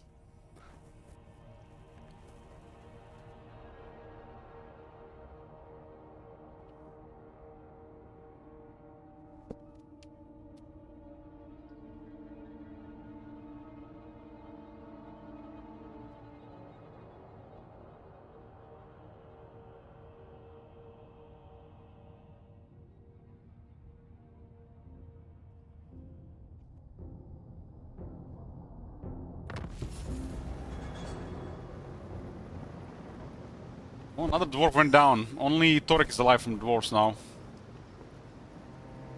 What happened, Eltarion? What happened? Where are your armies? High Elves poofed. Spread the rot. This camera has no chill. No High Elves. Where's Eltarion's 3 armies?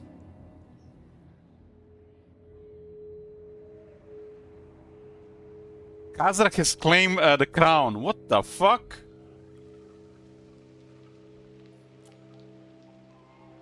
What the shit? He has a Hearthstone? What the hell? We have spy satellites telling where Khazrak is?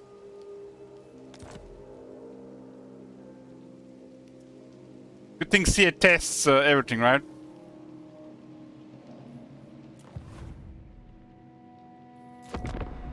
This has to be the most impressive Khazrak yet.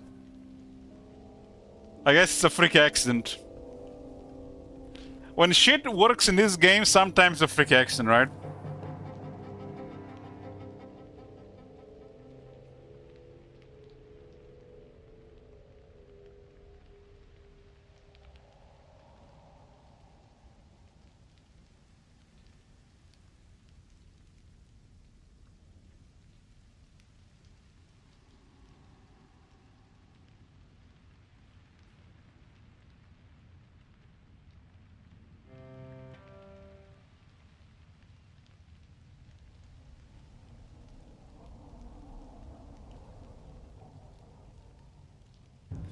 We did 7 vanilla tests, top manager, vampires useless in all of them. Even when Vlad was winning, he was losing. Couldn't handle the Empire. Here, first test, Elspeth destroyed, brutally effective, Reichland destroyed by 2 different vampire factions. And Kemmler was fighting Reichland and Corona at the same time. Must have been like a lucky pile.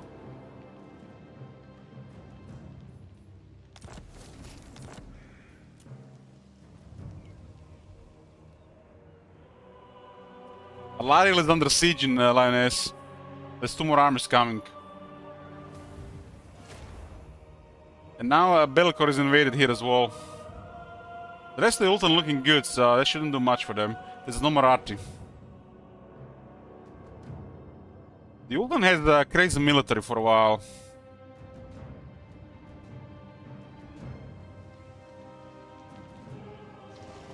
Vlad is fighting Durtu. I do not And Skrag, and Gorbat.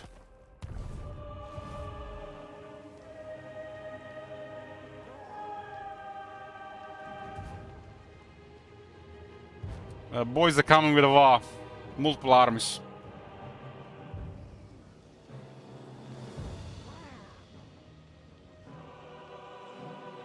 We're just doing a test to see the AI before we start tuning it more.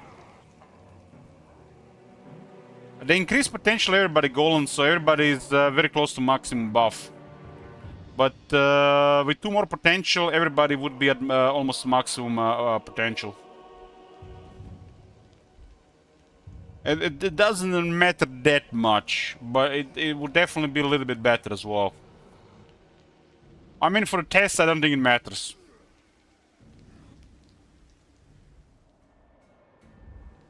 I mean, have you seen Togrim earlier, Goland? At 19 armies. 19! 19 armies of angry dwarves.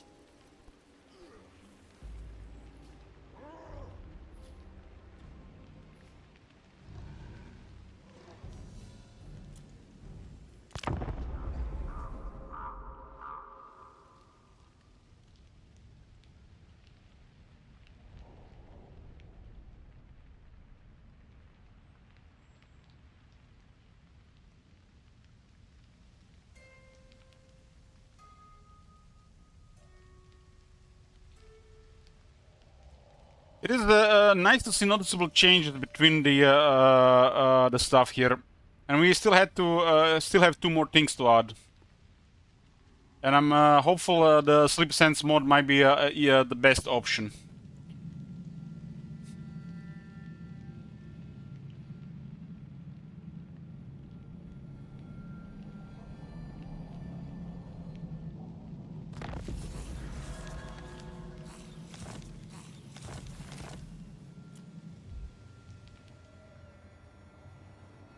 Alariel has fled Lioness and immediately taken the city.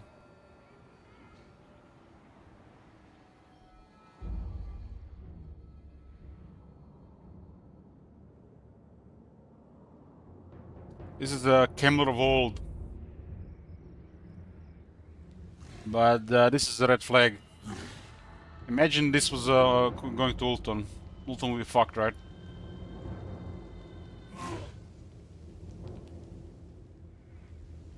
But they consider Vlad a threat, so they keep military nearby, but there's too much military here. This is needless besieging. This is a bug they've really never fixed. But they got main Durtu army there, so I guess it makes a little bit sense. But it still is needless besieging, just the Vlad has too much there.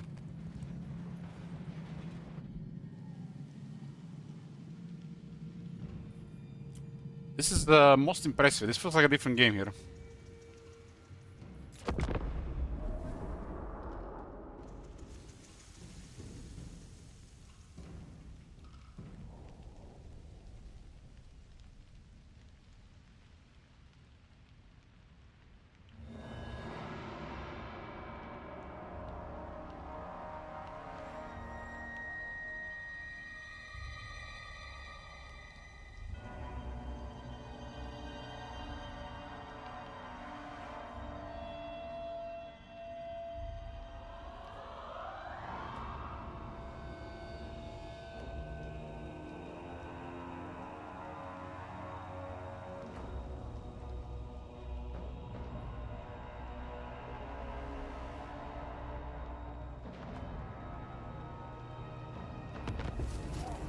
Village is gone. And Clanation. They in the Black Destroyer village. That does happen sometimes.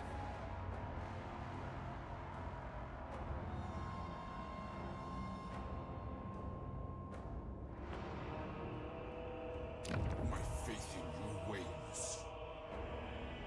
On pass.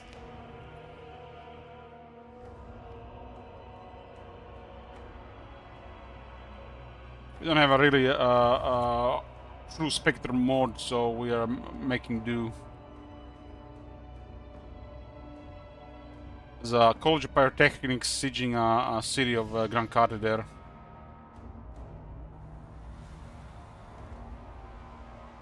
Kemmler is starting to invade Ultron, but he landed in Be'lakor territory. I think this is the issue with the update of the game. The mod is suffering from it. By enabling the AI strength and threat assessment, this should be fixed. If this went to Ultron together with Kemmler, Ultron had no chance.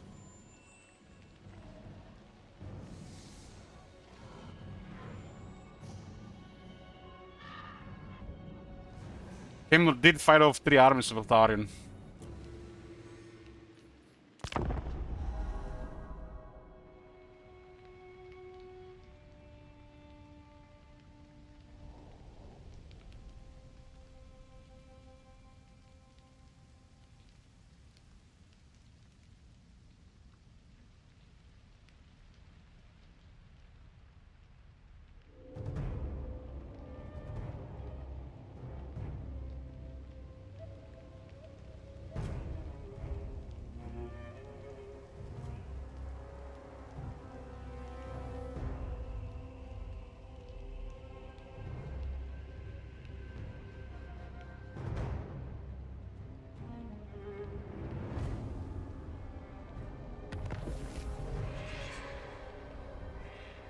Cockroach is gone. Krace has been destroyed. Be'lakor has occupied Krace. At least half of it.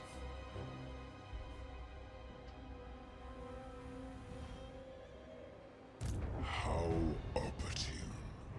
Gorst is hunting high elves in the waters. Gorst Kemmler. This guy is Gorst here. Is a Gorst name.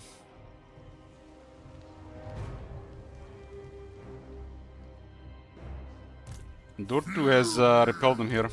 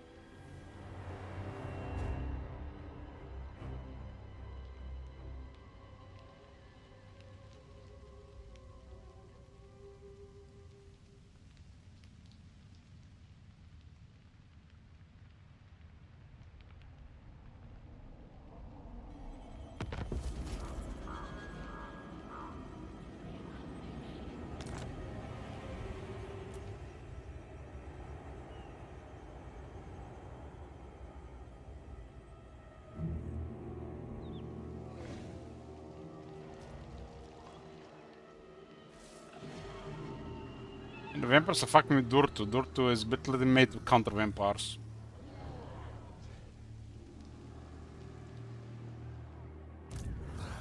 Kazakh has been chilling here for a while. Crown for the Beastman gives you ruination per turn. Interesting. Crown makes the Beastman get minus relations with all factions faction-wide. Oh no. So much for the Beastman diplomat.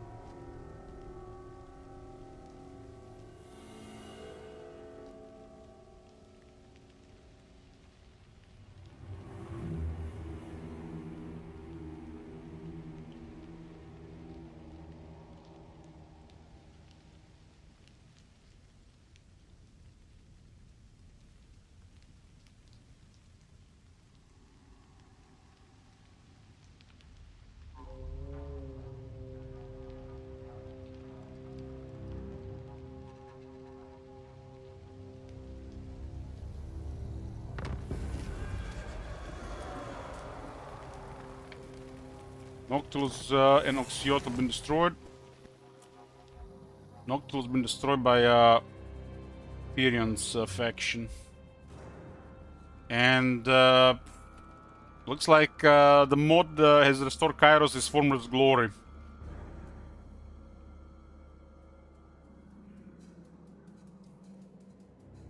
If anybody should be spooky on this side of the map is Kairos and his faction.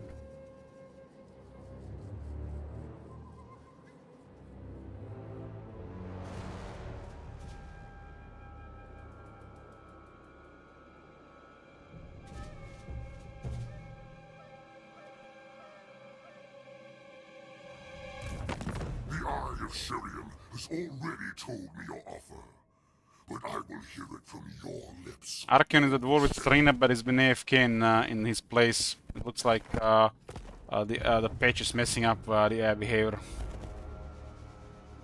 I'm gonna turn on the AI strength and trade assessment, should fix it.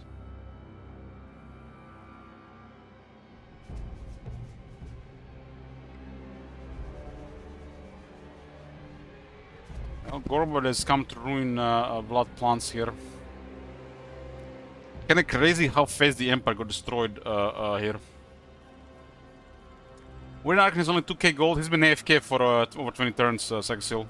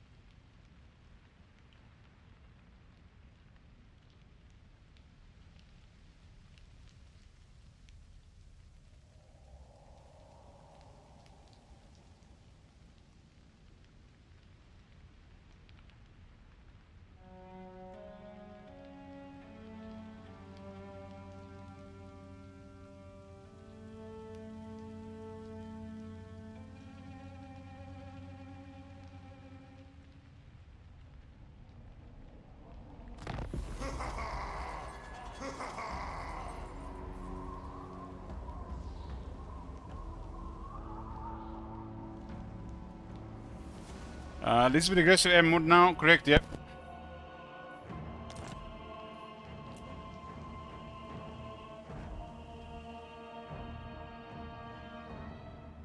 Kemmler has arrived on ult 1.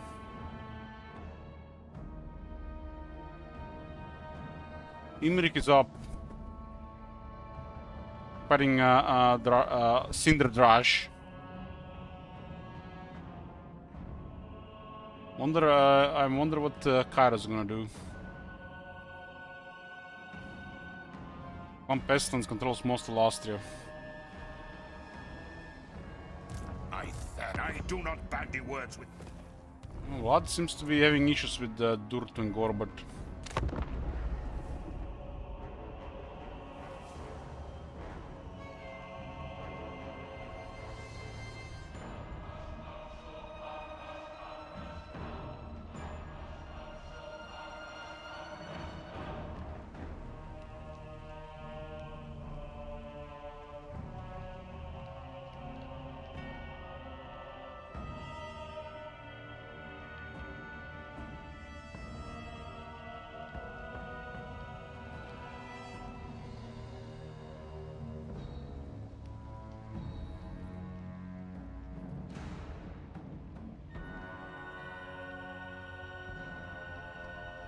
Imrik is the fun favorite. Like, I feel like a lot of people like Imrik, especially that Judge Hortler.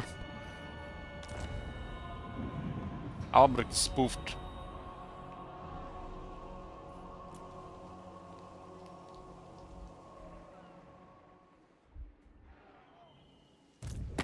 Say what you must, but know you play a dangerous game, and I am no pawn. This might be the first time Ultan collapses from the east.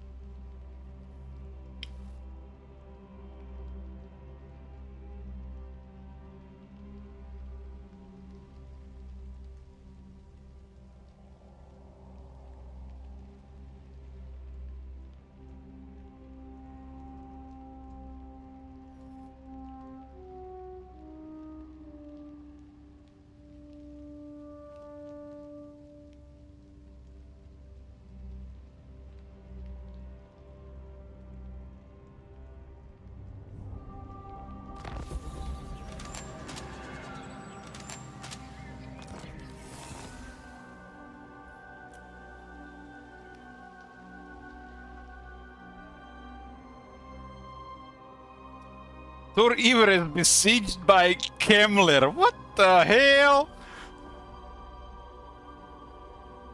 This one actually requires besieging. 40 units in there.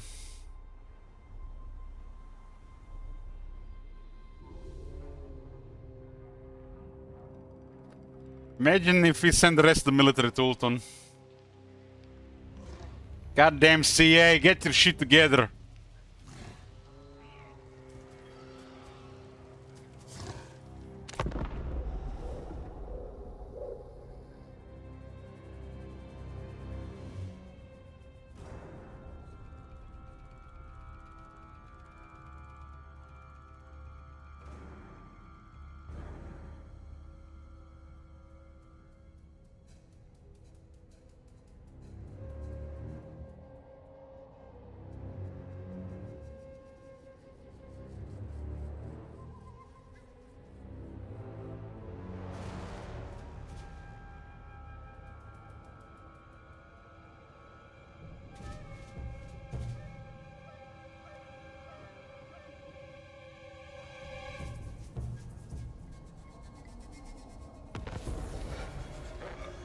Destroyed the Daughters of the Forest.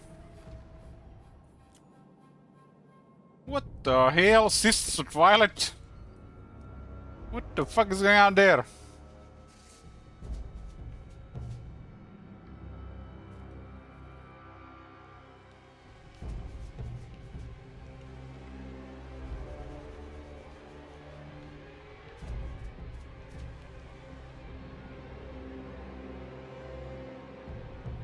Damn, they didn't besiege Tor Iver's for more than a few turns. Look at this. Tyrion is coming now. So I don't think they can beat Tyrion forces with only 4 armies. It bugged, didn't get a pile here.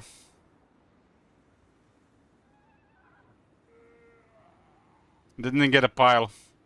It's supposed to be a 14-unit pile here. Sometimes happens when the garrison's involved.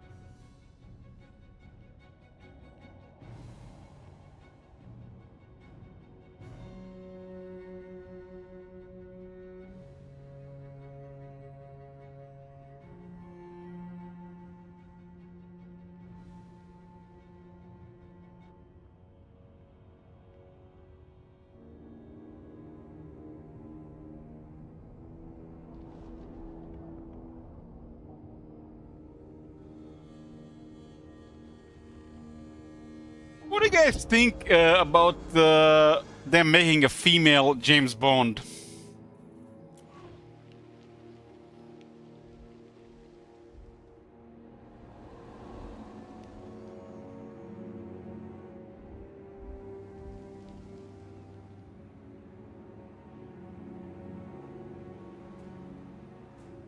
I have something to say about this. I am fine if they make a female James Bond under 2 conditions. Under 2 conditions. If her name is still James Bond, that's one condition, and the second condition if she still sleeps with women.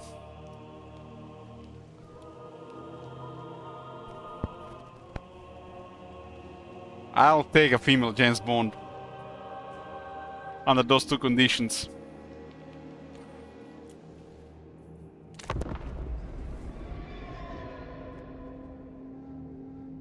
No other way will be acceptable for me.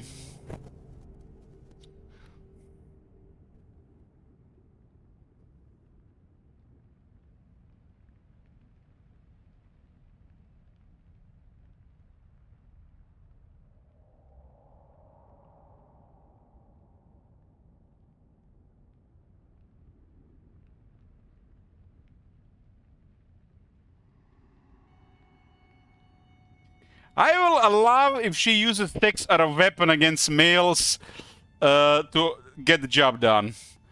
But she should still be a womanizer.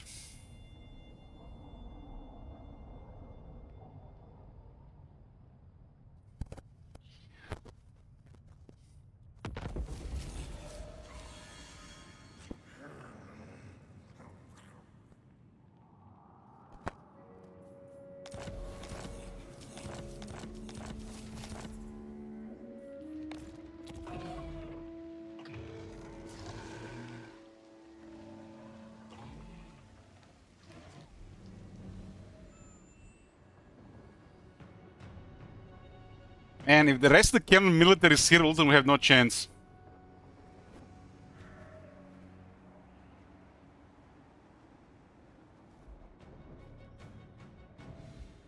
Doesn't make any sense to have James Bond being a woman, but I'll accept it if it's if they use the same name and if she chases if she is after women.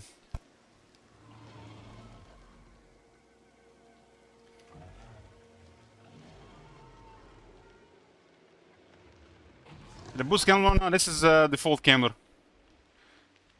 Vlad has murdered Elspeth and Cameron has murdered Kuron and Reichland. Agro vampires have momentum because of Ray's dead. So if they're on the offensive, they can go do very well, especially if the Ray's dead gets created a pile. Remember, they're the OG Ray's Dead faction. Before even Regiments of Renown or other Ray's Dead mechanics. It's still the strongest thing about vampires.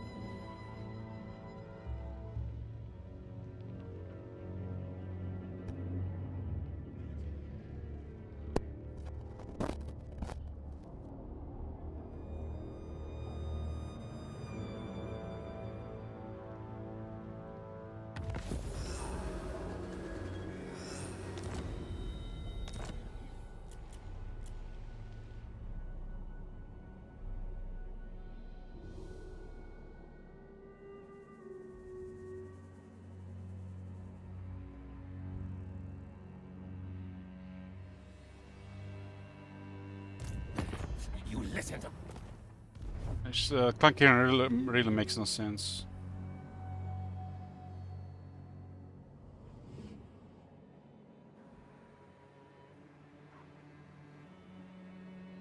Seven armies of Cameron Ultron, but Tyrion is waiting here. Looks tough for the vampires here. Tyrion is probably a tier 4 here. At least tier 4 units. Be'lakor is struggling to go to the other side.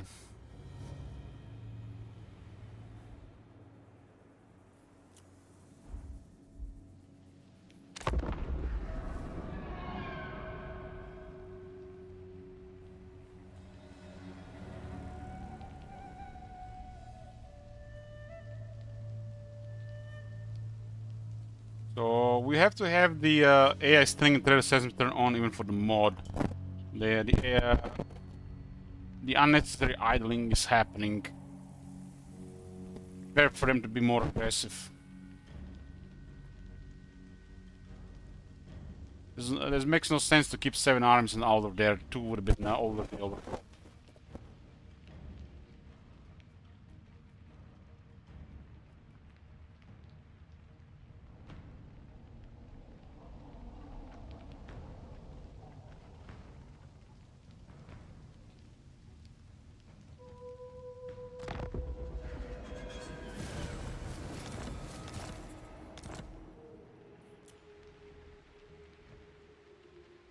Vlad is dealing with Gorbat.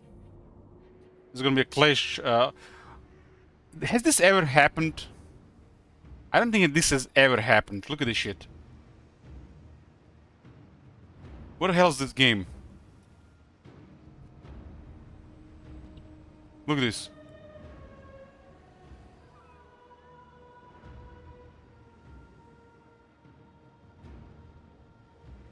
It's possible that the changes to the AI has definitely improved some of the further behavior of the mod. All that changes the mod too.